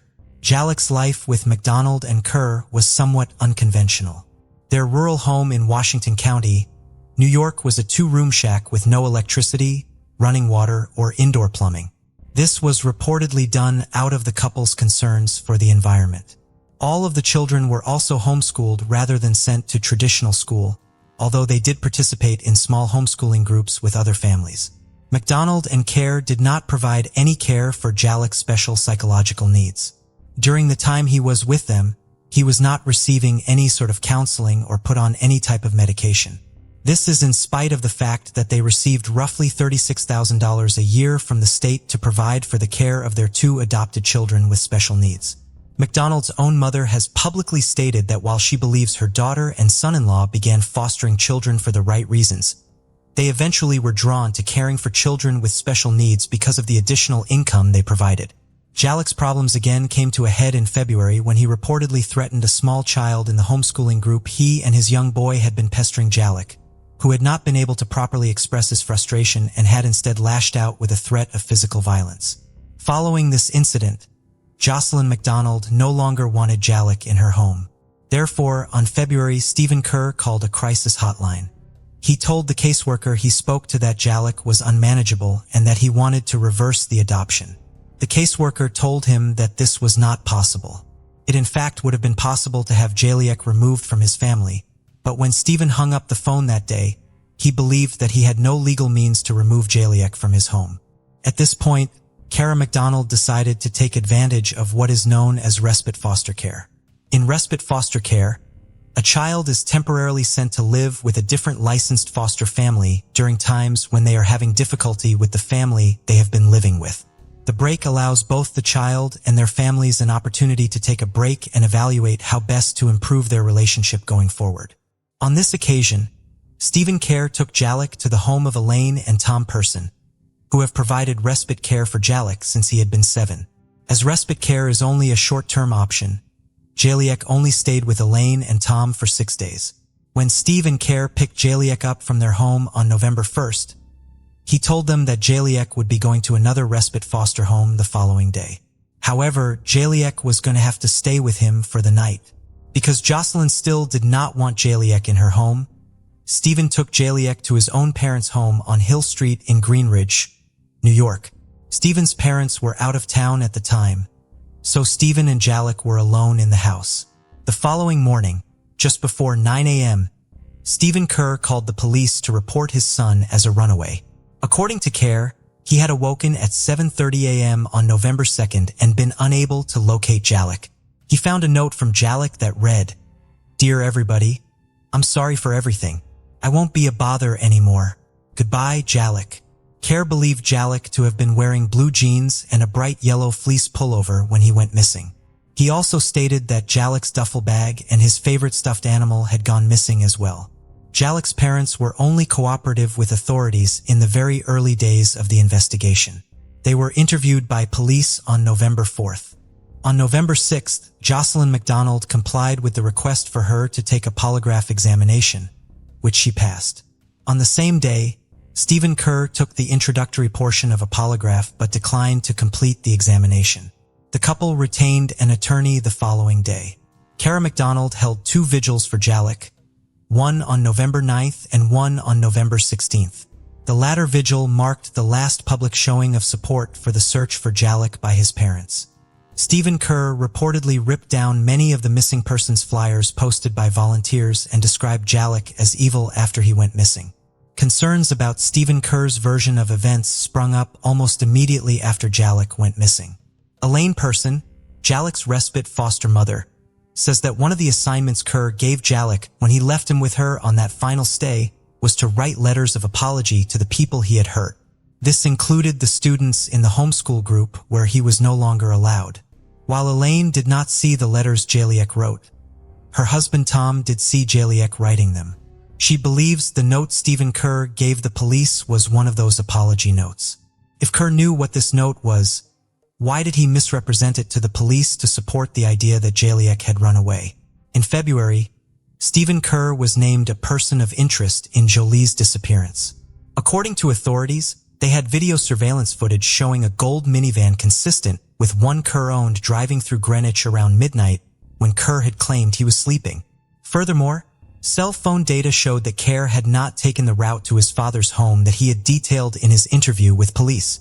The duffel bag and stuffed animal Kerr said Jalek had run away from home with were found inside the garage of Kerr's parents' home.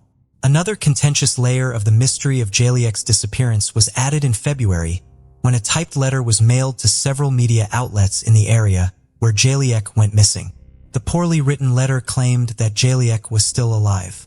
The only real detail that seemed to validate the letter was the reference to a cat named Diamond, which Jalek did have when he was living with his adopted family. The police accepted the letter as a lead, but those close to Jalek believe it to be a cruel hoax. According to Elaine Person, Jalek was too intelligent to have written such a grammatically incorrect letter. Compared to Jalek's handwritten letter given to police by Stephen Kerr, it certainly is at a much lower level of sophistication. In their investigation into the letter, police executed a search warrant on Stephen Kerr's father's home to take a computer into evidence. They were not able to determine if the letter had been written on that computer. Stephen Kerr and Jocelyn McDonald filed a lawsuit against the police department shortly thereafter, alleging that the search was improper and that police had illegally detained them during it. For months after Jalek went missing, his adoptive parents moved their family out of state. Greenwich police have been publicly very critical of Karen McDonald's lack of interest in their son's case. Chief George Bell of the Greenridge Police Department has stated in an interview that he has never seen such a lack of interest from the parents of a missing child. Kara and McDonald do not contact the authorities to check in on Jalek's case. While Jalek's adoptive parents have not displayed an interest in this case, others who love him have stepped up to fight for Jalek. Efforts to locate Jalek have been led largely by his adoptive maternal grandparents, Barbara Reilly and Dennis Smith. In the wake of Jalek's disappearance, when their daughter and son stopped cooperating with authorities, Reilly and Smith attempted to gain legal custody of Jalek so that they could expedite the investigation through their own cooperation. This move was without legal precedent in the United States and was ultimately unsuccessful. As a result of their involvement in Jalek's case, they have become estranged from their daughter and grandchildren. Soon after Kara and McDonald stopped cooperating with the police, Reilly and Smith helped form a task force to facilitate the search for their grandson. Also on the task force were Jalek's former foster parents, Jody and Larry Schoen, and Tom and Elaine Person. Elaine took a leave of absence from her job managing a small nonprofit to lead the task force and focus on efforts on Jaliek's behalf full-time. These efforts included searches, media outreach, and fundraising to create a reward for information in Jaliek's case. While Care at McDonald did initially post a $25,000 reward for Jaliek's return, it decreased by $5,000 every month and therefore was gone quickly. The task force relied on activities like bake sales and spaghetti dinners to raise funds for a new reward. A local deli offered a free weekly lunch for life to the person who could claim the reward, and a local business owner donated a $250 gift card to Walmart. While this pieced-together reward may not be large monetarily, the efforts made by the community to put it together are valuable beyond measure. Barbara Reilly's work on behalf of Jalek further chipped away at the validity of Stephen's account of Jalek's disappearance in February. As part of her own investigation, she decided to search the abandoned homesite Jaliek's family had been living in before they moved away. There, she found the yellow fleece pullover that Stephen claimed had gone missing with Jaliek. Police, acting on Reilly's discovery, searched the home and removed a piece of clothing from it, although they did not disclose if it was in fact the yellow police. In response, Jocelyn McDonald had her mother arrested for burglary. In February 2012, state and local authorities held a press conference to announce that Jaliek's case was being reclassified from a missing persons investigation to a probable child homicide. At the conference, they also finally confirmed that Jaliek's yellow fleece had been recovered after he went missing and announced that they had just performed a new search with cadaver dogs based on a tip from the public. The search was unsuccessful. Jalek's adoptive parents did not attend the press conference. Barbara Reilly and Dennis Smith instead represented their grandson. Speaking through their lawyer, Karen McDonald expressed confusion at the reclassification. They still held their belief that Jalek was alive, having run away to live with a black family. Jalek was biracial, half African American and half white, and grew up in a county that was over 90% white. He therefore had few people around him who physically resembled him. Reconciling the two halves of his racial identity probably was difficult for a young boy with no real connection to one of those halves. McDonald and Kerr have stated that Jaliek identified as black rather than biracial and probably ran away to live with other black people. It is understandable that Jaliek would seek out black role models. However, the notion that he could have made his way to a more diverse area, much less remain hidden there for so long, at his age and with no resources, is essentially incomprehensible. Upon the reclassification of Jalek's case as a probable homicide, the authorities did not name any official suspects. However, as the last person to see Jalek, and the person whose account of events has faced so many challenges, Stephen Kerr falls under a cloud of suspicion for many. This includes Barbara Reilly, who bases her concerns on Kerr's history of anger management issues, which twice necessitated therapy. She alleges to have once witnessed Kerr become so angry with Jalek that he dragged him outside of their rural home and repeatedly dumped him in a nearby creek. If Kerr were involved with the foul play that Reilly believes took her grandson from her, she does not think that it was a premeditated act, but rather an impulsive act of rage. Even though authorities believe Jaliek met with foul play, there are mixed opinions as to whether anyone could be convicted in relation to his death. Locating his remains would obviously make such a conviction much easier. When a partial skull was located in the area of Jaliek's disappearance in February, many hoped that Jaliek could be laid to rest. Unfortunately, tests showed that the skull did not belong to the missing boy. A few of the investigators who have a more complete knowledge of the case than the public have stated to the media that they believe that there is enough evidence to successfully get a conviction in the case. However, until Jalek's remains are found or more witnesses come forward, it is unlikely that he will receive justice. Bernard Ross Jr., known affectionately as Bunny, was 18 years old and living in his family home in Fort Kent, Maine in 1977. On the morning of May 12th of that year, Bunny was in a state of extreme emotional distress. Some reports indicate that he had been taking the antipsychotic drug Thorazine at this time, but there is little supporting evidence for this claim. What is known is that on that morning, Bunny left his family home in his parents' car without asking permission to use it. The car was later found at the home of his aunt, who lived roughly an hour away in Presque Isle, Maine. It is possible that Bunny had driven to the house in hopes of speaking with his cousin who also lived there. Bunny and his cousin were reportedly very close. While the Ross family car was unexpectedly found at Bunny's aunt's house, another vehicle was unexpectedly missing from it. On that day, a painter had been working inside the Prescal home. His truck went missing from the driveway outside of the house. It was later found undamaged along a dirt road in Ashland, a town west of Presque Isle. It appeared that for unknown reasons Bunny had abandoned his parents' car and stolen the painter's truck from his aunt's driveway. Prior to this incident, Bunny had no criminal record.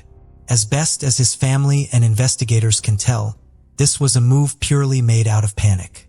When the painter learned of Bunny's emotional state at the time he appears to have taken the truck, he declined to press charges in the matter, meaning that Bunny's record remains clean. Bunny has remained missing since May 12, 1977. There were unconfirmed sightings of him in wooded areas around Ashland around the time he went missing, but extensive searches by law enforcement and the Ross family have never turned up evidence of his whereabouts. Bunny's status as a missing person in the Maine State Police database led to him being featured in the Maine news media throughout the years. 39 years after Bunny went missing, news coverage would help lead to a major development in the case. In February 2016, Bunny's parents, Bernard Sr. and Carol, were living in Portland, Maine.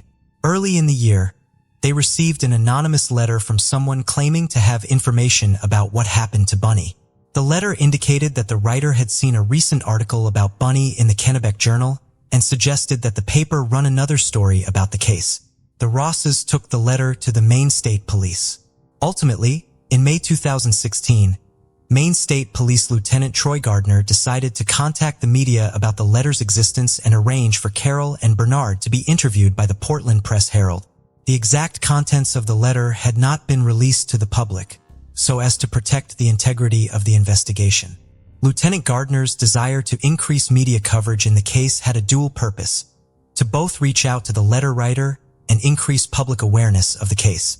While the information in the letter has not been verified, Lieutenant Gardner feels that it is important for him to speak with the letter's author. He indicated in his own interview with the Press-Herald that the cooperation with the media was meant to be an olive branch to the person who sent the letter. Lieutenant Gardner believes that speaking to the individual who sent the letter is necessary to either verify its contents and move the case forward, or show that the letter is a hoax and close off that avenue of investigation. Even if the letter is merely a hoax, the Ross family deserves to know. The family has now endured over 4 decades of searches, sleepless nights, and requests to look at John Does from all around the country in an effort to learn of Bunny's fate. Learning if the letter is authentic or not will at least answer one of the millions of questions that must have plagued the Ross family since they lost their son all those years ago. Whether the letter is factual and moves the investigation forward or is a terrible joke, hopefully the attention it has garnered will one way or another bring closure to Bunny's case. The story of Summer Baldwin. Born in 1976 in Washington, Summer Baldwin was known for her warm and lively personality. A bright student with a wide circle of friends, she dreamed of becoming an actress. After high school, she attended community college but struggled with her coursework. Seeking a fresh start and new opportunities, she moved to Texas with her friends, with support from her parents, who hoped this move would help her turn her life around. It remains unclear when Summer's life began to unravel. She battled alcohol and drug addiction but, unfortunately, never reached out to her family for help. As her addiction deepened, she lost her job and started associating with individuals involved in criminal activity. Her aspirations of acting faded, and she was eventually forced to work as an escort to survive. Meanwhile, her parents remained unaware of her struggles, believing she was living a successful life. Details about Summer's friends were sparse. However, a crucial piece of information emerged.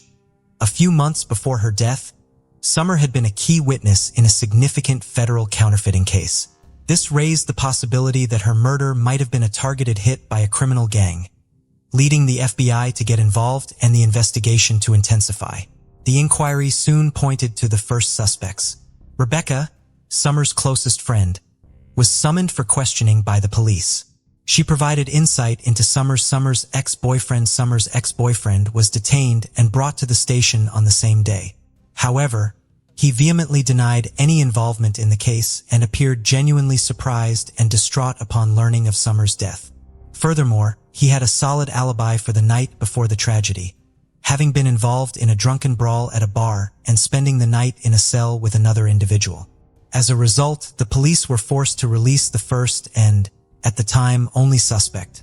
Another friend and colleague of Summer named Marguerite provided crucial information to the investigation. Before we dive in, don't forget to subscribe to our new channel, where we uncover captivating and chilling cold cases that will keep you on the edge of your seat. You won't want to miss the twists and turns we have in store. Let's continue. Marguerite reported that she saw Summer on the evening of September 11th at a convenience store parking lot. They had a brief conversation. Marguerite recalled that a red van pulled into the parking lot, and a young, physically fit Latino man got out to enter the store, likely to make a purchase. While he was inside, Summer exited the van from the passenger side to greet Marguerite. Summer mentioned that the man was a client she had met for the second time in recent days. After the man returned to the van, he got behind the wheel and Summer quickly re-entered the vehicle. Marguerite didn't notice which direction the van took when it left, nor did she know where Summer and the man were headed. She noted that she had never seen the man before and thought he was not from the area. Her description of him was limited due to the darkness, but she remembered that he had very short hair, similar to a military style. On September 13, 2005, a sanitation worker discovered a suspicious suitcase in a landfill in Lubbock City, Texas, USA. When he opened the suitcase, he was startled to see the body of a woman with red hair. The victim's body had many bruises. The victim's leg was tattooed with the word Summer. The suitcase, which tragically became her coffin, presented a peculiar appearance. Externally, it was covered in garbage and waste, yet surprisingly, it showed no signs of wear and tear, and its wheels appeared brand new. Upon closer inspection, the interior revealed perfectly intact tags and a lining that seemed untouched, giving the impression that the suitcase was brand new. Notably, the plastic attachment for the price tag remained intact, suggesting that the purchaser had not removed it. Further investigation revealed that this particular brand of suitcase was widely available in numerous stores throughout the city. However, this specific large model was only sold in 2 stores. A crucial breakthrough came when the perfectly preserved barcode led investigators to a Walmart store in the same area where Summer was last seen alive. Records showed that 2 identical suitcases were purchased on the day preceding the gruesome discovery, one in the afternoon and the other around 2 a.m., a timing that raised suspicions due to its unusual nature. Police officers promptly visited the store and obtained the surveillance camera footage. After reviewing the footage, they discovered that an elderly couple had purchased the first suitcase. Initially, they didn't raise any suspicions, but they were tracked down and were able to present the suitcase, explaining that it was bought for a vacation. However, the second suitcase was purchased by a young, athletic Latino man with very short hair, similar to a military haircut. This raised suspicions that he might be the person seen with Summer in the supermarket parking lot, as described by a witness. Additionally, the man bought disposable gloves at checkout, further arousing suspicions. The store's external surveillance cameras provided more information, showing the man leaving the store with the suitcase and loading it into a red van. With too many coincidences, the police believed they had identified the suspect and now needed to confirm his identity, locate him, and bring him in for questioning. The man took extreme precautions to avoid detection, using cash instead of a credit card to prevent leaving a digital trail. However, he overlooked the parking lot surveillance cameras, which clearly captured his vehicle's license plate number. The police quickly tracked the vehicle to a rental car company and identified the renter as Rosendo Rodriguez, a reservist in the U.S. Marine Corps. Rosendo had a clean record and was in town for a brief training stint with his unit. Initially, it was difficult for the police to locate Rosendo, as he wasn't staying at the same hotel as his unit. But with his personal details in hand, the police discovered that he had withdrawn a large sum of cash from an ATM at a different hotel, likely the money used to purchase the suitcase and gloves. Further investigation revealed that Rosendo had checked into this hotel under the name Thomas Rosendo, matching his physical description, on September 11th. It appeared that Rosendo had used an alias for unknown reasons. The investigation got a lucky break. Although Rosendo had already checked out of his hotel room, it hadn't been cleaned yet, and it contained crucial evidence. The carpet, bed, and walls had brown stains and splatters that looked like dried blood. A tag from a new suitcase was found near the bed. The trash had used contraceptives and disposable gloves in it. Forensic analysis confirmed the dried blood belonged to Summer. DNA on the contraceptives and gloves matched both Summer and Rosendo. This proved they had found the killer. However, Rosendo had already left the city by then. With this information, it was easy to track him down.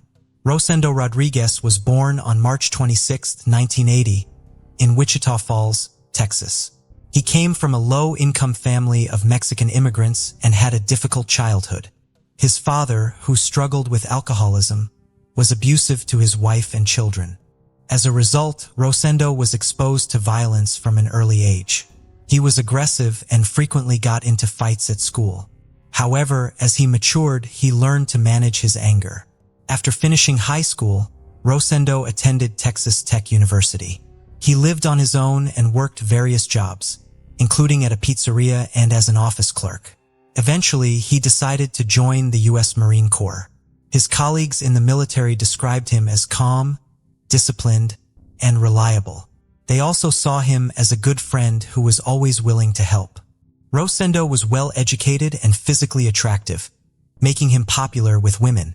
On September 15th, Rosendo was arrested at his home in San Antonio. When the police arrived, he remained calm and seemed unaware of the seriousness of the situation. During the search, the police found a striped shirt and shorts that matched the outfit he wore when buying a suitcase. This was caught on surveillance footage. The police also seized his laptop and mobile phone. Initially, Rosendo refused to speak and denied any involvement in Summer Baldwin's murder for several weeks. However, faced with overwhelming evidence against him, he began to provide statements on the advice of his attorney. In these statements, he shared his own account of events, which notably diverged from the reconstruction put together by forensic experts. Rosendo initially stayed at a different hotel than his fellow servicemen due to a booking mistake. Although he realized the error after checking in, he chose not to relocate since the military leadership deemed it unnecessary. However, he failed to explain why he used a different name to register at the hotel on September 10th. That evening, Rosendo rented a van to get around the city more easily. He claimed to have met Summer Baldwin by coincidence. According to his account, he spotted a blonde woman sitting on a roadside bench, covering her face with her hands and seemingly crying. Concerned, he pulled over to check on her and see if she needed assistance. They started talking, and after she calmed down, they went to his hotel room, where they chatted, had a few drinks, but did not engage in any intimate activities. The next morning, Rosendo drove Summer home. They made plans to meet again in the evening. At around 9 p.m., he picked her up from the same location and they went to a supermarket. There, Summer ran into her friend Marjorie. Afterward, they returned to the hotel. According to Rosendo, he and Summer engaged in consensual intimacy at the hotel. However, the situation took a turn when Summer allegedly became aggressive and demanded money. This caught Rosendo off guard, as he claimed he was unaware that Summer was a sex worker. When he refused to pay, Summer reportedly pulled out a knife and threatened him. Rosendo managed to disarm her and punched her in the face, causing her nose to bleed. He claimed that he was acting in self-defense and did not intend to harm her. Shortly after, Summer collapsed onto the bed and began convulsing, foaming at the mouth. Rosendo stated that he attempted to help her but was hesitant to perform mouth-to-mouth resuscitation due to the blood and foam on her face. After a minute, Summer stopped breathing. Realizing Summer was dead, Rosendo panicked. He went to a nearby store, purchased a suitcase and gloves, and returned to the hotel. He then placed Summer's body in the suitcase and disposed of it in a dumpster, knowing it would be taken to the landfill the next morning. Afterward, he checked out of the hotel, returned the rental car, and drove back to San Antonio, pretending as though nothing had happened. Inconsistencies in the suspect's story raised suspicions among investigators. Rosendo Rodriguez's lies were evident due to numerous discrepancies in his account. One inconsistency arose when Marguerite, who met Summer in the parking lot on the night of the crime, stated that Summer mentioned the man was a client she had previously met for a paid encounter. However, Rosendo claimed their interaction was consensual, which contradicts evidence on Summer's body indicating she was taken advantage of. It is possible their initial encounter was consensual, leading Summer to agree to meet him again. Rosendo also claimed he only hit Summer once to calm her down, and she died from a seizure. But the autopsy revealed around 30 fresh bruises on Baldwin's head and body, as well as several stab wounds. Furthermore, evidence indicates she was alive when he packed her into the suitcase, which contradicts his claim that she was already dead. A search of Rosendo's laptop revealed a disturbing information in the days leading up to his arrest. He had been actively searching for information about Summer, including whether she was being searched for and if her body had been found in a landfill. Rosendo also frequently searched for information on Joanna Catherine Rogers, a 16-year-old girl from Lubbock who had gone missing a year and a half prior. Rosendo agreed to a plea deal that included a reduced sentence and no death penalty in exchange for explaining what happened to Joanna. He said he met Joanna, a high school student, in late April 2004.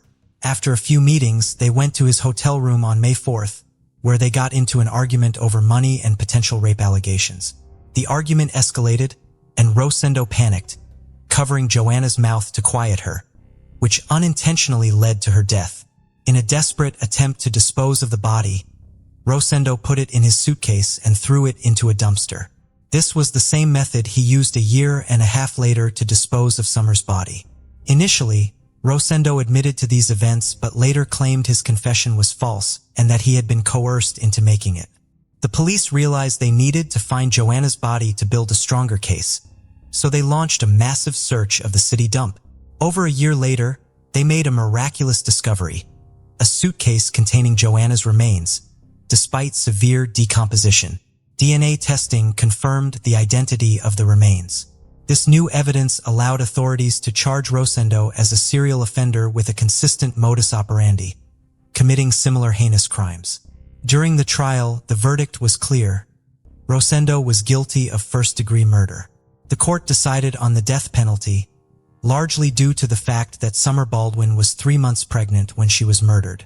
This aggravating factor was a key consideration in the sentencing. Rosendo was sentenced to death by lethal injection. Despite the overwhelming evidence, Rosendo and his lawyers filed multiple appeals, claiming errors in misconduct by investigators. However, all appeals were rejected. While on death row, Rosendo maintained a blog on criminal justice and policy issues. On March 27, 1938, Rosendo Rodriguez was executed for his crimes at Huntsville Prison in Texas, one day after his 30th birthday. This marked the 4th execution in Texas and the 7th in the United States that year, nearly a decade after his conviction. Graciela was born on October 6, 2019, in Mexico, to a working-class family who sought a better future for their children. To achieve this, her parents made the decision to immigrate to the United States, ultimately settling in Hermiston, Oregon. As Graciela was very young at the time of the move, she has no recollection of the challenges associated with relocating. Upon reaching school age, Graciela attended Umatilla High School, an institution that predominantly served students from low-income backgrounds. The school provided all students with free meals, reflecting the socio-economic status of its student body, of which 66 were Hispanic. It was here that Graciela's sociable nature and innate charm enabled her to effortlessly form friendships among her peers. After graduating, she proceeded to enroll in the business department at Blue Mountain College. From a young age, Graciela had always dreamed of becoming a hairstylist and owning her own beauty salon. With determination and hard work, she believed she could make her dreams a reality. By February 2006, she had achieved her goal and became the owner of Cuz Beauty Salon. Graciela's talent and charisma quickly made her a well-known figure in society. As the salon's owner, she always presented herself well, which added to the salon's positive image. Her passion for her job and understanding of the latest beauty trends ensured a steady stream of clients. Over time, some of these clients became close friends, who were always welcome at her home.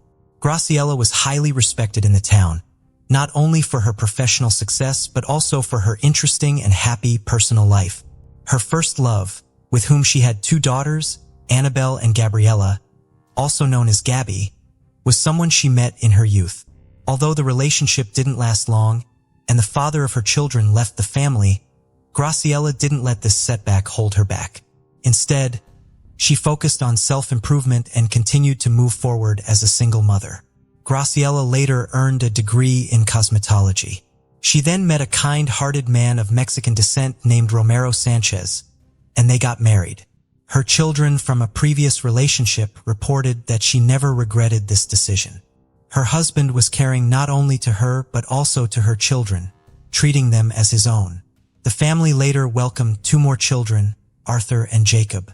Although he had biological sons, Graciela's husband still affectionately referred to Annabelle and Gabriella as his girls. Gabby considered her stepfather to be her real father, as he consistently supported, protected, and cared for them.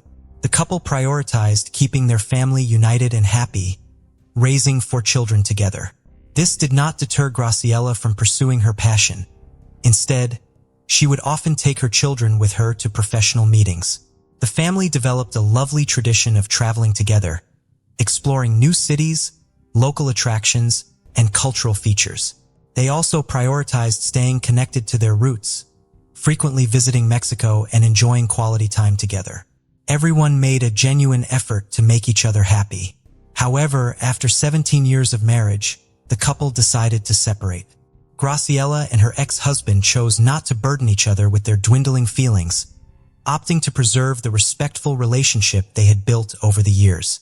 Even after the divorce, they maintained a warm and strong connection. The father remained involved in the children's lives, regularly seeing them and sharing custody of their youngest son with Graciela. The other children were grown and lived on their own, but they remained close to their parents. They would get together to celebrate holidays and often sought each other's advice. Graciela handled her divorce well, remaining optimistic and confident, thanks in part to her ex-husband's kind and understanding behavior during this challenging time. On November 9, 2019, Romero made an unexpected visit to Annabelle, Graciela's eldest daughter. Annabelle was surprised to see her mother's new husband show up unexpectedly.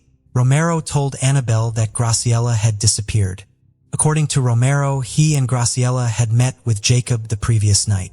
Afterward, Romero returned home and went to bed beside Graciela, who was already asleep. However, when he woke up in the morning, Graciela was gone. He searched the house but couldn't find her. Romero tried to contact Graciela by calling and texting her, but she didn't respond.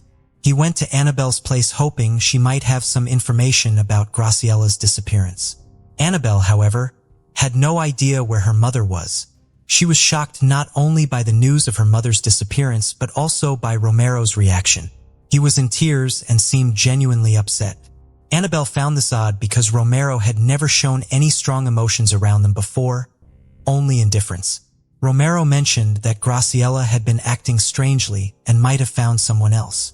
He admitted she might have needed a break from their relationship and wasn't sure if she was truly happy with him.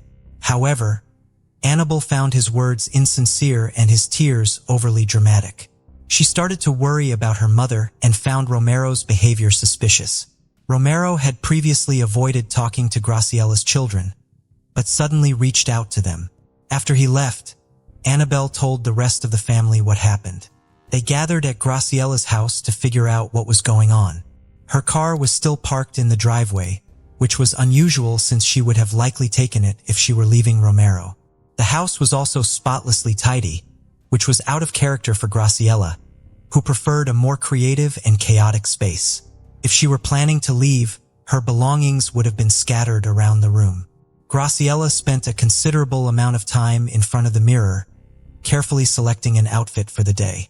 However, she surprisingly left all her treasure jewelry at home, including her favorite rings and necklaces that she wore daily. This unusual behavior raised concerns among her family members, who couldn't help but imagine worst-case scenarios, including the possibility of her fleeing. While searching the house, Gabby stumbled upon something peculiar: a large, heavy blanket in the washing machine. This was unusual because their mother, Graciela, always emphasized the importance of not overloading appliances.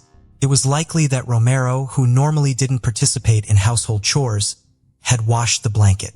This sparked suspicion that he might be trying to conceal something. It was later discovered that along with Graciela, several important items had gone missing from the house, including her passport, driver's license, and mobile phone. On November 11th, Annabelle went to the police station to report her mother, Graciela, missing. However, she was surprised to find that Romero, Graciela's husband, had not informed the police about her disappearance, despite knowing about it since November 9th or possibly earlier. As a result, Annabelle became the first person to file a missing person report for her mother.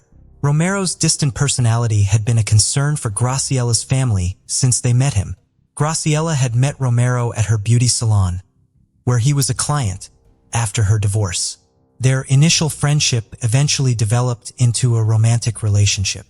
However, when Graciela introduced Romero to her family, they noticed his aloof and cold demeanor. Annabelle and her sister, Gabby, tried several times to connect with Romero, but he did not reciprocate, leaving Graciela's children puzzled by his behavior. They initially attributed it to individual personality differences, especially compared to their mother's previous relationships. They were eager to understand their mother's partner and what motivated him. At times, he seemed strange and aloof to them, and they struggled to comprehend how someone as lively and joyful as their mother could be drawn to someone so serious and reserved. Despite their reservations, they respected her decision. When their mother shared the news of her upcoming wedding, everyone rallied around her, particularly the girls, who wanted to see her happy and loved. On the wedding day, guests couldn't help but notice Romero's haughty demeanor and restraint. Some even perceived him as excessively possessive, as he dominated the bride's attention. When Graciela's young children came to congratulate the newlyweds, Romero responded with disdain rather than warmth and affection, making it clear that he didn't want to share his wife's attention with anyone, not even her own family. After that, Graciela's relatives struggled to hide their genuine opinions about Romero. Annabelle even went so far as to say she didn't consider him a stepfather, let alone a father figure. The family simply wanted to have a normal relationship, like those found in any civilized household. Following the wedding, Graciela and Romero moved in together, along with her youngest son Jacob, into Graciela's home. Jacob shared that shortly after the wedding, Romero started behaving as if he was the sole owner of the house. The boy recalled that the initial honeymoon phase was brief, and soon the family started to fall apart. He observed that his mother initially tried to establish personal boundaries, but being non-confrontational, she quickly gave in to Romero's demands. This seemed to suit Romero, who had a quick temper and never apologized first. To avoid creating tension in the household, Graciela often conceded to Romero's wishes. As time went on, it seemed she realized she had rushed into the marriage without fully thinking it through. In private conversations, Graciela confessed to feeling trapped and suffocated in the relationship. Her husband exerted control over her, never allowing her to go anywhere alone. Despite this, she never expressed any desire to leave the abusive relationship, suggesting she was still in love with Romero. Everyone realized that Graciela was in a relationship with the wrong person. It became apparent that her partner, Romero, was jobless and financially dependent on her. The Graciela family, who valued hard work, found it frustrating that Romero was always by Graciela's side without any apparent reason. Romero was a master manipulator who kept a close eye on Graciela, monitoring her interactions, including her friendships with other women. He would either prevent her from going out or show up unexpectedly, as if checking on her loyalty. His extreme jealousy was suffocating. Graciela felt embarrassed by his behavior, which led her to isolate herself socially, only interacting with her family. This had a negative impact on her professional life, as her job required frequent client meetings and attending industry events. Those close to Graciela noticed a significant change in her demeanor. She looked sad, worn out, and had lost her usual cheerfulness. It was clear that she was unhappy. Even her children observed the changes in her mood and appearance, as well as her loss of independence. They discussed their concerns among themselves and concluded that, although they didn't like Romero, he was Graciela's choice, and they had to respect her decisions. Other relatives shared the family's distrust of Romero. However, no one knew how to intervene or offer support. The couple's issues were serious enough to require professional help. Gabby had once suggested this to her mother, but Graciela insisted on handling her personal life independently. In February 2018, Graciela suddenly announced that she would relocate her beauty salon to her home, citing convenience. Her family was skeptical as she had never mentioned this plan before, despite running the salon for 12 years. Some clients noted that Romero often hung around the salon, creating tension and disrupting the usually warm atmosphere. While some thought Graciela made the move to solve a problem, others suspected that her jealous husband was behind the decision. Despite the initial doubts, Graciela remained enthusiastic about the change, saying it allowed her to spend more time with Jacob and Romero. By the February, she and her husband were remodeling a room for the salon, but the project took longer than expected and wasn't completed until May 2019. Although the salon was closed temporarily, Graciela's reputation remained intact, and rumors of the studio's reopening attracted a long queue of clients, including new ones, months in advance. Graciela was thrilled with her professional success but became increasingly private about her personal life. Return to the moment before of Graciela's disappearance. Another incident raised concerns about Graciela's safety. She asked her daughter Gabby to pick her up, which was unusual, but she claimed everything was fine and said she was just having a disagreement with her husband. When they met up, they spent time together and Graciela seemed to relax. She smiled and told Gabby not to worry, saying that couples' arguments are normal and can actually bring people closer together. Despite this, Gabby couldn't shake off her worries and remained uneasy about her mother's situation. After Annabelle contacted the police, the relationship between Graciela's family and Romero rapidly deteriorated. He offered an explanation for his wife's disappearance, suggesting that she might have wanted some time alone or could have left with another man, and he believed she would soon return. This was his standard response to anyone inquiring about the situation. However, the police took the reports seriously and initiated an investigation, considering the possibility that Graciela could have been a victim of a crime. They began by searching her home, where they found that only a few personal items were missing, with nothing else seeming out of the ordinary. The police also interviewed Graciela's children, her husband, and others close to the family, including her ex-husband. Although everyone expressed skepticism about Romero's behavior, the investigation did not uncover any significant information. Romero cooperated with the detectives, allowing them to search his home, participating in interrogations, providing his DNA, and undergoing a polygraph test. Despite his cooperation, the police did not have sufficient grounds to arrest him, so the investigation continued. Analysis of Graciela's phone records revealed her last known location was near a bridge in Washington on November 9th at 12:30 p.m. when the signal stopped after her phone was turned off. Her bank accounts and social media remained inactive. Despite questioning hundreds of witnesses and checking all her frequent locations, investigators found no signs of her. The investigation deemed her disappearance suspicious due to the complete lack of evidence. For months into the investigation, the Hermiston police publicly stated that they had no confirmed information about Graciela's last sighting. Although Romero didn't report Graciela missing, the authorities didn't accuse him of anything. The police's stance frustrated Graciela's relatives, causing them to reduce communication with law enforcement.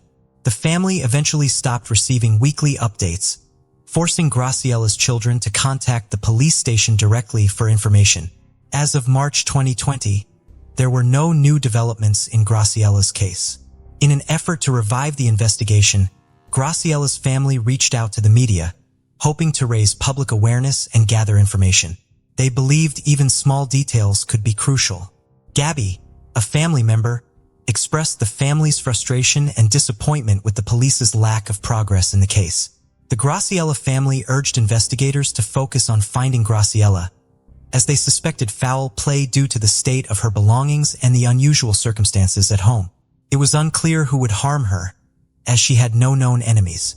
Her family knew she wouldn't leave without contacting them, and the lack of communication suggested something was seriously wrong. The family also requested a new detective team, citing concerns of bias and collusion with Romero, whom they believed was somehow connected to the case. The family pointed out numerous inconsistencies in the investigation. It was found that Romero's phone had been turned off on the day his wife went missing, and his actions didn't seem like those of someone who was worried about a loved one disappearing suddenly. The Graciela family asked for Romero to be arrested. Police Chief Jason Edmiston quickly responded to these claims. He agreed that Mrs. Graciela's disappearance seemed suspicious and might involve something criminal. He said this was just one idea, but promised that the investigation would stay fair and be based on evidence and facts. Edmiston also denied that Romero had any connections to the police that might affect the case. Edmiston mentioned that false information was spreading and making the investigation harder. He said the case was ongoing and that some information had to be kept secret.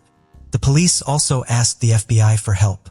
Edmiston expressed frustration that people were criticizing the police without understanding how complicated the law is. At the same time, Gabby started a fundraiser to hire a private investigator. This move was seen as criticism of how the police were handling the case, suggesting they weren't doing their job well. 1 year after Graciela's disappearance, her family and friends held a memorial event to honor her memory and pray for her safe return. They lit candles and posted signs outside the police station, urging authorities to continue searching for her.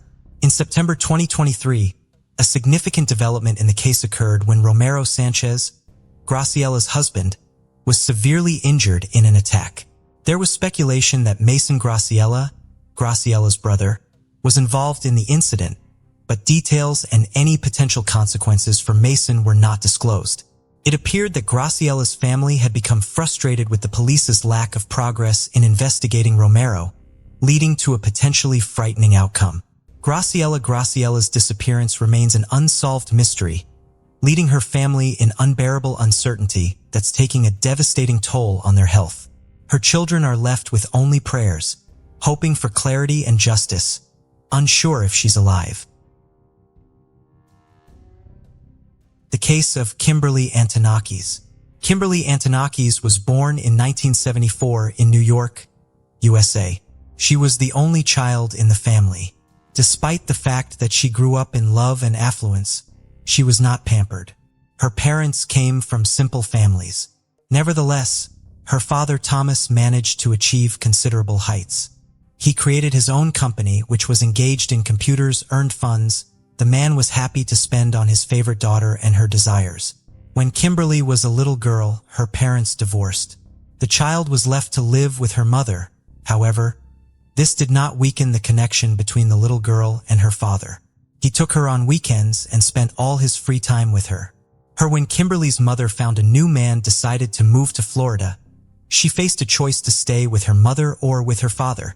Since she didn't want to move, the young lady decided to live with her father. Kimberly was very close to her father and enjoyed living with him. As she grew up, she became a well-behaved, sociable child and eventually a stunning young woman with a radiant smile that always lifted her spirits. She had a great sense of humor and a positive attitude. Kimberly was raised in a sheltered environment, surrounded by love and care, which protected her from the harsh realities of life. As a result, she only saw the good in people and was largely unaware of the darker aspects of life. Unfortunately, her open and kind nature would eventually lead to many sorrows. In 1994, Kimberly enrolled at the College of Staten Island. Shortly after, she told her father that she felt ready to live on her own. Although Mr. Kimberly was worried about her decision, he respected her independence and decided not to oppose it. He promised himself that he would do his best to ensure her safety and well-being in her new living arrangements. Kimberly bought a nice apartment for his daughter, located in a wealthy area of the city, and installed an alarm system to ensure her safety. He also purchased a parking space in the garage across the street so she wouldn't have to park far away. He provided her with a cell phone and a pager. Kimberly did everything in his power to ensure his daughter's well-being.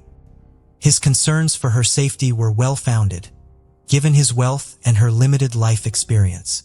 Kimberly was a diligent student who also worked part-time as an accountant at a reputable firm. She had declined her father's offer to join the family business, opting instead to forge her own path. Kimberly led a typical student life, attending parties and socializing with friends. She declined her father's offers to return home, wanting to maintain independence. This led to an unexpected situation when she let friend Liz Pace and her family stay while their apartment was being renovated in early 1995. Kimberly, with a kind heart, invited young people to her lodging. They spent days having fun together. One day, Kimberly and a friend attended a party, getting ready and dressing up. After a fun night of dancing, Kimberly drove them home but didn't go up, citing unfinished business. They hugged goodbye, unaware they'd never see each other again.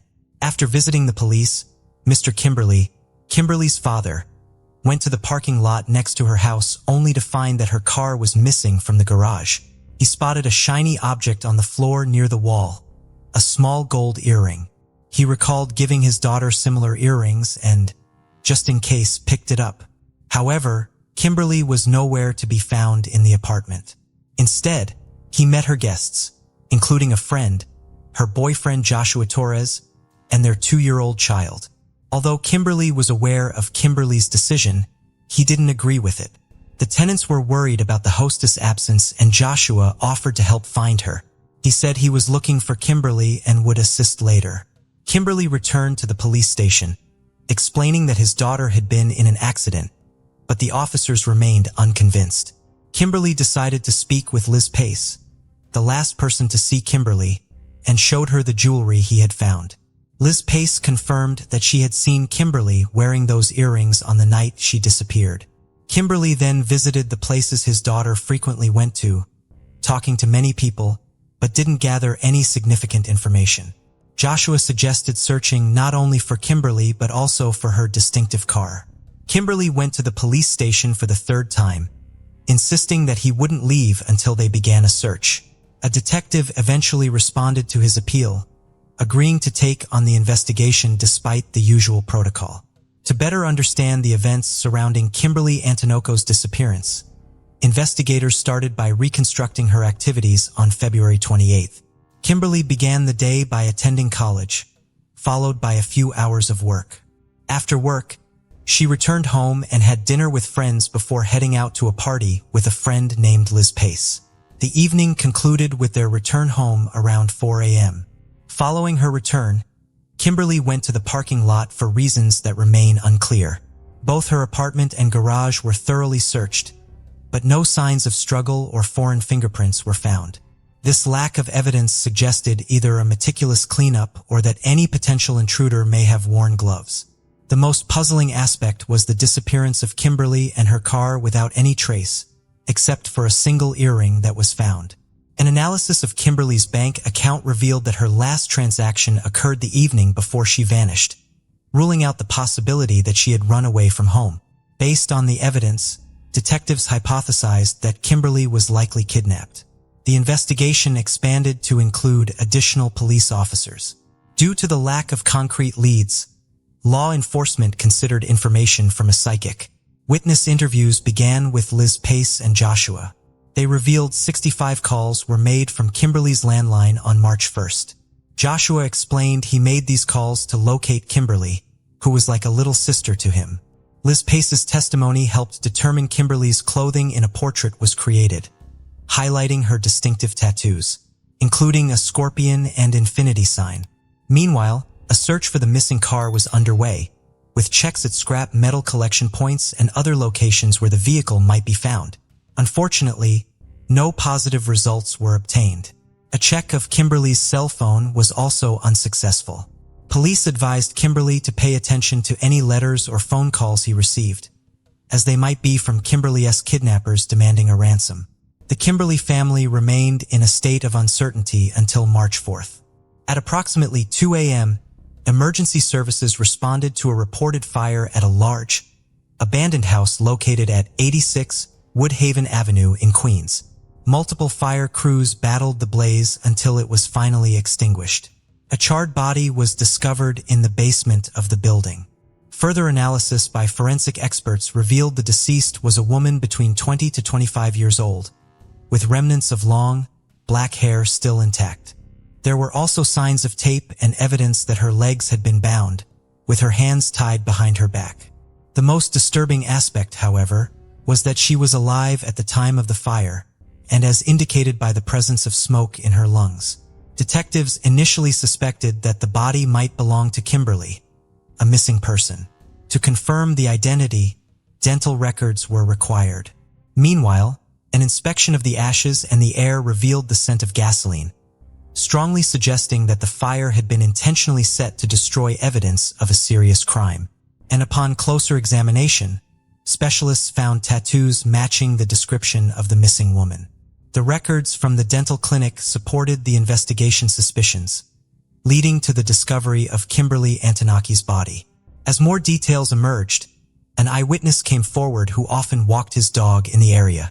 The dog had been acting strangely in the days prior to the fire, appearing nervous and barking at the house for no apparent reason. It wasn't until after the fire and the discovery of the body that the cause of the dog's behavior became clear. She had attempted to escape and called for help, but her cries went unheard by humans. However, the dog's acute hearing allowed it to detect the sounds coming from the basement, explaining its unusual behavior. When questioned by officers, the homeowner revealed that he had visited the building multiple times in recent days. He was trying to sell the house and would regularly check on its condition, collect mail, and pick up receipts. However, he only inspected the house from the outside and never went into the basement. The homeowner claimed he never heard any suspicious noises, and if he had, he would have investigated. Investigators decided to re-question Joshua, as they had some reservations about him. They also found it strangely coincidental that his name started with the letter J. This time, Joshua mentioned a person he hadn't been able to contact the day Kimberly went missing, a young man nicknamed Psycho, a Russian national who had previously dated Kimberly. The detectives looked into this new information and discovered that the Russian had moved to the US with his parents at a young age. As he grew older, he became involved with a gang and had a history of breaking the law. This led to the identification of the first suspect, who was soon taken into custody. During interrogation, Psycho was informed of his former lover's death, but his reaction shocked the detectives. The young man not only denied involvement in the crime, but he also showed genuine emotional distress.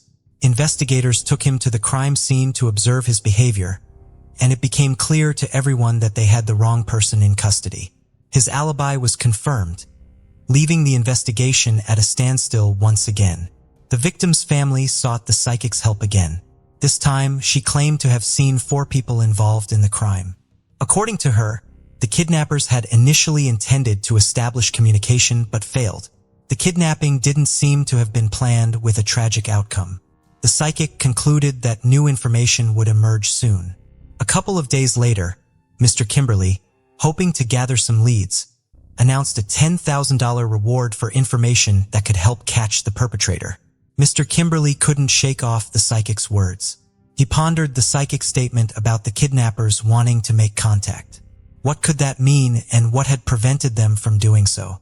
Upon returning home, he sat at the table and stared at his phone for a while. He suddenly recalled a minor detail from the day Kimberly went missing. He had listened to all the answering machine recordings as he had been expecting his girl to contact him. However, there were no messages except for 2 blank ones with complete silence. He initially thought it was a technical issue or a problem with the connection, but it later became clear that this was not the case. The police located her car in a quiet area of town, not far from where her body was discovered. The investigators were hoping to find fingerprints in the car, but it had been thoroughly cleaned. The only evidence they found was her hair and a second earring in the passenger compartment. Although it seemed like a breakthrough, it didn't lead anywhere. Kimberly, her father, was linked to a local mob hit due to his wealth and success. Detectives found no evidence to support the rumors.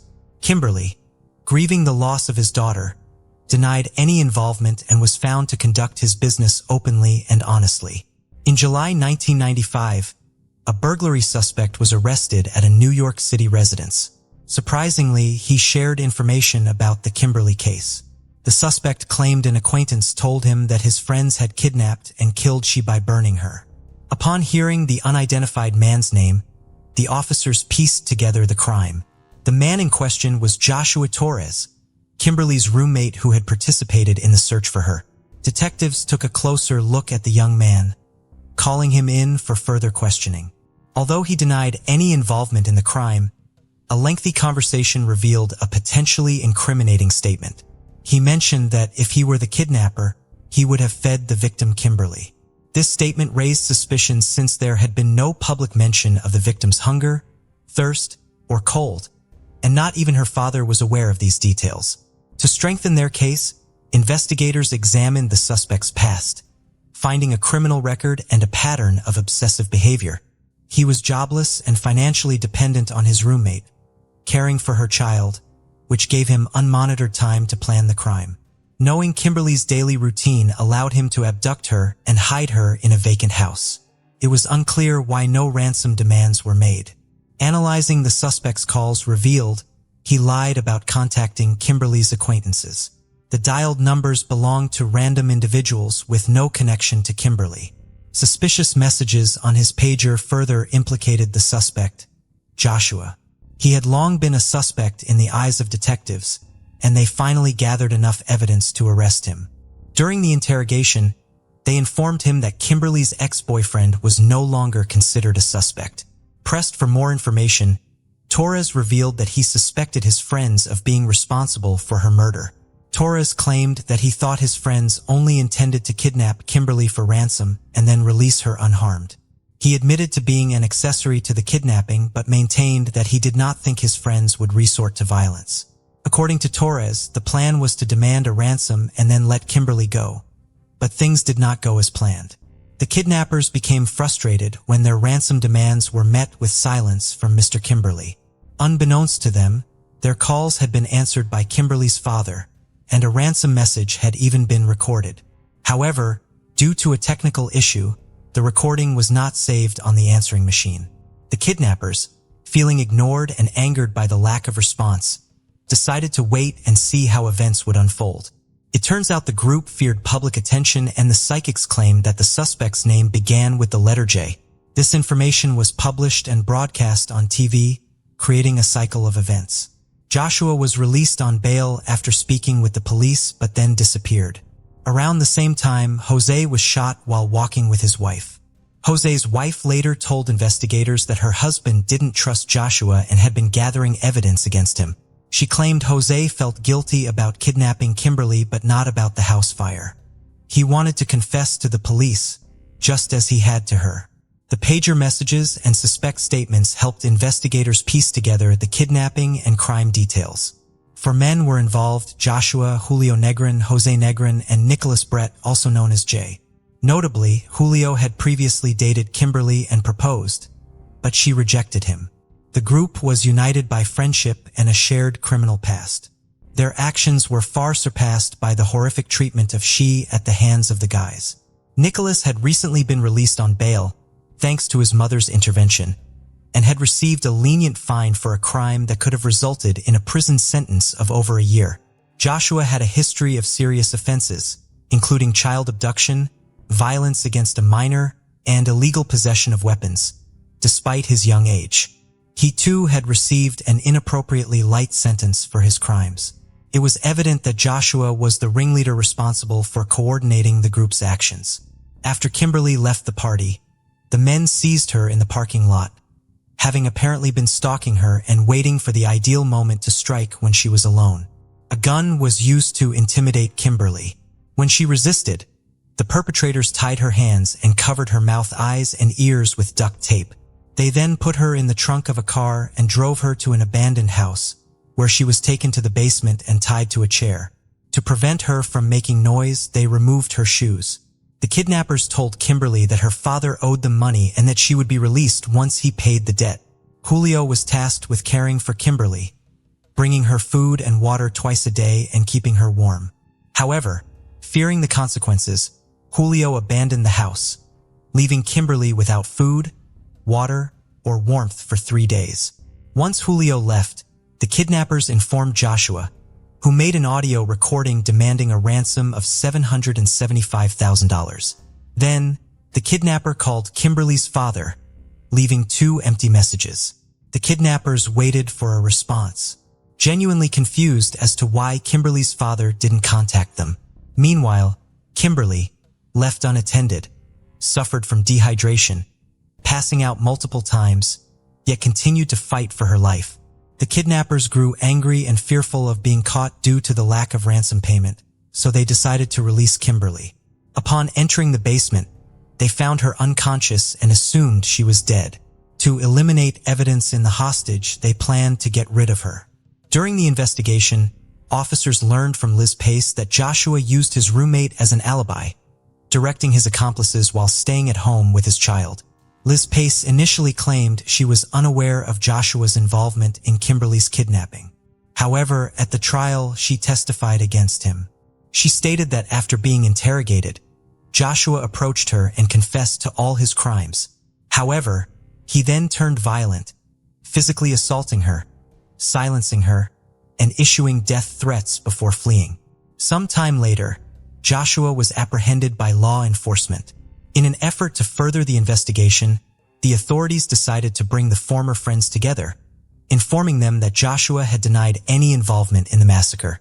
Upon learning of Joshua's denial, Julio chose to cooperate with the investigation, revealing crucial information. This cooperation played a pivotal role in securing Torres' conviction for Kimberly's murder. Ultimately, the trio faced charges of murder, arson, kidnapping, and unlawful imprisonment. During the trial, evidence emerged that Joshua had made repeated attempts to deceive investigators and evade punishment. After deliberating for approximately 10 hours, the jury reached a verdict. Joshua Torres was sentenced to 58 years in prison. Nicholas Brett received the same sentence as the others. Julio Negrin was found guilty of being an accessory after the fact and was sentenced to 2 to 6 years in prison. Tomas Kimberly, the victim's family member, was satisfied with the court's verdict and did not want the perpetrators to receive the death penalty.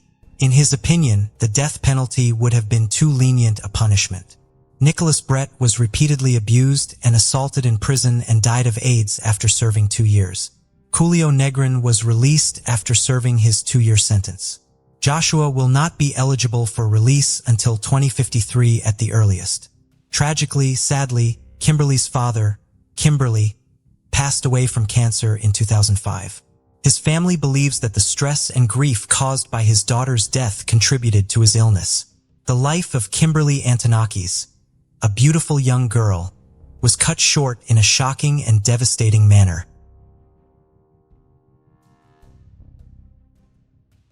As you begin to explore the Leslie Palacio case, it is impossible not to feel bewildered and disappointed that justice has not yet been served. The killer remains at large, even though the police have all the evidence and his identity is known to them. Today's story underscores the difficulty of investigating crimes when suspects find themselves outside the jurisdiction and victims can only hope that the perpetrators will be found and brought to justice. The morning of the 29th brought anxiety to the home of Rosalia Palacio, mother of 5 lovely daughters. Her eldest daughter Kayla came down to the kitchen and reported that the bed in Leslie's room was untouched. Her belongings were gone, and she clearly hadn't spent the night at home. One of the sisters joked that it must have been a pretty fun night at the club, and Leslie had probably stayed the night at Eric's. In fact, everyone became alarmed since Leslie had never done this before.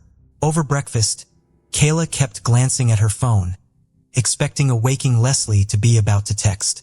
Time passed, but still no word from Leslie. By noon, it stopped seeming normal.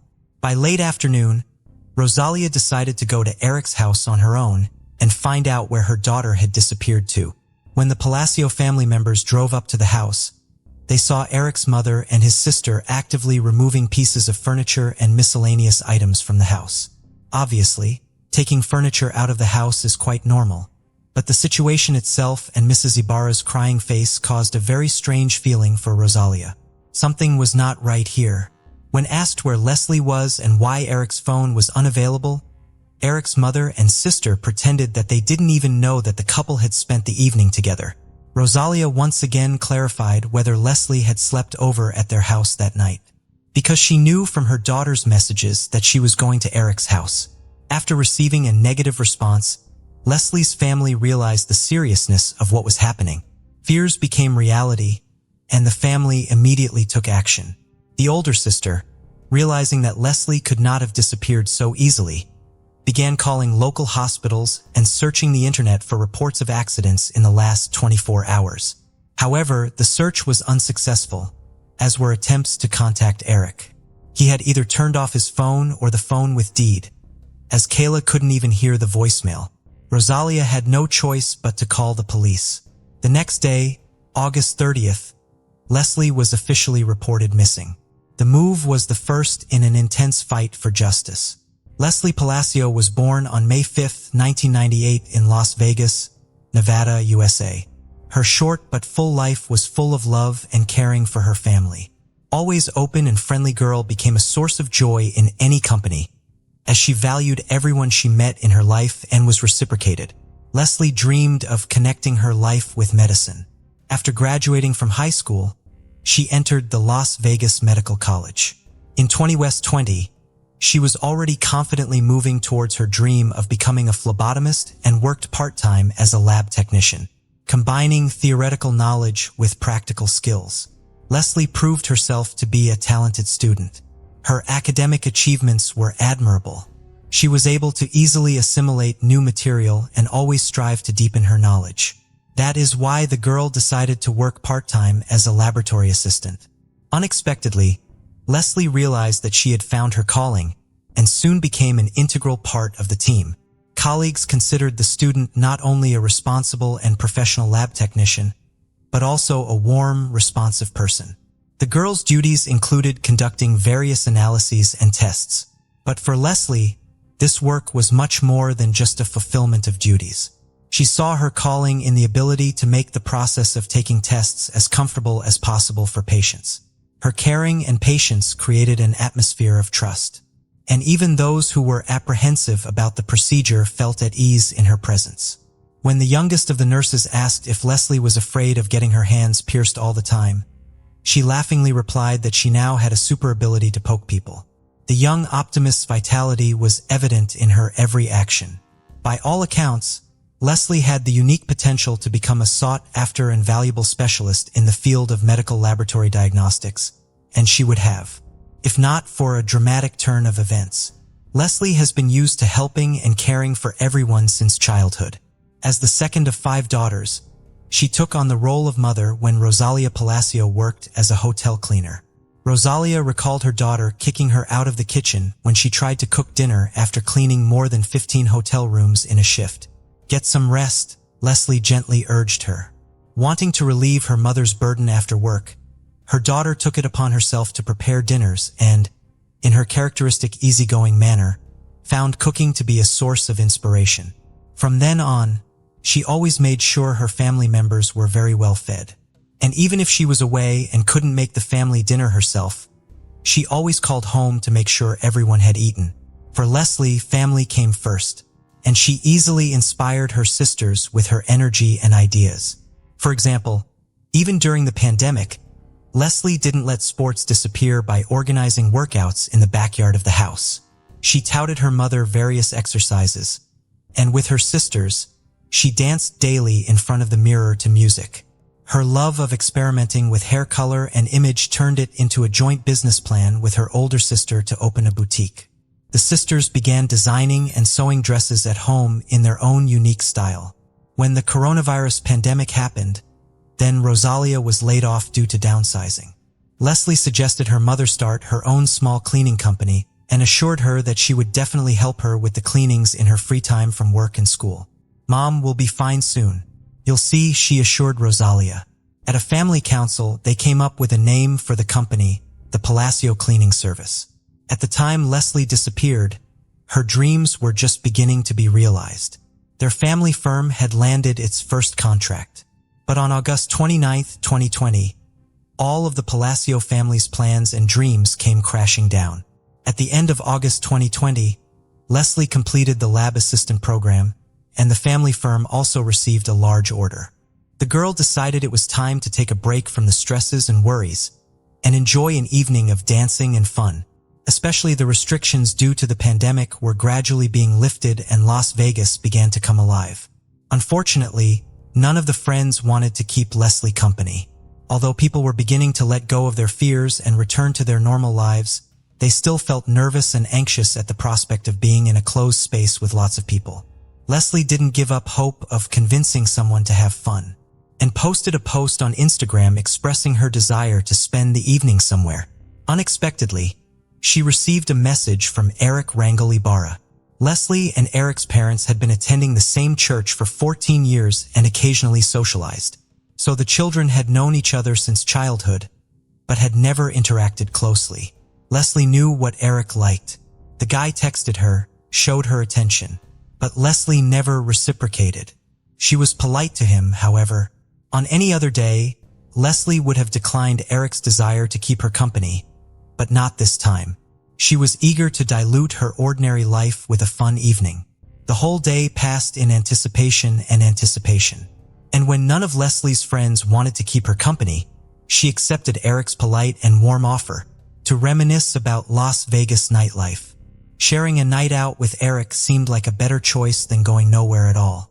Expecting a fun adventure, Leslie had no idea what horrible events awaited her, but she probably had a premonition of something, trying to rationalize to herself that there was no cause for concern. Anyway, Leslie agreed with her sister that she would send her regular messages telling her exactly where she was. She also told Kayla in great detail where she was going and with whom and what places she might end up in. After a while, the older sister received a strange message. "Can you believe Eric is totally not going to drink this evening? We're at a party, but it looks like I'm going to have to party alone." Afterward, the sisters exchanged joking messages on the topic of healthy living. The first place Eric and Leslie went to was the casino at the Longhorn Hotel. Police officers would later see on surveillance footage of the couple getting out of a white Ford F-250 owned by Eric at 0:31 a.m. on Ayug 29 and entering the casino, then leaving a short time later at 1:56 a.m. The couple would then leave the casino. Leslie kept in contact with her sister, telling her what was going on. At 4:40 a.m., Leslie sent her sister another strange message. "I need to talk to you about something shitty." Kayla asked what happened and, according to her, a text box popped up as if Leslie had started to reply, but no answer ever came. That text message was the last of the girl's life. The morning of the 29th came. Leslie still hadn't returned home. The more time passed, the more concerned the Palacio family members became. The certainty that Leslie had stayed the night at Eric's house was replaced by confusion, and the family went to a familiar house, where they found a strange scene. Mrs. Ibarra and her daughter were taking out furniture, pretending that they had heard for the first time that Leslie and Eric had spent the evening together. In fact, Leslie's family arrived at Eric's house just in time. If they had arrived a few hours later, the investigation would have been significantly delayed. The police found traces of blood in the house, a mess in the bedroom, which suggests that Eric's mother and his sister spent the whole day, strangely enough, not to clean up the traces of the crime, but to pack things down to the pieces of furniture. The family was clearly not going on a picnic, but planning a long-term and thorough absence. Most likely, they had arranged to reunite with Eric and his father, Jose, in Mexico, where the two had traveled in order to escape justice. Upon seeing the Palacio family, Mrs. Ibarra probably realized that the chance to leave was gone, leaving evidence in the house that no one would take the time to clean up. Panicked, mother and daughter began to simply deny knowing about Leslie and Eric's evening together. It was this behavior that led to the suspicion that something irreparable had happened. Fortunately, the Las Vegas police took immediate action and sent out a billing inquiry intending to track Leslie's movements since the previous night. But unfortunately, it takes some time to get that data, while the Palacios couldn't sit back and wait. The family started a campaign to spread the word about Leslie's disappearance. People responded and began actively sharing the information on social media.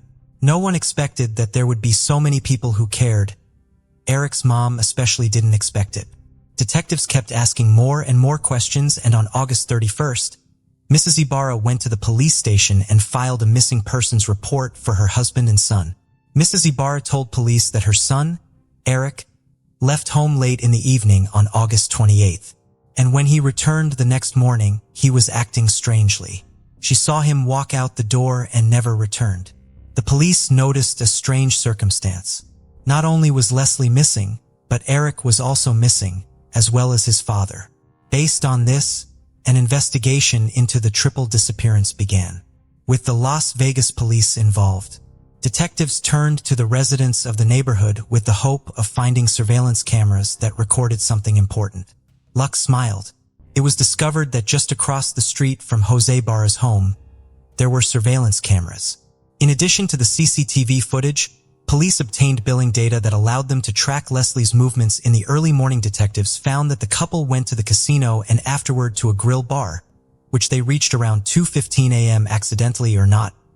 Leslie's cell phone was left at the bar, and the records show that Leslie left the establishment around 5:50 a.m., which is quite early in the morning.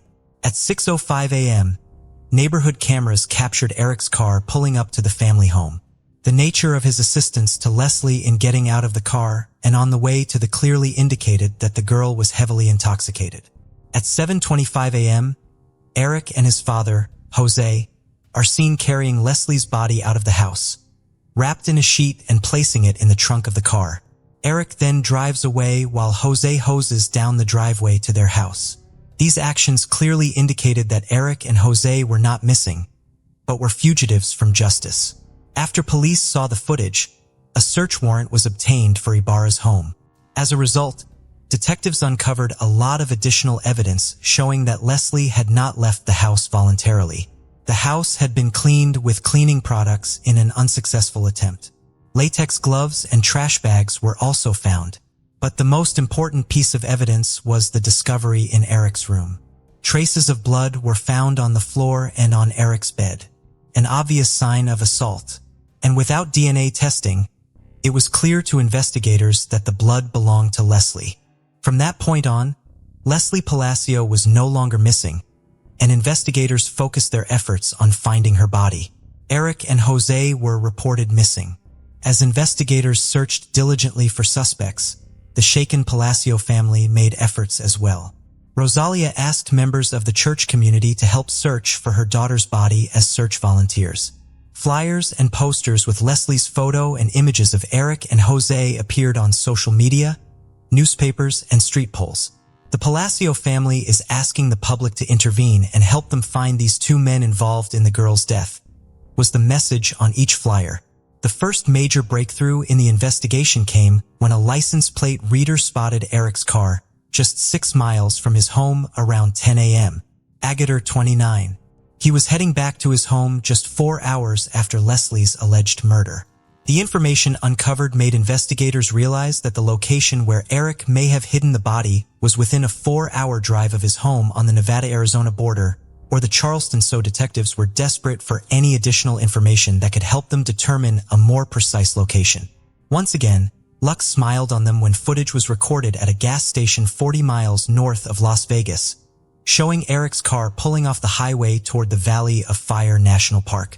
The car backed up 20 minutes later with muddy tires. The find narrowed the search and pointed to the possible location of the body, within 20 miles of the gas station.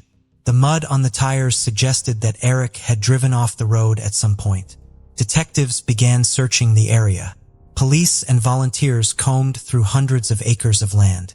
And on September 9th, during a second search, they found Leslie Palacio's body hidden near a bush. News outlets immediately spread the word. The body of 22-year-old Leslie Palacio has been found near the Valley of Fire, 11 days after she disappeared. A reporter joined the report, providing additional details about the prime suspect, 25-year-old Eric Rangel Ibarra. The Valley of Fire, where the body was found, is known for its hot climate, which led to rapid decomposition of the remains, and forensic experts were unable to determine the exact cause of death. Locals reacted to Leslie's death with horror and fear. Some became afraid to go outside because of the constant thoughts of the occult criminals involved in the murder. The day after the body was discovered, September 10th, many friends, relatives, neighbors, and just random people in the area gathered to honor Leslie's memory. People took candles that were used for the nightly vigil and placed them in front of the girl's house. They also said they wanted the man responsible for her death to pay for what he did. The fight for justice was not even close to being over at this point. The next major breakthrough came when Eric's car flashed in Moreno Valley, California. Police eventually contacted Eric's cousin, and he reported that he had driven Jose and his son to San Isidro, where he believed they planned to cross the border into Mexico. The Las Vegas Police Department requested assistance from the FBI because it was not possible for them to resolve the jurisdictional issue on their own. The investigation slowed down. Then, on January 19, 2021, for months after the discovery of the girl's remains, Eric's father, Jose, turned himself in at the border. Everyone was greatly relieved that at least one fugitive was now in custody. The man was quickly extradited back to Clark County and charged with destruction of evidence and accessory to murder. During interrogations, Jose tried to minimize his involvement in the crime, explaining the story of the trip to Mexico by his son's strange behavior on the morning of August 29th. However, investigators showing surveillance video footage debunked his false claims. The footage clearly showed him helping carry Leslie's body out of the house and washing the driveway. Faced with the evidence, Jose changed his testimony. He said he was working in the garage when Eric brought Leslie's body wrapped in a sheet into the garage. According to Jose, he panicked and helped his son load the body into the truck, assuming that Leslie had died of an overdose of illegal drugs because he saw no visible injuries on the body. Court documents indicate that Jose initially told police that, according to Eric, Leslie died of an overdose of illegal drugs. Jose also explained that Eric immediately talked about wanting to end his life, blamed himself, and so he decided that the best thing to do for his son was to take him to Mexico. When investigators asked Jose for Eric's current whereabouts, he explained that as soon as the two of them entered Mexico and boarded the bus was searched by Mexican authorities. He and his son got scared and decided to split up, thinking that apart, it would be harder for the authorities to find them. For this reason, he would love to help the investigation, but has absolutely no idea where his son might be. On June 18, 2021, Jose formally pleaded guilty to destruction of evidence and accessory to murder. Despite the horrific characteristics of his crimes, Jose Ibarra was sentenced to only 2 years in the Clark County Detention Center, causing shock and dismay in the community. The Palacio family was shocked and outraged by Jose's lenient sentence, which they felt was unjust. During the pandemonium, Jose Ibarra joined the court proceedings virtually, while Leslie's family and friends attended in person. They urged the judge to impose a harsher sentence, arguing that 2 years was not enough for an accessory to murder who helped dispose of the body and hid the perpetrator. Jose Ibarra pleaded guilty and tried to apologize to Palacio's family, saying his love for his son outweighed him. He expressed regret for his actions. However, Leslie's family did not accept his apology and did not consider it sincere. To date, Eric's whereabouts remain unknown, and he continues to live a free life in Mexico. Jose was released on April 28, 2022. Attorney and representative of the Palacio family commented as follows: "I am absolutely furious. This is simply unfair. Not only is the main suspect not in custody, now the one who was involved in covering up the murder is back in custody after serving 8 months and 15 days. Over the past 3 years, the Palacio family has never gotten justice." Leslie's story highlights the flaws in the justice system and raises questions about fairness in dealing with serious crimes. The Palacio family is determined to fight to change the law in Neva because they believe that Weaver was involved in the murder should receive a longer prison sentence than 2 years. They hope that the perpetrator will be found and prosecuted in the United States, where he will be charged and given the punishment he deserves. Ophelia Markarian is directly reaching out to those who may know of Eric's whereabouts in Mexico. In every media interview, she calls for Palacio's family to be given a small measure of justice. Law enforcement officers are tasked with protecting the legal rights and interests of the citizens of their country, ensuring public order safety, and identifying and stopping any violations. Theoretically, the charter and principles of law enforcement operations sound flawless, but in real life, there are cases that literally make your blood run cold when people who are meant to serve and protect violate the law themselves or cover up for those who do. Such wrongful actions often lead to real criminal schemes, resulting in severe consequences. The case of Valeria Vivanco, a police officer who died in the line of duty, gained widespread resonance not only in Chile, where the tragic events unfolded, but also in the media of other countries. Essentially, the young woman's life was ended by a colleague who was supposed to protect her and ensure her safety. The most horrifying aspect was that the higher authorities knew about this and attempted to distort the facts, accusing another person of the incident and hiding the real circumstances of the event. Although the actual culprit of the tragedy was identified and even sentenced to a real prison term, the motive behind his actions remains unclear, whether it was a tragic accident or if it was deliberate. Moreover, it's puzzling why he was covered and defended by high-ranking individuals for so long. Even after it seemed the guilty party had faced punishment, the Supreme Court, upon reviewing an appeal, shocked the victim's family with its unexpected decision. Who was Valeria Vivanco? Valeria Fernanda Vivanco was born on May 29, 1996, in the small commune of La Granja, located near the city of Santiago, the capital of Chile, and was the youngest of 3 children in the simple family of Miguel and Jacqueline Vivanco. She was raised alongside her older biological brother, Michelangelo, and sister, Daniela. The family patriarch worked for a company involved in the transportation of passengers and goods, while her mother was a homemaker dedicated to raising her children and creating a cozy home environment. When Valeria started school, her parents decided to separate. This was a huge shock for the girl, and although the ex-spouses continued to communicate post-divorce, and the father remained actively involved in the lives of his children from his first marriage, including providing financial support, the youngest daughter harbored resentment towards him. They occasionally argued, sometimes not speaking for months, but they always reconciled. Miguel Vivanco remarried soon after, and Valeria gained 2 more half-siblings with whom she, as well as Daniela and Michelangelo, maintained warm family relations. Jacqueline never remarried, raised her children, and later took care of her grandchildren, gifted to her by her older offspring. From an early age, Valeria demonstrated a strong-willed character, determination, and incredible perseverance in all her endeavors. She excelled in school, engaged in sports, was courageous and just, and was always ready to help others, sometimes even at risk to herself. It was likely this desire to assist those around her, protect the vulnerable, and stand up for justice that led her to pursue a career in the police force. After successfully completing high school, Valeria enrolled in the police academy in Santiago. She graduated with honors, becoming an investigator, and having received her diploma in 2016 at the age of 20, joined the Chilean police force the following year. She began her service in the bureau investigating especially serious crimes located in the capital. From the first days of her service, young Valeria proved herself to be a dedicated law enforcement officer and a true fighter for justice. She loved her job, performed her duties diligently, and was ready to rush anywhere at any time if required by her service.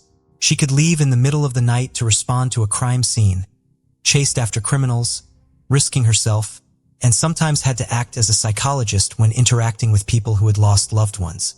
Cheerful and friendly, yet she was a true professional and a reliable partner. She served in the police force for almost 5.5 years, during which she received a vast number of accolades, awards, and actively advanced in her career, earning the respect of her colleagues and the admiration of the leadership. Additionally, she represented her department in Spain, spending about 2 weeks in Madrid on an official visit. She was immensely proud to be entrusted with such responsible missions. By 2020, she had been promoted to assistant inspector, the new young colleague. In January 2020, a new member was welcomed to the precinct where Valeria worked, 21-year-old Lionel Alejandro Contreras Canales. Fresh out of the police academy, Valeria effectively became his mentor at his first job. A few months later, they became partners and initially got along pretty well. Little is known about Lionel's early years. Some information suggests he came from a rather influential and affluent family, with a high-ranking official as his uncle. Growing up in comfort, never wanting for anything, Lionel was quite self-centered, believing everything should go his way. Valeria quickly caught the eye of her new colleague and partner as he made various attempts to show her attention, tried to court her, and even asked her out a few times, but was met with firm rejection each time. Valeria took her job very seriously, considered workplace romances inappropriate, and was quite strict with the young coworker, seeing him as immature. The issue wasn't so much the age difference. Lionel was only 3 years younger, as it was his behavior which Valeria found childish, but helped him mature. In July 2020, Valeria and her young partner were involved in apprehending robbers who had stolen money from a store's cash register. The criminals, not having left the scene and armed, initiated a shootout, during which both were fatally engaged by Lionel. Although casualties could have been avoided, Lionel's actions were not deemed excessive for apprehending the individuals. However, this incident strained the relationship between the partners. The last birthday, on May 29, 2021, Valeria celebrated her 25th birthday. The celebration took place at her mother's house, attended by many guests, including relatives, friends, and work colleagues. Lionel, however, was not among the invited. Valeria, aiming to avoid potential awkwardness, chose not to invite her young partner, who had recently attempted to court her again. Valeria tried to talk to him about this, but he only repeated his affections for her, which he did not want other colleagues to find out about. Despite the large turnout, gifts, heartfelt congratulations, and warm wishes, the birthday girl seemed upset, though she tried to smile. The reason was a recent argument with her father, leading to days without communication. Valeria hoped her father would attend her birthday, allowing them to reconcile. But the likely angered parent only sent a terse congratulatory message, not even calling. Jacqueline noticed her daughter's distress and knew the reason behind her hidden sadness. Angry at her ex-husband's actions, she believed Miguel would eventually call Valeria, talk things out, and reconcile as they always had before. Unfortunately, the father and daughter never got the chance to talk again, as 2 weeks later, Valeria tragically lost her life while on duty. The fatal shot. On June 13, 2021, Valeria was on night duty, participating in street patrols and vehicle checks. This was not a standard procedure, but a search for suspects related to the crime against a young woman that had occurred the previous day in a suburb of the capital. There was an alert for a white Kia Torado, believed to be driven by a suspected criminal. The suspect likely had a weapon and might not have been alone in the car. Valeria was in a patrol car with her partner, Lionel, driven by Deputy Commissioner Felipe Giliardo Araya. They spotted the suspect's vehicle and initiated a pursuit without waiting for backup. The officers managed to intercept and block the suspect's escape. Pamales and Vivanco exited their vehicle, weapons drawn, and called for the offenders to surrender and exit their car with their hands up. At that moment, a single shot rang out, and as everyone tried to understand who fired and where, Valeria, fletching her side, fell to the asphalt next to the police car. Reinforcements arrived just then, so her colleagues heard the shot and saw that she was wounded, but couldn't fully grasp what had happened and who had fired. The criminals, seizing the moment of confusion, accelerated and fled the scene while the injured officer was being administered first aid. Despite the rapid arrival of medics and her colleagues' efforts to stem the bleeding, Valeria could not be saved. She was rushed to the nearest hospital, where top specialists fought for her life for several hours. However, due to severe blood loss and damage to vital organs, she passed away on the operating table without regaining consciousness. When her family was informed, her parents, brothers, and sisters immediately rushed to the hospital. But by then, wounded officer had already died. Miguel was not just stricken with grief, but utterly devastated, as he had not had the chance to speak and reconcile with his beloved daughter, with whom he had a petty argument last. He felt a profound sense of guilt toward her, so shaken by the event that he himself required medical attention to prevent a heart attack. The search and arrest of the suspects, according to the official version, Vivanco died in the line of duty during an operation to catch dangerous criminals. She was hailed as a hero who gave her life for the peace and safety of others. This incident was widely covered in local media, with reporters vividly describing the young officer's heroism and self-sacrifice. The investigation was handled by specialists from the Homicide and Major Crimes Division, where Valeria herself had worked. They concluded that she died from a shot fired by someone facing her from the direction of the suspect's vehicle she was pursuing with her colleagues. Everything seemed logical, with witnesses corroborating the story, making it appear that the case was solved, and all that remained was to find and punish the culprits who were still at large and possibly on the run. Soon after, the suspects were apprehended, generating widespread public attention. The criminals turned out to be 19-year-old Miguel and his 17-year-old accomplice, whose name was withheld due to his minor status, both previously convicted for minor offenses. The then president of Chile, Miguel Juan Sebastián Pinera Echenique, issued an official statement promising that the perpetrators would be brought to justice with all the rigor of the law. Something doesn't add up. After the autopsy and all necessary examinations were conducted, the body of the deceased Vivanca was handed over to her family and was buried with honors at one of the capital cemeteries. Hundreds of people came to pay their last respects, expressing their sincere condolences to the girl's family. According to Jacqueline and Miguel, the entire ordeal seemed like a horrific dream, and they hardly remembered the events of the funeral day. Among the men carrying Valeria's coffin was her colleague Lionel, who appeared to mourn her more than anyone else.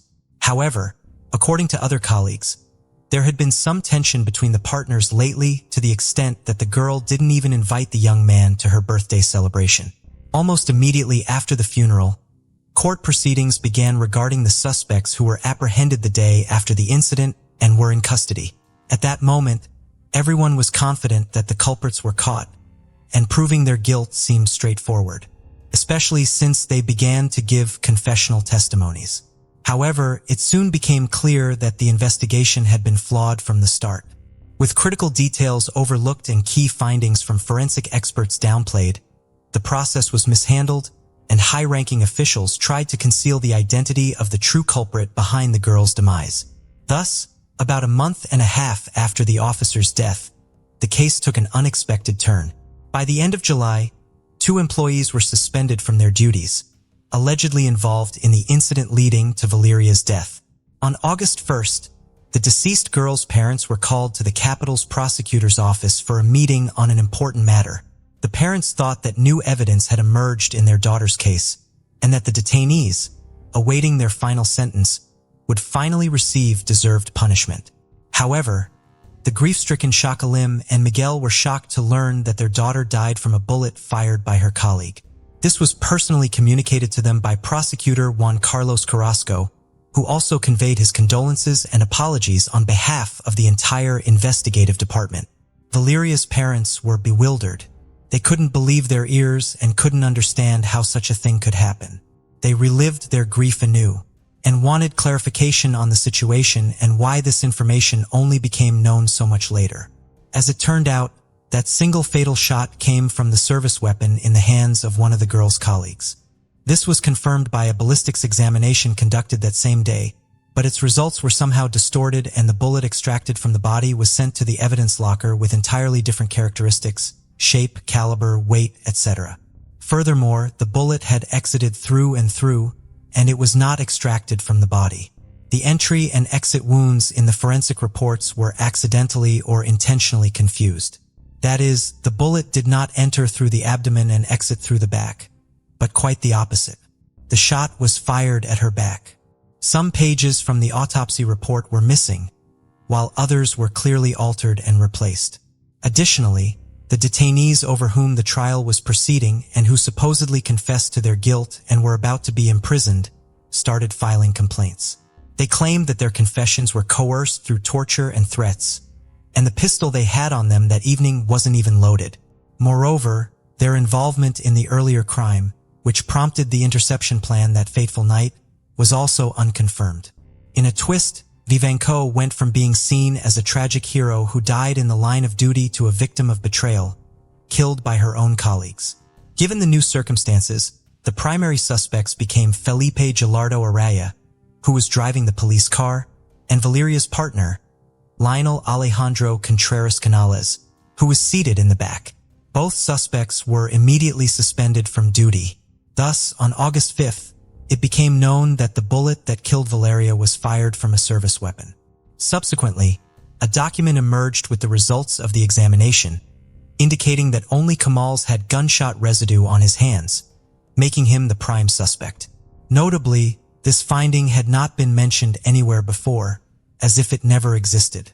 Several other reports concerning the ballistics examination and the pathologist's conclusions were improperly filed, and ended up in an archive box which was never adequately checked. Whether this was an accident, criminal negligence, or intentional concealment of crucial facts was yet to be determined. Now the police officers who participated in the operation to apprehend the criminals themselves became suspects in the murder of their colleague. They, along with the previously arrested perpetrators, took part in a reenactment of the events of that night. Philippe claimed that from the driver's seat, he could only see Valeria, who was seated next to him in the front passenger seat and was the first to exit the car. Lionel was sitting behind and also exited the vehicle, but his actions could not be seen by the driver. Valeria had only taken a few steps when a shot was fired. She fell, and the suspect's car they were chasing sped away. Lionel then rushed to the injured woman to provide first aid. Lionel claimed that he and his partner exited the patrol car almost simultaneously, but she immediately rushed forward when the shot was fired. He insisted that he did not shoot his colleague, and the driver should have seen and confirmed this. He also confirmed that he was the first to rush to Valeria's aid and tried to compress her wound. Despite differences in the direct participants' testimonies, the reconstruction showed that Canales was behind his partner at the moment of the shot, and the bullet's trajectory matched his location. He was also the only person found with gunshot residue on his hands. Possible motives for the crime. After previously hidden reports and examination results were released, Lionel was taken into custody as the primary suspect, while the young men previously detained were released under a non-exit agreement, as there was effectively nothing to charge them with. However, the motive behind the young officer's actions remained unclear. The first and main theory was that the entire incident was a tragic accident. Supposedly, the young and inexperienced officer discharged his weapon unintentionally while standing behind his partner. He panicked, tried to help her, and when turning in his service weapon that day, insisted he hadn't fired it. However, the truth quickly surfaced, and influential relatives of the young man, using all their power, money, and connections, attempted to suppress the incident. Hence, the cleaned reports, missing documents, confusion in the evidence, and coerced testimonies from the detained. Another theory, partially confirmed by Lionel himself, was that he was unrequitedly in love with Valeria and desperately sought her attention. But all his efforts were in vain. Over time, he began to merely irritate the girl, who didn't even invite him to her birthday party attended by the entire department. The shot in the back was his revenge for the rejection. A third theory, proposed by the deceased's relatives, suggested that Valeria discovered something she wasn't supposed to know, some corruption scheme, official crimes, or something similar. As an honest and fair person, she would undoubtedly have exposed the culprits, which is why she was eliminated and young Lionel was chosen as the executor, promised that he would remain above suspicion. The second suspect. Despite Canales being taken into custody, suspicions about Felipe were not entirely dispelled. He was armed with identical service weapons, also stood behind the deceased colleague, and could have fired the shot. Moreover, he had previously been disciplined for the unjustified use of a weapon during a criminal arrest, though no one was harmed in that instance. Araya had since been nicknamed the Reckless Shooter. The defense team hired by the relatives to defend Lionel immediately seized this theory, insisting that Philippe accidentally shot the colleague. And since the service weapons were identical, the pistols could have been mixed up or intentionally swapped. Additionally, the man was inconsistent in his testimony, changing it several times, and later he claimed he could not accurately describe the events of that night, as everything happened very quickly. However, no gunpowder residue was found on the driver's hands, indicating his innocence. In response, Hamals claimed that gunpowder got on his hands when he was compressing the wound on the victim's body. And Arya, who also helped the woman, might have washed his hands before the examination. Yet this statement was not credible, as Valeria's bloodstains remained on Philippe's hands, and it's impossible to wash off gunpowder without removing blood. Trial and verdict. The quality of the investigative team's work was once again questioned, and the deceased girl's parents despaired, unsure how to achieve justice. Furthermore, the new turn in the case caused public outrage and led to mistrust in the law enforcement agencies. This story was now covered not only by Chilean, but also international media. As a result, many high-ranking officials were suspended from work and soon lost their positions, particularly the head of the Homicide Investigation Department. After additional investigation, Lionel remained the only suspect, with all others excluded from the list and classified as witnesses. In the spring of 2022, he was officially dismissed and remained in custody until the trial's conclusion. The hearings for this case only began in March of the following year, and based on the evidence and witness testimony, the suspect's guilt was fully proven. Initially, the prosecution accused Kamal as of intentionally murdering his partner and sought the maximum sentence for such cases.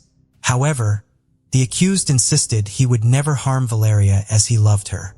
Nonetheless, it was from his pistol that the bullet was fired, ending the girl's life. Lionel was found guilty of manslaughter and sentenced to 12 years in prison, with the possibility of parole after 8 years. The Vivanco family expressed their disagreement, considering the sentence too lenient, while the defendant and his legal team immediately filed a series of appeals. However, the real shock came to Valeria's relatives in February 2024, when the Supreme Court unexpectedly overturned the previously assigned punishment, sentencing the perpetrator to only 540 days of imprisonment, counted from the day of his arrest.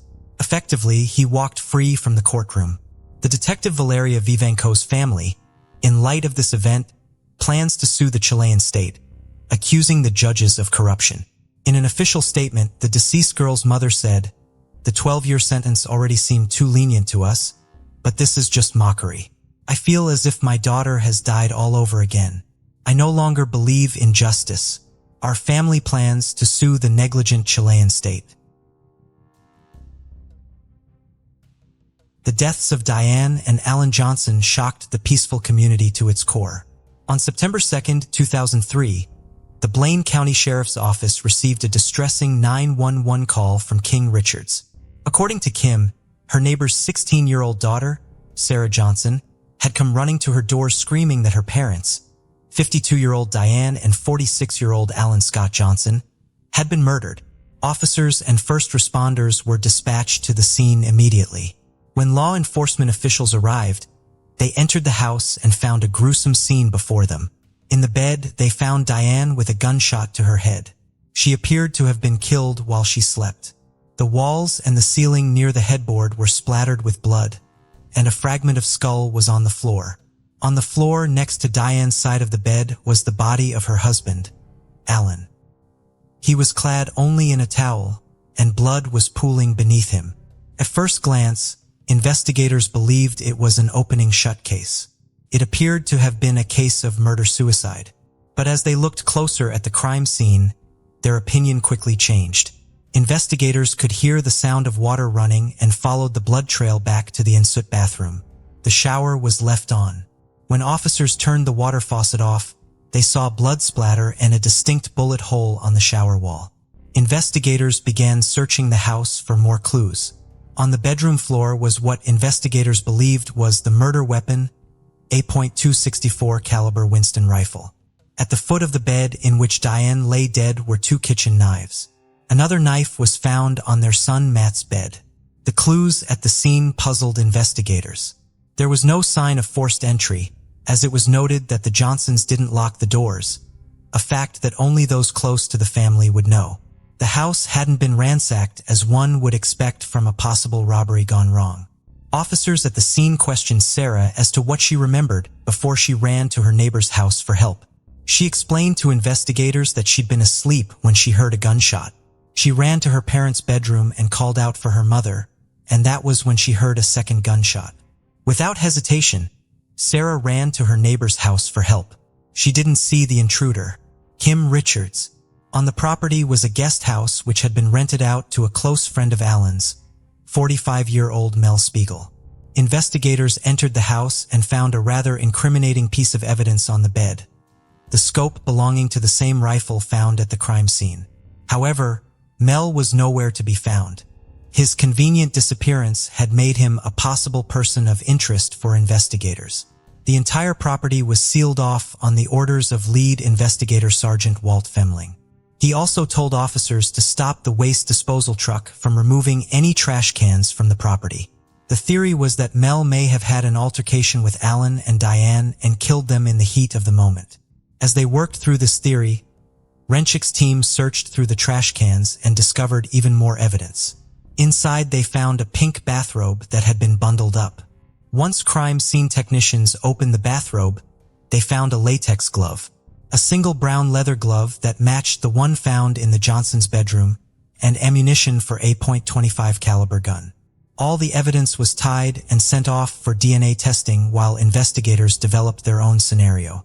It was now becoming clear to investigators that whomever killed the couple knew about the unlocked doors and the day the trash was removed. It was possible the killer threw the evidence in the trash before fleeing the scene. It was time to call in Mel Spiegel. Sheriff's deputies received news that Mel Spiegel had been found in Boise, Idaho. Mel agreed to speak with investigators and met them at the police station in Boise. Investigators asked Mel about his whereabouts that morning. Mel said he spent the weekend with his family and was planning to return to Bellevue in a week. Investigators contacted Mel's family members, who confirmed his alibi. Mel was asked about his relationship with Alan and Diane. He told officers that he'd been renting the guest house from the couple for years, and he showed a very good and close relationship with them. When asked about the rifle used in the murders, Mel admitted that it did belong to him. However, he said it had been locked away in his closet before he left for Boise over the weekend. Investigators then asked Mel about anyone he believed that may have made enemies with the couple. Mel revealed that Alan and Diane were starting to grow worried about their daughter Sarah. She'd started dating and thanking the old boy named Bruno Santos. From what Mel had heard, Bruno was living in the country illegally and selling drugs to make a living. It was a bit of a stretch for investigators, but now urged them to speak to other family members. Investigators did just that and started to put together a picture of the Johnson family. Alan and Diane met in the early 90s. Diane had been in a relationship before meeting Alan and had a toddler son named Matt. The pair married in 1983, and Alan adopted Matt as his own son. They moved into a beautiful home in the quiet city of Bellevue, Idaho, and in making 87, welcomed their daughter Sarah Marie Johnson into the world on January 25, 1987. Alan was the co-owner of a landscaping firm in Bellevue, and Diane worked as a tax collector. Together, they made a beautiful home for their 2 children and were, by all accounts, a loving family. The couple were also well known in their community, as Alan was an avid trap shooter, a common pastime for many in the community. In 2003, their family life had seemed harmonious to outsiders. Matt, who was 22 years old at the time, was away studying at the University of Idaho in Moscow, Idaho. Sarah had also been doing well at school and was part of her school's volleyball team. She was also the apple of Alan's eye. But investigators were about to uncover the family tensions that had started arising in the previous few months. Having cleared mail was a possible suspect. Investigators now took his advice and returned to Bellevue to speak with family members. As expected, everyone knew the Johnsons to be a happy and loving family. Investigators interviewed their son, Matt, who had returned from the university, as well as Diane's sister and brother-in-law, Linda and Jim Faveld. All 3 said that the family life appeared to be happy and normal. That was until Sarah met Bruno Santos. Matt, Linda, and Jim all agreed that Sarah dating Bruno had become a major point of contention in the family. Over the few months leading up to the murder, tensions had gotten worse within the household. But being a teenager, Sarah naturally rebelled against her parents' rules. Even when her parents forbid Sarah from seeing Bruno again, she continued to defy them. However, Jim revealed information to the investigators that could possibly have given Bruno a reason to murder Diane and Alan. Days before the murders, Alan and Diane had discovered that Sarah had been lying about spending the night at a female friend's house. Sarah had spent the night with Bruno instead. Alan called Jim and told him what happened. Alan then asked Jim to come with him to confront Bruno. Jim told investigators that Alan was furious and threatened to report Bruno to police for assaulting Sarah as she was underage. The two men then left with Sarah. Charge of such a serious nature could spell deportation for Bruno. After listening to what Jim had revealed, investigators believed that this was motive enough for Bruno to eliminate the Johnsons. It was time to speak to Bruno Santos. County police were familiar with Bruno Santos. He was a high school dropout and had been involved in a few minor drug-related crimes. When he was taken in for questioning, he became confrontational with investigators. During his interview, he was arrogant and hard to deal with, according to investigators. He then told investigators that he proposed to Sarah and that she'd accepted. Investigators believe that he'd said this to prove that he loved Sarah and wouldn't have done anything to jeopardize their relationship. When investigators asked him about his whereabouts on the morning of the murders, Bruno said that he was asleep on the couch at his home. He told officers to contact his mother, who confirmed that she'd been at home with him. For investigators, this was still not a strong alibi. When investigators asked Bruno about Alvin and Diane, his attitude towards the Johnsons was obvious. He wasn't a fan of the couple. Back at the Johnsons' house, forensic teams were collecting evidence from the entire home. They'd used a UV light to comb through every part of the house for possible blood evidence that could indicate an escape route taken by the killer. While searching Seiwei's room, they found blood splatter and bone fragments on a wall in Sarah's room. This discovery only added to the mystery of the shooting. The blood and bone were sent to the lab for testing. This discovery had investigators questioning if Sarah was being honest about what she really saw that morning. The search of the room led investigators to even more evidence. A single brown leather glove, the same one that was found bundled up in the trash. A key to the guest house and unspent 264 caliber shells were also found in Sarah's room. On one of the unspent shells was tissue matter possibly transferred from the glove when the killer tried to hide evidence. This too was sent to forensics for testing. Investigators now believe that Bruno may have killed Sarah's parents and went to her to help him get rid of the evidence. Investigators served Bruno and his mother with a search warrant to collect evidence from the house. All the clothes he wore on that day, including his shoes, were taken in for testing. His fingerprints were also taken to test against any found of the crime scene. Bruno was taken to the hospital where a DNA sample was taken for testing. Hair clippings and hand scrapings were also collected for evidence. Bruno was announced as the prime suspect in the murders of Alan and Diane Johnson. However, investigators were about to receive information that was going to take the investigation in a completely unexpected direction. Having thoroughly tested the clothes and shoes taken from Bruno, forensic experts couldn't find any trace of blood belonging to either Diane or Alan. At the actual crime scene, there were no traces of DNA, hairs, or fingerprints found anywhere near the bodies of Alan or Diane, nor was there any physical evidence that placed Bruno in the couple's room. The tests done on the gloves and bathrobe also came back with a negative result. Investigators were stumped. They were sure that Bruno had the most reason to kill both Alan and Diane. However, the complete lack of physical evidence that should have placed Bruno at the scene suggested he was telling them the truth. Bruno was eventually eliminated as a suspect in the case. As they looked at the case closely, their minds started to shift to someone else. Investigators began questioning Sarah's family and friends more intentionally about her home and personal life. They come to discover that Sarah had been prescribed antidepressants and that her relationship with her parents was rocky at best. Family members said that they brushed off her behaviors being normal for a teenager. Sarah, they believed, was at the age when most children start to become rebellious and push against their parents' authority. But Linda, Sarah's aunt, started to grow suspicious with her niece's behavior. She told investigators that Sarah was not going through the normal grieving process. Menda said that Sarah showed more interest in returning to school and her friends than taking in to deal with the loss of both of her parents. Investigators then turned to some of Sarah's friends and asked them about her behavior since the death of her parents. They all agreed that Sarah was acting indifferent to the murders. They also told investigators that she seemed more interested in getting her nails painted.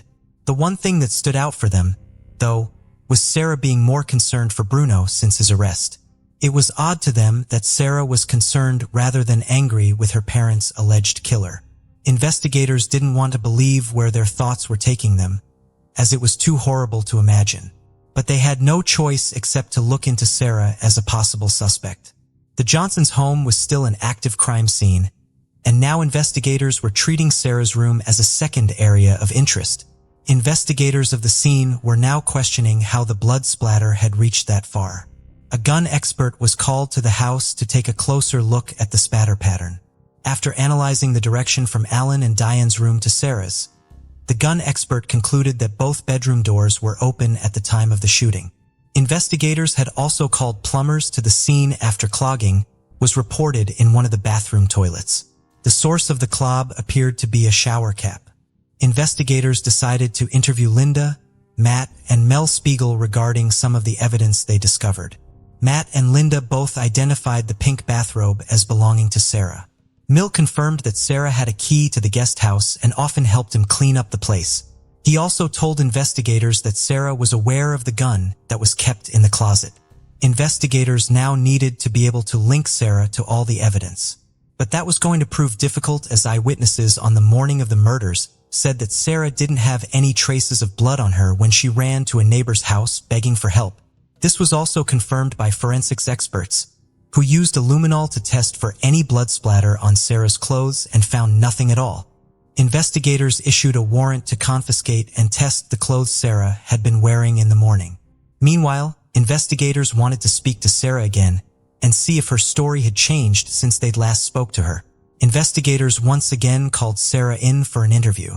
She'd been staying with her aunt and uncle. Small inconsistencies were noted in Sarah's story overall. Investigators found that her story had changed at least 5 different times. In some explanations, she said she was asleep and woke up to the sound of a gunshot. In another, she said she'd been awake when she heard the first gunshot. Another time, she told investigators that she was still in her room when she heard the second gunshot, but once again changed her story and said she was outside her parents' bedroom when the second shot was fired. Sarah also had a hard time to remember if her parents' room door was open or closed at the time of the shooting. Investigators remained calm when questioning Sarah to avoid her picking up on their suspicions. They'd already been made aware that both bedroom doors were open, and that was the only explanation for the blood splatter on Sarah's bedroom wall. Sarah was asked to submit a DNA sample, hair samples, and hand scrapings as part of the investigation to clear her name. These were all sent for testing to the lab. The pajama top and bottom that Sarah was using on the morning of the murders were sent to the lab to be tested by forensic specialist Rod Englert. Under a high-powered microscope, Englert found no traces of blood on the front of the robe. However, on the back of the garment, he found patterns of high-velocity blood splatter. He also found blue cotton fibers and green specks of paint on the inside of the robe that matched the shirt worn by Sarah that morning. But the smoking gun moment was yet to come. Lab results had also confirmed that Sarah's DNA was found on the inner lining of the latex glove and gun residue on both pairs of the brown leather glove. The blood found on the gloves and robe belonged to both Alan and Diane. This was more than enough for investigators to arrest and charge Sarah with the double homicide of Alan and Diane Johnson. On October 29, 2003, Sarah Johnson was arrested for the murders of her parents, Pelin and Diane Johnson. She was held without bail at the Blaine County Jail, awaiting trial. The story of a teenage girl murdering her parents made headlines nationally and became a media sensation. Investigators and prosecutors had to develop a plausible argument that showed Sarah was motivated and capable of committing such a heinous crime. Relying on statements from family members and friends of both Sarah and her parents, they started to put together a twisted tale of a teenager in the throes of passion. Since Sarah had started dating Bruno, her parents had disapproved of the relationship. As a result, Sarah started to sneak around behind her parents' backs and acted out as any normal teenager would. However, the trigger for Sarah happened a few days before the murders. She'd lied to her parents about staying with a friend, when in fact, she was staying with Bruno. Her father's threats to have Bruno charged with assault and deported to Mexico pushed Sarah over the edge. This was the moment Sarah had concocted the plan to get rid of her parents and live a happy life with Bruno. Being a fan of true crime and murder mysteries, Sarah believed that she had the perfect plot in place. On the morning of the murders, she got up and went to the guest house to retrieve the rifle.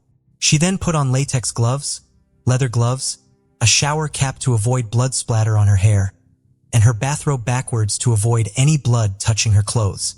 Sarah then went to her parents' room when she heard her father get into the shower. She shot Thayane in the head while she slept. Sarah then heard her father, Alan, call out and open the bathroom door and shot him in the chest. After committing the murders, she placed knives in the bedrooms to stage the scene as if an intruder killed her parents. She then bundled up the evidence and threw it away in the trash, knowing the waste disposal company would pick up the evidence before investigators could find it. Didn't go to plan. Added to that, she didn't take into account the evidence that would be found in her room and the shower cap that had gotten lodged in the plumbing system. The evidence against Sarah was glaring, and it was time to go to trial. In February 2005, 2 years after her parents' murders, her defense team argued that Sarah was innocent and that her parents were murdered by an intruder. The prosecution, though, were ready with their argument. They presented the court with the physical evidence found at the crime scene and testimonies from family and friends that showed Sarah's behavior was strange since her parents were both killed. Most damning of all was the testimony of Bruno Santos, who not only wanted to clear himself of the murder at the trial, but provided the jury with evidence of Sarah's state of mind before the murders. Bruno testified that he and Sarah had agreed to get married, and Sarah had even told them that they could live in a big, beautiful house and be happy with just each other. Bruno also told the court that Sarah always spoke about how much she hated her dad and talked about shooting him. After 5 weeks of testimonies, proof of evidence, and crime scene explanations, the jury had come to a decision on March 16, 2005. Sarah, aged 18, was found guilty of 2 counts of first-degree murder. She was sentenced to life in prison without parole to the Pocatello Women's Correctional Center in Idaho. Sarah has since made several appeals to have her life sentence reduced. However, all her appeals have been denied, and she still remains in custody. Following Sarah's sentencing, the remaining family members have spoken publicly about their feelings towards Sarah and her actions. The deaths of Alan and Diane have devastated their family entirely. The majority feel that Sarah was at fault and deserve the punishment she received. Sarah's brother Matt believed that Sarah showed no remorse for murdering their parents. He said that if she were ever given a second chance, she'd do a better job with the murders to avoid being caught. Pat Dishman, Diane's mother, spoke to Sarah during her sentencing hearing. She told her granddaughter that they still loved her, but that her actions had devastated their entire family, and was capable of murdering another person if she was ever released. She asked the judge to consider never releasing her from prison. Today's case was one of a truly twisted and disturbing nature. To be capable of murdering one's own parents proved that Sarah Johnson only thought about herself and not of the devastation she caused for her brother and family. While they're left behind to pick up the pieces, Sarah remains behind bars for her senseless crime. Thank you for joining us on this journey into the depths of unsolved mysteries. Cold cases not only challenge our understanding of the past, but also ignite our curiosity and determination for answers. Remember to subscribe to stay updated on our latest investigations. And if you have any information regarding the cases we've covered, don't hesitate to reach out. Together, we can shed light on the shadows of the past and bring closure to those who seek it. Until next time, stay vigilant, stay curious, and never stop seeking the truth.